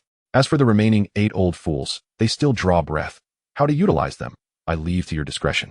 At this moment, Li Ziaji's gaze was vacant, staring up at the small patch of blue sky visible through the hole in the warehouse ceiling. His lips moved, yet no sound emerged. It was over. Everything was over. Wealth, power, family, ambition, and even this old life, gone. He understood that from this day forth, Xiangzhou would no longer have the so-called 8 great families. Only the Hou family remained, and behind them, that young man who resembled a god or demon. Sunlight streamed through the hole, illuminating the last flicker of light in his murky eyes. The sky of Xiangzhou had irrevocably changed. Chapter 44, The Aftermath. Inside the warehouse, when Hou Gang received Hao Yang's message and arrived with a large contingent of special police and medical personnel, he witnessed a bizarre and chaotic scene. As if the factory had been ravaged by an 18-level hurricane, sunlight poured through the hole in the ceiling, revealing 8 old men kneeling in a row in the corner, wailing in agony, their knees soaked in glaring blood, their faces as pale as ghosts, their eyes vacant, half alive. In the center of the factory, Hao Yang cradled the slumbering Hou Yin and Hou Yi, while Hou Shi's small face was flushed with excitement, animatedly gesturing about something. Dad, you missed it. Uncle Yang was so cool. Upon seeing Hou Gang, Hou Shi dashed over, tugging at his father's sleeve, speaking in a hurried, frantic manner. Those bad guys were trying to use a sword formation. Hundreds of swords were flying at us. But Uncle Yang he mimicked Hao Yang's demeanor, extending his finger and feigning gravity. Freeze. Everything stopped. Then Uncle Yang said he would return them, and with a flick of his finger, whoosh. Those swords turned around and flew back, transforming from 1 into 10, from 10 into 100, overwhelming us. Bang bang bang. Those people were all gone. Not even ashes remained. 1,000 times better than movie special effects. The little fellow spoke with such fervor that he nearly sprayed saliva onto Hou Gang's face. Hou Gang ruffled his son's hair, casting a glance towards the 2 daughters in Hao Yang's arms. Are the little ones all right? They seem to be asleep. Hou Shi scratched his head, realizing it for the first time. They're fine. Hao Yang smiled casually. The scene was a bit bloody, so I let them sleep for a while. Hou Gang nodded, relief washing over his face. Good. Thank you, Yang. Today's battle was clean and decisive. The greatest threat to the Hou family crumbled overnight. From now on, Xiangzhou will no longer face constraints. Do we still need to be here? Hao Yang surveyed the surroundings, where the special police were already methodically sealing off the scene, and medical personnel were carefully lifting the 8 limp, old heads of families onto stretchers. If all is well, I should take the children home? Your sister has been worried for a long time. Hou Gang waved his hand. I'll handle things here. With so many eyes watching, the evidence is irrefutable. I will manage the follow-up matters. You take Xiaoxi and the others home to rest. All right. Hao Yang nodded. Once we're done, I'll come home for dinner. We're having dumplings tonight. My mother and Xian have mentioned you several times. Hou Gang replied. Xiaoxi, come here, we're heading home. Hao Yang called to the still excited Huaxi. Oh, Dad, we're going home. Huaxi quickly ran to Hao Yang's side, not forgetting to wave back at Hou Gang. Hou Gang smiled and nodded. In the next moment, Hao Yang held his 2 daughters in one arm, while taking Huaxi's hand with the other, their figures rippling like water. Vanishing silently from the spot, the busy special police around them appeared completely oblivious, continuing with their tasks. At Villa number 108 in Qinshui Bay, her family's living room, the atmosphere shimmered as the trio of Hao Yang appeared. Xiaoxi, Yan, Yi. The anxious Guijing leapt from the sofa and rushed over, followed closely by Lu Xiaoying and Lin Xian, their faces filled with concern. Uncle Yang, is this what teleportation is? So cool. As soon as they arrived in the living room, she had expected Hao Yang to carry him back through the air, but was astonished to find they were home in the blink of an eye. Too caught up in excitement, and you've ignored your mother. Hao Yang lightly tapped Huaxi on the head, shaking his head, then turned to Guijing. Sister-in-law, don't worry. Yan and Yi are just asleep. I'll carry them upstairs. With that, he vanished, reappearing in the children's room on the 2nd floor, gently placing the 2 little girls in their soft beds, adjusting their blankets, and lightly touching their foreheads to leave a trace of calming energy. Upon returning to the living room, Huaxi was animatedly recounting the climax of the return of the 10,000 swords, gesticulating wildly, his words flowing freely. Little rascal. Hao Yang materialized behind Huaxi, playfully tapping his head again. What are you so proud of? Ah, Uncle Yang. Huaxi covered his head, grinning widely. I was just about to say something cool. Otherwise, how is it different from sneaking around in a brocade robe? Mom, Grandma Lu, Aunt Lin Xian, you should have seen it. Uncle Yang was hovering in midair, just like a god descending to earth. Hao Yang shook his head helplessly, letting the boy go. This little one certainly had both courage and spirit. Outside, the winds of change stirred, following the rescue, or rather, the capture, of the heads of the 8 families, who were transported to the hospital for emergency treatment. The Xiangzhou police swiftly convened a press conference, with Hou Gang personally attending, his expression somber yet resolute. Confronted by a barrage of cameras, he disclosed the investigation results, led by the Li, Zheng, Lu, and Wu families. The 8 great families had, in a frenzied attempt to prevent him from running for the next chief executive and reforming Xiangzhou, conspired to kidnap his children, seeking to coerce the Hou family into submission. Fortunately, the police acted with thunderous speed, rescuing the 3 children safely. Hou Gang expressed gratitude on behalf of the Hou family to all the concerned citizens, while sternly condemning such heinous criminal acts that crossed all boundaries. Almost simultaneously, the internet erupted with decades worth of sordid revelations about the 8 great families: smuggling, bribery, market manipulation, illegal land acquisition, and even involvement in homicides, like a volcano erupting. The evidence was detailed, richly illustrated, and the timeline clear. Public opinion exploded. Scum. Beasts. They even target children. No wonder Xiangzhou had felt so stifled in its development over the years. It turned out these were the parasites. Support Mr. Hua. Punish the perpetrators. Restore justice in Xiangzhou. The Hua family had served the nation and its people for 3 generations. How could these trashy families dare call themselves noble? The sentiments of the populace are vehement, and public opinion surges like a tidal wave. The reputation of the 8 prominent families has been irrevocably tarnished, rendering the remaining clan members akin to pariahs, scurrying like rats in the streets. Their enterprises have been comprehensively frozen and liquidated, while political allies hastily sever ties for self-preservation. Overnight, the atmosphere in Xiangzhou has undergone a dramatic transformation. In the luxurious penthouse of the He family's casino on Ayadao, He Kaiying sets aside his tablet, which displays a live broadcast of Hou Gang's press conference. After a prolonged silence, he exhales a plume of cigar smoke. Behind him, an elderly Taoist from Longhu Mountain murmurs, Mr. He, it appears we have underestimated that young man. 5 sects, over 30 cultivators, including several foundational-level masters, were completely annihilated without so much as a ripple. While those 3 children emerged unscathed, the Taoist's voice carries a hint of trepidation and profound apprehension. He Kaiying nods, his expression intricate. Fortunately, We chose to remain observers and refrained from involving ourselves. He pauses, extinguishing his cigar. It seems we must prepare a substantial gift. The situation in Xiangzhou has been resolved, and it is time for us to pay a visit to our old comrade, Hou Tu. In the capital, the atmosphere is as heavy as storm clouds suffocating a city. Around an oval redwood conference table, 10 elders convene, each with a thick dossier of confidential documents laid before them, detailing the entirety of the Xiangzhou incident. The elder seated at the right hand of the table, brows furrowed, taps his fingers upon the surface. Has the Hou family perhaps overstepped this time? Stop.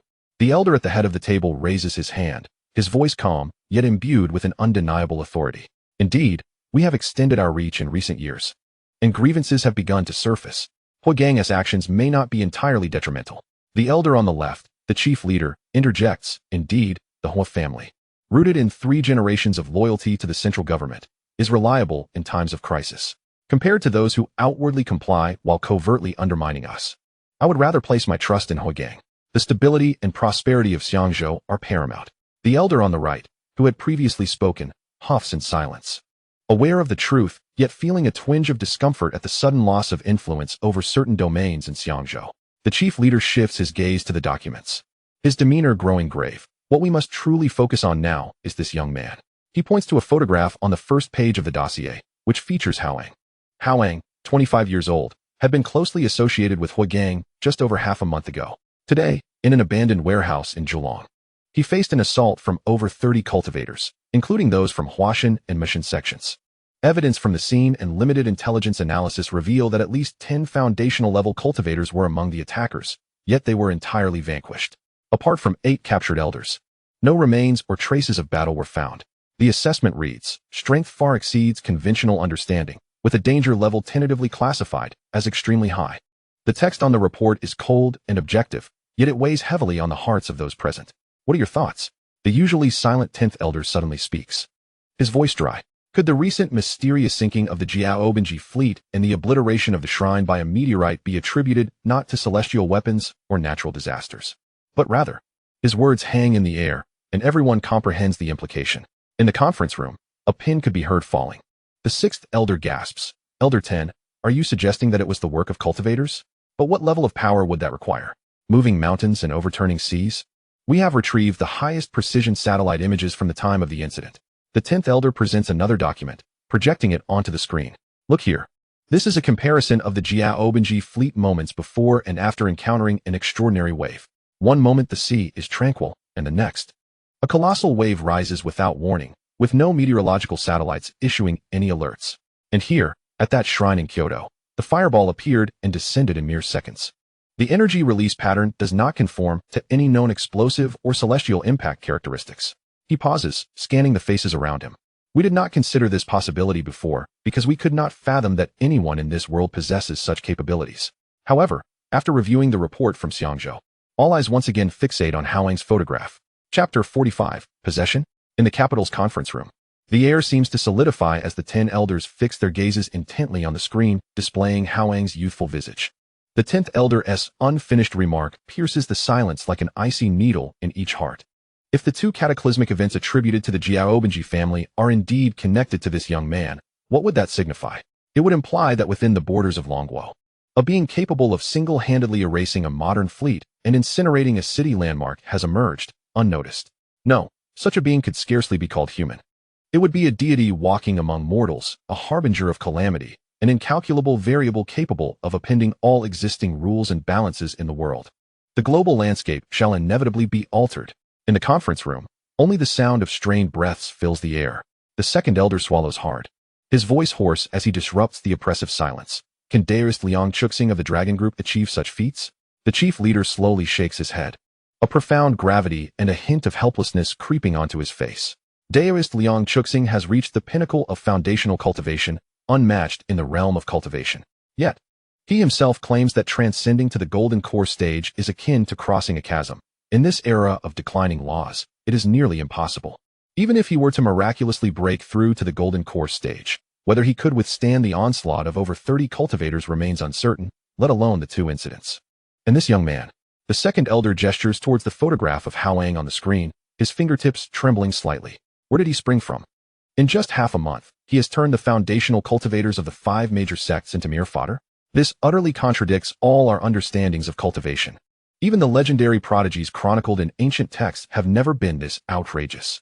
The previously silent 10th elder speaks again, presenting a chilling possibility that sends shivers down everyone's spines. Could it be that this is not merely a young man, but rather an ancient entity, having lived for countless years, who has seized control of a new vessel? Possession? The 6th elder exclaims, only to immediately cover his mouth in shock. His eyes wide with horror. The expressions of the other elders shift dramatically. Possession. This term, rarely mentioned even in the most ancient of forbidden texts, evokes the most sinister, enigmatic, and terrifying possibilities. An ancient being, having accumulated countless experiences and techniques, taking residence in a youthful body. This could explain why this individual has risen so rapidly, their strength astonishingly formidable. Stop. The chief leader inhales deeply, suppressing the tumultuous waves of emotion within. Without evidence, we must not jump to conclusions, lest we sow discord and instill fear among ourselves. Yet, despite his words, his gaze towards Hao Yang's photograph grows increasingly complex and vigilant. This hypothesis is alarmingly plausible, too reasonable to disregard. We must urgently ascertain the other party's intentions. The chief leader steadies himself, regaining the composure of a decision-maker. Regardless of whether he is a prodigious talent or an entity that has undergone possession, thus far, he has not exhibited any excessively reckless behavior. We possess no justification to provoke such a being. He surveys the assembly, articulating each word with intent. Order Liang Chuxing to approach with the utmost cordiality. There is but a single purpose, to convey our goodwill. Under no circumstances must we provoke, test, or exacerbate any conflict. Indeed, the secretary responsible for communications promptly took note. Understood. Yet, all were acutely aware that a meteorite, potent enough to alter the global balance, had already plunged into the modest pond of Xiangzhou in the Dragon Kingdom. Whether this portends fortune or calamity remains uncertain. In Hubei province, at Wudang Mountain's Golden Summit Taiyi Palace, enveloped in swirling mists, the current sect leader, the venerable master Zhongyun, clad in humble Taoist robes, sat cross-legged upon a meditation cushion, eyes closed. Below him, Qingwei Daoist stood bowed, his countenance marked by sorrow, bereft of his usual serene composure. Qingwei, Zhong Yunlong slowly opened his eyes, their depths akin to an ancient, tranquil well, fixing his gaze on his most esteemed senior disciple. His voice carried a subtle weariness and disappointment. You remain too merciful. Qingwei shuddered, lowering his head further. Master, your disciple could not bring himself to act. After all, Chen Feng and the others were disciples we watched grow, children we personally guided. Recalling the 3 disciples who had severed bonds and ultimately perished without trace, his heart was rent. Regardless of their original intentions, their fate was a source of profound anguish. Unable to act, Zhong Yunlong sighed softly. Our sect's code is clear. Those who betray the sect shall have their cultivation nullified and be expelled. Are you not aware? A single act of compassion has now brought calamity upon the sect. What course do you propose? Qingwei collapsed to his knees, bowing his head until it touched the floor. I acknowledge my transgression. I am willing to bear all punishment. I only beg for the safety of our sect. Zhong Yunlong remained silent for a long moment, his gaze drifting toward the churning sea of clouds beyond the hall, as though seeking to pierce the veil obscuring Xiangzhou. What use is punishment now? The true question is whether that individual will relent. You, along with Zhang Xianling and Chongqing, withdrew in time, thus preserving a chance for reconciliation. But the other 5 sects may not be so fortunate. His voice was grave, laden with unprecedented solemnity. Over 30 cultivators vanished without a trace. Such ruthlessness and temperament bode ill. The extinction of those 5 sects seems imminent. Qingwei lay chilled upon the ground, unable to raise his gaze.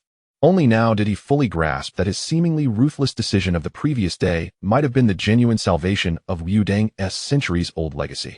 Parallel dialogues unfolded almost simultaneously at the Heavenly Master's mansion on Longhu Mountain and on Qingqing Mountain. The leaders of the 3 sects, while relieved and fearful, cast wary eyes toward Xiangzhou, suffused with deep apprehension. Meanwhile, the 5 sects of Huashan, Mushin, Zhongenshan, and others were thrown into chaos, their hearts gripped by dread. Within Huashan sect's soared Qi Soaring Hall, the sect leader, Yu Yanchun, bore ashen features, veins bulging on his hand gripping his sword, which then faltered and loosened. Sect leader, the soul lamps of senior brother Wang and others have all extinguished. Uncle U's lamp has gone out as well. Reports from Xiangzhou confirm our dispatched cultivators were utterly annihilated. The adversary was but a single young man. The Hua family has seized control of Xiangzhou and is purging the 8 great clans. Are we next? Panic-stricken cries erupted repeatedly. Yu Yanchun's face was ashen. His most elite disciples, and even his own son, had inexplicably fallen in Xiangzhou, and they dared not openly inquire who their enemies were, nor seek vengeance. Seal the mountain. Activate the protective formation. No disciple shall leave the sect. Yu Yangchun commanded hoarsely, his voice tinged with an unacknowledged fear. Contact the dragon unit immediately. Only they can save us. Identical orders rapidly spread through the other 4 sects, panic spreading like a contagion. These once lofty and aloof cultivation sects now resembled startled birds. 1,000 miles away, aboard a special aircraft departing from Wuhan, the dragon unit's leader, Daorist Liang Chuxing, donned a cerulean Taoist robe. His countenance clear and composed as he gazed serenely at the swiftly receding clouds outside the window. In his hands was an encrypted tablet containing all known information on Hao Yang, as well as the latest resolutions from the conference room. From a deadly encirclement of over 30 cultivators, Hao Yang had not only emerged unscathed, but had also protected 3 children. Liang Chuxing murmured softly, his fingers tracing Hao Yang's photo on the tablet, his eyes flickering with complexity. If it were me, surviving such an ambush unscathed would already be a stroke of luck. To turn the tables and annihilate all attackers? Huh. He smiled wryly, shaking his head. Even a golden core cultivator would struggle. With Huashan's Yu Songtao surely having set a sword formation, yet still being defeated, such power is terrifying. Possession? Or some otherworldly inheritance? Rubbing his brow, Liang Chuxing felt the immense weight of responsibility pressing down upon him. This contact might be the most crucial and perilous diplomatic mission the Dragon Kingdom had undertaken in decades. A single misstep could yield catastrophic consequences. Yet abstaining was not an option. He must proceed, for understanding, for dialogue, and to secure a sliver of hope for the terrified 5 sections. After all, within those sects were many earnest disciples devoted to the way who had committed no evil, forming the very foundation of the Dragon Kingdom. He sent word to Wudang, Longhu, Xingcheng, and the 5 sections. Inform them that I have departed for Xiangzhou, until I achieve clear results in my contact with that individual. All shall close their sect gates and quietly recite the yellow court scripture. No further incidents may arise, especially from the 5 sections. Restrain your disciples. Any who descend the mountain without authorization or spread inappropriate words shall bear full responsibility. Yes, master. Zhuzh Suanji responded solemnly. The special aircraft pierced through the clouds, speeding toward the southern international metropolis that had overnight undergone a seismic transformation. At the eye of the storm, Villa number 108 at Qianshui Bay, Xiangzhou, was suffused with warmth. In the dining room, a long table was laden with steaming dumplings and homely dishes. Lu Xiaoying, Lin Xian, and Guojing busied themselves arranging the food. While the old gentleman smiled softly, Huaxi was chattering animatedly to Huigang about the day's adventures, though she had restrained herself, omitting the grisly details. Hao Yang sat at the head of the table, his expression relaxed, as if the day's events had been nothing more than swatting a few bothersome flies. He picked up a dumpling, dipped it in vinegar, and savored its exquisite flavor. Ah, the dumpling filling is truly well seasoned, he praised with a smile.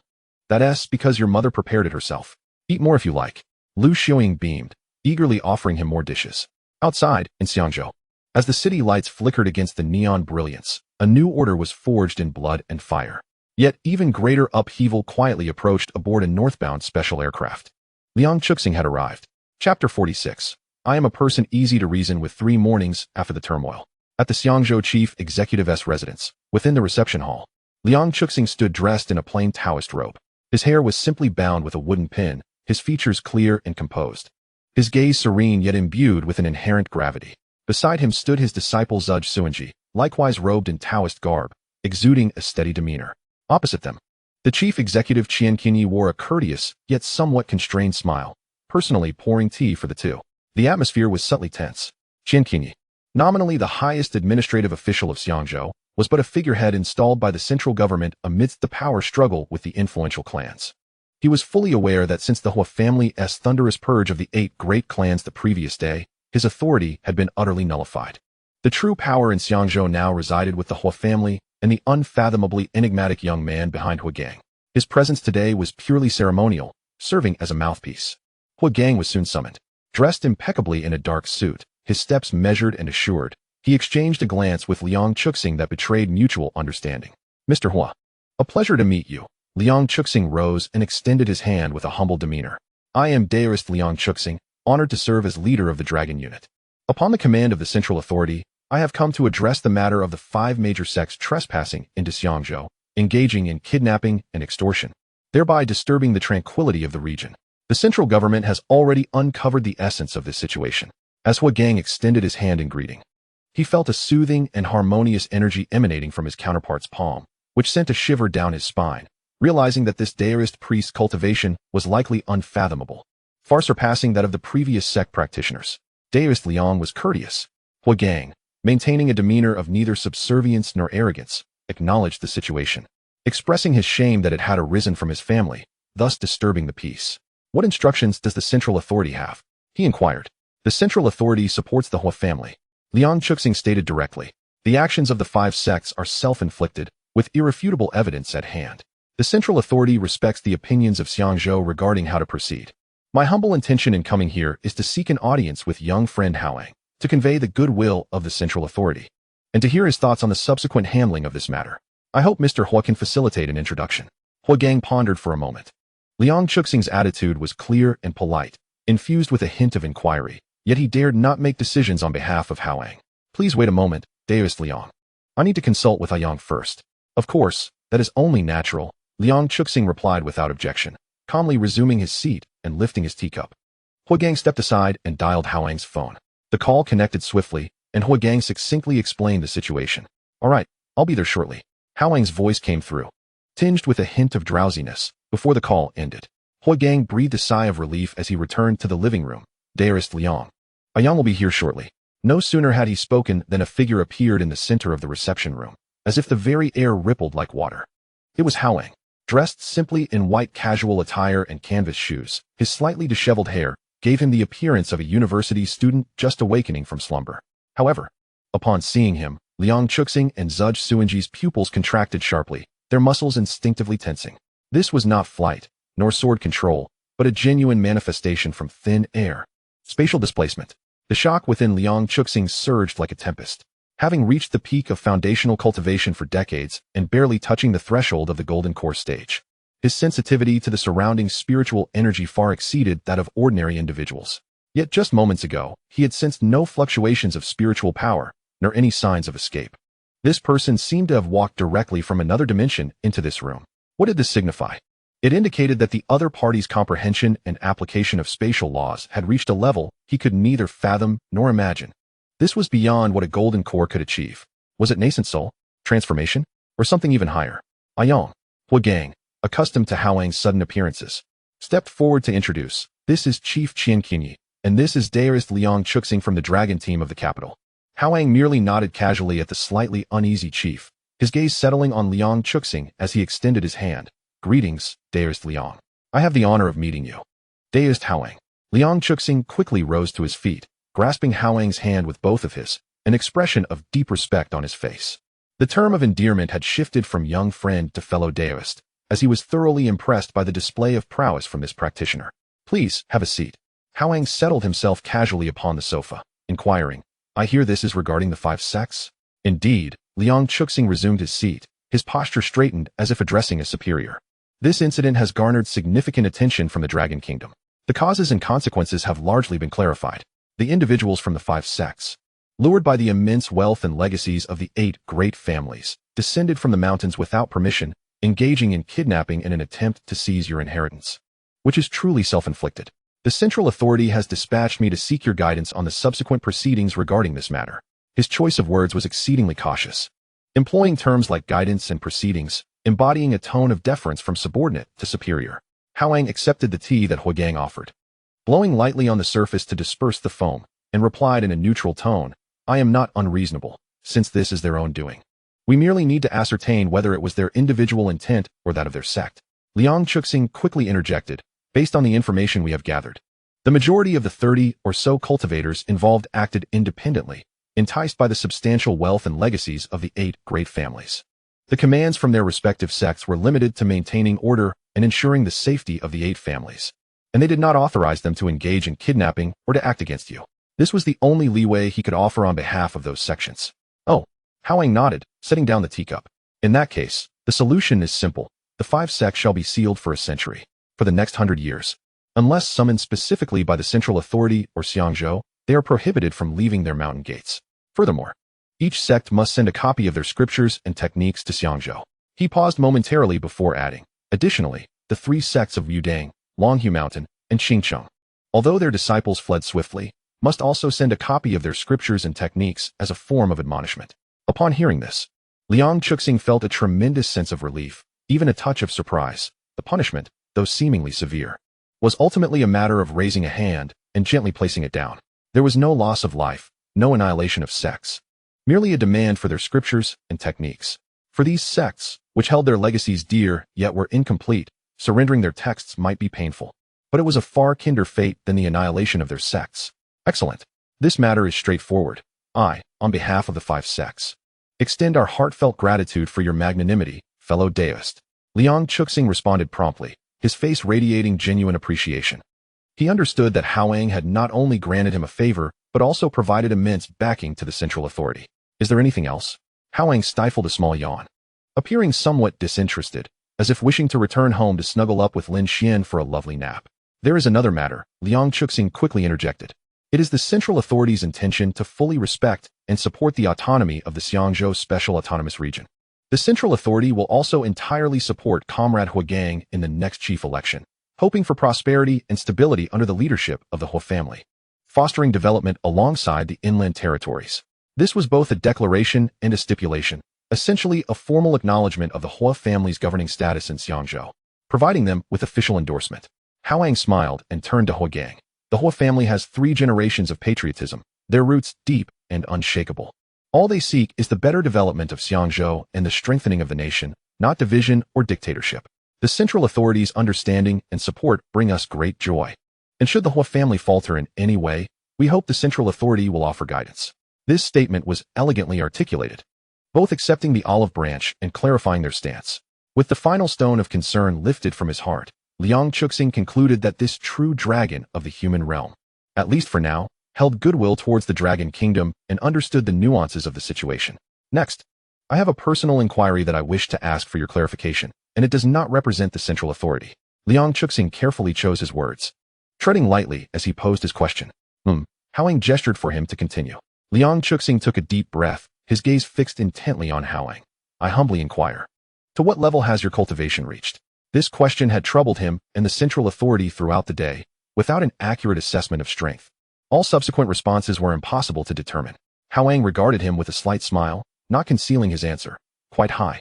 I am merely one lightning tribulation away from true ascension to immortality. Unfortunately, the rules of this world are incomplete, so the tribulation cannot descend. Gasp. Even though Liang Chuxing had prepared himself mentally, the mention of ascension and immortality still caused him to involuntarily draw in a sharp breath, his heart racing. Behind him, Zhuge Suanji nearly fumbled the teacup in shock, just one step away from being a true immortal. No wonder he could perceive over 30 cultivators as mere ants. No wonder he could displace himself through space.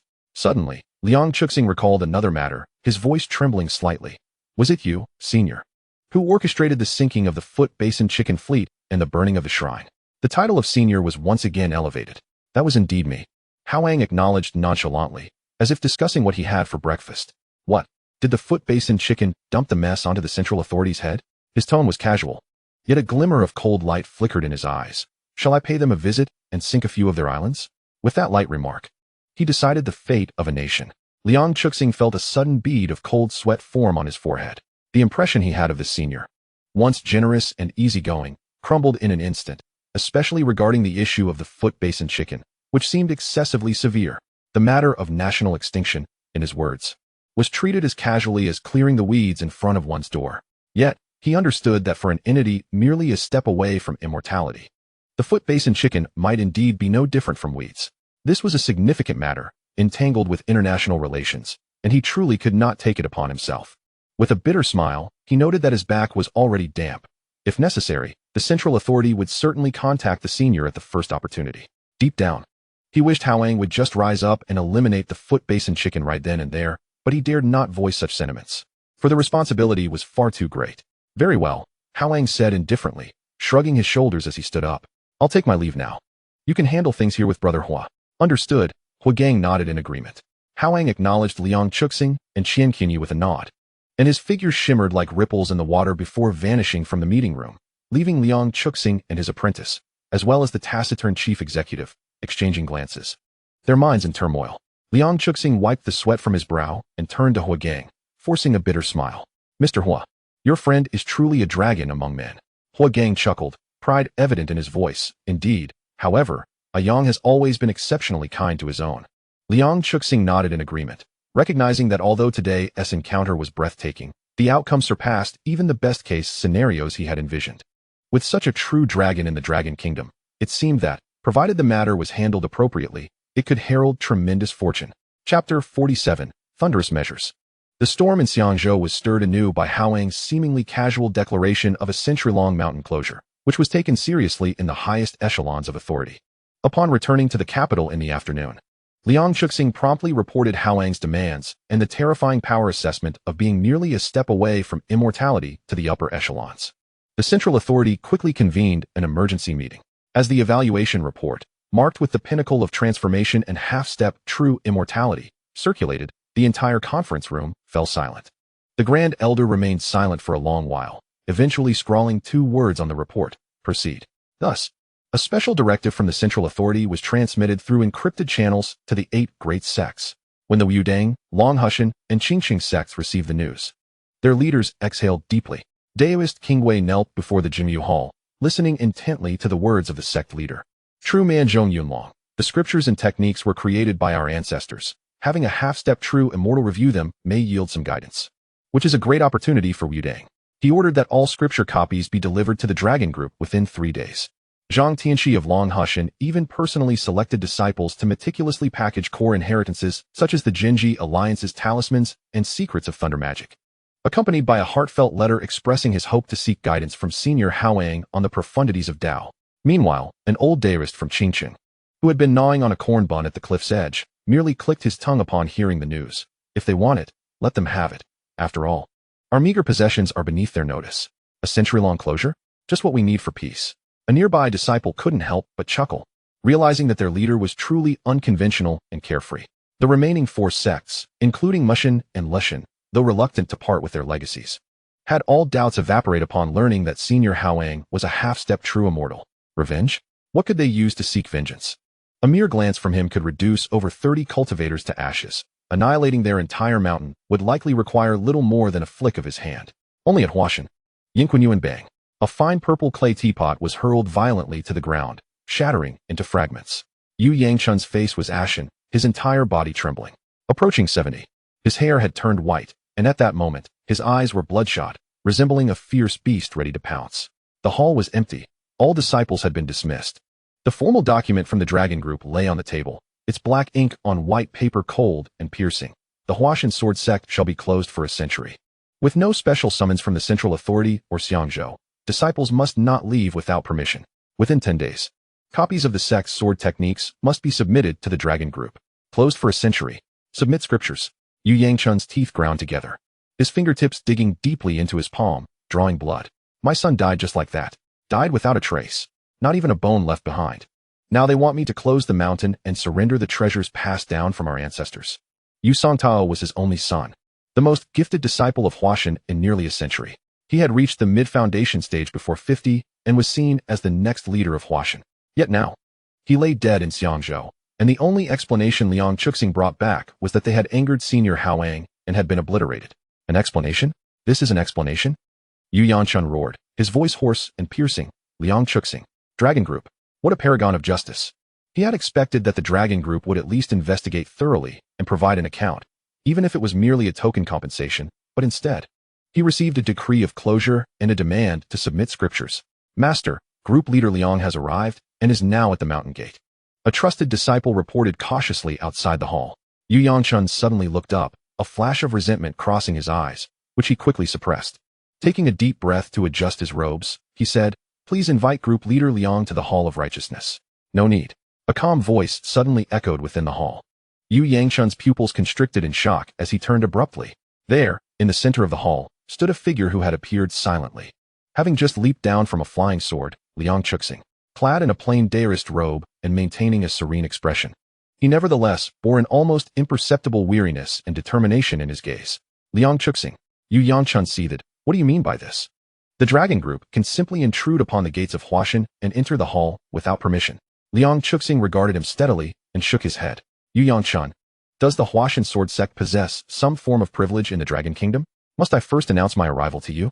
His tone was unyielding, imbued with an undeniable authority. The aura of a half-step golden core radiated subtly, causing the air within the hall to thicken. Yu Yangchun gasped, his complexion darkening further.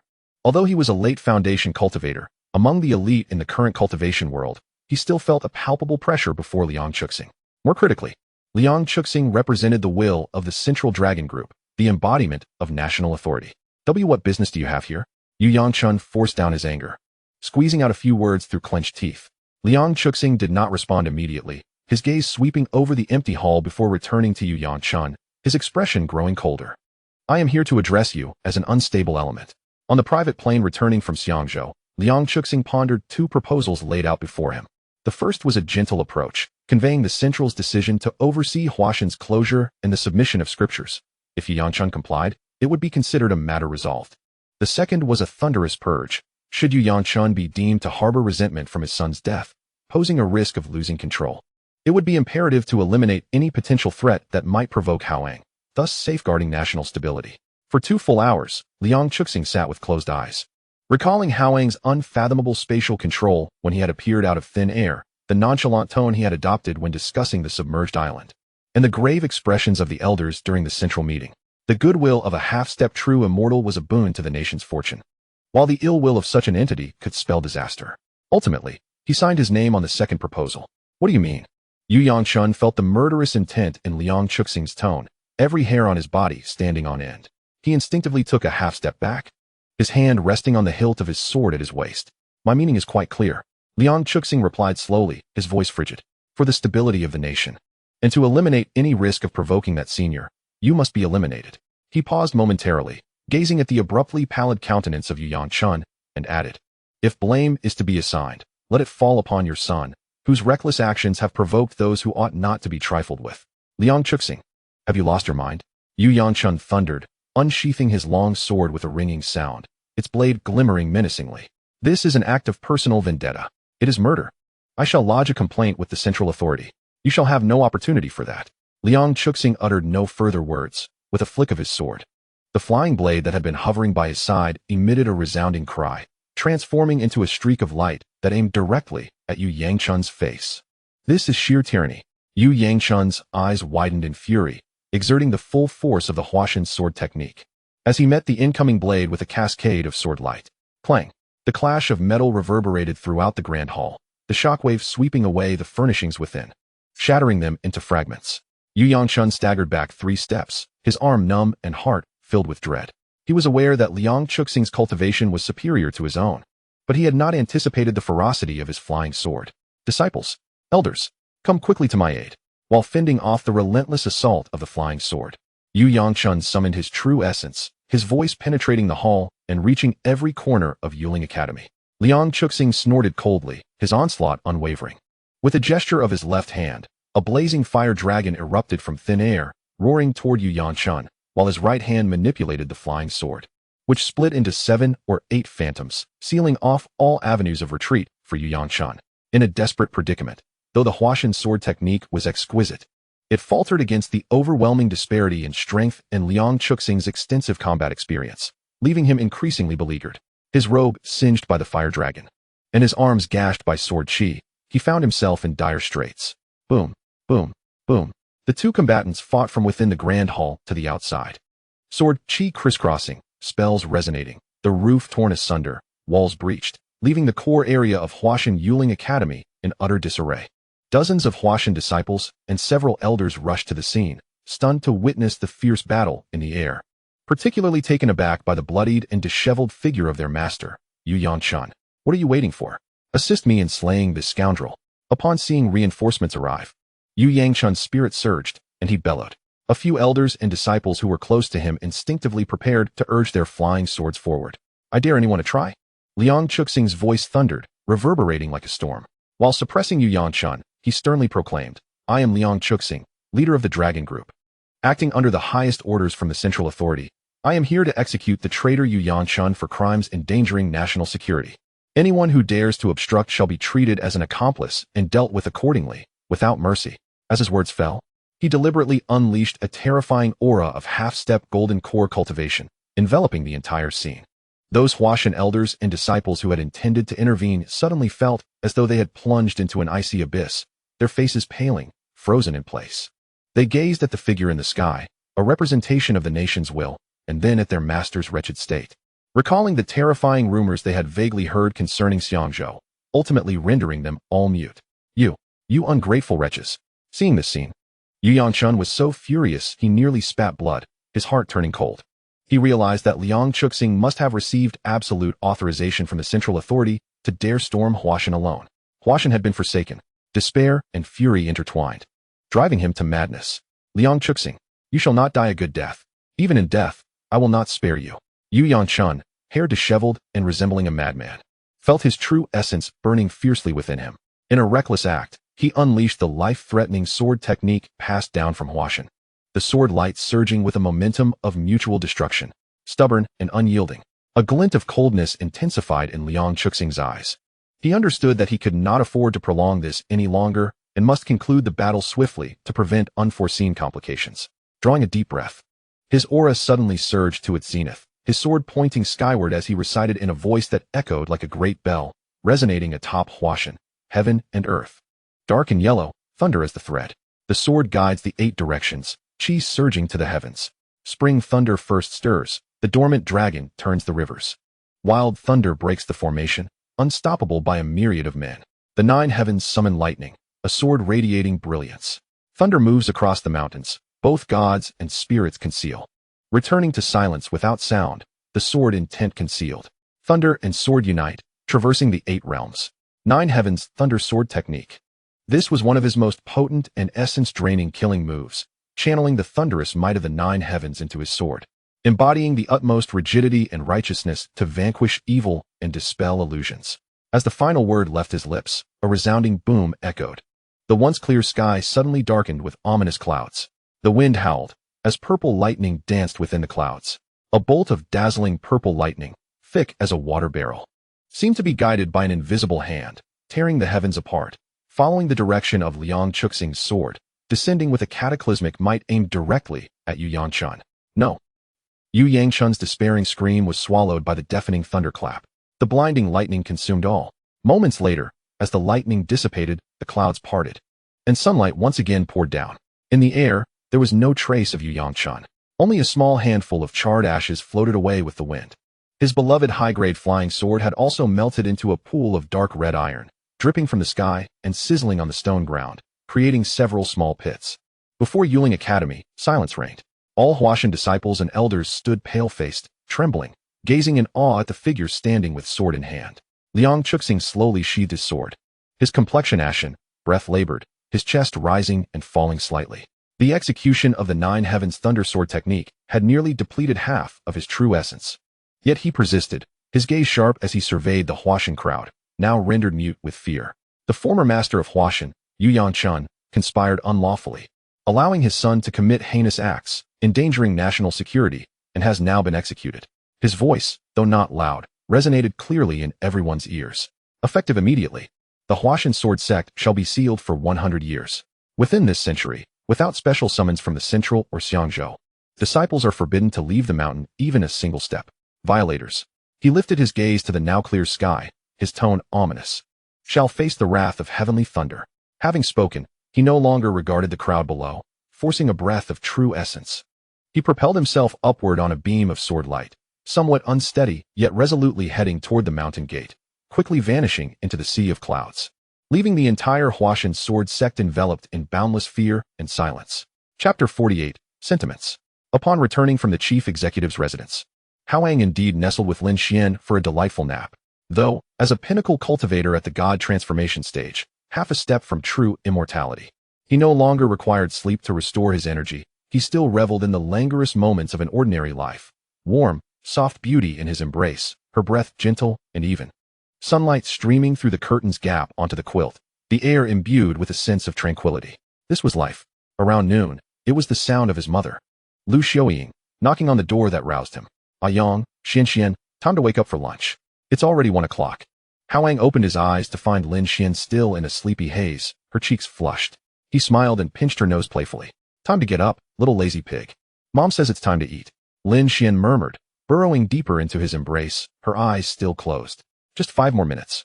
Ultimately, they were both coaxed downstairs by Lu Xiaoying herself. Lunch was served in the seaside restaurant on the lower level, facing the boundless azure sea. The dishes were homely, crafted by Lu Xiaoying and 2 aunts: braised pork ribs, steamed grouper, garlic choy sum, and a pot of nourishing soup. The old gentleman was already seated at the head of the table, smiling warmly as he watched the young couple descend. "Grandfather," Hao Yang said, guiding a slightly shy Lin Xian to sit down. "Eat quickly. The food will get cold," Lu Xiaoying chattered as she served Lin Xian, reminding them that young people shouldn't oversleep, as it was detrimental to their health. "Yang, you too. Don't take advantage of that talent and act recklessly." She hesitated to mention her cultivation of immortality, even though her family was already aware of it. She felt that the term was too esoteric and preferred something more casual. Hao Yang smiled and nodded. "Understood, Mom." Lin Xian's face flushed deeper as she focused intently on her meal. Did she really have to confess to Auntie that she enjoyed it too? The thought alone was mortifying. The meal was warm and casual, and afterward, Lu Xiaoying pulled Lin Xian aside, suggesting they visit Guijing to learn how to make soup.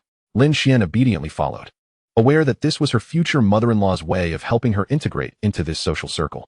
The old man, as was customary, retreated for a 1-hour nap, while Hao Yang set up a chessboard by the window in the living room and began to play against himself.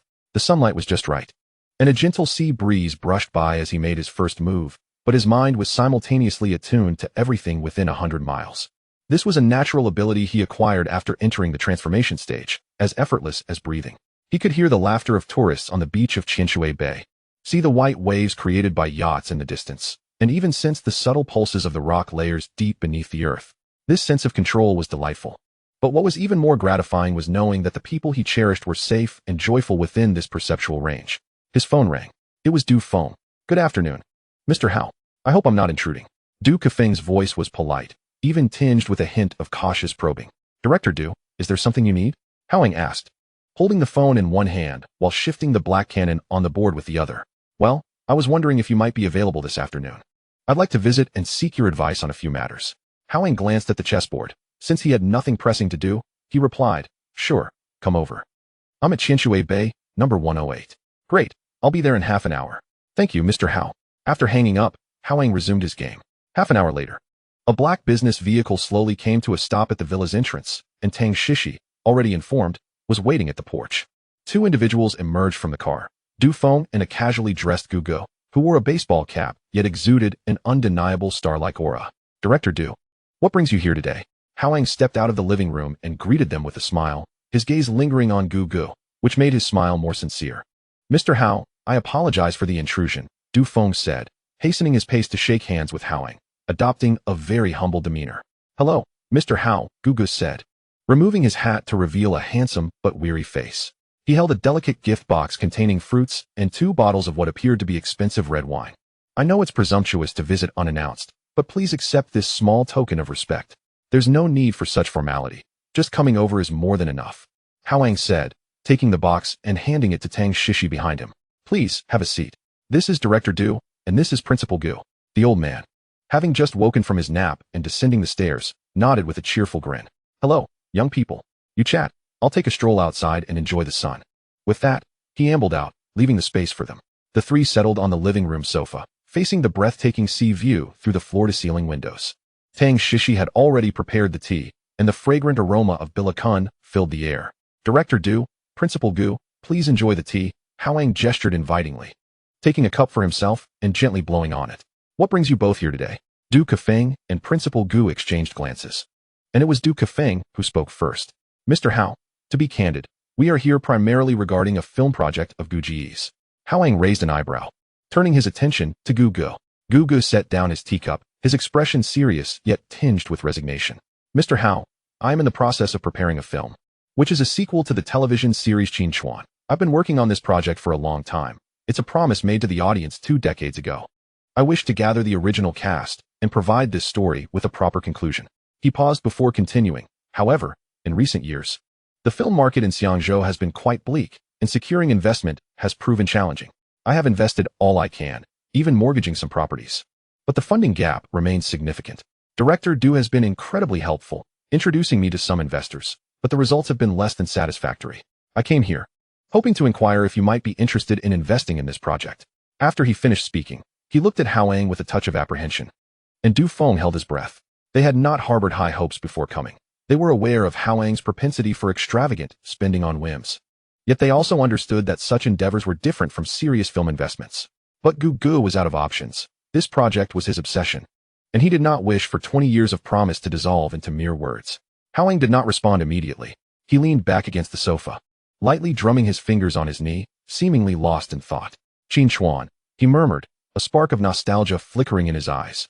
Is that the series about traveling back to the Qin dynasty? Yes, that's the one. Gu Ji's eyes brightened, surprised that Hao Yang knew of it. Huh. Hao Yang chuckled, his smile becoming genuinely warm. That was one of my favorite shows as a child. I would rush home from school every day, afraid to miss an episode. The main character left a deep impression on me. I must admit, I am indeed a fan of yours. This was no mere flattery. Prior to joining the Donghuang WeChat group, Hao Yang had been an ordinary office worker who enjoyed watching films and television during his leisure time.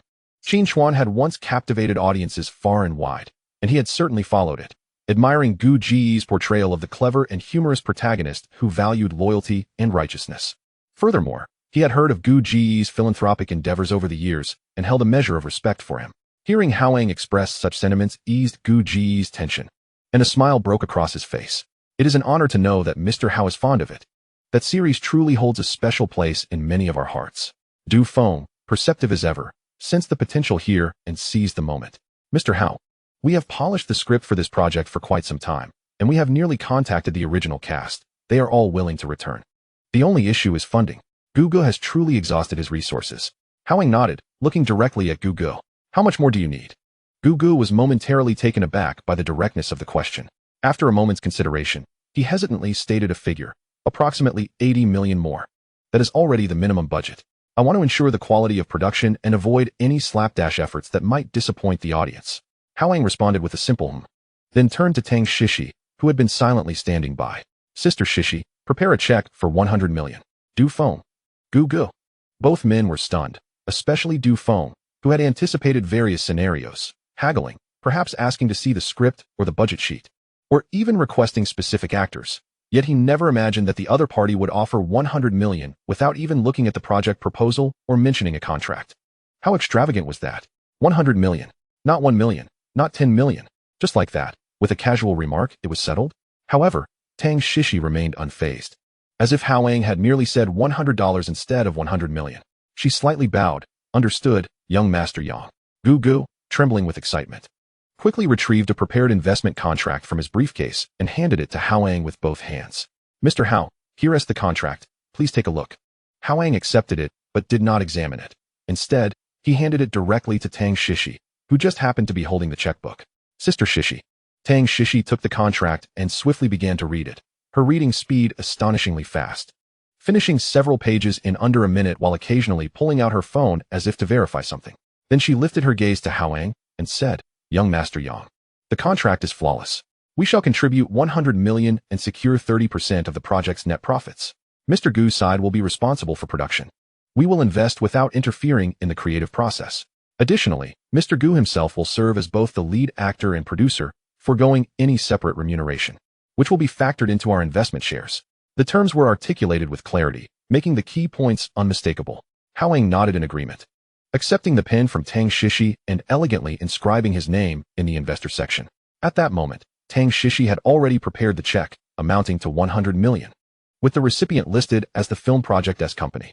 She handed the check to Gu. As Gu received the light yet weighty check, it felt dreamlike to him. Had the financial conundrum that had troubled him for years truly been resolved?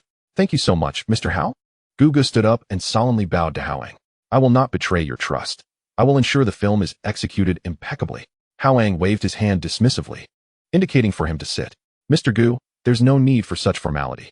I am pursuing a childhood dream of mine, and if you require assistance in bringing your vision to life, do not hesitate to ask.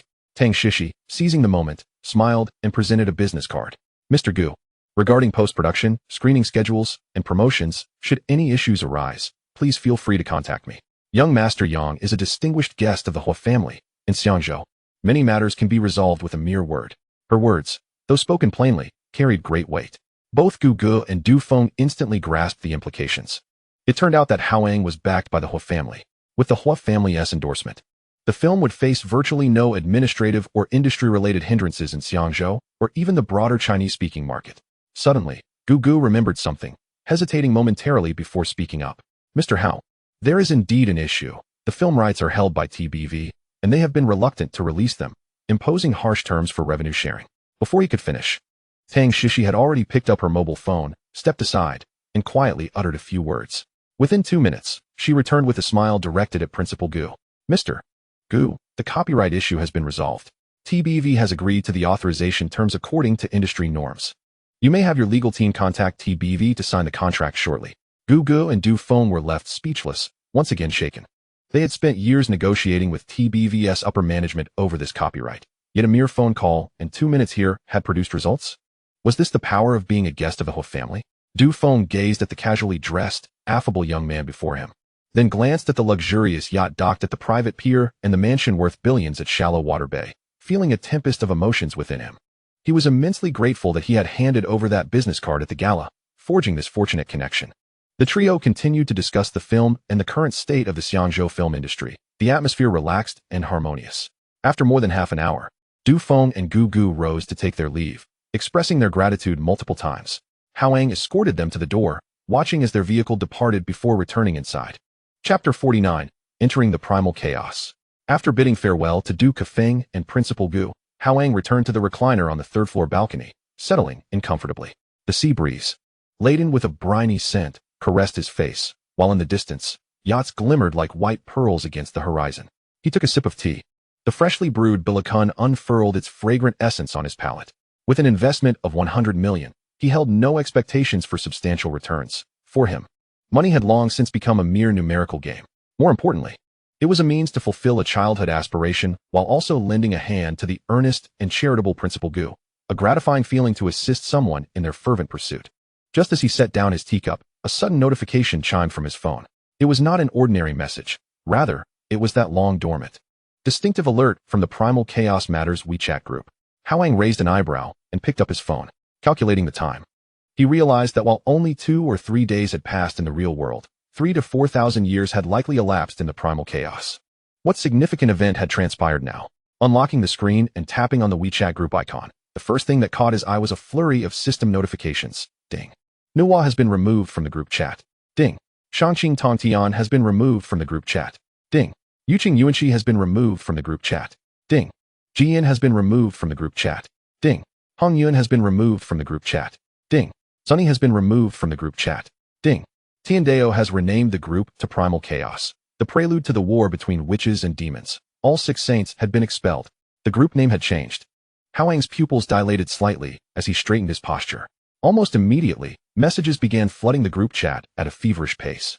The tension palpable enough to transcend the screen. Donghuang, Emperor Jun, Taiyi, and that mixed-breed bird. Hand over the little brat Luya for retribution, or I shall burn your wretched demon court to the ground. Gong, you 2 mangy beasts. Do you think we witches lack divinity? You killed my great witch Quafu and Yi. You caused the deaths of countless members of my witch tribe.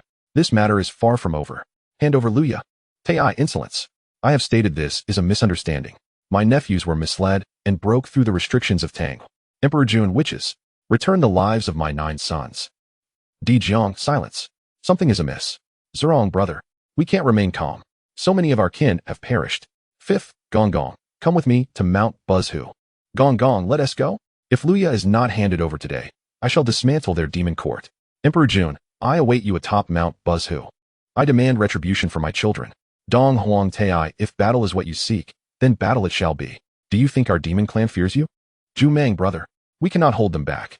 Xianming, I shall join. Shizi, dismantle his bird court. The group erupted into chaos. The ancestral witches seething with rage while the 2 demon sovereigns stood their ground, words exchanged with lethal intent, as a great battle loomed on the horizon. Hao Yang observed the rapid-fire messages, his brow knitting tighter with each passing moment. What on earth is happening? The plot has completely unraveled. He muttered to himself, a storm brewing in his heart. According to his familiarity with the narrative of the primal chaos, the sequence should have begun with Gong and Zhurong embroiled in internal strife due to calamity, Gong colliding with Mount Buzhu, leading to the collapse of the celestial pillar, the demon court fracturing and causing chaos, the Milky Way and weak water inundating the land and resulting in untold suffering. Only then would Nuwa forge stones to mend the sky, and the Earth Mother be moved to transform into reincarnation, laying the groundwork for the mutual destruction of the witch and demon clans. Following that, the 10 mischievous golden crows under Emperor Jun would embark on an excursion leading to a great drought, Kwafu perishing in the pursuit of the sun, and Taiyi being ultimately vanquished by Emperor Jun, which would trigger the full-scale eruption of the witch-demon war.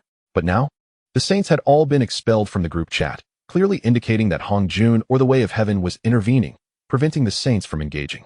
The conflict between the witches and demons had been expedited, with the order completely inverted. It had turned into a situation where the golden crows were in peril first. And as a result, Kwafu and Taiyi also fell, leading to the witches suffering the loss of countless kin. Now, the ancestral witches demanded the demon clan surrender the last remaining golden crow, Luya, for retribution, while Emperor Jun and Taiyi sought vengeance for their lost offspring. Was it because Hongyun had not perished and had instead achieved sainthood, altering the trajectory of the Way of Heaven and causing the calamity to erupt prematurely? Or was it because of my earlier revelations that had entangled Hongyun and Zhun Yuanzi, indirectly influencing the threads of fate? Hao Yang's mind raced, various possibilities flashing through his consciousness. Yet, one thing was certain. The narrative of the primal chaos had veered completely off its original course due to the flutter of his butterfly wings. And where it would lead was beyond even his prophetic foresight. Nevertheless, perhaps this also presented an opportunity. A glint of determination shone in Hao Yang's eyes. The tumultuous situation signifies uncertainty, and uncertainty is often accompanied by opportunity. Whether it be the impending collision of Donghuang with Buzu Mountain, the inevitable subsequent act of Nuwa mending the heavens, or the later transformation of Hou Tu into reincarnation, all these events promise an immense accumulation of heavenly merit. In the primordial chaos, merit is a form of hard currency. For him, it serves as the fuel for system functions, cross-dimensional transportation, cultivation, formula deduction, fortune-seeking, and enlightenment, each of which necessitates merit. The 3 million merit points he previously accrued from receiving guidance from Zhunti seemed substantial, yet a single cross-dimensional transportation costs 100,000. Thus, it is swiftly consumed. It appears that a personal journey to the primordial chaos is in order. Hao Yang made his decision. Not only must he uncover the source of the upheaval, but he must also seize the opportunity to amass merit. With determination, he opened the WeChat group and located the avatar of Hongyun. Despite an unknown error being displayed, he could still click on it, entering the private chat interface. Hao Yang, the Great Celestial, are you available, fellow deist? The primordial chaos is currently filled with calamity, and the heavenly secrets are murky.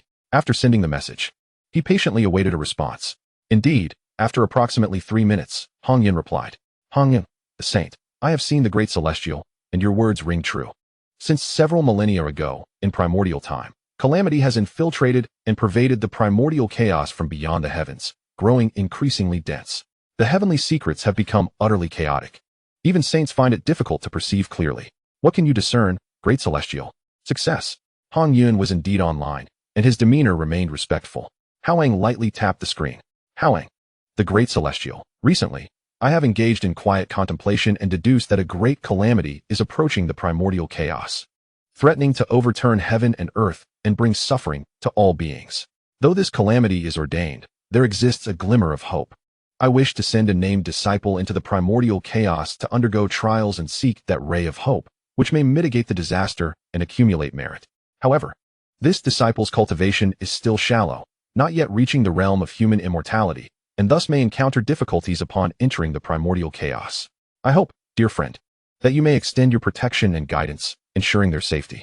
He aimed to phrase his request elegantly, providing a reasonable excuse for sending a disciple. As for who the disciple was, naturally, it was himself, merely under a guise more befitting the mysterious identity of the Great Celestial, thus avoiding direct exposure. Another 3 minutes elapsed. Hongyun, the saint, this matter is simple. The Great Celestial has conferred upon me the grace of enlightenment. It is only fitting that I assist your disciple. I am currently residing at the Sanqing teaching ancestral court of the human race, where I teach cultivation and provide protection. Your disciple may come directly to the ancestral court to seek me, and I shall ensure their safety. It is done. A smile crept across Hao Yang's face. This exemplifies the importance of connections. The venerable and meritorious Hongyun himself would act as both host and guardian, ensuring both stature and security. Hao Yang, the Great Celestial. In that case, I extend my gratitude, fellow deist. Hongyun, the saint, you are too kind, Great Celestial. After closing the private chat, Hao Yang let out a long sigh of relief, Securing Hongyun's assistance provided both a landing point and a safeguard. Next, he needed to inform his family. During dinner, the atmosphere in the restaurant was warm and inviting. Lu Xiaoying had prepared Hao Yang's favorite sweet and sour pork, and Lin Xian, sitting beside him, occasionally offered him dishes. Mom, Grandpa, Xian, Hao Yang sat down his chopsticks and spoke. I have reached a critical stage in my cultivation and need to enter seclusion for a few days. Everyone at the table turned their attention to him. Seclusion? Lu Xiaoying asked, a hint of concern in her voice. Is it far? Is it dangerous? Just nearby?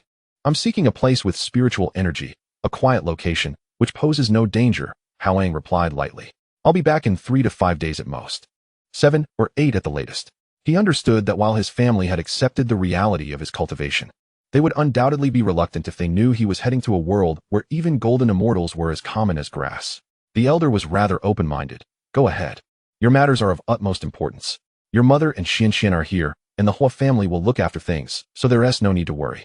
Lin Xian bit her lip and quietly asked, will you be gone for that long? Her eyes were filled with reluctance. Hao Yang smiled as he ruffled her hair. I'll be back soon, and I'll bring you a gift. I don't want a gift.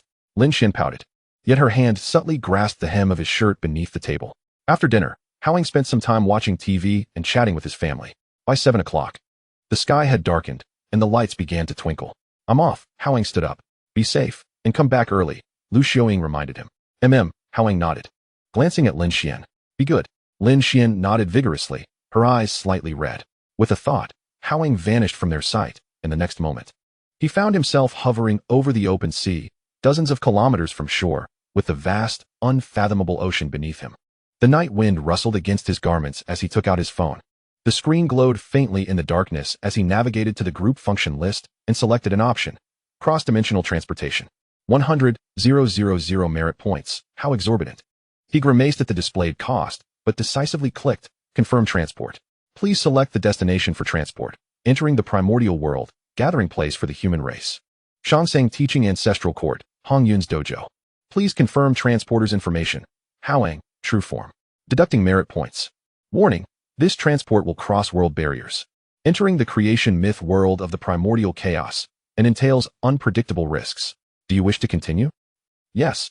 Without hesitation, Hao Yang clicked yes. Deducting merit points. 100,000. Current merit balance. 2,390,000. Transport initiation, positioning successful, constructing passage. Suddenly, the phone screen erupted in brilliant golden light. The golden glow did not emanate from the screen, but seemed to be born from the void, enveloping Hao Yang entirely in an instant. The golden light was intense yet not blinding, exuding an ancient, vast, and supreme aura. Hao Yang felt the space around him begin to tremble violently, distorting as if an invisible hand was pulling him away from his current world.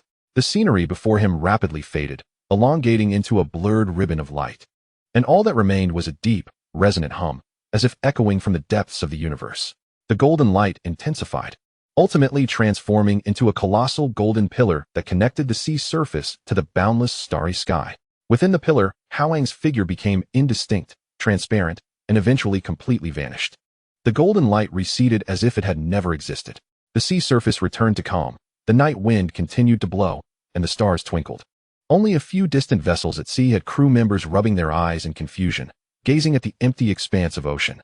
Was there just an aurora? Are you crazy? How could there be an aurora here? They dismissed, their skepticism quickly swept away by the sea breeze and waves. Meanwhile, in another vast, ancient world where laws intertwined and spiritual energy surged, in the primordial continent, tens of thousands of miles from Buzhu Mountain. Above the Sanqing Teaching Ancestral Court of the human race, the clear sky, devoid of clouds, suddenly split open unexpectedly, revealing a minuscule golden seam. Following this, an almost imperceptible point of golden light quietly descended from the seam, tracing across the sky towards an ancient architectural complex recently built, already imbued with a myriad of phenomena, shrouded in a faint golden glow of merit. The point of light landed silently in the core area of the ancestral court, within a grand hall. Deep within the hall, a massive golden lotus of merit swayed gently in the air. On the lotus seat, Hongyun, the saint, who was sitting with closed eyes in contemplation of the heavenly path, seemed to sense something, slowly opening his eyes. With a golden wheel of merit above his head, his eyes were warm and tranquil, as if capable of encompassing all worldly suffering. Gazing at the suddenly distorted air in the center of the courtyard, a faint smile of understanding gracing his lips. They have arrived. He murmured softly to himself, waving his sleeve, and a gentle aura of saintly power quietly enveloped the entire courtyard, effectively shielding it from all external prying eyes and heavenly secrets. Chapter 50, Bestowal of Treasures. The golden light gradually dissipated. Within the hall, the figure of Hao Yang, clad in a flowing white robe, solidified completely. This robe had been conjured by his will just before the teleportation, fashioned with a simplistic elegance, wide sleeves, and long hems, exuding a certain ethereal grace. After all, appearing before the Red Cloud Saint in a t-shirt and jeans would have been utterly incongruous. The moment his feet touched the primordial earth, he felt an unprecedented difference. The rich, almost liquid primordial spiritual energy surged toward him, penetrating his body without the need for any deliberate cultivation, cleansing every limb and sinew. Each breath felt as though he were consuming the purest essence of spiritual power, hinting at a loosening of his meticulously honed cultivation at the pinnacle of the transformation stage. The surrounding laws were palpably clear, as if they were within reach, vastly superior to the thin and fragmented laws of the mortal realm. He steadied his mind and raised his gaze. The first sight to greet him was the 12th grade Merit Golden Lotus, suspended in midair within the grand hall, slowly rotating, radiating golden light and auspicious colors, imbued with the essence of Tao. Upon this lotus sat a deist in a red robe, his countenance warm and benevolent, a grand golden wheel of merit slowly revolving behind him, casting forth immeasurable purity and serenity, illuminating the entire hall. The immense form of the Red Cloud Saint did not overtly display any oppressive force, yet the natural grandeur and profundity, in harmony with the Tao, nevertheless made Hao Yang feel diminutive, as if he were but a speck of dust at the foot of a majestic mountain. Hao Yang composed himself, stepping forward as per the script he had devised, cupping his hands and bowing deeply in a standard salute. Disciple Liaoqing, at the behest of my master, the great celestial venerable Hao Yang, has come to traverse the tribulations of the primordial chaos and pay respects to Uncle Master Red Cloud. I am deeply grateful for your protection. His voice rang clear, and his demeanor was respectful, flawlessly embodying the role of a recognized disciple. Liaoqing, this was the name he had chosen for himself, signifying his intent to transcend worldly ties and engage in the trials of cultivation. The gaze of the Red Cloud Saint fell upon him, imbued with gentle mirth, as if he could perceive everything while simultaneously embracing all. Nephew Liaoqing, there is no need for excessive formalities, Red Cloud replied, his voice calm, akin to a spring breeze caressing the heart. I am fully aware of your intentions. At the behest of your master, I shall do my utmost to ensure your safety.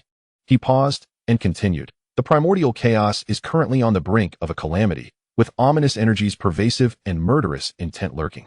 Your cultivation is still nascent, making your journey fraught with difficulties. I shall bestow upon you 3 items to safeguard your peace. With that, the Red Cloud Saint extended his right index finger, lightly tapping. 3 streams of luminous energy shot forth from his fingertip, tracing enigmatic paths as they descended towards Hao Yang. The first was a palm-sized triangular flag, entirely azure, with rippling waves and faint Tao patterns visible upon its surface, exuding a warm, yet incredibly resilient primordial aura. It floated before Hao Yang, gently quivering as if resonating with him. This is the preeminent water flag, Red Cloud introduced, a supreme treasure of primordial origin bestowed upon me at the founding of our sect by the heavens. It possesses unparalleled defensive capabilities, able to nullify myriad attacks. Only a power akin to that of a great Luo golden immortal could breach its defenses. It shall serve you as a protection. A jolt of excitement surged through Hao Yang's heart. Such a treasure, even within the primordial chaos, was among the finest. Many great Luo golden immortals would covet such an item. Red Cloud's generosity was truly remarkable. The second stream of light transformed into a palm-sized talisman, neither gold nor jade, its front inscribed with the word Supreme Goodness, radiating an ancient Tao charm. The reverse bore the characters Punish Evil, subtly emanating a righteous aura. This is the Supreme Goodness Punishing Evil talisman, Red Cloud explained. Holding this talisman allows you to channel a portion of the fortune of our sect to bolster your own power, significantly enhancing your offensive capabilities against ordinary golden immortals. Another primordial treasure. Though it was a tier below the flag, it was still a coveted item for countless Taiyi golden immortals. The third stream of light darted swiftly, instantly embedding itself in Hao Yang's sea of consciousness at his brow. He felt a gentle tremor in his mind, and a vivid image of the Red Cloud Saint imprinted itself within, seated in meditation, exuding an aura of sanctity that could suppress all and repel malevolence. This is my saint's mark. Red Cloud's voice resonated directly in Hao Yang's sea of consciousness. In times of crisis, it may automatically activate to form a protective barrier. capable of withstanding 3 full-force strikes from a peak Great Luo Golden Immortal. Furthermore, I will be able to sense your location. Should an insurmountable force arise, my true self can arrive at any moment. Hao Yang's heart raced with joy. He felt as if he had hit the jackpot. He had acquired 2 primordial treasures and a protective talisman from a saint without any effort. The sense of security was off the charts. Uncle Master Red Cloud, your generosity is beyond measure. The return on investment here is incomparably higher than any film endeavor. He struggled to suppress the exuberance threatening to spread across his face. Bowing deeply once more, his voice tinged with excitement. Disciple is profoundly grateful for your bestowed treasures.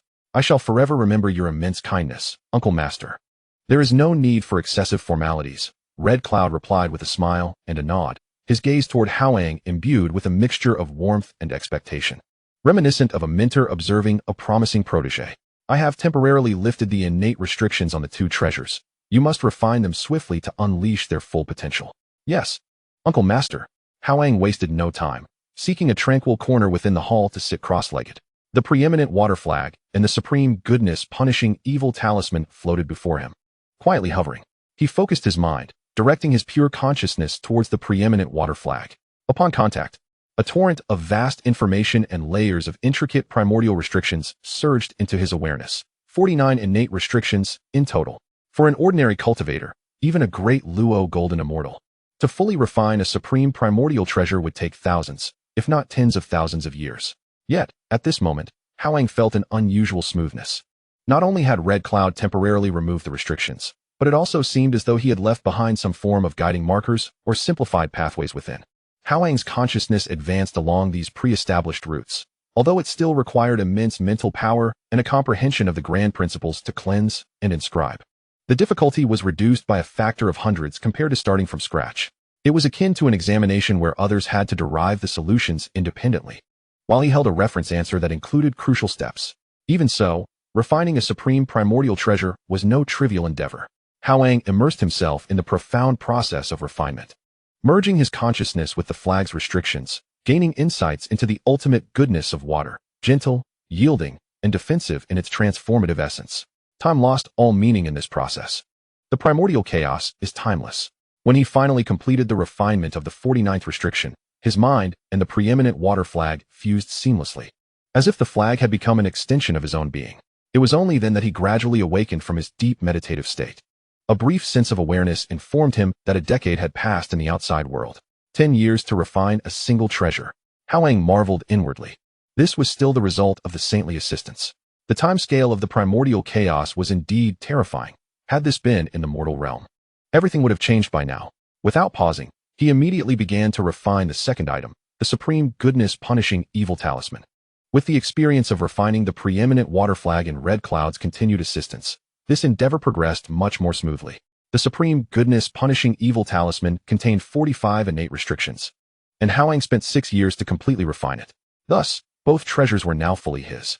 Hao Yang opened his eyes, his gaze shining brightly, his aura more harmonious and refined than when he first arrived.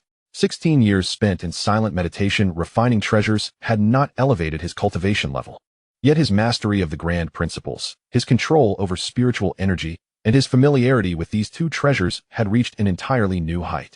With a subtle shift of thought, the preeminent water flag transformed into a blue light and melded into his body, concealed within his danshin for nourishment. The supreme goodness punishing evil talisman shrank to the size of a fingernail, adorning his waist as an accessory. He rose and once again approached the lotus platform, bowing respectfully. Esteemed Master Uncle, I humbly report that I have successfully refined the 2 spiritual treasures. The Red Cloud Saint, who had been meditating with closed eyes, slowly opened them, his gaze settling on Hao Yang, scrutinizing him with increasing admiration. Indeed, your foundation is solid, and your divine consciousness is refined, far surpassing that of your peers. With a nod, Red Cloud shifted the conversation with a smile. Disciple Liaochen, I observe that your aura is complete and your Tao foundation flawless. The opportunity to ascend to immortality is at hand.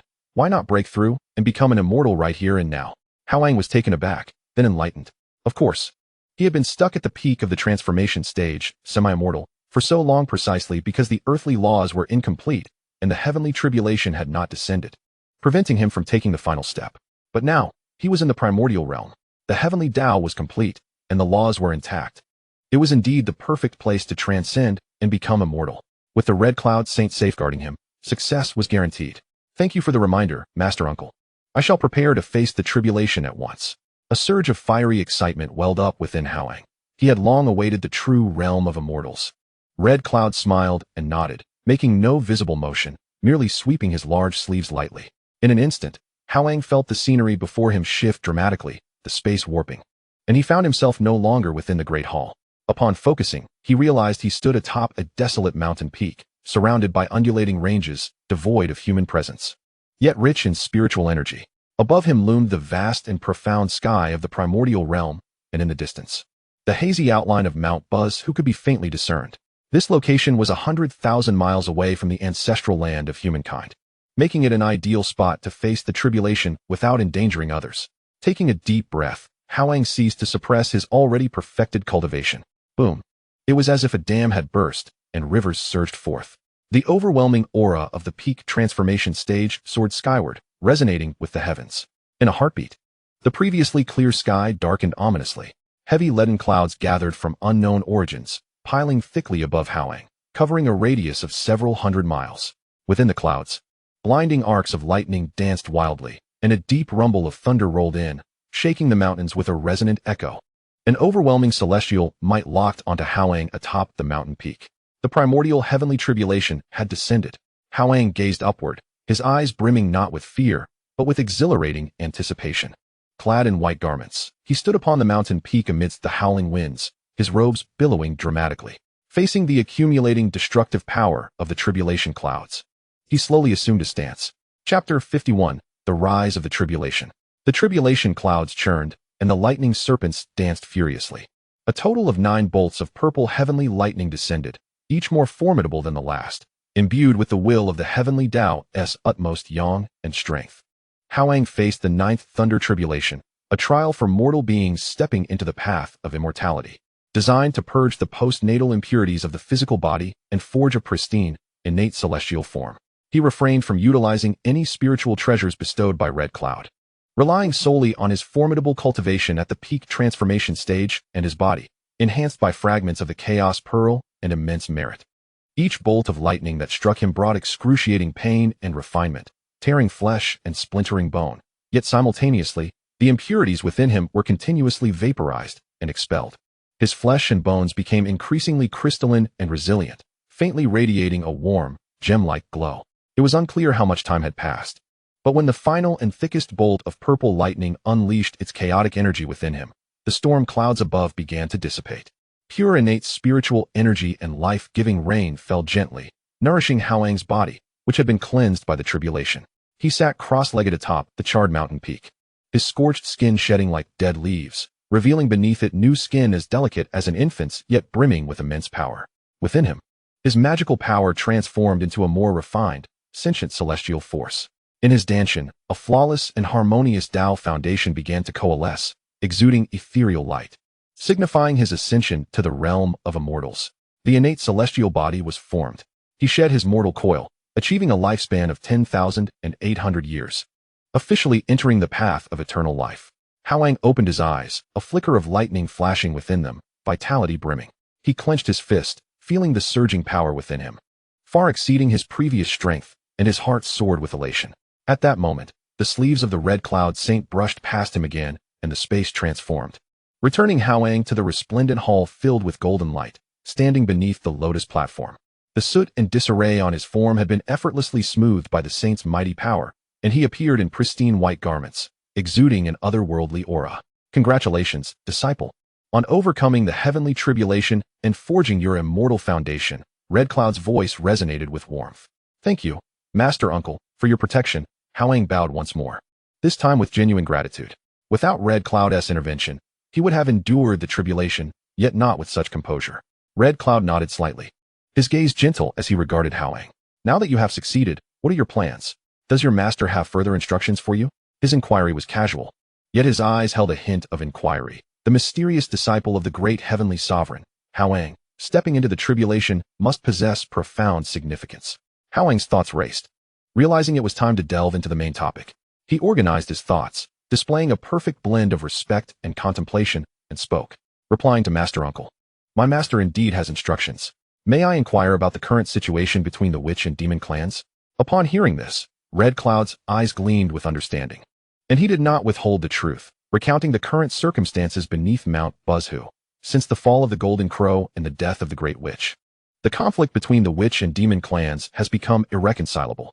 Now, all 12 ancestral witches of the witch clan have gathered at the foot of Mount Buzzhu, setting up the initial formation of the great array of heavenly divine killings, its power nearing that of a saint, comparable to peak quasi-saints.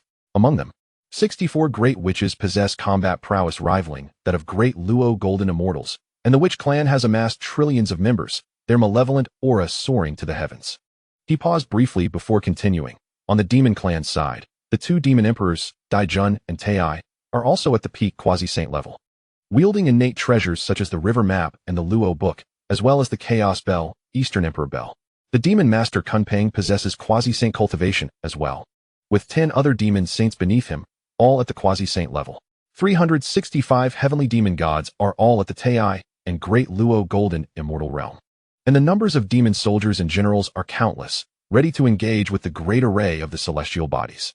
Hao Yang, despite having prepared himself mentally, could not help but gasp upon hearing the specific figures and formations. 12 peak quasi-saints, ancestral witches, 34 great Luo golden immortals, great witches, along with trillions of witch soldiers.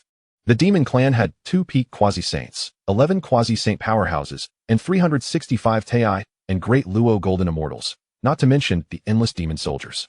Such a formation, such a scale. It was no wonder that the original narrative could shatter the entire primordial continent. The momentum was even more terrifying than the ancient calamity of the dragon. Phoenix and Kylan clans. Master Uncle, Hao Yang suppressed his shock, steering the conversation according to plan. My master has said that after this calamity, the protagonist of the heavenly Tao will be determined. Is this something you are aware of? Red Cloud's expression shifted slightly, and he nodded slowly. The great sovereign has mentioned to me that the human race is destined to rise. And my ability to become a saint is also greatly aided by the fortune and merit of the human race. His gaze toward Hao Yang deepened with significance. Does your master have a more detailed insight regarding this calamity? Indeed, Hao Yang's expression turned serious, his tone weighty. My master has explicitly stated that this calamity between the witch and demon clans will be exceedingly brutal, and the outcome may be. As the conversation unfolded, time slipped away unnoticed. In the timeless expanse of the primordial realm, a millennium had passed since Hao Yang's arrival in this world. On this day, the already oppressive atmosphere of intertwining malevolent and demonic energies surrounding Mount Buzzhu finally erupted into chaos. Unbeknownst to which side struck the first blow, perhaps it was merely a trivial friction, yet under the catalysis of millennia-old enmities and the accumulated wrath of calamity, it instantaneously escalated into a cataclysmic war that engulfed the heavens and the earth. Slay, annihilate these vile, lowly beasts. The thunderous cries of battle rose like a tsunami from the ground, drowning the vast expanse surrounding Mount Buzzhu in an instant. Below, a trillion warriors of the Witch clan clashed fiercely against the endless legions of the Demon clan. The Witch clan, with their formidable physiques and overwhelming malevolence, formed battle formations that wreaked havoc wherever they struck. The Demon clan, relying on sheer numbers, commanded the winds of the wild and unleashed spells of various hues like a torrential downpour. At every moment, thousands of witch and demon warriors fell, their flesh and blood scattering, severed limbs strewn across the ground, with blood staining the foot of Mount Buzzhu, coalescing into streams that formed pools of crimson. Yet above, the battlefield held the key to victory. 12 towering ancestral witches, exuding a terrifying aura, suddenly manifested, accompanied by 34 equally colossal and powerful witch bodies, swirling with an overwhelming malevolence and the essence of laws, surging like a cataclysmic tide toward the core of the Demon clan's formation atop Mount Buzzhu. Dijun, you seek death. The Eastern Emperor Taiyi bellowed, summoning the Chaos Bell, Donghuang Bell. Boom! A sound reverberated through the cosmos. Akin to the very creation of the world, golden sound waves visibly rippled outward, shattering space inch by inch. The foremost ancestral witches and great witches roared, clashing against the sound waves of this primordial treasure with their sheer physical might and malevolence, their forms trembling violently, with many great witches spitting blood, while those of lesser cultivation among the witch warriors were utterly obliterated by the tolling of the bell. Taiyi, the spatial ancestral witch, formed from Dijun, roared, compressing thousands of miles of space with a single punch, wielding the power to shatter the void against Taiyi, yet was barely held at bay by the vast star map unfurled by the river map and Luo Shu. the ensuing shockwaves sending the demon gods below into a frenzied panic. Dijun revealed his true form as the three-legged golden crow, flames raging heavenward. Battling alongside the powerful Liang and Shi, who commanded thunder and lightning, the conflagration of solar fire intertwined with the tempestuous bolts, causing the heavens to tremble and the earth to quake. The Kunpeng manifested as a colossal figure, wings resembling clouds that descended from the heavens, clashing with the fire-wielding ancestral which Zhu rong in the skies, where fire and water clashed, evaporating vast expanses of cloud seas. Fuxi summoned the Fuxi Qin, its melodious tones weaving the innate 8 trigrams, attempting to ensnare the wind-controlling ancestral, which Tianwu, with 8 human faces and a tiger's body adorned with 10 tails, simultaneously roared, unleashing terrifying wind blades infused with the essence of wind laws, effortlessly cleaving through space and leaving deep blood trails upon Fuxi's sacred royal body. Despite the enchanting notes of the Fuxi Qin, they could not withstand the sheer brutality and velocity of this primal force. Swoosh! An invisible spatial wind blade sliced through, shattering Fuxi's protective celestial light as if it were mere paper. Not good. Fuxi's expression shifted, retreating hastily. Yet Tianwu was swifter. With a flick of his 10 tails, he surged forward at a speed beyond comprehension, delivering a colossal fist imbued with the laws of strength, entwined with the gale, that struck Fuxi's chest with resounding force. Boom! A mist of blood erupted. Fuxi's corporeal form, along with his primordial spirit, was obliterated by this single blow. Only a faint trace of true spirit, sheltered by the last vestiges of the Fuxi Qin's ethereal glow, barely escaped, yet it fell into a deep slumber, its consciousness shrouded in oblivion. Shi Huang, Tianwu, you shall perish at my hands. Humph. First, you must contend with me. Dijun's eyes bulged with anguish as he let out an agonizing roar, striving to break free from his opponent to render aid, yet was tightly ensnared by the relentless Liang and Shi. Your Majesty Shi Huang. Countless demons cried out in despair.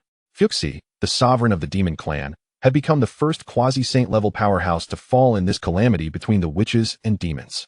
Far beyond the 33 heavens, in the palace of Nuwa, the saintess Nuwa, who had been observing the battlefield with her divine consciousness, furrowed her brow and sighed softly. She extended her delicate hand toward the void, and that faint trace of Fuxi's slumbering true spirit pierced through layers of spatial barriers, appearing in her gentle palm. Gazing at the true spirit in her hand, a flicker of complexity flashed in her eyes, before she carefully tucked it away, nurturing it with her saintly powers. It was fortunate that the true spirit remained unextinguished in light of her brother's impending tribulation. Perhaps there would be chances for revival in the future. The battlefield of Mount Buzhu, witnessing Fuxi's downfall, acted as a potent catalyst, driving the conflict into an even more brutal phase. Great witches and demon gods began to fall in droves, and the sky wept a rain of blood infused with celestial energy, lamenting the great Tao. The death of the witch clan returned their potent blood and true spirits to the world. The fall of the demon clan unleashed a torrent of spiritual energy, nourishing the primordial chaos. However, the slaughter and death merely intensified the calamity's aura, driving the survivors into a frenzy. Taiyi. Dijun witnessed his demon saints and gods incessantly falling, the demon army suffering grievous losses.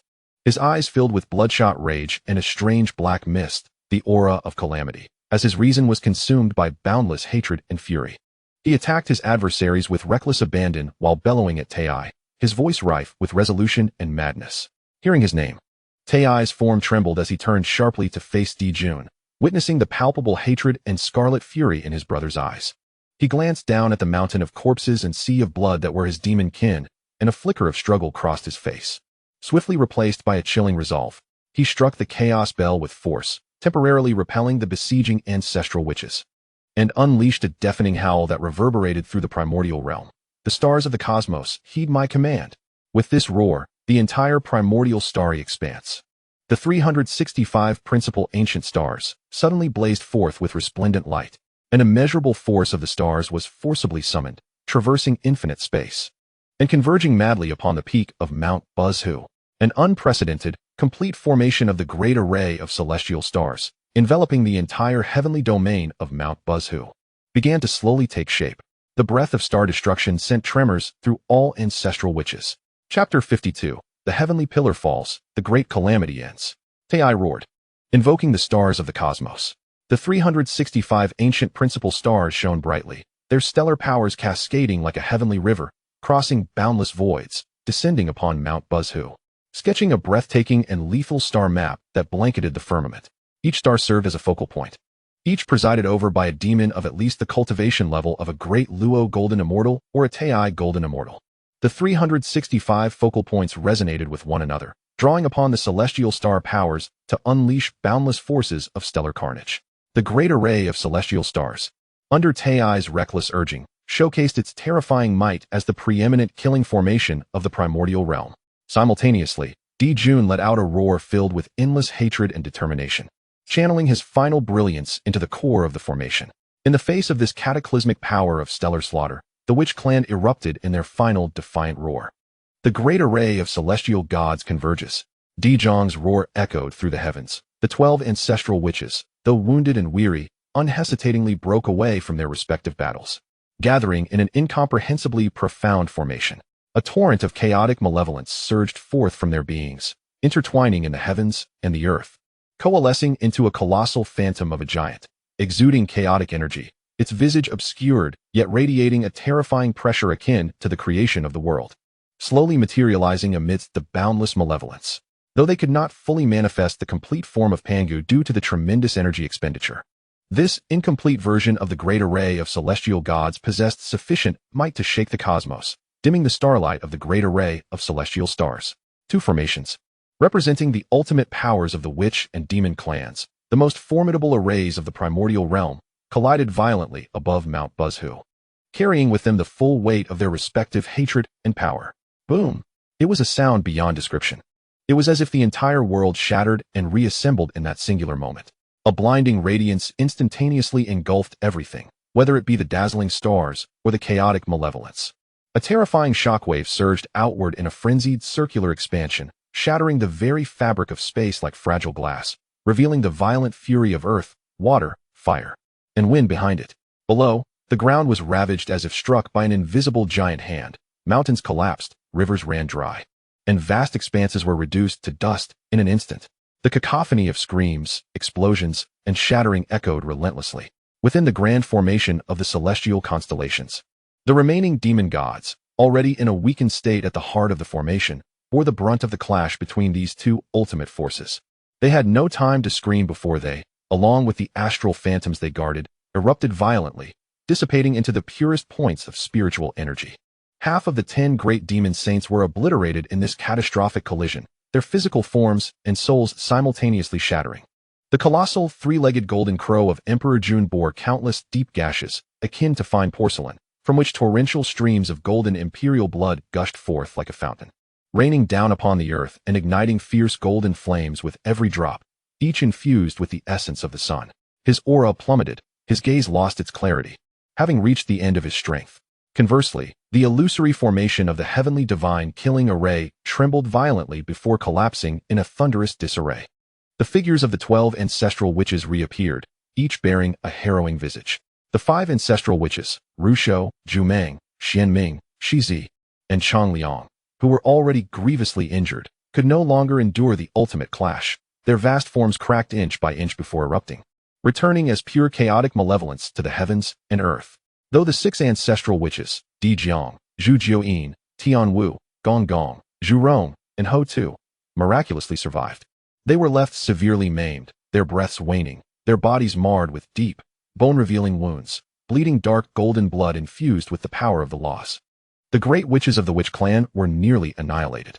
A single clash had left both sides with devastating losses, a scene of utter carnage. Dijiang, a roar, brimming with boundless resentment, madness, and despair, reverberated throughout the universe. There, the already gravely injured and dying Emperor Jun, his body covered in cracks, had the last flicker of clarity in his eyes consumed entirely by the thick black calamity. He fixed his gaze upon the equally faltering ancestral witch, Dijiang, and emitted a spine-chilling shriek from his massive beak. In the next moment, he relinquished his physical form, igniting an unprecedented blaze of sunfire that was not golden, but a devastating black-red hue. He transformed into a determined streak of black-red light, carrying all of his essence, soul, cultivation, and an overwhelming hatred for the entire witch clan. Akin to a fallen black sun, hurtling towards the ancestral, which Dijiang at a speed that transcended time and space. Brother, be careful.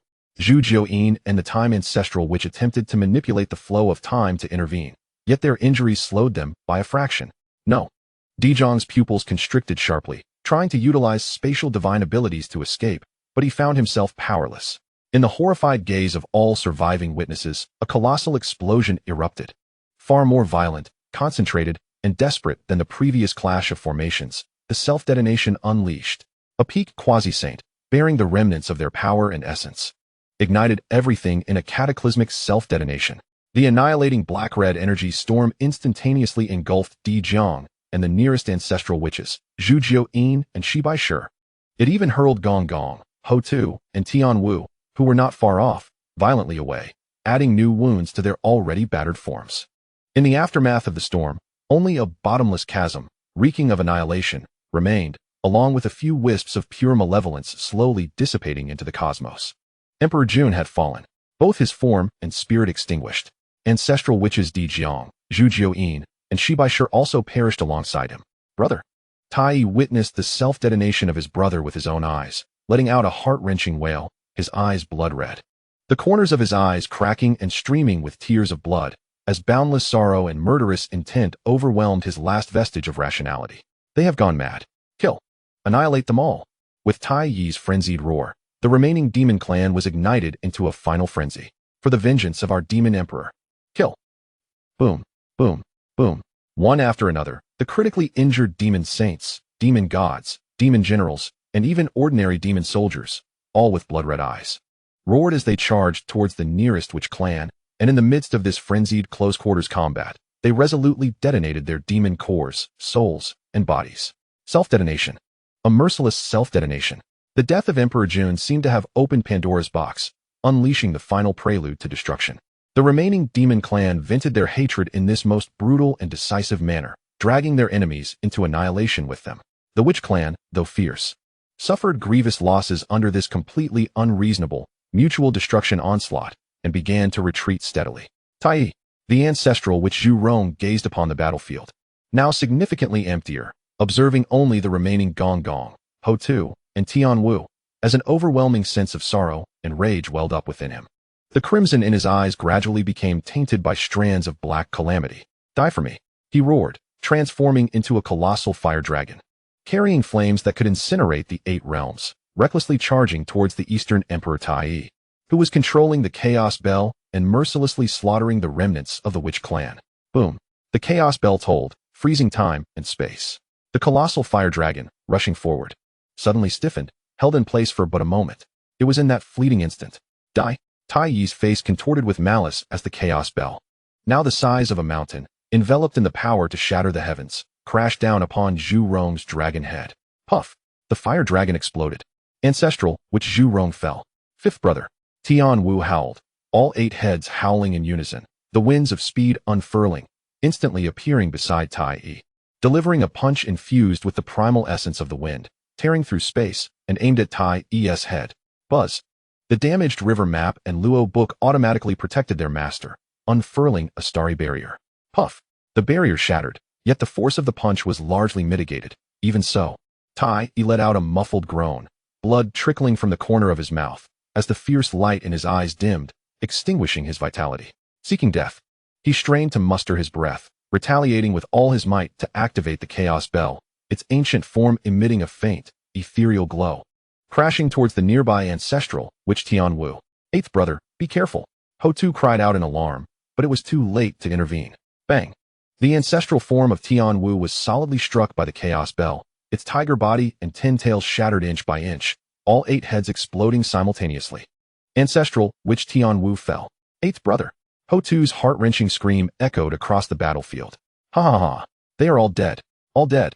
Ancestral witch Donghuang beheld his fallen brothers and sisters, gazing at the sea of corpses and blood below, the nearly annihilated offspring of the witch clan. As his eyes became entirely consumed by ink-black calamity, a mad and twisted smile emerging upon his face. You filthy beasts. You birds and beasts. None of you shall have it easy. This world shall not have it easy either. He abruptly turned, directing his gaze towards the towering, unyielding primal pillar, Mount Buzhu, which still stood tall amidst the chaos. All remaining power, boundless madness, and resentment surged into his ancestral witch form. In the next moment, amidst the horrified gazes of Taiyi, Hou Tu, and the other survivors, Donghuang's towering ancestral witch form erupted into a streak of light tearing through the heavens. Propelled by an unprecedented speed, carrying with it the resolve to annihilate everything, crashing fiercely against the ridge of Mount Buzhu. No, Hou Tu let out a desperate cry. As Taiyi faced his demise, his pupils constricted dramatically. Boom! This colossal roar seemed to reverberate through every corner of the primordial world, resonating in the hearts of every living being. Time appeared to stand still at that moment.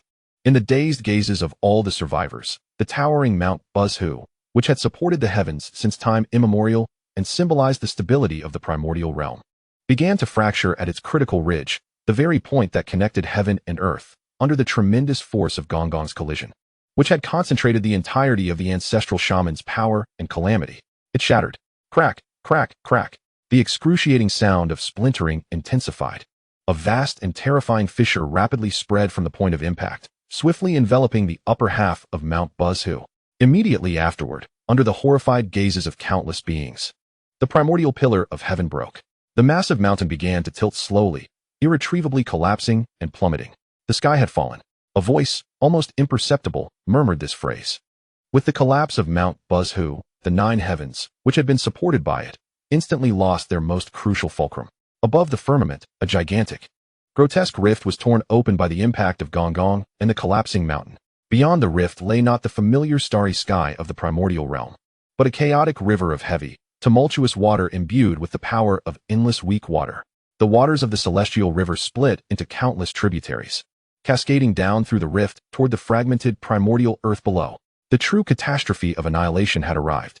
Floodwaters surged into the heavens, sweeping across the land, devouring the already ravaged mountains and rivers, engulfing countless corpses on the battlefield, and consuming the remnants of the wretched undead who had narrowly escaped death, yet wailed in despair.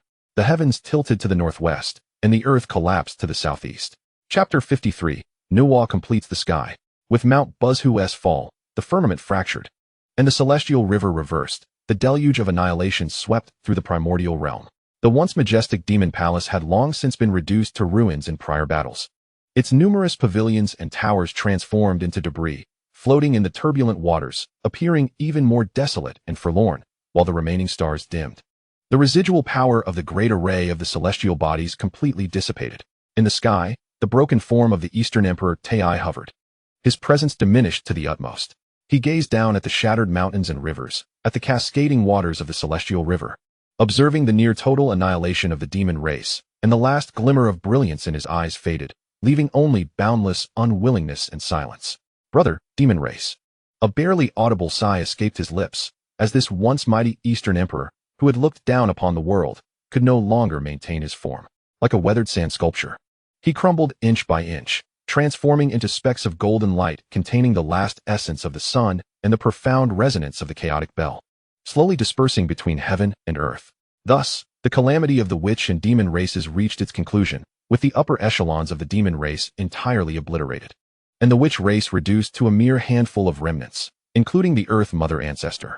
Just as Taiyi's form completely vanished, a brilliant golden hand, seemingly forged from pure Buddhist light, unexpectedly reached out from the depths of the void, silently and swiftly grasping the most concentrated mass of golden light where Taiyi had dissipated.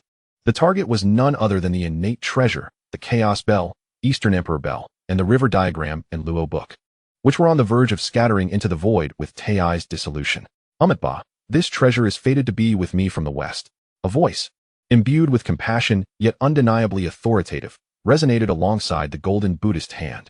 Humph! A cold snort, like the stabilizing needle of the sea, instantaneously shattered the silence of this opportunistic moment. The figure of the red cloud saint appeared without warning before the golden Buddhist hand, still clad in his simple red robe. With a golden wheel of virtue slowly rotating behind his head, he casually waved his sleeve, and a soft yet unyielding light, embodying the essence of supreme goodness, swept through. Bang! The aggressive golden Buddhist hand met the gentle light, dissolving silently like ice meeting the blazing sun, without raising even a ripple, utterly disintegrating.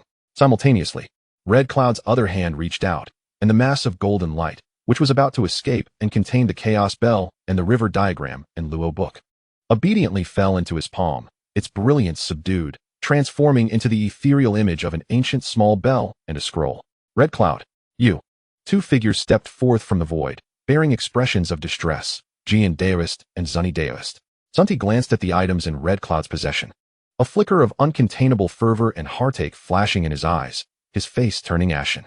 He never expected this renowned, good-natured figure of the primordial realm, a newly appointed saint, to act with such decisiveness, thus thwarting his fated opportunity. Greetings to both senior brothers. Red Cloud calmly retracted the ethereal images of the two treasures and performed a respectful bow, as if he had merely swatted away a fly. Red Cloud, what is your intention? Zhunti suppressed his anger, his tone rigid. The Eastern Emperor Bell and the River Diagram and Luo Book are unclaimed treasures. The treasures of heaven belong to the virtuous. How can you monopolize them? Upon hearing this, Red Cloud chuckled softly, his smile still warm. Yet the words he spoke nearly caused Zhunti to choke. Nothing else. I simply felt that these two treasures are also fated to be with me. You. Zhunti was left speechless, as this was precisely the argument he often employed. Now, it was being returned to him verbatim, a slap in the face. Red Cloud, senior brother. A cool, yet complex voice resonated, radiant with myriad hues, as the figure of the Saint Nuwa descended from the 33 heavens. She cast a glance at Red Cloud, then looked down upon the desolate, devastated earth below, her exquisite features bearing a hint of weariness and regret. The Eastern Emperor Bell and the River Diagram and Luo Book have ultimately been treasures of the demon race, embodying their fate. She paused, seemingly deliberating her words. I implore you, junior brother, to consider our past friendship and allow. Yet Red Cloud gently shook his head, interrupting Nuwa's words. His gaze clear as he looked at her. Sister Nuwa, do you still believe that you are merely a saint of the demon race at this point? The moment those words were uttered, Nuwa's form trembled slightly. Red Cloud continued calmly. Since you became a saint through the creation of humanity, you have gradually distanced yourself from the demon race. During this calamity, if you truly identify as a saint of the demon race, how could you stand by and watch the slaughter between witches and demons until the pillar of heaven crumbled? What do you truly wish for? The survival of the demon race, or the balance of heaven and earth, the transcendence of a saint? Nuwa fell silent, as Red Cloud's words struck at the deepest contradictions and choices within her heart. She had indeed been the empress of the demons, but after becoming a saint, her perspective had shifted. Maintaining the operation of the heavenly laws and her own lineage's fortune had become paramount for a saint. Humph! A cold snort echoed, brimming with protective stubbornness. Each one knew their own calculations. Do not pretend to be confused here. If Red Cloud has gained, then he has gained. Whoever is dissatisfied can challenge me. Space rippled, and Zhunti, holding a whisk and with the Earth Book, Heaven and Earth Treasure Mirror, floating above his head, stepped out. Positioning himself beside Red Cloud, casting a scrutinizing gaze over Jian, Zhunti, and even Nuwa.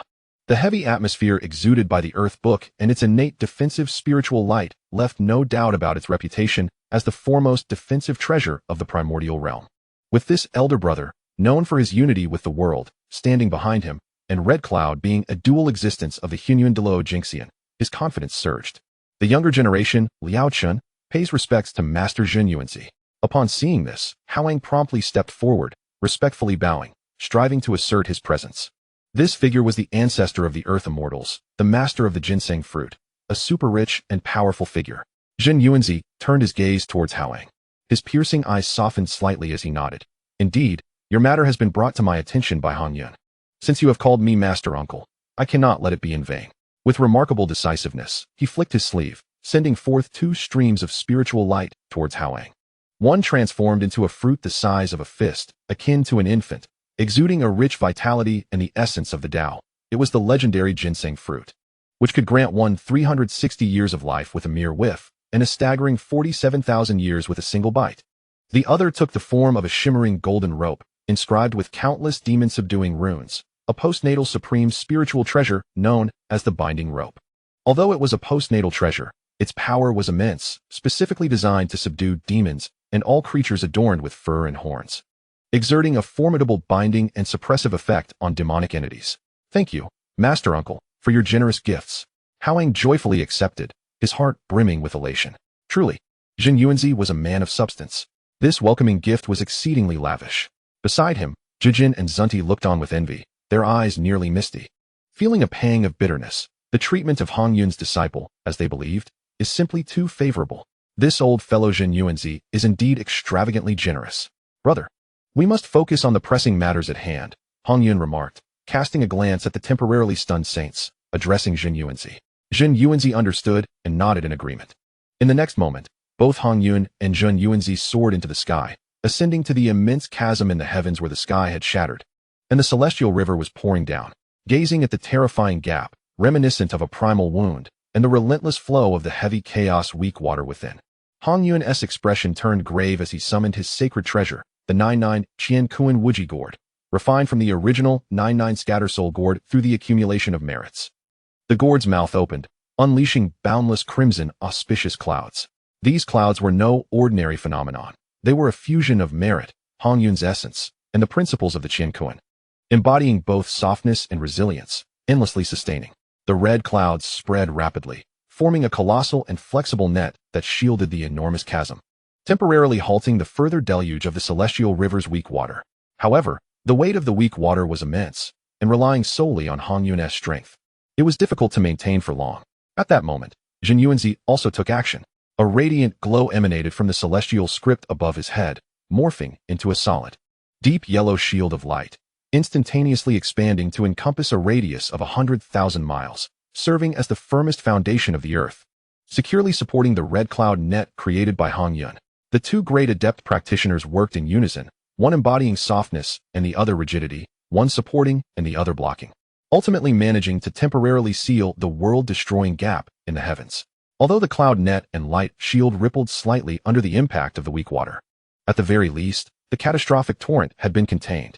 Beneath the heavens, the ravaging flood began to lose its momentum, deprived of further sustenance.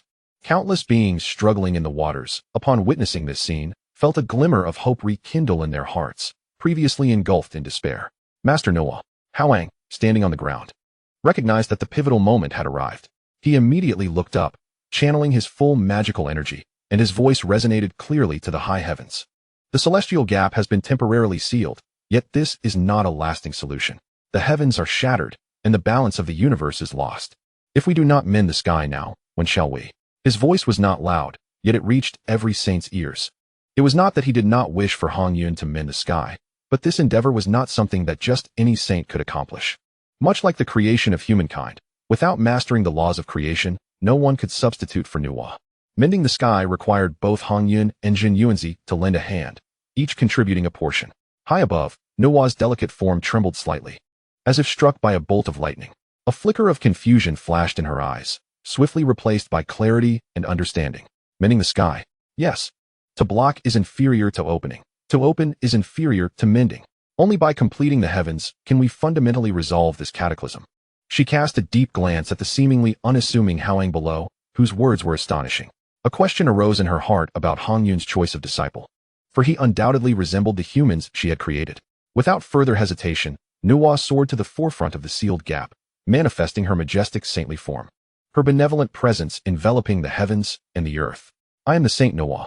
Her clear and resonant voice echoed throughout the primordial chaos, soothing the cries of despair and agitation resonating across the cosmos. Today, as Mount Buzhu collapses, the pillar of heaven tilts, the heavens shatter, the celestial river rushes, and all beings suffer calamity. I feel the compassion of the heavenly Tao for the suffering of all sentient beings, and I wish to undertake the task of mending the sky, to save the primordial inhabitants and restore the order of the universe. She paused, her gaze sweeping across the primordial realms, her voice tinged with a hint of imploration. Yet, mending the sky requires supreme divine materials, capable of bearing the weight of causation. Harmonizing yin and yang. The dragon, phoenix, and Kylan clans once played pivotal roles in the celestial realm, creating boundless karma from the dragon Han's initial calamity. Today, I beseech each to offer a drop of their innate blood, using their primordial essence and fortune to foster life, merging it into the divine object for mending the sky, to dissipate the past karma, and assist me in this endeavor. Is it agreeable? Nuwa's voice, imbued with the majesty of a saint and resonating with the heavenly Tao, clearly reached the depths of the four seas, the eternal volcanoes, and the central lands. After a brief silence, 3 drops of blood, each a different hue, yet equally imbued with terrifying primal essence and overwhelming fortune, flew forth from the depths of the endless sea, the core of the undying volcano, and the ancestral veins of the primordial central lands, hovering before Nuwa. 1 drop shimmered in a noble purple, ancestral dragon, another blazed in a fiery red gold, primordial phoenix, and the last exuded a profound yellow, ancestral Kylan. Following this, the 3 entities, as if transcending the eons, resonated with a grand voice imbued with the weight of ages. It is acceptable, ancestral dragon. It is virtuous, primordial phoenix. It is agreeable, ancestral Kylan. To exchange a drop of precious blood, which could be replenished. For the opportunity to cleanse a portion of their clan's vast karma was an offer that the ancestral founders of the three clans, long shackled and suppressed, could not refuse. Nuwa nodded, choosing not to elaborate further. She summoned the innate treasure, the Qian Kuan creation cauldron, drawing the 3 drops of innate blood into the cauldron. Then, with a graceful motion of her hand, she drew forth a strand of the purest solar essence from the solar star and cast it into the cauldron. Alongside the 5-colored divine stone imbued with limitless creative potential and the 9 heavens soil, all added to the cauldron. The Qian Kuan creation cauldron erupted with a resounding roar, its body revealing the sun, moon, and stars, the mountains, rivers, and the ethereal shadows of the myriad tribes of the primordial world. The cauldron brimmed with the energy of creation, the symbols of the Tao flickering in and out, as it began to forge the stones necessary to mend the heavens. Time in the primordial realm was immeasurable, from the onset of the war of witches and demons to the catastrophic collision of Donghuang with Mount Buzhu. This cataclysmic event that swept across the heavens and earth lasted for a full millennium, culminating in the near annihilation of both clans and the tragic collapse of the celestial pillar. Meanwhile, Nuwa spent a painstaking 500 years crafting the stones to mend the heavens. 500 years later, the lid of the Qian Kuan creation cauldron exploded open with a thunderous sound, and boundless 7-colored radiance surged into the sky, accompanied by the resounding echoes of the Tao. 5 stones, radiating soft yet stable light, flowing with chaotic essence and embodying the primordial fortunes of the dragon, phoenix, and Kylan clans, emerged slowly from the cauldron. Each divine stone seemed to carry the weight of a miniature world, imbued with the supreme power to mend the deficiencies in the heavens. Nuwa, gazing at the 5 stones that crystallized her 500 years of toil and the hopes of countless beings, finally revealed a hint of relief and satisfaction on her weary face. She lifted her gaze towards the gap in the heavens, where the cloud net and light shield, supported by the joint efforts of Hongyun and Zhun Yuanzi for 500 years, resonated. Brother Hongyun, fellow dearest Zhun Yuanzi, please withdraw for a moment. The mending of the heavens shall commence today. Chapter 54. The 4 poles erected, the heavens mended. The Saint Nuwa elevated 5 radiant, multicolored stones of heaven mending as she soared towards the gaping void in the firmament. Boundless laws of creation surged forth from her being, transforming into countless threads of runes that intertwined with the energies of the heavenly stones. Brother Hongyun, dearest friend Jin Yuan, I implore you both to withdraw for the moment. Nuwa's voice rang clear and melodious.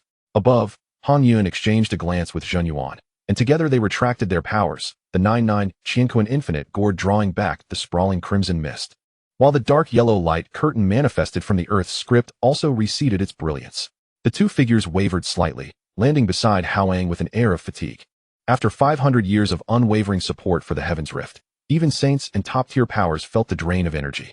At the instant Hongyun touched down, he exchanged a tacit understanding with Hao Yang. Almost immediately, the space rippled, and Hongyun's figure vanished in an instant, leaving behind a whisper of gentle wind. In the next moment, in the desolate northern reaches of Donghuang, in the frigid depths of the North Sea, the waters parted silently, revealing Hongyun's silhouette, veiled in an aura that shielded him from all celestial scrutiny. A thunderous rumble echoed from beneath the North Sea, as the depths churned violently, and an unimaginably vast shadow began to rise from the seabed. It was a colossal tortoise, its shell as broad as a moving continent, intricately etched with ancient and profound natural patterns, seemingly imbued with the weight of time itself. Its head emerged from the water like a towering sacred mountain. Its eyes, opening and closing, bore the calm and wisdom of countless millennia, tinged with an unshakable helplessness stemming from an innate confinement. The North Sea's Xian turtle had witnessed the saint of supreme goodness. Its ancient, majestic voice resonated directly within Hongyun's mind, imbued with respect yet devoid of fear. It had existed for eons, long enough to have nonchalantly declined an invitation from the illustrious Emperor Dijun during the peak of the demon court, remaining untouched by causality. Esteemed Xian turtle, it is an honor to finally meet you. Hongyun inclined his head slightly, his demeanor serene, devoid of the condescension often associated with saints. I come with a request that pertains to both your fortune and my own. The saint may speak freely, replied the Xian turtle, its immense eyes fixed on Hongyun with a calm intensity. Hongyun met its gaze and began. The heavenly pillar has collapsed, and the 4 cardinal directions are unstable. Though the sky has been temporarily mended, the world still requires support. I seek to borrow your limbs to serve as pillars for the heavens, to stabilize the cosmos of Donghuang. This is destiny, and it represents a significant cause and merit for you. Upon hearing this, the Xian turtle's massive form trembled imperceptibly. A flicker of understanding sorrow flashing in its ancient eyes, soon replaced by calm acceptance, as if it had anticipated this day. I was birthed from chaos at the dawn of Donghuang, having cultivated for countless eons, yet I remain shackled by this innate confinement, with no hope of transformation. I sense that I am destined to face a calamity, perhaps tied to this world. The Xian turtle's voice was devoid of joy or sorrow. As if stating an unrelated fact, I will lend my limbs to uphold the heavens, but I have but one request. I hope that the saint, in recognition of my contribution to stabilizing the four corners, will ensure the continued protection of my descendants, so that my lineage does not perish. It made no attempt to negotiate, merely expressing a humble request that was deeply connected to its bloodline. This calm acceptance of sacrifice stirred a complex respect within Hongyun, who was well-versed in the bloodshed and scheming of Donghuang. However, Hongyun shook his head, a gentle and resolute smile gracing his features. Dear Xian turtle, you misunderstand. I do not seek your demise. Your limbs will uphold the heavens, aligned with the heavenly mandate, yielding immeasurable merit. Yet, I can impart a method to safeguard your true spirit, allowing you to transcend this innate form and reincarnate to cultivate anew. Once you are reborn, I shall personally take you as my disciple, guiding you into the way of supreme goodness, under the protection of both myself and Brother Jinyuan. Will you accept? At these words, a remarkable brilliance ignited in the Xian turtle's otherwise placid eyes. Is this truly so? It exclaimed, its voice quivering with newfound hope. A stark contrast to its previous stoicism. To live and not perish, who would willingly choose death? Moreover, to shed this confinement that has bound me for eons. To reincarnate and cultivate anew, under the protection of a saintly mentor, is not calamity, but unparalleled fortune. The words of a saint are never trifles, Hongyun asserted with gravity. I am willing. Please grant me the method, O saint. The Xian turtle bowed its head in submission and gratitude, no longer hesitating. Meanwhile, above the remnants of Mount Buzhu, Nuwa approached the final phase of her celestial repair. The four largest five-colored divine stones, under the pull of her supreme, transformative powers, gradually merged into the colossal fissure in the sky. The divine stones seamlessly fused with the damaged firmament, radiating a soft yet steadfast rainbow glow as the runes spread forth. Akin to the most exquisite patchwork, gradually smoothing and solidifying the celestial scar. As the fourth stone fully integrated, the terrifying void was at last completely mended, leaving behind a smaller, yet still radiant five-colored stone, which appeared somewhat ordinary after expending much of its heavenly mending power. Nuwa pondered briefly. Then with a gentle wave of her hand, sent the smaller stone soaring towards the horizon, where it landed atop a newly formed island in the Eastern Sea, standing silently. Its brilliance reigned in, awaiting future opportunities. Hao Yang's eyes flickered at this sight, his mind calculating. Thus, the main task of repairing the heavens was accomplished. The firmament regained its stability. Although it lacked the support of Mount Buzhu, it appeared slightly lower than before, yet the cataclysmic threat from the celestial river had been averted. At that moment, an ancient, grand voice of resolve and hope resonated from the direction of the North Sea. Echoing throughout Donghuang and reaching the ears of countless beings, I am the Xian turtle of the North Sea, born from chaos, existing for millions of years. Now, witnessing the collapse of the heavens and the instability of the four corners, with all of Donghuang in turmoil and myriad beings suffering, I am willing to relinquish this innate confinement, to offer my limbs, to uphold the four corners, stabilizing the cosmos. May the heavenly mandate witness this, with supreme merit. May my true spirit remain unforgotten, reincarnating among humanity to cultivate anew, seeking the way. The voice thundered, imbued with both the solemnity of sacrifice and the anticipation of the future. The myriad beings of Donghuang were shaken. Countless powerful entities directed their consciousness towards the North Sea, profoundly moved by the Xian turtle's selfless declaration and its willingness to support the heavens. At Kunlun Mountain, the celestial teacher, who was deciphering the heavenly secrets, suddenly rose. His eyes ablaze with brilliance, his countenance twitching as an inexplicable sensation surged within him. In the unseen realm, it felt as if an opportunity, destined to yield great merit and fortune, had just slipped past him. This feeling left him unsettled, yet he found no outlet for his frustration. In the depths of chaos, beyond the 33 heavens, a faint light flickered within the Zixiao Palace. Following this, a cold, magnificent, and supremely authoritative voice, devoid of emotion, resonated in response to the Xian turtle's vow, echoing throughout Donghuang. Approved. This single word encapsulated the recognition and promise of the heavenly mandate. In the instant the decree fell, A radiant explosion of four-colored divine light emanated from the North Sea. The Xian Turtle's tremendous form, empowered by the heavenly mandate, erupted in a cataclysmic dissipation. Its limbs transformed into four ancient godly pillars, detached from its body, entwining the essence of its cultivation over countless eons and the primordial energy of the North Sea. Morphing into brilliant streams of blue, red, white, and black, racing through the primordial realms with transcendent speed. To the east, a verdant pillar arose, teeming with life, anchoring the eastern realm. To the south, a crimson pillar stood tall, radiating warmth and brilliance, securing the southern realm. To the west, a white pillar emerged, sharp and lethal, dominating the western realm. To the north, a black pillar loomed, heavy and profound, reigning over the northern realm. Boom, boom, boom, boom. The four resounding booms echoed as if the very heavens were being forged anew, reverberating simultaneously across the four cardinal directions.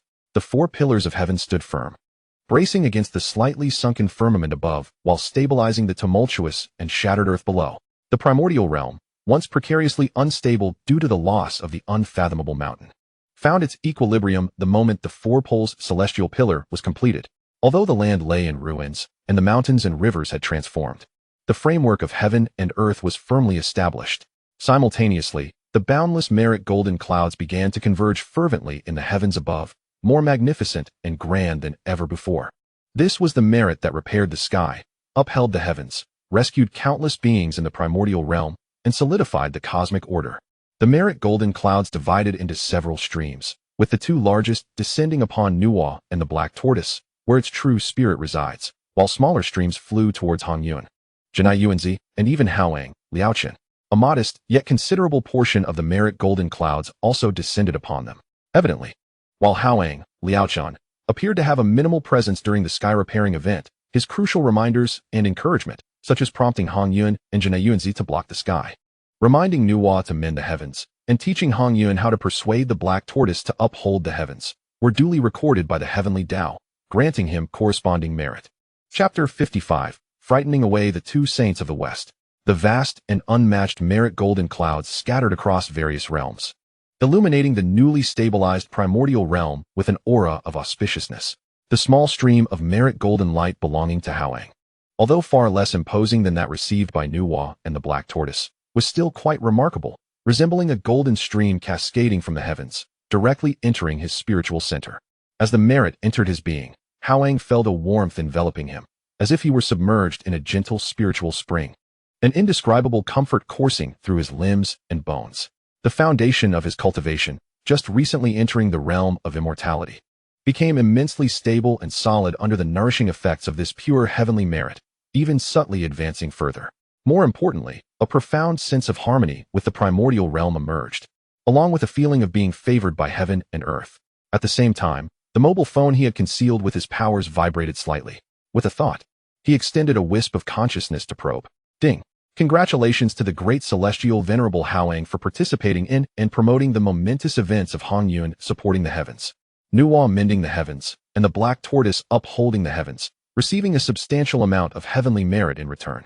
After system conversion, he received a total of 1,600,000 points of heavenly merit. Current merit balance, 3,990,000 points. 1,600,000. Hao Yang's heart surged with elation, nearly betraying his composure. Although it could not compare to the astronomical figures received by Nuwa and the Black Tortoise, this was a tangible one. 6 million merit, sufficient for him to traverse the primordial realm several times or conduct multiple advanced technique simulations and seek fortunes. Most importantly, this was merely a reward for his slight encouragement and reminders. This journey into the primordial realm was truly a lucrative endeavor. He exhaled softly, suppressing his excitement, restoring calm to his demeanor, though the glimmer of joy in his eyes was impossible to conceal. At last, his efforts were not in vain. The risks and rewards were perfectly aligned. Not far away, the newly stabilized figure of the Saint of Precincts, watching the dispersal of the merit, bore an expression of profound despair that seemed almost tangible. He nudged his companion, the Saint of Guidance, his voice thick with bitterness and regret. Brother, I am envious beyond measure. The vast expanse of merit golden light, particularly the two largest streams, stirred his heart, making his resolve waver. Had he known that mending the heavens would yield such overwhelming merit, he would have done anything to lend a hand, even if it was just to pass a stone or support a pillar. The Saint of Guidance clasped his hands together, murmuring a Buddhist chant. His already pained visage twitching slightly, clearly unsettled within. Did he not feel envious as well? Yet, what could be done at this point? All he could offer was self-consolation. It is merely the way of fate, something not to be forced. Everything is predetermined, beyond our reach. Despite his words, his heart bled. The two brothers had hurriedly rushed to the scene, and aside from their initial failed attempt to seize the Eastern Emperor's bell, they had only scoured the battlefield's edges, collecting scattered materials from the fallen powers of the witch and demon clans. Compared to the immeasurable merit of mending the heavens, their meager haul was trivial, a lamentable loss. At this moment, the Saint Nuwa, having completed her task of mending the heavens, retracted her divine form, her aura now more ethereal and profound, clearly benefiting immensely from the merit bestowed upon her. She stepped upon clouds and flew towards Hongyun and Zhunti, her gaze naturally falling upon Hao Yang, who stood beside Hongyun, his aura appearing increasingly pure due to the merit. A hint of curiosity flickered in her eyes. "Brother Hongyun, who is this young friend?" Nuwa inquired gently. She recalled that it had indeed been this young man who had prompted her regarding the sky-repairing endeavor and observing his demeanor. He seemed to share a close bond with Hongyun. Hongyun smiled slightly and introduced him. "Sister Nuwa, this is Hao Yang, the disciple of the great celestial venerable, known as Liaochen. He has ventured into the primordial realm to undergo trials, and the great celestial venerable entrusted me to look after him." He bore no ill will over the earlier request from Nuwa regarding the Eastern Emperor's bell, maintaining a tone of warmth and amicability. Hao Yang stepped forward respectfully, bowing deeply. "I am Liaochen, here to pay my respects to you, Master Aunt Nuwa. Your grand endeavor to mend the heavens has brought great benefit to all beings, and I am in awe." So he is the esteemed disciple of the great celestial venerable Hao Yang. It is no wonder he possesses such an extraordinary demeanor, Nuwa realized, her eyes reflecting a mixture of understanding and respect. This mysterious great celestial venerable had bestowed her with guidance towards sanctification. And to be able to teach such a disciple, though still somewhat inexperienced, yet seemingly possessing exceptional insight and opportunities, earned him her admiration. After a brief contemplation, she gently raised her hand, a warm and harmonious light, imbued with boundless transformative vitality, emanating from her palm, slowly hovering before Hao Yang. As the light converged, it revealed a lotus-shaped palace lantern, its base resembling a lotus platform, the lantern's bowl akin to a bud poised to bloom. Radiating a gentle jade-white hue with hints of rainbow light swirling within, exuding a mystical aura of tranquility, purification, and protection. "I thank you for your timely guidance earlier. This is a small trinket I crafted in my leisure time using the principles of creation, a lotus lantern. Though it is a post-heaven supreme treasure, it contains a fragment of my essence of creation, capable of guarding the heart, purifying malevolence, dispelling darkness, and promoting life. I bestow it upon you for your protection." The lotus lantern. Hao Yang's heart trembled, a flicker of astonishment crossing his gaze. Was this not the fabled protective treasure of the three holy mothers, Yangchan? Renowned for its immense power, capable of allowing even the weak to confront formidable foes like Erlang Shun, albeit with the latter holding back. He had not anticipated its early appearance, especially one personally crafted by Nuwa. Its might was undoubtedly on par with many innate treasures. Suppressing his excitement, Hao Yang received the warm jade-like lotus lantern with both hands, again bowing solemnly. "I am deeply grateful for your generous gift, Master Aunt Nuwa. This treasure is precious. Liaochen will make good use of it, ensuring it does not tarnish its name." Nuwa nodded slightly, clearly pleased with Hao Yang's etiquette. She then turned to Hongyun and Zhunti. "With this matter concluded and the primordial realm initially stabilized, I must attend to the earth veins and soothe the beings. I shall take my leave now. Safe travels, sister." Hongyun and Zhunti returned the gesture. With no further words, Nuwa's figure transformed into a radiant arc of 7 colors, soaring directly towards the primordial realm. Once Nuwa departed, the gazes of the saints of guidance and precincts could not help but drift back. Upon seeing Hao Yang holding the lotus lantern and seemingly glancing in their direction, the expressions of the two saints simultaneously shifted. They had clearly overheard Hongyun's words. Hao Yang was the disciple of the great celestial venerable, that mysterious figure who had guided Hongyun in establishing his teachings and made grand vows alongside their brother. Furthermore, recalling how Nuwa had gifted an invaluable post-heaven treasure for a mere hint, if Liaochen were to address them as master uncles, would they not be obliged to reciprocate? The West was already impoverished, having failed to acquire substantial merit earlier. The little scraps they had collected were all that remained for their future revitalization of the West. "Senior brother, the winds are fierce. We must hasten." Zhunti reacted swiftly, discreetly conveying his thoughts to Jie. The latter, demonstrating equal promptness, intoned a solemn Buddhist chant. Namo Amitba, the karmic ties here have been severed. We have pressing matters in the west. Farewell.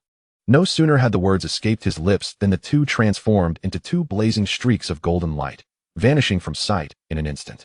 Their speed surpassing even that of their earlier attempt to seize the Eastern Emperor's bell, suggesting a palpable sense of retreat. Humph, those two miserly fellows. They do know how to flee, Hongyun remarked with a wry smile as he observed their departure, acutely aware that they were evading the wrath of Hao Yang. Zhun Yuanzi, stroking his beard with a knowing smile, spoke with a wisdom that reflected an understanding of the world's intricacies. Dear brother, there is no need for anger. Today they have gained some advantage, collecting a few spiritual treasures, and evaded karmic repercussions, but there will come a day when they must repay their debts. The cycle of heaven's justice is unfailing. Certain accounts cannot be evaded. His words hinted not only at the karmic implications of Hongyun's previous relinquishment of the Zixiao Palace, but also at the consequences of their failed attempt to seize treasures today, which ultimately resulted in a loss of merit. Brother, I shall return with Chun to the ancestral grounds of the human race, Hongyun declared to Zhun Yuanzi. Very well, Zhun Yuanzi nodded. I too must retreat to Wuzhuang Temple to meditate and assimilate what I have gained. Until we meet again. Until we meet again. Chapter 56. The Blood Sea Conspiracy. After Zhun Yuanzi departed, Hongyun exchanged a glance with Hao Yang, and an imperceptible ripple coursed through the surrounding space. When they refocused, they found themselves in an entirely different realm. Raging waves surged ominously, the air thick with the stench of blood. An endless expanse of crimson sea churned restlessly, stirring dark red swells, resembling an infinite ocean of viscous blood. Above the surface, ominous clouds of resentment coalesced, harboring the lingering spirits of countless beings who had perished in anger, filled with resentment and fury, their cries echoing in a disquieting symphony that unsettled the mind. This was the blood sea of the primordial abyss. This place, birthed from the navel of the great Pangu, gathered the most malevolent and corrupted energies of the heavens and earth, serving as the ultimate refuge for the filth and malice of the primordial world, and the birthplace of the dread Lord of the Blood Sea, the ancestor of the Dark River. Typically, celestial beings would not tread here unless absolutely necessary, lest they tarnish their dearest essence and disturb their peace of mind. Master Uncle, this is the place, Hao Yang remarked, casting a glance at the legendary Blood Sea. Although he had attained immortality and was shielded by numerous treasures, he still felt an unsettling pressure emanating from the depths of his soul. The pervasive chill and malevolent aura attempted to invade his celestial being, but was effortlessly dispelled by the virtuous golden light and the purifying radiance emitted by the banner of supreme goodness within him. Hongyun nodded slightly, and without any visible gesture, he gently flicked his sleeve towards a certain point in the air above the Blood Sea.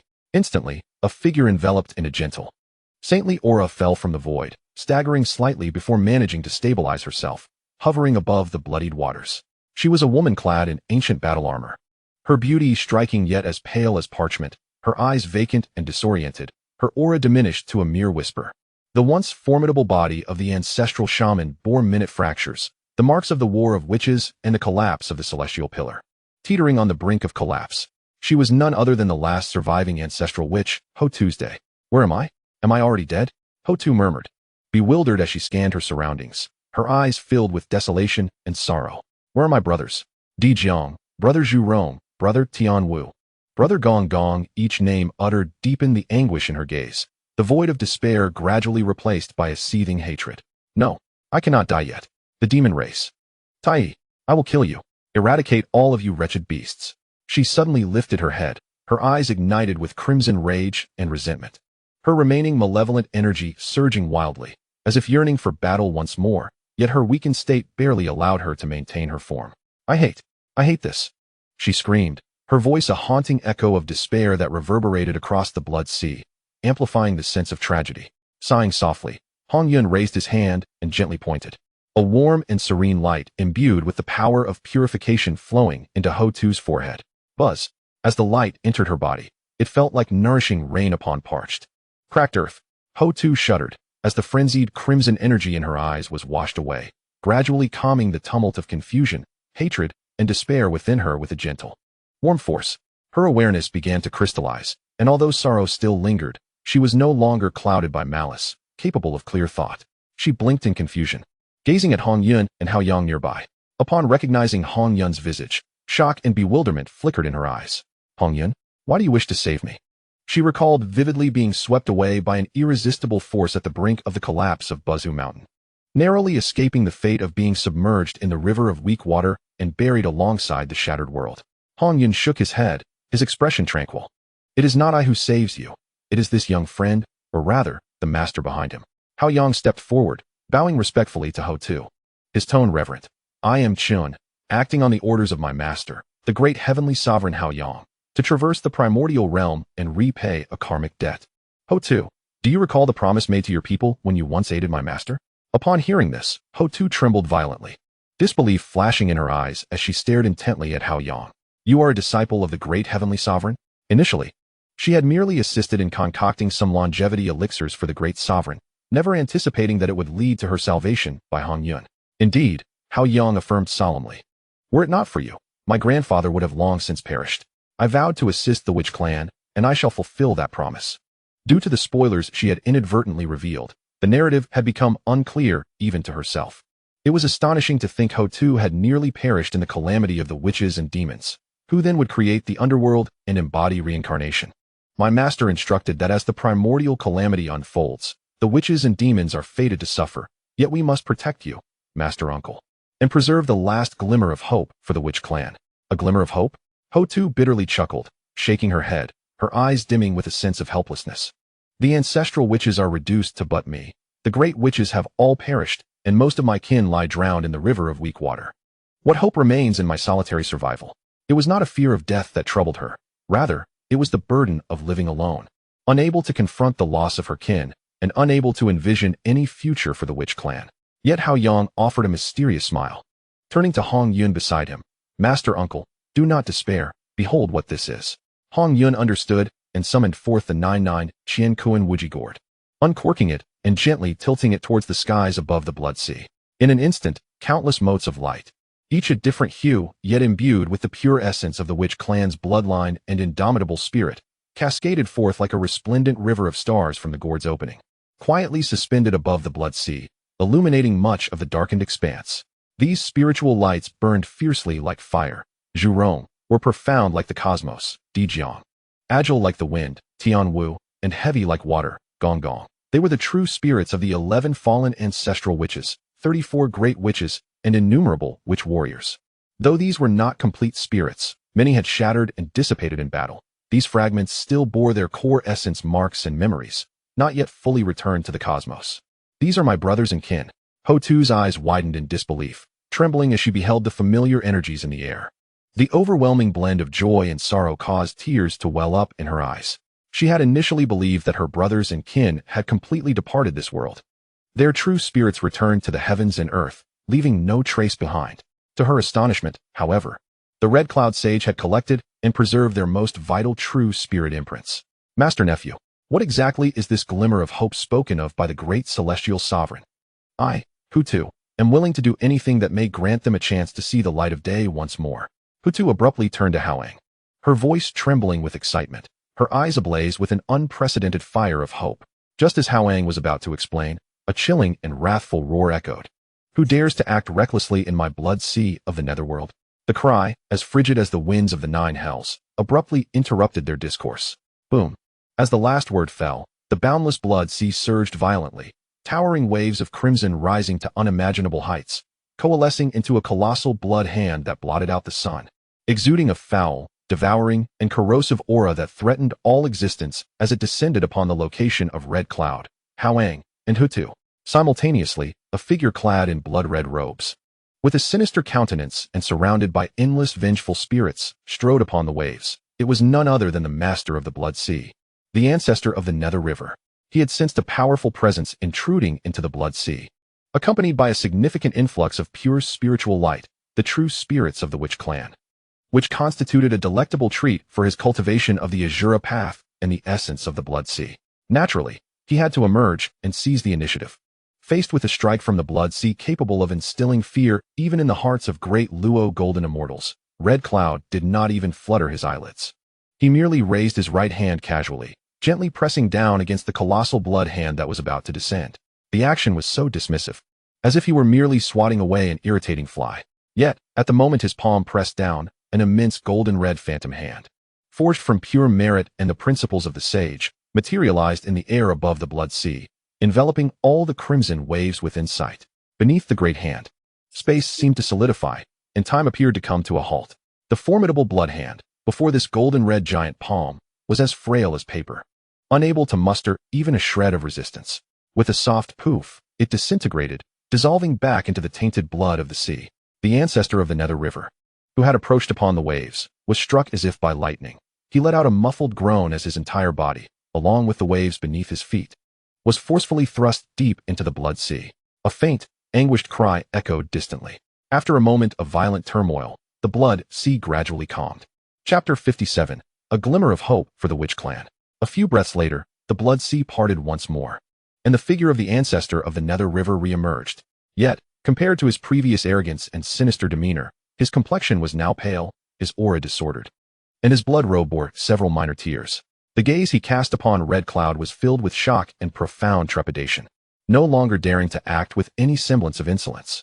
His previous blood deity avatar, along with a portion of the essence of the blood sea, had been effortlessly extinguished by that single palm, though the blood deities were numerous and the blood sea would not perish. This stark disparity in strength made him instantly realize that the figure before him, the man in the red robe, was a true sage. Moreover, he was a sage of a power far beyond his imagination. I was unaware that the sage's divine presence had descended. I have offended the sage in my recklessness. Please forgive me. The ancestor of the Nether River suppressed the tumult within his heart, hastily bowing in respect, lowering his posture to the extreme. His voice tinged with a barely perceptible tremor. Though he was arrogant, he was far from foolish. In the presence of a sage, humility was essential, and there was no shame in that.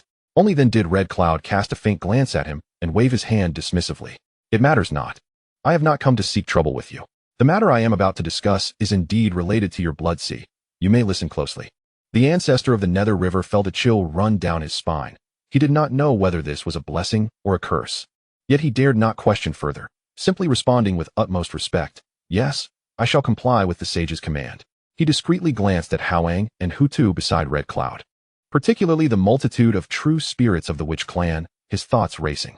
Red Cloud no longer acknowledged him, signaling to Hao Yang to continue. Hao Yang steadied himself, gazing at the eager and hopeful Hou Tu, then casting a thoughtful glance at the ancestor of the Nether River before slowly speaking, unveiling the earth-shattering plan. And Hou Tu, what the master spoke of, the glimmer of hope for the witch clan, is to transform oneself into the cycle of reincarnation, establishing the 6 paths, creating the netherworld, and refining the order of life and death in the primordial universe. Through the merit and authority of the nether path, we shall reconstruct the true spirits of the witch clan, granting them a new home and future. He paused, observing the sudden widening of Hou Tu's eyes, and continued with clarity. Specifically, you must, with great compassion, immense resolve, and monumental sacrifice, merge your ancestral witch body and primordial spirit into the primordial essence of the netherworld at the boundary of the blood sea and the primordial earth, thereby opening an independent realm of the netherworld, separate from the yang world of the primordial, and therein establish the 6 paths of reincarnation: the heavenly path, the human path, the azura path, the animal path, the hungry ghost path, and the hell path, guiding the true spirits of all beings in the primordial after death, directing them into different reincarnations based on their merits and karmic deeds in life. As Hao Yang mentioned the azura path, he glanced at the ancestor of the Nether River before continuing. This action serves to rectify the deficiencies in the rules of the primordial universe, yielding immeasurable merit. Through this, you will gain recognition from the great Tao, enjoying boundless merits of the nether path, allowing you to reshape your ancestral witch body and attain the position of a saint of the nether path, wielding the authority of the netherworld, standing alongside the saints of the heavenly path. Moreover, the fallen true spirits of the witch clan may receive protection from the nether path, assuming divine roles in the netherworld, such as the 10 halls of Yama, judges, ghost messengers, etc., or be reincarnated through the cycle of reincarnation to continue their existence. However, from henceforth, the witch clan must abide by the constraints of the nether path, their duties preventing them from recklessly returning to the yang world of the primordial to incite conflict. Though Hao Yang's voice was not loud, each word struck Hou Tu and the eavesdropping ancestor of the Nether River like a hammer, transforming oneself into the cycle of reincarnation, establishing the 6 paths, becoming a saint of the nether path, reviving the witch clan. What a grand, compassionate, and unfathomable conception this was. It was truly a supreme opportunity and a path to redemption tailored for the witch clan, for Hou Tu herself. Hou Tu was utterly stunned, her chest heaving violently, tears welling in her eyes once more, but this time, they were tears of hope. She finally understood the meaning of a glimmer of hope.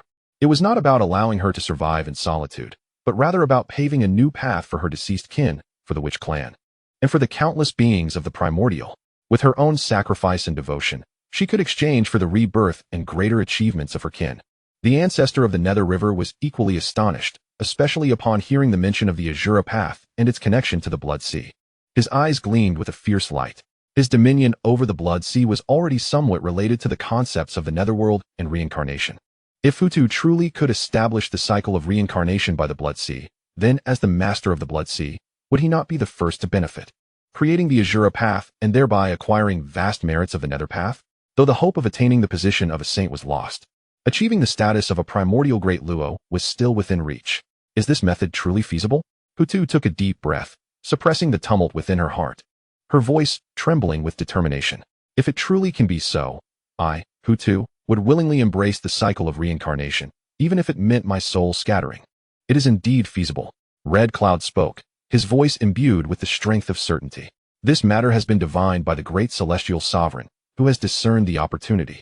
I shall assist from the side to ensure the smooth establishment of the cycle of reincarnation and the revival of the Nether Path. Fellow Dayers Tutu, this is the moment of your witch clan's rebirth from the flames, and a blessing for all beings in the primordial. Do you wish to undertake this monumental act of merit? I do. Hou Tu responded without a moment's hesitation, her voice resolute as a rock. Please, Red Cloud Sage, an esteemed master nephew, assist me. She turned to the ancestor of the Nether River, still weak, but with the dignity of her ancestral, which manifesting naturally. Dearest friend of the river of the underworld, the establishment of reincarnation requires the ethereal essence of the Blood Sea and certain regions. Are you willing to cooperate? If so, the management of the Azura Path shall be entrusted to you immediately. The ancestor of the river of the underworld's thoughts raced, rapidly weighing the pros and cons. To obstruct? A jest, for the Saint of Crimson Cloud stood nearby, capable of extinguishing him with a mere swipe. To cooperate? Not only would this alleviate the unpleasantness with the Saint, but it would also yield merit without cost, and even grant him the authority over the Azura Path. It was undeniably a tremendous gain. He swiftly donned a visage he deemed sincere and bowed to Hou Tu and Hongyun, saying, Compassionate ancestor Hou Tu, desiring to establish reincarnation to benefit all living beings. This is indeed an unparalleled act of kindness. My Blood Sea willingly offers full cooperation, providing the necessary ethereal essence and regions. The river of the underworld shall follow your lead, exerting my humble strength. The ancestor of the river of the underworld adopted a deferential stance, a stark contrast to his earlier arrogance. Hongyun nodded, refraining from further words, gazing upwards towards the profound intersection of the Blood Sea and the vast wilderness, where the rules were most tenuous, and the forces of life and death intertwined. Thus, let us not delay. Dearest Hou Tu, please commence. I shall protect you, shielding you from celestial and other saintly interferences. River of the underworld, mobilize the essence of the Blood Sea and stabilize the ethereal realm. Hongyun's voice resonated with undeniable authority. Hou Tu nodded gravely, taking one last lingering glance at the floating true spirits of the witch clan in the starry river, her eyes filled with tenderness and resolve. She gradually ascended to the deepest point where the Blood Sea met the earth, her entire being radiating a grand will of compassion, sacrifice, bearing, and homecoming. I am the ancestor witch Hou Tu. Today, sensing the myriad spirits of the wilderness drifting without refuge after death, their true spirits scattered, resentment flourishing, and the witch and demon tribes withering, I declare, heaven and earth are flawed. Her voice began low, then grew increasingly powerful, like the pulsing of the earth, resonating through the Blood Sea and reaching the ethereal realm, subtly shaking the very essence of the wilderness. I willingly offer this body to transform into the 6 paths of reincarnation. With this heart, I shall establish order in the ethereal realm. With this soul, I shall mend the deficiencies of heaven and earth. Henceforth, the beings of the wilderness shall find order in life and death, and reincarnation shall follow a prescribed path. Let the great Tao bear witness. The earth path shall manifest, accompanied by her final resolute oath, the true form of Hou Tu, the towering ancestor witch, erupted in an unprecedented golden light of earthiness. This radiance was dense, vast, and all-encompassing, starkly contrasting with the Blood Sea's filth and the ethereal realm's chill, yet strangely began to merge with them. Her form gradually dissipated, transforming into the purest essence of the ancestor witch and the laws of the earth, melding into the void's boundary. Simultaneously, the myriad true spirits of the witch clan, as if summoned, resonated in waves, voluntarily soaring towards the place where Hou Tu was dissolving. Merging with the points of light she had transformed into, commencing the construction of an ambiguous, colossal, and extraordinarily complex framework of reincarnation laws. Hongyun seized the moment, unleashing the boundless merits and supreme laws from the 99 Qian Kuan Wuji gourd, assisting in stabilizing this nascent reincarnation form, guiding it to connect with the rules of the wilderness. The ancestor of the river of the underworld, not daring to be negligent, hurriedly activated the essence of the blood sea, providing a continuous supply of the utmost ethereal essence as materials and foundation, while instinctively beginning to outline the exclusive reincarnation passage for the Azura path. Hao Yang, standing by, held his breath, intently observing this unprecedented feat since the dawn of creation. Feeling the gradually taking shape and increasingly clear fluctuations of the reincarnation laws, imbued with immense forces of compassion, order, and belonging, his heart overwhelmed with astonishment.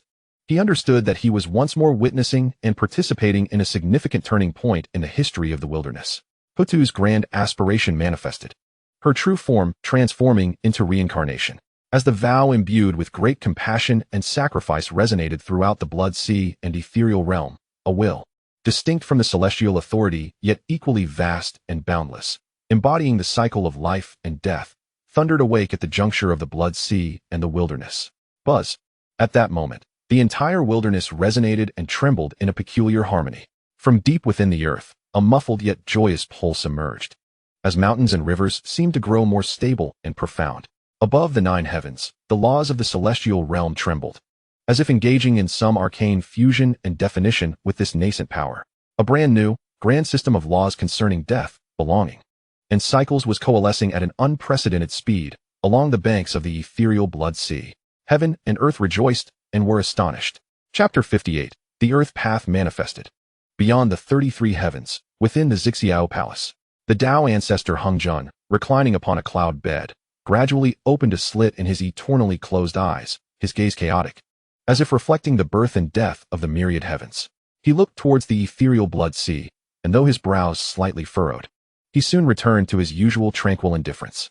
Meanwhile, several celestial saints, engaged in the task of mending the shattered mountains and calming the earth's veins according to the edicts of the celestial laws, reacted with far greater intensity. The primordial beginning, his brow furrowed, paused his work of smoothing the earth's veins with the jade-clear celestial light, and coldly scoffed. Is Hou Tu not dead? How dare she perform this act against the heavens, establishing reincarnation and governing the earth path? Humph! Those born from damp eggs, clad in fur and bearing horns, dare to call themselves saints? This disrupts the heavenly order. He had never held the witch clan in high regard, and with this latest calamity, the prospect of Hou Tu achieving sainthood through an alternative means, implicitly rivaling the celestial saints, greatly displeased him. The Grand Supreme Elder held the Taiyi diagram, stabilizing the turbulent elements of earth, water, fire, and wind, merely casting a fleeting glance towards the blood sea, his tone placid. Heaven, earth, and humanity should be whole. With the earth path manifesting and reincarnation emerging, mending heaven and earth, it may not be a bad thing. He practiced the way of non-action, perceiving further and deeper.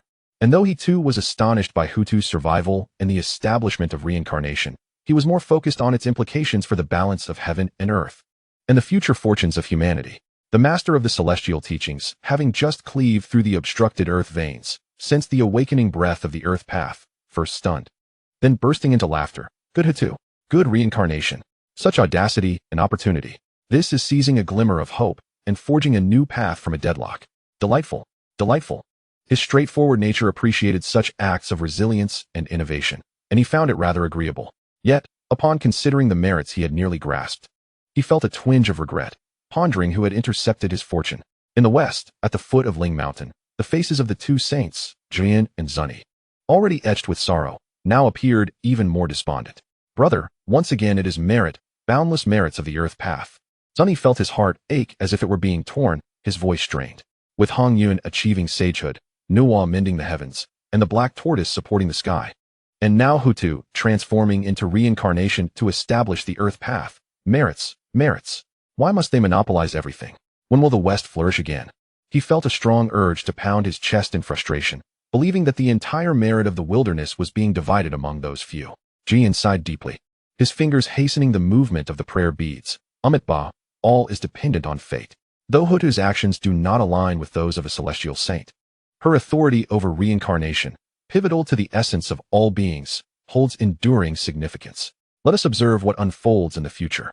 Though he too felt envious, he was more contemplative, recognizing that with the establishment of reincarnation, perhaps the doctrines of the West could find an entry point to acquire some merits and fortunes. The myriad beings of the wilderness responded with intricate emotions.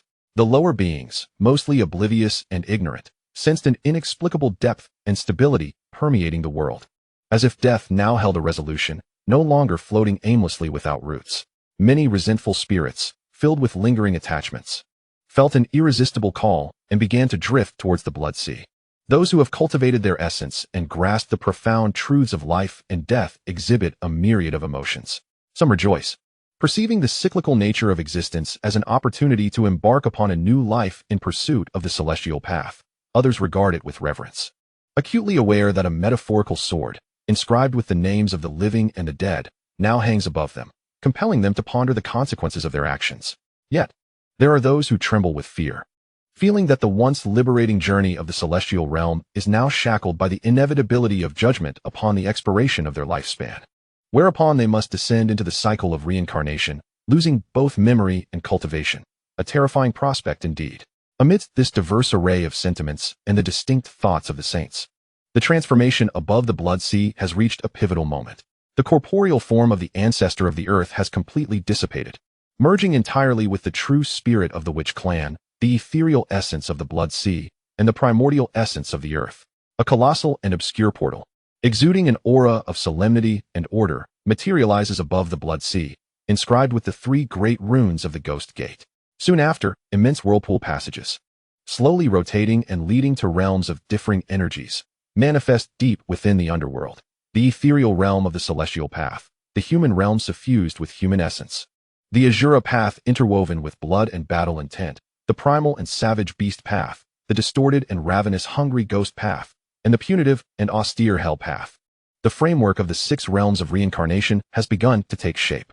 With the structure of reincarnation firmly established and successfully aligned with the laws of the primordial world, an overwhelming and profound essence of merit, far grander than the acts of mending or supporting the heavens, cascades down from the depths of the void like a dark ocean. The manifestation of this merit often appears as a deep yellow or black, permeating into the depths below. The vast majority of this dark merit surges towards a resplendent azure figure coalescing at the core of the underworld, above the 6 realms of reincarnation. This figure gradually becomes clearer, bearing a resemblance to the ancestor of the earth, yet radiating a gentler, more compassionate, and solemn demeanor. Adorned in azure robes and crowned with the heavenly crown, enveloped in the heavy aura of reincarnation and the laws of the earth. She is no longer the ancestor of the earth, but embodies the will of the earth, presiding over the underworld cycle as the Empress of Equanimity. Today, I have transformed into the cycle of reincarnation. Henceforth, the underworld shall be my domain, the 6 realms my order, merit my testament, and the great Tao my foundation.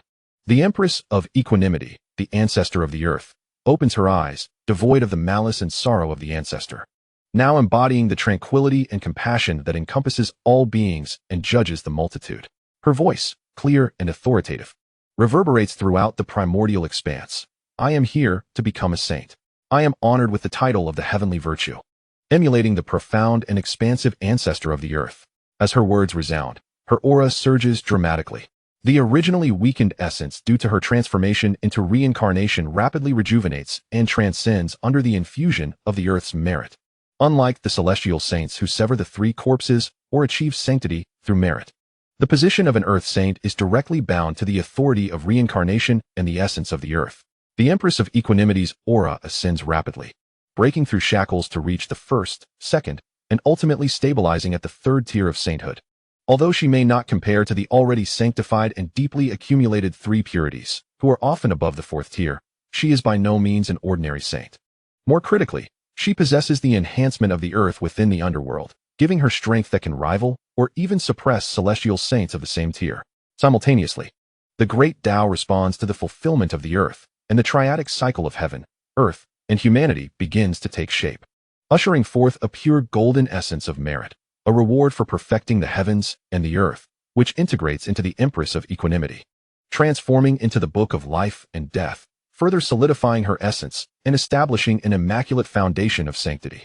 The heavenly path governs life, The earth path governs death, and the human path governs fate. The Empress of Equanimity, feeling the vast power and authority within her, softly muses, as if proclaiming, the cycles of the three realms continue. Ceaselessly, boom, the great Tao trembles once again as if in acknowledgement. Thus, the triadic structure of heaven, earth, and humanity begins to truly mature and cycle through reincarnation. The ancestor of the Nether River has also obtained a fragment of the coveted earth merit he has long desired. With the infusion of merit, he immediately senses an even tighter bond with the Blood Sea and the newly born Azura path, gaining deeper insights into the pathways of slaughter and blood. The bottleneck that has plagued him for so long begins to loosen imperceptibly, and the realm of the primordial golden immortal seems within his grasp. A radiant smile spreads across his face as he bows repeatedly to the Empress of Equanimity and Red Cloud. Congratulations to the Empress of Equanimity on her sanctification. Gratitude to Saint Red Cloud, and thank you, young Friendshun. His demeanor is imbued with the utmost humility, a stark contrast to the former arrogance of the Lord of the Blood Sea. The underworld has just begun to take shape. The cycle of reincarnation requires time to harmonize, and many details, such as the 18 layers of hell, the Judge's Hall, and the Mengpa Soup, must slowly evolve. However, the momentum has been firmly established and is irreversible. In the depths of the 10,000 mountains, at the remnants of the Demon Clan's encampment, Luya, the last surviving prince of the Golden Crow, gazes intently towards the direction of the Blood Sea, his eyes aflame with crimson, fists clenched so tightly that his nails dig deep into his palms, causing droplets of golden blood to seep forth. His handsome visage is marred by an intertwining of profound hatred and helplessness. The ancestor of the earth, the Witch Clan, he grits through his teeth, his voice hoarse. Why is it that my father and uncle perished in battle? The Demon Clan teeters on the brink of annihilation, burdened by karma, yet she can transform into reincarnation, attain a saintly position, and redeem the Witch Clan? The heavens are unjust. The earth is unjust. Beside him, the remaining 5 great demon saints, Bai Zhe, Shangyang, Fei Lian, Ji Ming, and Qin Yuan, wear grave expressions, their auras languid, entwined with the dense black aura of karmic retribution. Your Highness, temper your wrath, Bai Zhe urges, suppressing his own bitterness and shock. Now that the ancestor of the earth has become an earth saint, wielding the authority of reincarnation, and is recognized by both the heavenly and earth paths, she is an unstoppable force. Our demon clan has suffered greatly in this battle. Our vitality severely depleted and our karma deepened. We must lie low and recuperate, preserving our embers for a time of opportunity. The strategist speaks wisely. The other demon saints echo in agreement. They are indeed too fatigued to fight further and cannot afford another defeat. Preserving their lives is already a considerable achievement. Luya's chest heaves violently, and after a long pause, he forcibly suppresses the boiling hatred and murderous intent within, squeezing out a single phrase through gritted teeth. Leave. Depart from this place, and seek a hidden refuge to recuperate. This grudge shall be noted for now. One day, I shall repay it 100-fold. The remnants of the demon clan, burdened with boundless grief and humiliation, silently retreat deeper into the 10,000 mountains under the guidance of the 5 great demon saints, vanishing from the sight of the myriad beings of the primordial realm. Alongside the Blood Sea, merit has been distributed and the momentum solidified. Red Cloud and Hao Yang have each received their share of earth merit, and with the infusion of this merit, Red Cloud's cultivation becomes increasingly harmonious, gaining deeper insights into the laws of heaven and earth, directly elevating to the 4th tier of the primordial golden immortal. Meanwhile, Hao Yang feels a subtle stirring in his mind and checks his phone, discovering yet another new notification. Ding. Congratulations to the great heavenly sovereign Hao Yang for participating in and promoting the significant event of the ancestor of the earth transforming into the cycle of reincarnation. Receiving a substantial amount of earth merit in return. Total acquired 1,200,000 points of earth merit. Note: the earth merit has been proportionally converted into universal heavenly merit. Current merit balance 5,190,000 points, 120,000. Coupled with the previous 800,000 points of merit from mending the heavens. This expedition into the primordial realm has yielded a net gain of 2 million in merit alone. His total merit has surpassed the 5 million mark. In addition, he possesses the innate supreme spiritual treasure bestowed by Red Cloud, the supreme virtue like water banner, the supreme edict of righteousness, the saint's seal, the ginseng fruit gifted by Zhang Yuanzi, the binding rope for demons, the precious lotus lamp from Nuwa, and his own innate celestial body achieved through tribulation. Along with the celestial spiritual power, his gains are nothing short of bountiful. Chapter 59, Enfeoffment. In the newly established and emerging order of the underworld, the auspicious clouds gradually disperse, and the essence of merit recedes. The Empress of Equanimity, the ancestor of the earth, retracts her overwhelming saintly presence in the resonance of the reincarnation Tao, gracefully approaching Red Cloud and Hao Yang. Her exquisite visage radiates warm compassion and sincere gratitude as she slightly bows her head to both Red Cloud and Hao Yang. The establishment of this reincarnation, the manifestation of the Earth's essence, and the preservation of the Witch clan all hinge upon the comprehensive support of senior brother Red Cloud and the guidance of great heavenly sovereign Hao Yang. I, Pingzhen, express my heartfelt thanks to you both. Her voice was gentle and serene, yet it carried an undeniable sincerity that compelled belief. Uncle Pingzhen, you flatter me. I dare not claim any credit. It is all the merit of my master's profound deductions.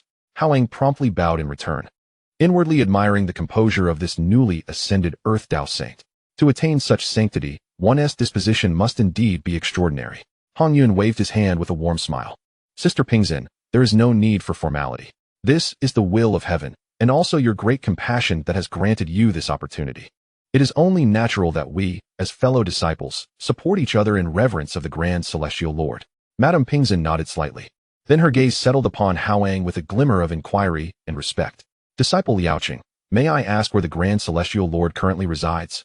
As the cycle of reincarnation is newly established and the netherworld freshly opened, it would be proper for me to personally pay homage and express gratitude for the Grand Celestial Lord's guidance.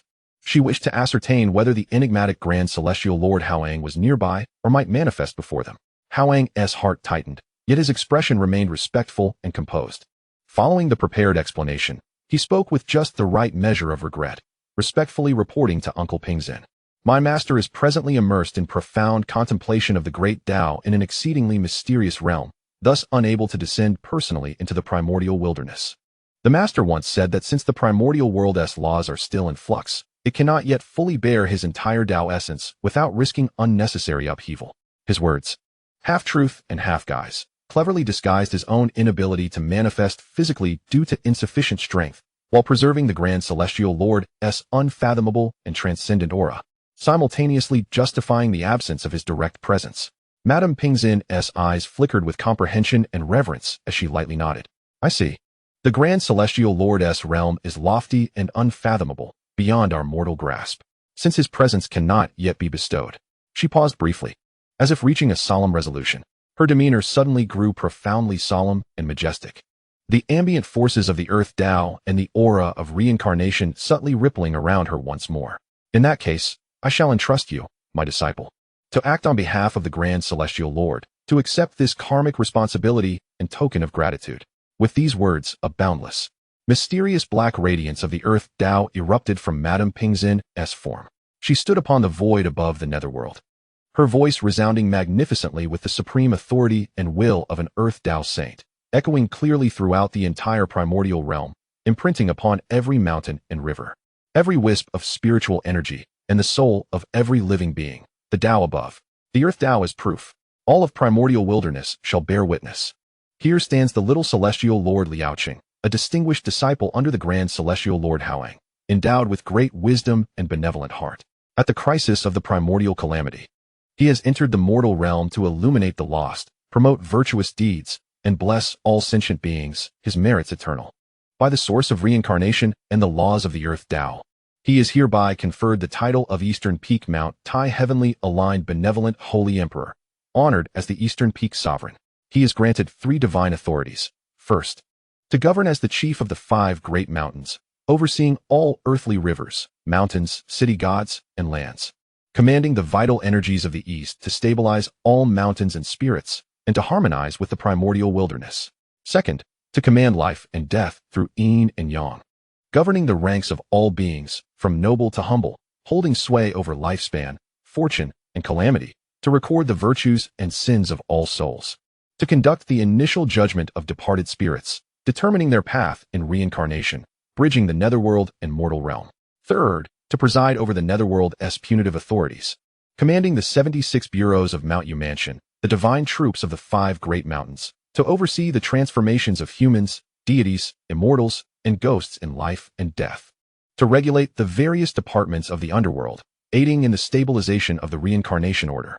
He is bestowed the Mount Tai Primordial Seal, which when cast ensures the mountain's steadfastness and the solemnity of the netherworld, and the azure sovereign robe, embroidered with rivers, mountains, the state, sun, moon, stars, and netherworld spirits, which, when worn, commands heavenly recognition and manifests divine majesty. Henceforth, you shall preside over Mount Tai Mansion, upholding the mandate of heaven above and the ordinances of the netherworld below, administering justice, punishing evil, promoting virtue, and safeguarding the orderly cycle of reincarnation across the three realms, ensuring the harmony of yin and yang.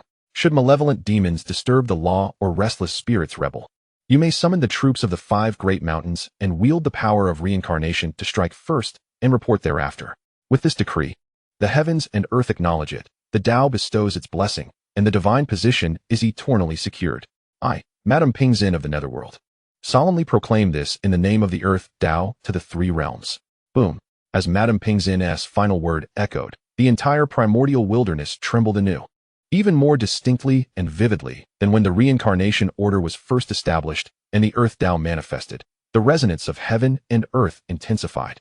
Above the firmament, golden, heavenly Tao, and profound black, earth Tao, rays of law intertwined, coalescing into a colossal and intricate holographic golden register bearing the illustrious name of the Eastern Peak Mount Tai, heavenly aligned benevolent holy Emperor Liaoqing, seared into the fundamental laws of the primordial wilderness. Simultaneously, a grand seal neither gold nor jade, radiating a weighty, mountain-like aura suppressing the netherworld's energies, and an azure sovereign robe embroidered with rivers, mountains, states, sun, moon, stars, and netherworld spirits, suffused with rich golden merit and earth Tao fortune, materialized before Hao Yang and slowly descended. Hao Yang was utterly stunned. Eastern Peak Mount Tai Emperor, chief of the 5 great mountains, governor of all lands and rivers, master of life and death's initial judgment, controller of the underworld's bureaus, authorized to strike first and report later. Such divine authority was immense, practically the second most powerful figure in the netherworld hierarchy after Madame Pingzin herself, though it did not directly enhance his combat realm. It bound him profoundly to the earth Tao's fortune and protection. Anyone who dared challenge him must first weigh whether they could endure the earth Tao's reincarnation backlash. Moreover, possessing such a pivotal divine office meant that as long as he fulfilled his duties and maintained the reincarnation order, he would continually receive merit and blessings from the earth Tao. This was essentially a supreme talisman and a lifelong provision for traversing the primordial wilderness with impunity. Master, this honor is too great.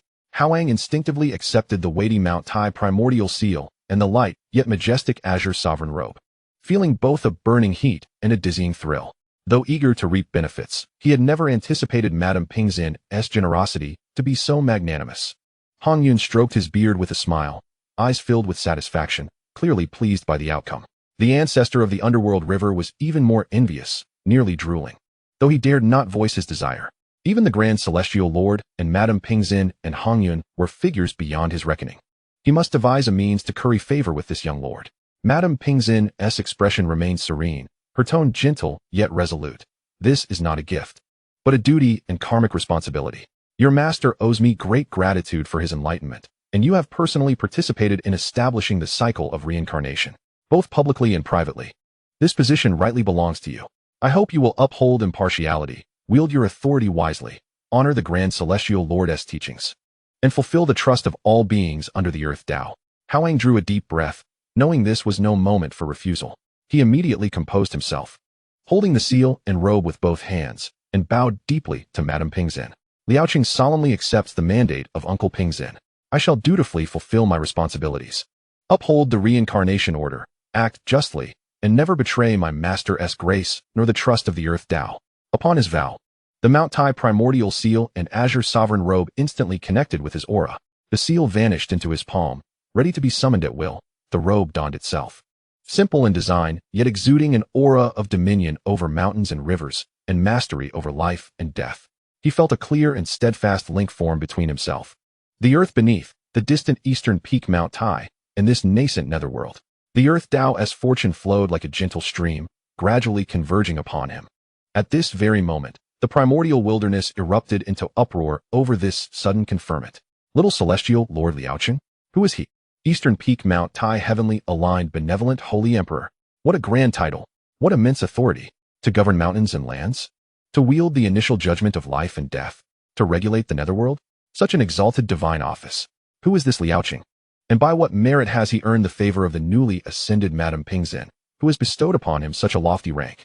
Legions of powerful beings and cultivators debated fervently, their curiosity and astonishment mingled with envy and admiration, especially those who consider themselves extraordinary. Possessing profound cultivation, yet unable to attain the sacred position, find their hearts laden with bitterness. In the west, at the foot of the spiritual mountain, a resounding slap echoed as Saint Zhunti struck his thigh, causing the stones beneath him to crack. His face, a tapestry of sorrow and regret, seemed on the verge of tears. It must be the great heavenly sovereign. It must be the great heavenly sovereign Hao Yang orchestrating this from behind the scenes. We should have foreseen this. How could the Earth Mother achieve sanctification without the promise of return? The reincarnation cycle was undoubtedly waiting here with the greatest benefits. Oh, the Eastern Emperor. That is an endless source of merit and fortune. Saint Jian also bore a troubled expression, his fingers rapidly twirling the prayer beads, sighing repeatedly. Alas. A miscalculation, a grave miscalculation. Had I known, I would not have shied away earlier. Even if it meant presenting a worthy spiritual treasure to that young heavenly sovereign. It would have been a good deed. Now, we have squandered an immense opportunity. His insides twisted with regret. The thought of the long-term benefits conferred by the Eastern Emperor causing him a heartache so profound it was hard to breathe. Meanwhile, Nuwa, diligently arranging the ley lines, heard the resounding announcement, and a knowing smile graced her exquisite features as she murmured to herself. Indeed, the great heavenly sovereign's schemes are far-reaching. With this divine position bestowed upon Liaoqing, he has now established a foundation in the primordial chaos. Her respect and reverence for the great heavenly sovereign Hao Yang deepened further. Junior sister Nuwa, it seems you are acquainted with this newly appointed Eastern Emperor? Dijun inquired casually, though a glimmer of curiosity flickered in his eyes. Tontian Jiazu leaned in, his face a mask of intrigue. Yes, junior sister, what is the background of this young heavenly sovereign Liaoqing? What could possibly compel you to hastily endorse him for such an important role right after your own sanctification? Nuwa cast a glance at her brothers, and, without reservation, softly replied, Liaoqing is a disciple of the great heavenly sovereign Hao Yang, and he has come at his master's behest to undergo tribulations in the primordial chaos. Moreover, it was his timely reminder that led me to consider repairing the heavens. Gasp. Tontian Jezu inhaled sharply. So it was that esteemed great heavenly sovereign again. He advised you on mending the heavens? Despite being absent from the primordial chaos, he seems to anticipate every development, directing the tides of fate. Who exactly is this great heavenly sovereign? His straightforward nature compelled him to voice his thoughts without hesitation. Taizhang Lejun's eyes flickered with insight as he pondered, guiding Hongyun to attain sanctification, suggesting Nuwa to create humanity and mend the heavens, prompting Jian and Zhunti to make grand vows, and now facilitating his disciples' push for the Earth Mother to undergo reincarnation. This friend's methods and realm are indeed unfathomable. He could not help but compare this enigmatic great heavenly sovereign to his own teacher, Hongjun Daezu, only to find the mystery deepening further. Though Yuanshi Tianzun did not approach, his divine sense remained attuned to the events unfolding here. Upon hearing Nuwa's words, his countenance darkened even further, a cold snort escaping his lips. He fell silent, his heart brimming with wariness and displeasure towards the great heavenly sovereign Hao Yang and his disciple. Chapter 60. The pinnacle of celestial beings. Within the netherworld, clad in the azure robes of the emperor and wielding the Taishan Town Yuan seal, Hao Yang felt a subtle shift in his thoughts, allowing the divine authority to naturally activate. Beside him, the space shimmered with a blurring wave as another figure, identical in appearance, aura, and divine insignia, but with a slightly more subdued expression, gradually separated from him. This was his avatar, a manifestation created by merging the divine authority of the Eastern Emperor with the power of the ley lines. A portion of his essence and divine consciousness expended in its formation. The avatar nodded slightly to both his true self and Hongyun before taking a step forward, merging into the nascent ethereal image of the Eastern Taishan court within the depths of the netherworld. He would remain here, cultivating with the continuous flow of merit and fortune, managing the relevant divine affairs, and serving as a permanent anchor between Hao Yang, the netherworld, and the primordial chaos. Junior sister, now that affairs are settled here, I shall take Liaoqing back to our ancestral grounds, Hongyun remarked with a smile, seeing that Hao Yang's avatar had been established. Naturally, I thank you, senior brother, for your efforts and diligence, Pingzhen responded warmly, turning to Hao Yang, nephew, as the netherworld is just beginning to take shape, and much remains to be done. You may return with senior brother Hongyun for now, and take time to assimilate what you have gained. Yes, thank you, Aunt Pingzhen. I take my leave, Hao Yang replied respectfully, bowing. With a wave of Hongyun's grand sleeve, the laws of space swirled, and their figures vanished from the somber and imposing netherworld. When they reappeared, it was within the ancestral hall of the human race's supreme goodness sect, a vast chamber suffused with a gentle golden light of merit and tranquil Taoist rhythm. Inside, the 12-petal golden lotus of merit spun slowly, everything seemingly unchanged since his departure 2 millennia ago, save for the faint sounds of the human race's flourishing echoing from outside. A testament to the passage of time and the proliferation of the species. And this tribulation has yielded rewards beyond my expectations. I feel a strong urge to enter seclusion for a period to fully digest my gains and solidify my foundation, Hao Yang said to Hongyun, feeling a torrent of power within him. The newly acquired divine authority, merits, spiritual treasures, and the recently transcended celestial realm all required meticulous refinement. Excellent, Hongyun nodded, unperturbed. With a snap of his fingers, the surroundings shifted once more, placing Hao Yang within a tranquil, unadorned chamber brimming with rich spiritual energy, clearly. A secluded space within the ancestral grounds reserved for high-ranking practitioners. Rest assured in your seclusion here, no one will disturb you. Hongyun's voice echoed in the chamber before fading away. The chamber fell silent, the only sound being the quiet flow of pure, innate spiritual energy. Hao Yang sat cross-legged on the central mat, exhaling deeply, his eyes sparkling with excitement and anticipation. This journey into the primordial chaos had yielded an abundance of treasures, necessitating careful inventory and planning. In terms of treasures, he possessed the supreme innate spiritual treasure, the banner of supreme goodness, bestowed by senior uncle Hongyun. The edict of supreme goodness for vanquishing evil, the protective mark of a saint, the ginseng fruit, and the innate spiritual treasure, the binding rope for monsters, from Uncle Zhenyuan. The precious lotus lamp, gifted by Aunt Nuwa, and the Taishan Town Yuan seal and azure robes conferred upon him by Aunt Pingzin for his appointment as Eastern Emperor. He was armed to the teeth.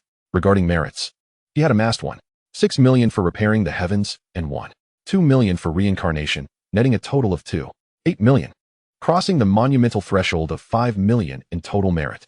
As for his cultivation, he had successfully transcended to achieve the innate celestial body, stepping into the path of immortality, with a lifespan extending 10,000 years.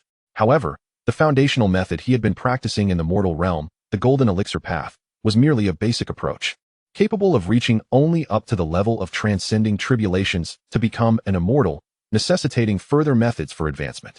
With that thought, he retrieved the artifact that had accompanied him across the 2 realms, the divine phone. He opened the now familiar group function, cultivation method simulation system. The interface was simple, featuring only an input box and a confirmation button. After a moment of contemplation, he recalled the top-tier cultivation methods from the legends of the primordial chaos, particularly the untrammeled teachings of Tongtian Jiazu, which resonated with his affinity for swordsmanship and slaughter. He had thus requested Nuwa to acquire it, and it was said to be highly inclusive, suitable for various foundations. He typed into the input box, simulate a top-tier cultivation method suitable for human practitioners, directly targeting the Great Tao with strong inclusivity, encompassing swordsmanship, formations, creation, and other directions, reference template, untrammeled teachings, simulation limit. After a moment's hesitation, he glanced at his merit balance of over 5 million and attempted to input, to the Hongyun de Luo Golden Immortal. Ding.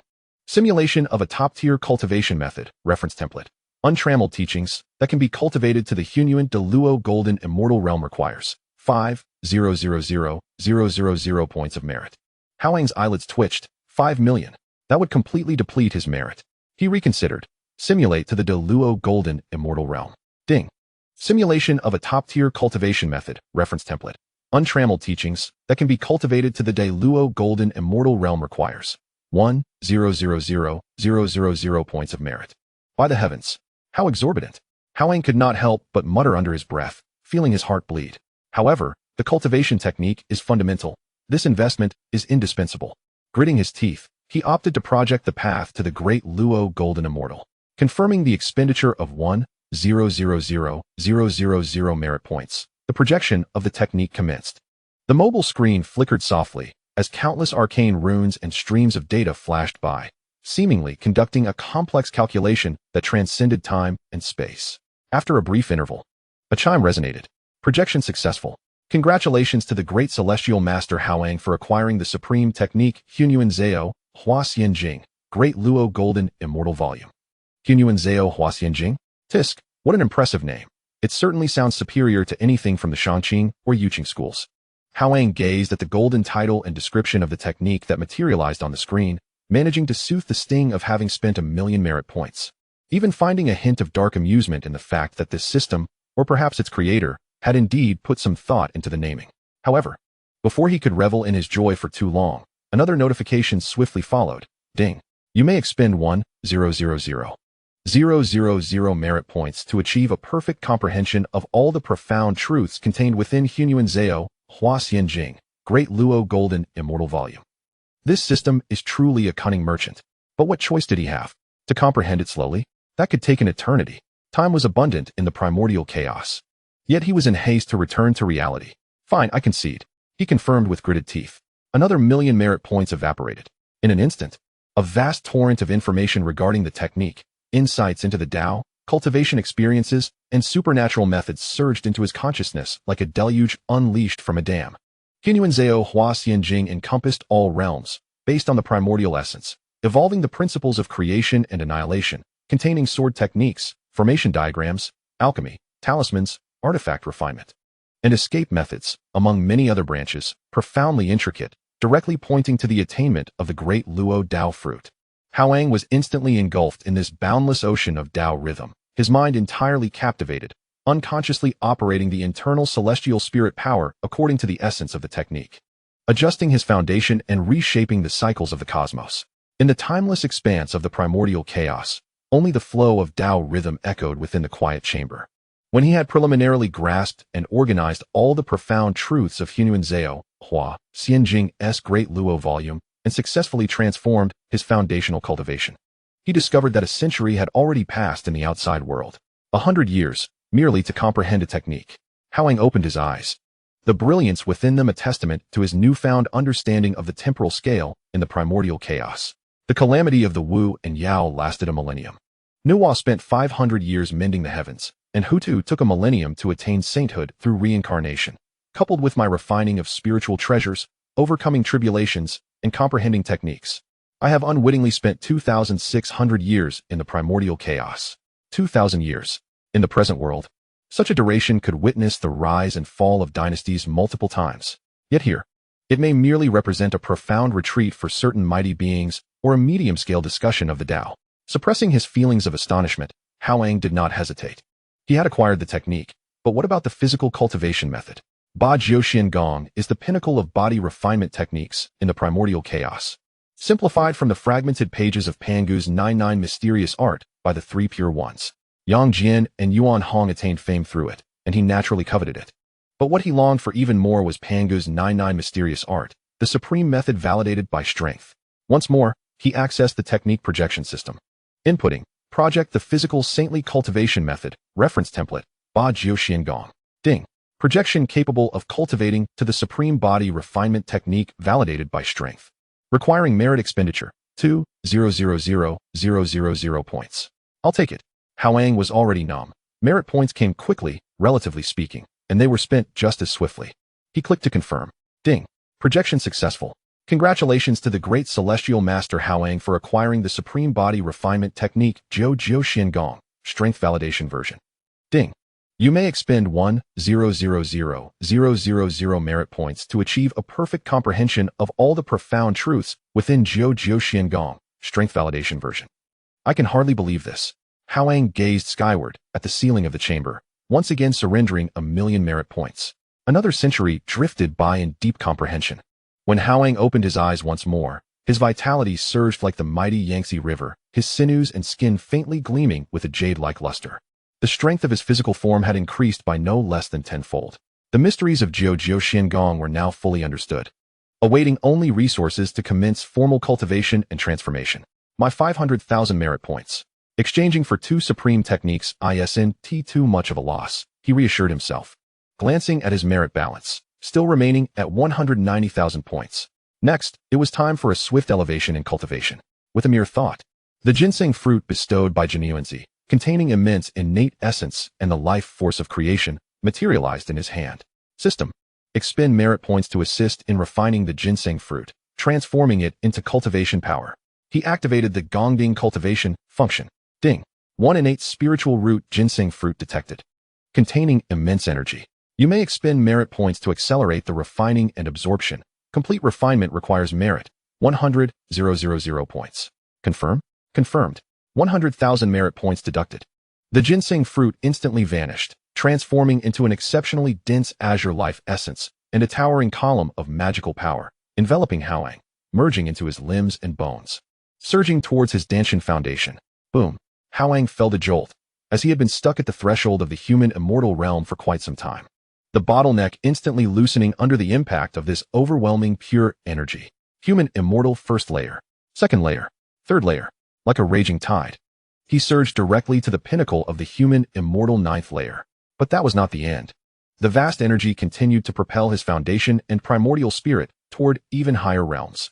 Buzz. Outside the quiet chamber, above the supreme goodness Sect's territory. The recently clear sky underwent a rapid transformation. Thick calamity clouds gathered at an astonishing speed, lightning danced wildly, and heavenly might locked onto the quiet chamber. In the chamber, the closed-eyed Saint Red Cloud sensed the change, opened his eyes with a slight smile, and waved his sleeve lightly. Hao Yang felt the surrounding space shift once more, and he found himself on the desolate peak where he had previously faced the human immortal tribulation. Above him loomed the 39th Thunder Calamity Cloud, significantly larger and tenfold more terrifying than the human immortal tribulation. The Earth immortal tribulation. It has arrived. Far from being startled, Hao Yang felt exhilaration. Standing tall as he retracted the Qing Emperor robe, simultaneously activating the newly comprehended Jiu Xiangong to actively confront the descending bolts of thunder. Boom. Crack. The thunder calamity struck relentlessly, a total of 27 bolts. The mountain top was flattened, the earth was torn asunder, and within 1,000 miles, it was reduced to scorched earth. Yet, under the protection of the supreme body refinement technique, Hao Yang, despite facing adversity, successfully weathered the storm. Even utilizing the power of the thunder to completely refine the first transformation of Jiu Xiangong, elevating his physical strength to a new level. Once the thunder calamity passed, gentle rain fell, and Hao Yang's aura surged, officially stepping into the earth immortal realm. His lifespan increased by 360,000 years, and his celestial body became even more solidified. Meanwhile, the energy column derived from the ginseng fruit still remained substantial, continuing to infuse. Earth immortal first layer, second layer, ninth layer, pinnacle. The bottleneck reappeared. The calamity clouds gathered again in the sky. This time it was the 49th heavenly calamity, 36 bolts of thunder. The power was even greater. Hao Yang's gaze burned with intensity, his fighting spirit soaring. He faced the storm with the physical strength of the first transformation of Jiu Xiangong and the primordial spirit power cultivated from Hunyuan Zhao, Hua Xianjing. As the thunder illuminated the heavens and the earth, Hao Yang's figure was continuously refined amidst the lightning, akin to steel forged in 100 fires.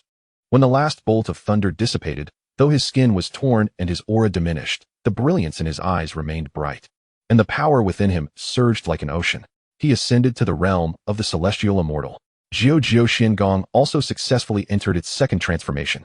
Powered by the thunder calamity, the energy of the ginseng fruit was finally fully expended. Hao Yang's cultivation ultimately stabilized at the pinnacle of the celestial immortal ninth layer, a mere step away from the realm of true immortals. From initially entering the human celestial plane to reaching the pinnacle of the heavenly immortal realm, I traversed 2 significant realms with the aid of a ginseng fruit and 100,000 merits. In the vast expanse of the primordial world, where cultivation often spans millennia, this can only be described as astonishing speed. Feeling the surging, river-like power of the primordial immortal spirit within me, far surpassing my previous capabilities, along with my formidable physical form and the 2 profound techniques in my mind that point towards the great Luo, my heart swelled with ambition. But wait, I lacked the merits to return. Just as my spirits were soaring, a chilling realization struck me. Chapter 61, The Current State of Humanity. Before I could fully comprehend the implications of my insufficient merits, the surrounding space twisted, and I was directly transported back to the grand hall of the supreme virtues sect by the Saint of Red Cloud. A solid foundation, harmonious aura, and a body that advances in tandem with my primordial spirit. Indeed, the ginseng fruit was well worth it. The Saint of Red Cloud scrutinized me, sensing the vigorous intertwining of primordial immortal spirit power and blood vitality within me, a look of satisfaction flashing in his eyes. He secretly breathed a sigh of relief. At least the human sect had not been ruined, or else he would have been at a loss on how to report to that mysterious great celestial being, Hao Yang. He chuckled. Forgive me for laughing, I was fortunate enough to make a breakthrough. I scratched my head, feigning modesty. The Saint of Red Cloud merely shook his head with a smile and gently inquired, "Your cultivation is now stable. What are your plans moving forward? The primordial world is vast. Will you venture out to explore?" I pondered for a moment. Indeed, I had yet to properly observe this legendary world. My consciousness reached out towards the faint sounds of commotion beyond the hall, stirring something within me. "Disciple wishes to visit the human settlement," I stated. "As you know, I hail from the human race, and though I cultivate under the guidance of my master, I wish to see how my kin fare in the primordial world." This was a half-truth. My desire to see my kin was genuine. But more pressing was my dwindling merits. I needed at least 100,000 merits to activate the cross-realm teleportation array to return to the mortal realm. Should I ask the Saint of Red Cloud for merits? He had already generously bestowed spiritual treasures and assisted in safeguarding my identity. It would be quite unbecoming to request merits again. "Very well," the saint nodded, a glimmer of approval in his eyes. "Since you have this intention, go ahead. However, now that you have entered the primordial realm and have ties to our sect, you must have an official identity." He raised his hand, and a golden light entered my brow. "I hereby appoint you as the vice leader of the Supreme Virtue Sect, tasked with overseeing the human race, with the authority to mobilize sect resources and the fortunes of humanity as needed." As his words fell, I felt an inexplicable connection to the entire Supreme Virtue Sect. A small portion of the vast and warm fortune of humanity within the sect could now be subtly influenced by my will, though it was merely a fraction. It represented the accumulated fortune of millions of humans. "Thank you, Master." I bowed deeply, realizing how invaluable this identity would be. The saint waved his hand dismissively, and with a flourish of his sleeve, my surroundings blurred once more. In the next instant, I found myself in an expansive river valley. The river flowed gently, and sparse animal skin tents dotted the riverbanks. This place was not far from the Supreme Virtue Sect's Grand Hall, belonging to one of the more prosperous human tribes. However, upon closer inspection, my brow furrowed slightly. The humans here were mostly clad in coarse animal skins, their hair disheveled, and their faces smeared with mud or some plant sap. They wielded stone or bone tools, fishing by the river, processing animal skins, and crafting stone implements. The most skilled among them barely reached the golden core stage. Their auras rough and unstable, making it seem as though casting a spell would be a challenge. The entire tribe resembled a group of primitive people still entrenched in the barbaric era. Wasn't the Supreme Virtue Sect supposed to protect humanity? I mused inwardly, but soon understood. It wasn't that the Saint of Red Cloud wasn't helping, it was that he didn't know where to begin. As I observed in a daze, a few robust men working on stone tools noticed me, a young deist clad in a green robe, exuding an otherworldly aura that seemed out of place in this environment. As Supreme Immortal, the leader, a golden core cultivator, dropped his tools and hurriedly crawled towards me, kneeling before me. "I did not know the Supreme Immortal graced us with your presence. What commands do you have?" His kneeling prompted dozens of humans around, regardless of age or gender, to drop to their knees, all bowing their heads, trembling with a mixture of reverence and fear. I sighed inwardly. Is this the current state of humanity? Faced with a cultivator, they did not even dare to engage in basic conversation. "Rise," I gestured, a gentle force lifting them all. "I am the vice leader of the Supreme Virtue Sect, here to oversee this area. There is no need for alarm." As I spoke, a phantom of the Supreme Virtue Sect's decree appeared in my palm, radiating the unique golden light of merit intertwined with the aura of the sect, unmistakable and genuine. "The Supreme Virtue Sect? That is the sect of the Saint of Red Cloud," the golden core man exclaimed, his voice trembling with excitement. "According to ancient legends, the Saint of Red Cloud protected our kin for 3,000 years. I am unworthy to meet the vice leader." With his exclamation, the surrounding humans knelt once more, but this time, their eyes held less fear, replaced with fervor and hope. "Rise," I commanded again, lifting them up once more. As I gazed upon their weathered faces, some aged, others youthful, yet all bearing the marks of hardship and struggle, a soft spot in my heart was touched. I began to speak slowly, my voice resonating throughout the tribe. "I too am of the human race." At this declaration, all the humans froze, followed by an eruption of incredulous gasps. "You are human? How could that be? A human could cultivate to such an extent. Our kin, we have a powerful one among us." Seeing their faces flush with excitement, I approached the golden core man and inquired, "What is your name? Who leads this tribe now? What is the current state of humanity? Speak, and let me hear." The man quickly replied, "I am Hou, the leader of this river valley tribe. To report to the vice leader, our kin are currently." Through Hou's fragmented recounting and my own mental scanning, I swiftly grasped the state of humanity. It had been tens of thousands of years since Nuwa created humankind, and the earliest batch of innate humans had long since perished. The Taizhang teachings passed down the Golden Core path, yet only one individual, Suen Du, ascended the mountain. With no further teachings to follow, the Golden Core path, transmitted orally over tens of thousands of years, through tribal migrations and calamities, had become fragmented.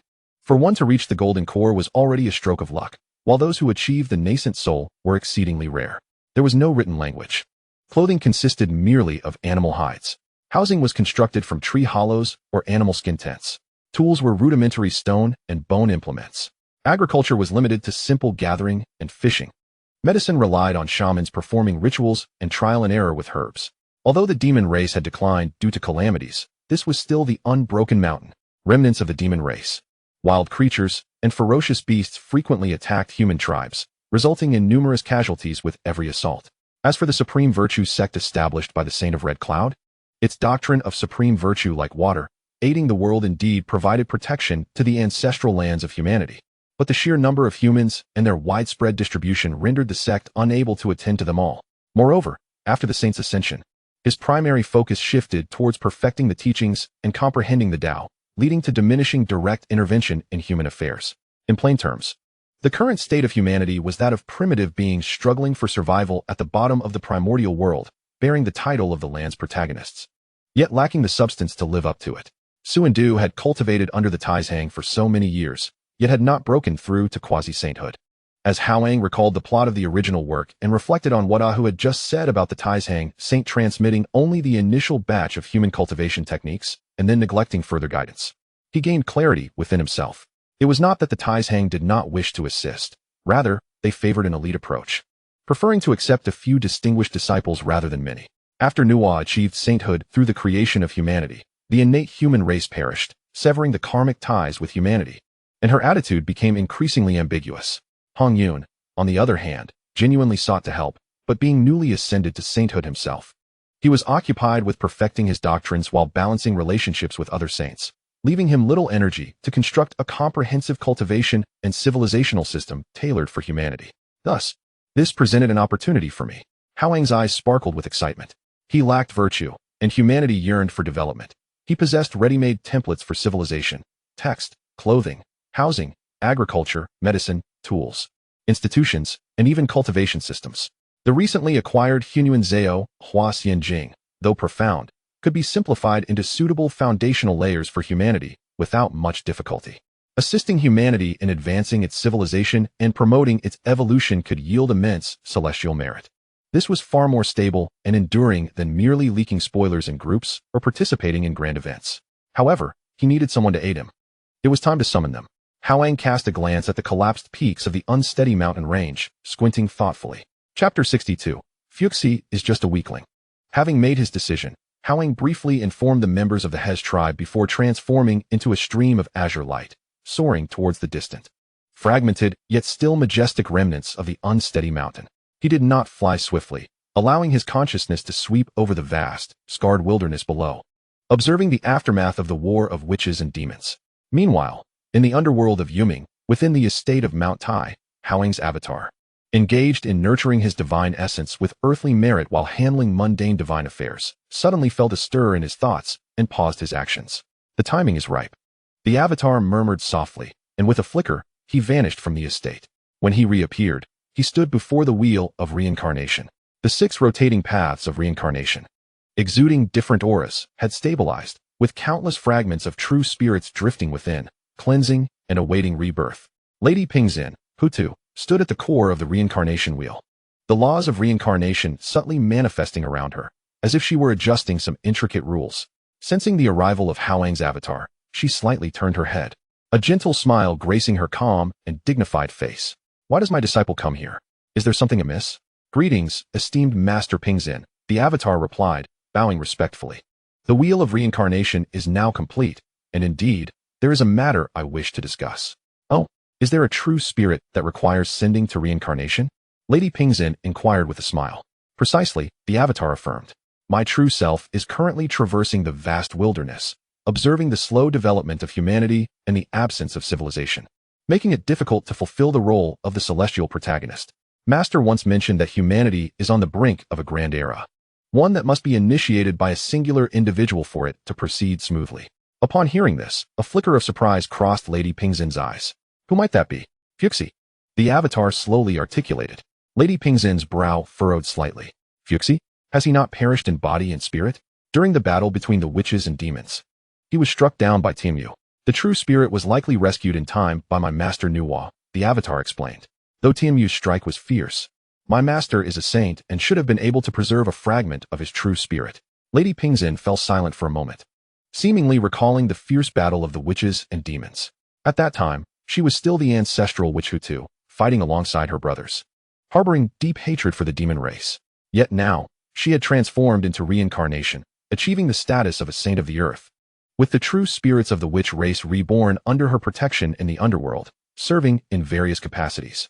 The past grievances, under the passage of time and a broader perspective, had gradually faded. Very well, it is all in the past, she sighed lightly, conceding. As long as Nuwa is willing to allow Fuxi's true spirit to enter reincarnation, I shall open this gateway of convenience. The calamity between witches and demons has ended, and so too must the enmity. Indeed, that Fuxi fellow is utterly weak. A single encounter with this ancestral, which would have obliterated him. A robust voice suddenly echoed nearby. A ripple in space revealed the figure of Tianyu, the ancestral witch, now the emperor of winds in the underworld, governing the ethereal winds of the netherworld. Despite being in a ghostly form, he retained the audacity and straightforwardness of his former life. Upon hearing the discussion of Fuxi, he immediately leaped forward to assert his presence. The corner of Hao Yang's avatar's mouth twitched, yet he managed to smile and reply, Master Tian, your might is indeed formidable. Tianyu, invigorated by the praise, exclaimed, Of course. If it weren't for Dijun's self-detonation and Donghuang's madness, our witch clan would not have, seventh brother. Lady Pingxin cast him a sidelong glance. Ahem. I just remembered I have matters to attend to. Who is it again? Emperor, do join me for a drink. Tianyu quickly retreated, transforming into a gust of ethereal wind. Lady Pingxin shook her head, addressing Hao Yang's avatar. If Fuxi's true spirit arrives, I can personally escort him into the human realm's reincarnation, preserving a fragment of his innate spiritual essence, so that he may awaken his past memories and lineage in the future. However, whether the reincarnated human form can bear his true spirit and grow successfully will depend on fate. Thank you, esteemed master. The avatar bowed solemnly. With the assurance of his master, this matter was already half accomplished. The other half awaited Nuwa's consent. Lady Pingxin cast a meaningful glance at him. I understand, master. The avatar bowed once more, gradually dissipating. Simultaneously, Hao Yang, who was soaring toward the unsteady mountain, felt a smile tugging at the corners of his mouth. He had sensed the dialogue between his avatar and Pingxin. It was time to meet with the other principal figure. He halted his flight, standing amidst the clouds. Clearing his throat and proclaiming to the heavens, disciple Liaoqing seeks an audience with Master Nuwa. His voice, though not loud, resonated with the ethereal power of a pinnacle celestial being and the authority of the deputy leader of the supreme virtue sect, rippling through the world like gentle waves. The name of the saint naturally elicited a response. As soon as his words fell, Hao Yang felt the surrounding scenery blur and distort, as though time and space were being delicately manipulated by an unseen hand. In the next moment, he found himself in an entirely different realm. Clouds swirled, and ethereal energy enveloped him. In the distance, a grand palace loomed, adorned with glazed tiles and white jade steps, with auspicious beasts strolling leisurely and celestial cranes soaring in flocks. The spiritual energy was so dense it felt nearly liquefied, and with each breath, he sensed a subtle growth in his cultivation. So this is the palace of Nuwa, Hao Yang mused, truly befitting of a saint's abode, exuding an air of grandeur. Why does my disciple seek the presence of this palace? A clear, melodious voice echoed ahead. Hao Yang looked up to see the resplendent figure of the Nuwa saint, adorned in royal attire, seated gracefully on a cloud platform. She was enveloped in a hazy aura of creation, rendering her visage somewhat obscured, yet radiating a maternal grace and an air of compassion and authority that benefited all life. Beside her stood a child of around 7 or 8 years, with 2 buns atop his head, dressed in a red belly band, curiously observing Hao Yang with sparkling eyes. Ling Zizi, the incarnation of Neza? A thought flickered in Hao Yang's mind, but he dared not show any sign of negligence. He promptly bowed deeply. Disciple Liaoqing pays respects to Master Nuwa. Rise, Nuwa replied, her tone softening. Has the great heavenly sovereign sent you with arrangements? She instinctively associated Hao Yang's visit with the enigmatic great heavenly sovereign, for behind this disciple stood an exceedingly formidable presence. Hao Yang straightened, carefully choosing his words. Esteemed master, I have come in relation to the great sovereign's predictions, but but also to discuss matters concerning Master Fuxi. My brother? Nuwa's gaze subtly sharpened, a faint ripple of Daorist aura emanating from her being. What arrangements does the Grand Celestial Lord have concerning my elder brother? She inquired. She sensed that Hao Yang's visit was far from a mere courteous greeting. Hao Yang responded with solemnity. Our master once prognosticated the cataclysm of the Wuying calamity and the ensuing great era of the Primordial World, foretelling the rise of the human race as the principal protagonists of heaven and earth. Yet, as human civilization has yet to dawn, the path ahead remains shrouded in chaos. Thus, a guide must emerge to lead humanity into the world, illuminating the way and laying the foundation of civilization. This chosen one can be none other than Uncle Fuxi. Suddenly, a radiant light flickered in Nuwa's eyes. Does the Grand Celestial Lord imply that my elder brother still has a chance to return to the primordial realm? Indeed. Hao Yang nodded. Though Uncle Fuxi's corporeal form has perished, as long as his true spirit endures, he may enter the cycle of reincarnation, embrace the human path, and be reborn among the human race, thereby attaining new life.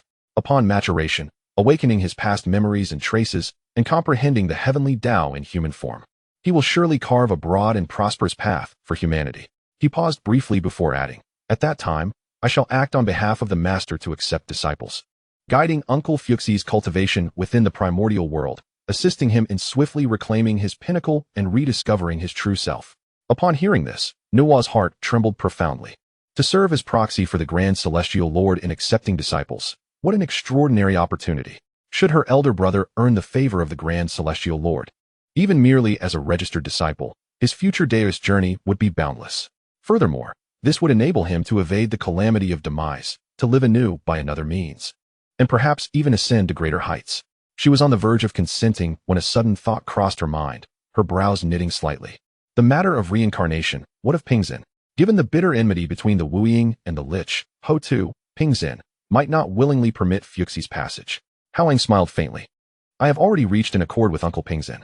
Provided he consents, Uncle Fuxi may enter the cycle of reincarnation at any time. Uncle Pingzhen will personally oversee the process, ensuring the true spirit remains undimmed and the rebirth proceeds smoothly. Nuwa cast a deep, discerning glance at Hao Yang, her appraisal of the Grand Celestial Lord's power rising another notch. Even the formidable Hou Tu had been swayed by him.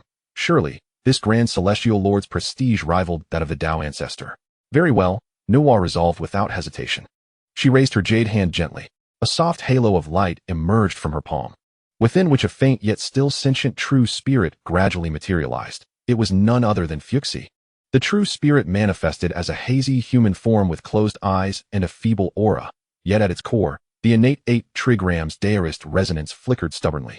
Uncle, your true spirit is entrusted to your nephew, Nuwa solemnly declared as she enclosed the spirit within a jade vial and extended it toward Hao Yang. This favor of yours, Nuwa shall forever remember. You honor me, uncle, but this is merely my duty, Hao Yang replied as he accepted the jade vial.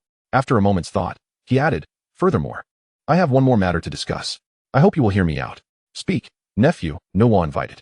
Uncle Fuxi's reincarnation as a human to lead the resurgence of humanity is the grand trend of the heavenly Tao and a blessing for the human race. However, humanity remains frail and uncivilized. The road ahead is arduous. You, uncle, are the mother of humanity, the creator of mankind's sanctity, and enjoys 60% of humanity's fortune. Humanity's rise ensures your Daorist path's smoothness. Its decline diminishes your fortune. Hao Yang's gaze was clear and earnest.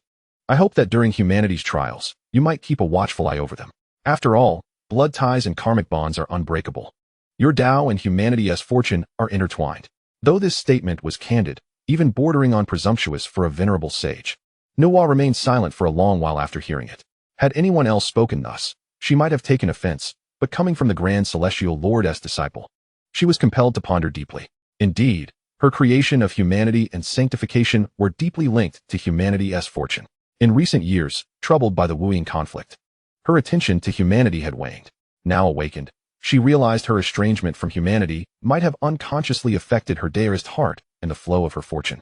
The nephew's words were like a refreshing draft, enlightening her profoundly. Nuwa sighed softly, her tone tinged with complexity. I have indeed been negligent. Thank you for your counsel, nephew. I shall remember it well. Her gaze upon Hao Yang now held genuine closeness and gratitude. You flatter me, nephew. Hao Yang bowed once more. If there is nothing further, I shall take my leave to arrange Uncle Fuxi's reincarnation. Go forth, Nuwa nodded. Call upon me at any time should you require assistance.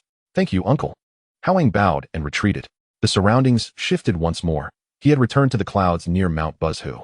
Clutching the jade vial, nurturing Fuxi's true spirit, Hao Yang was elated. Fuxi's reincarnation marked the dawn of civilization. Surely, this meritorious deed would bear fruit soon. He smiled, transforming into a stream of light, speeding toward the netherworld. Next was to escort Fuxi into the cycle of reincarnation and await the birth of a divinely ordained human sovereign. Thus, his grand plan for accruing merit would truly commence. Chapter 63. The Relics of Buzhu and the Enlightenment of the Child. Hao Yang flew northward, not hastening to summon Pingzhen to admit him into the netherworld. With Fuxi's true spirit safely preserved within the nurturing jade vial, there was no urgency. He wished instead to seize this opportunity to explore the primordial land freshly scarred by the Wuyin calamity. Later generations spoke of the abundance of treasures during the investiture of the gods' era, but compared to the present, that period was insignificant. Hao Yang's divine consciousness swept over the mountains and rivers below, filled with emotion. Countless powerful beings perished in the Wuyin decisive battle. Numerous quasi-saints fell. Not to mention the great Daoist immortals and Taiyi golden immortals. Their magical treasures, spiritual materials, and legacies were scattered throughout the primordial world, heralding an era truly teeming with opportunities.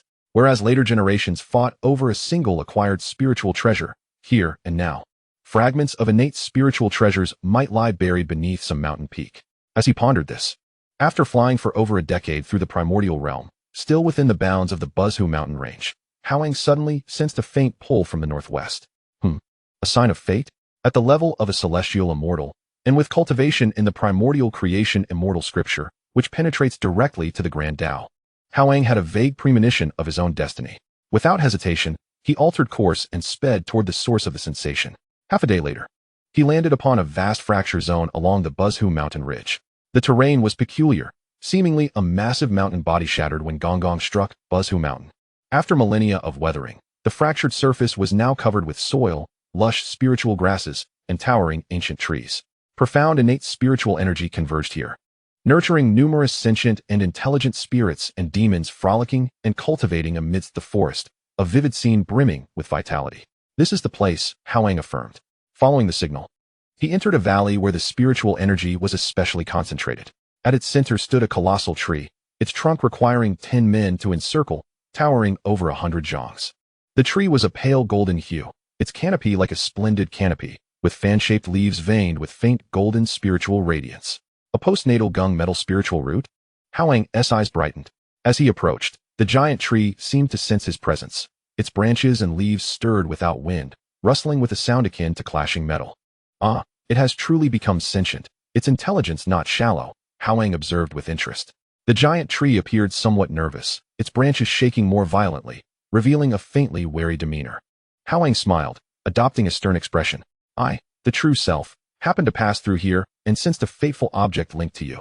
You should hand it over willingly so we may discuss this amicably. Otherwise, I shall have no choice but to sever you and use you as firewood while I search for it myself. Rustle, rustle, rustle. The colossal tree trembled in fear, its branches and leaves shaking wildly as a sudden rumbling vibration emanated from the ground. Two robust, pale golden roots burst forth from the earth, resembling agile arms, carefully presenting a long object, approximately 3 feet in length and 3 fingers in width, to Hao Yang. This object was enveloped in a thick layer of resin and soil, rendering its true form obscured, yet through the wrappings, an unmistakable aura of unparalleled sharpness and an innate metallic essence could be sensed, capable of severing all.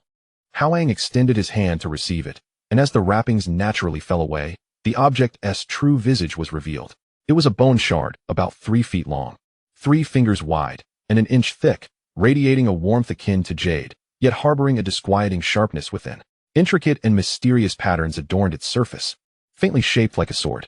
This was, as Hao Yang gently caressed the bone shard, it quivered slightly, emitting a melodious sword chime. While a surge of information flowed into his consciousness, it was the primordial metal sword embryo, forged from a fragment of the spine of the Panga deity, mixed with the first trace of primordial metal essence from the dawn of creation. It had been nurtured over countless epochs. Though merely an embryo, unrefined and raw, its essence was extraordinarily high, once properly forged. Its might would rival the 4 swords of celestial extermination wielded by the celestial master. It even possessed the potential to evolve into a divine sword of innate treasure caliber. formed from the spine of Pangu himself. What a magnificent treasure! Hao Yang could not suppress a grin, nearly stretching from ear to ear.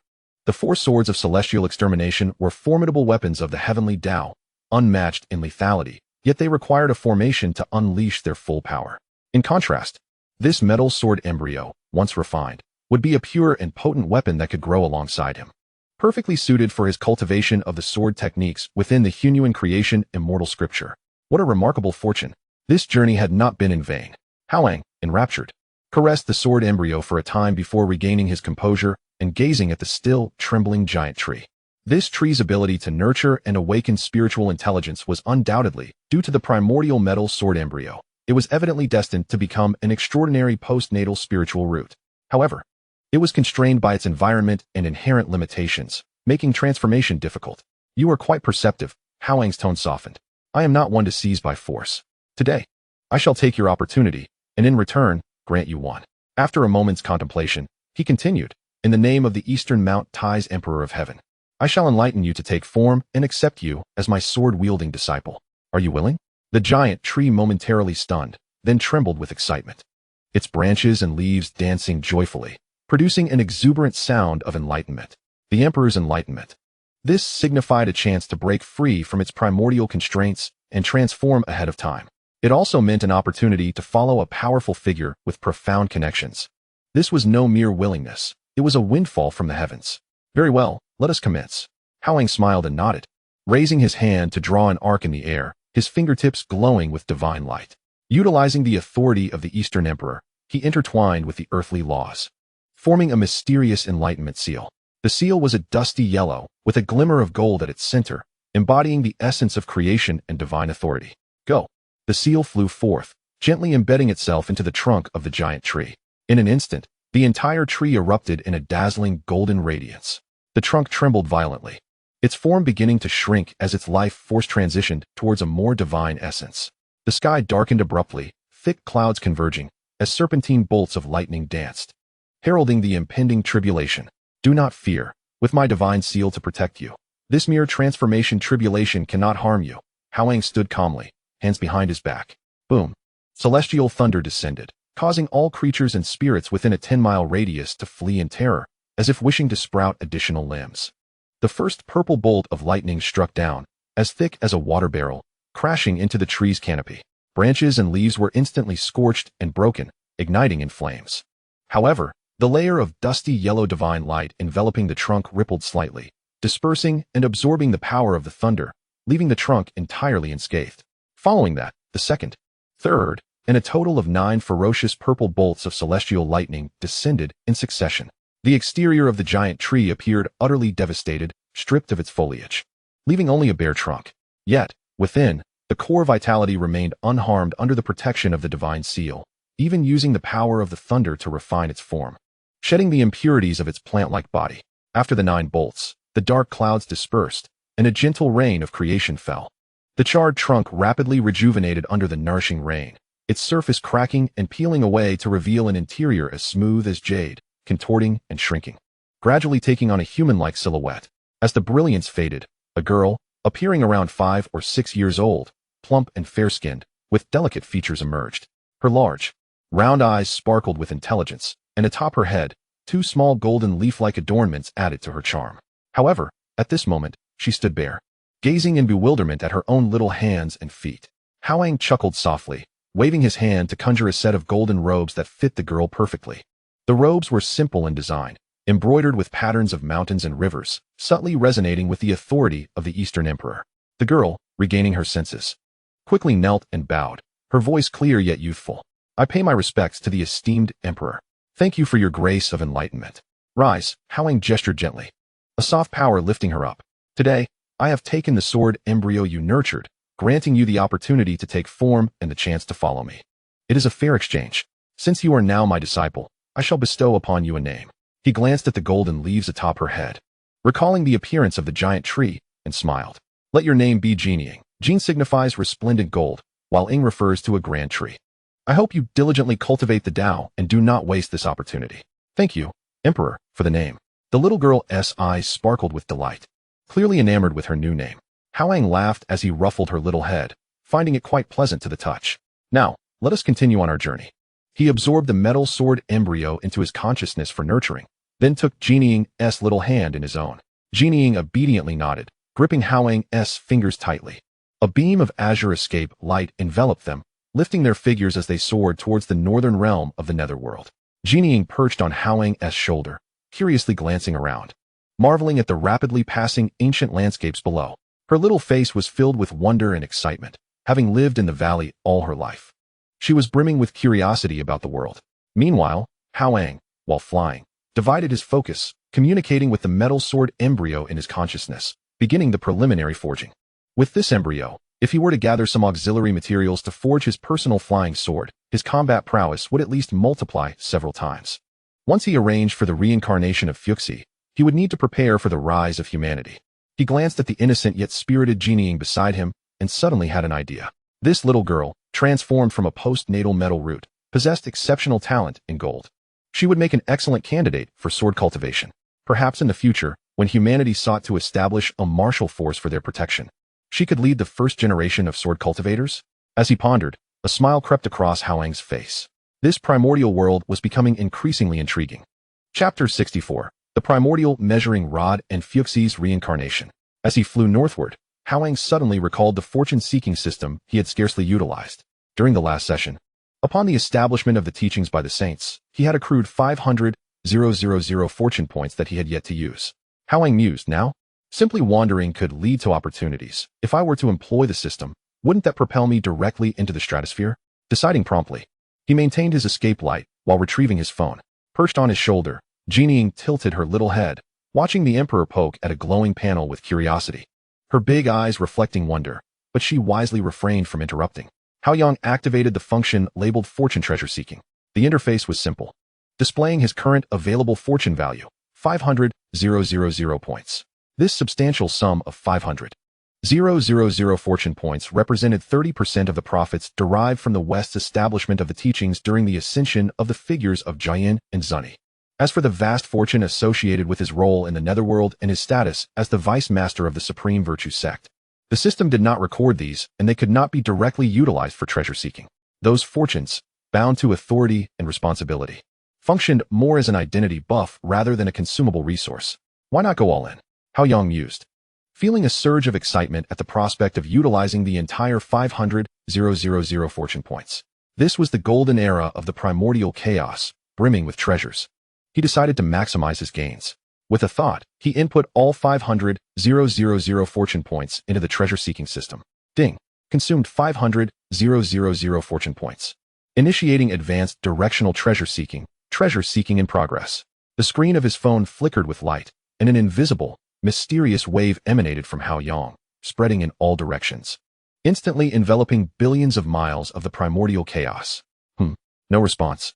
After waiting for a while, without witnessing any phenomena or treasures descending from the heavens, Hao Yang shook his head, wondering if the system was perhaps lacking in efficacy. He continued to fly forward with Jinying. However, he had scarcely traveled 100 miles when, whoosh, a streak of azure light shot through the air at incredible speed, directly hovering before Hao Yang. He reached out to catch it, revealing a fist-sized, lush green spirit fruit, exuding a refreshing aura of vitality. A essence cleansing fruit. Consuming it could enhance the qualifications of cultivators below the realm of human immortals? Hao Yang read the information naturally emanating from the spirit fruit, bemused. Was this truly treasure-seeking? A delivery service for treasures? Just as he finished speaking, whoosh, whoosh, whoosh. Another 7 or 8 streaks of various colored lights flew in from different directions, a fiery red or a lotus seed imbued with pure water spirit energy, a crimson spirit herb still clinging to earth, and even a fragment of an ancient beast bone etched with arcane runes. The most absurd of all was a flower spirit resembling a dandelion, with cultivation around the foundation establishment stage, who, in a daze, bowed before Hao Yang, addressing him as a mortal superior, evidently drawn over by the fortune of the treasure-seeking system. Hao Yang chuckled, bestowing this little flower spirit a divine script to aid her cultivation before sending her on her way. The journey ahead transformed into an automatic collection mode. Every so often, either strong or weak spiritual lights would arrive, mostly comprising postnatal spiritual materials, low-grade spirit fruits, and ordinary spiritual plants. While the individual value was not particularly high, their sheer quantity was overwhelming. In just half a day's time, Hao Yang had collected no fewer than 30 treasures. Although none were world-shattering, the variety was impressive, accumulating ample materials for forging, alchemy, and array formation. Fortune truly is a marvelous thing. While categorizing his newfound treasures, Hao Yang mused, I must devise a way to acquire more fortune points. The efficiency of this treasure-seeking is astonishing. Just as he pondered where to gather more resources, whoosh, a streak of purple spiritual light, far more brilliant than all prior lights and imbued with a sense of profound mystery, tore through the air from a great distance. The speed was such that it left a long ripple in space behind it. This sensation was identical to when he sensed the innate gung metal sword embryo. Indeed, even clearer and more intense. A great opportunity. Hao Yang's heart raced as he halted his flight, reaching out to receive it. The purple spiritual light settled into his palm, its radiance gradually retracting. What appeared in Hao Yang's hand was a ruler, measuring 1 foot, 1 inch, and 1 hair in length, its surface a deep yellow, lustrous like jade. The ruler was enveloped in a faint primordial purple aura, etched with countless ancient, esoteric symbols that flowed incessantly. At its center, 2 innate characters sparkled vibrantly, measuring the heavens. The ruler lay quietly in Hao Yang's hand, exuding an unparalleled majesty and divine light that seemed to measure the universe and delineate the cosmos. Holy smokes! The primordial measuring ruler. Hao Yang's pupils constricted, nearly losing his grip. What is this, Emperor? Jining, too, was astonished by the aura emanating from the ruler, clutching Hao Yang's collar with her small hands. Her gaze a mix of curiosity and trepidation as she looked at the artifact. This is a great treasure. Hao Yang took a deep breath, suppressing his excitement.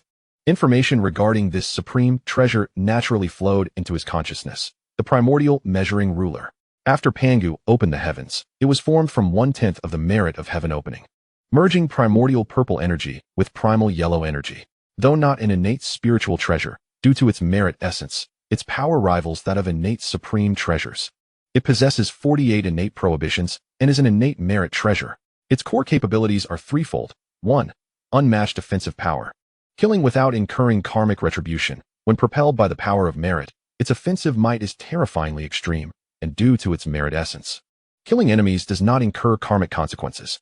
2. Contains the principles of spatial paths, capable of measuring the universe. The ruler inherently embodies profound spatial laws, capable of stabilizing earth, water, fire, and wind, measuring distances in the primordial chaos, and even engaging with the mysteries of time and space. 3. Suppresses fortune.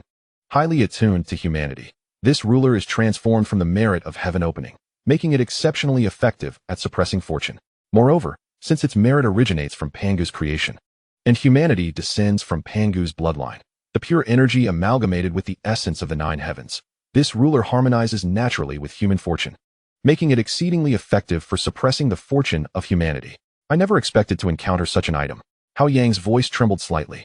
This is infinitely more precious than mere killing treasures.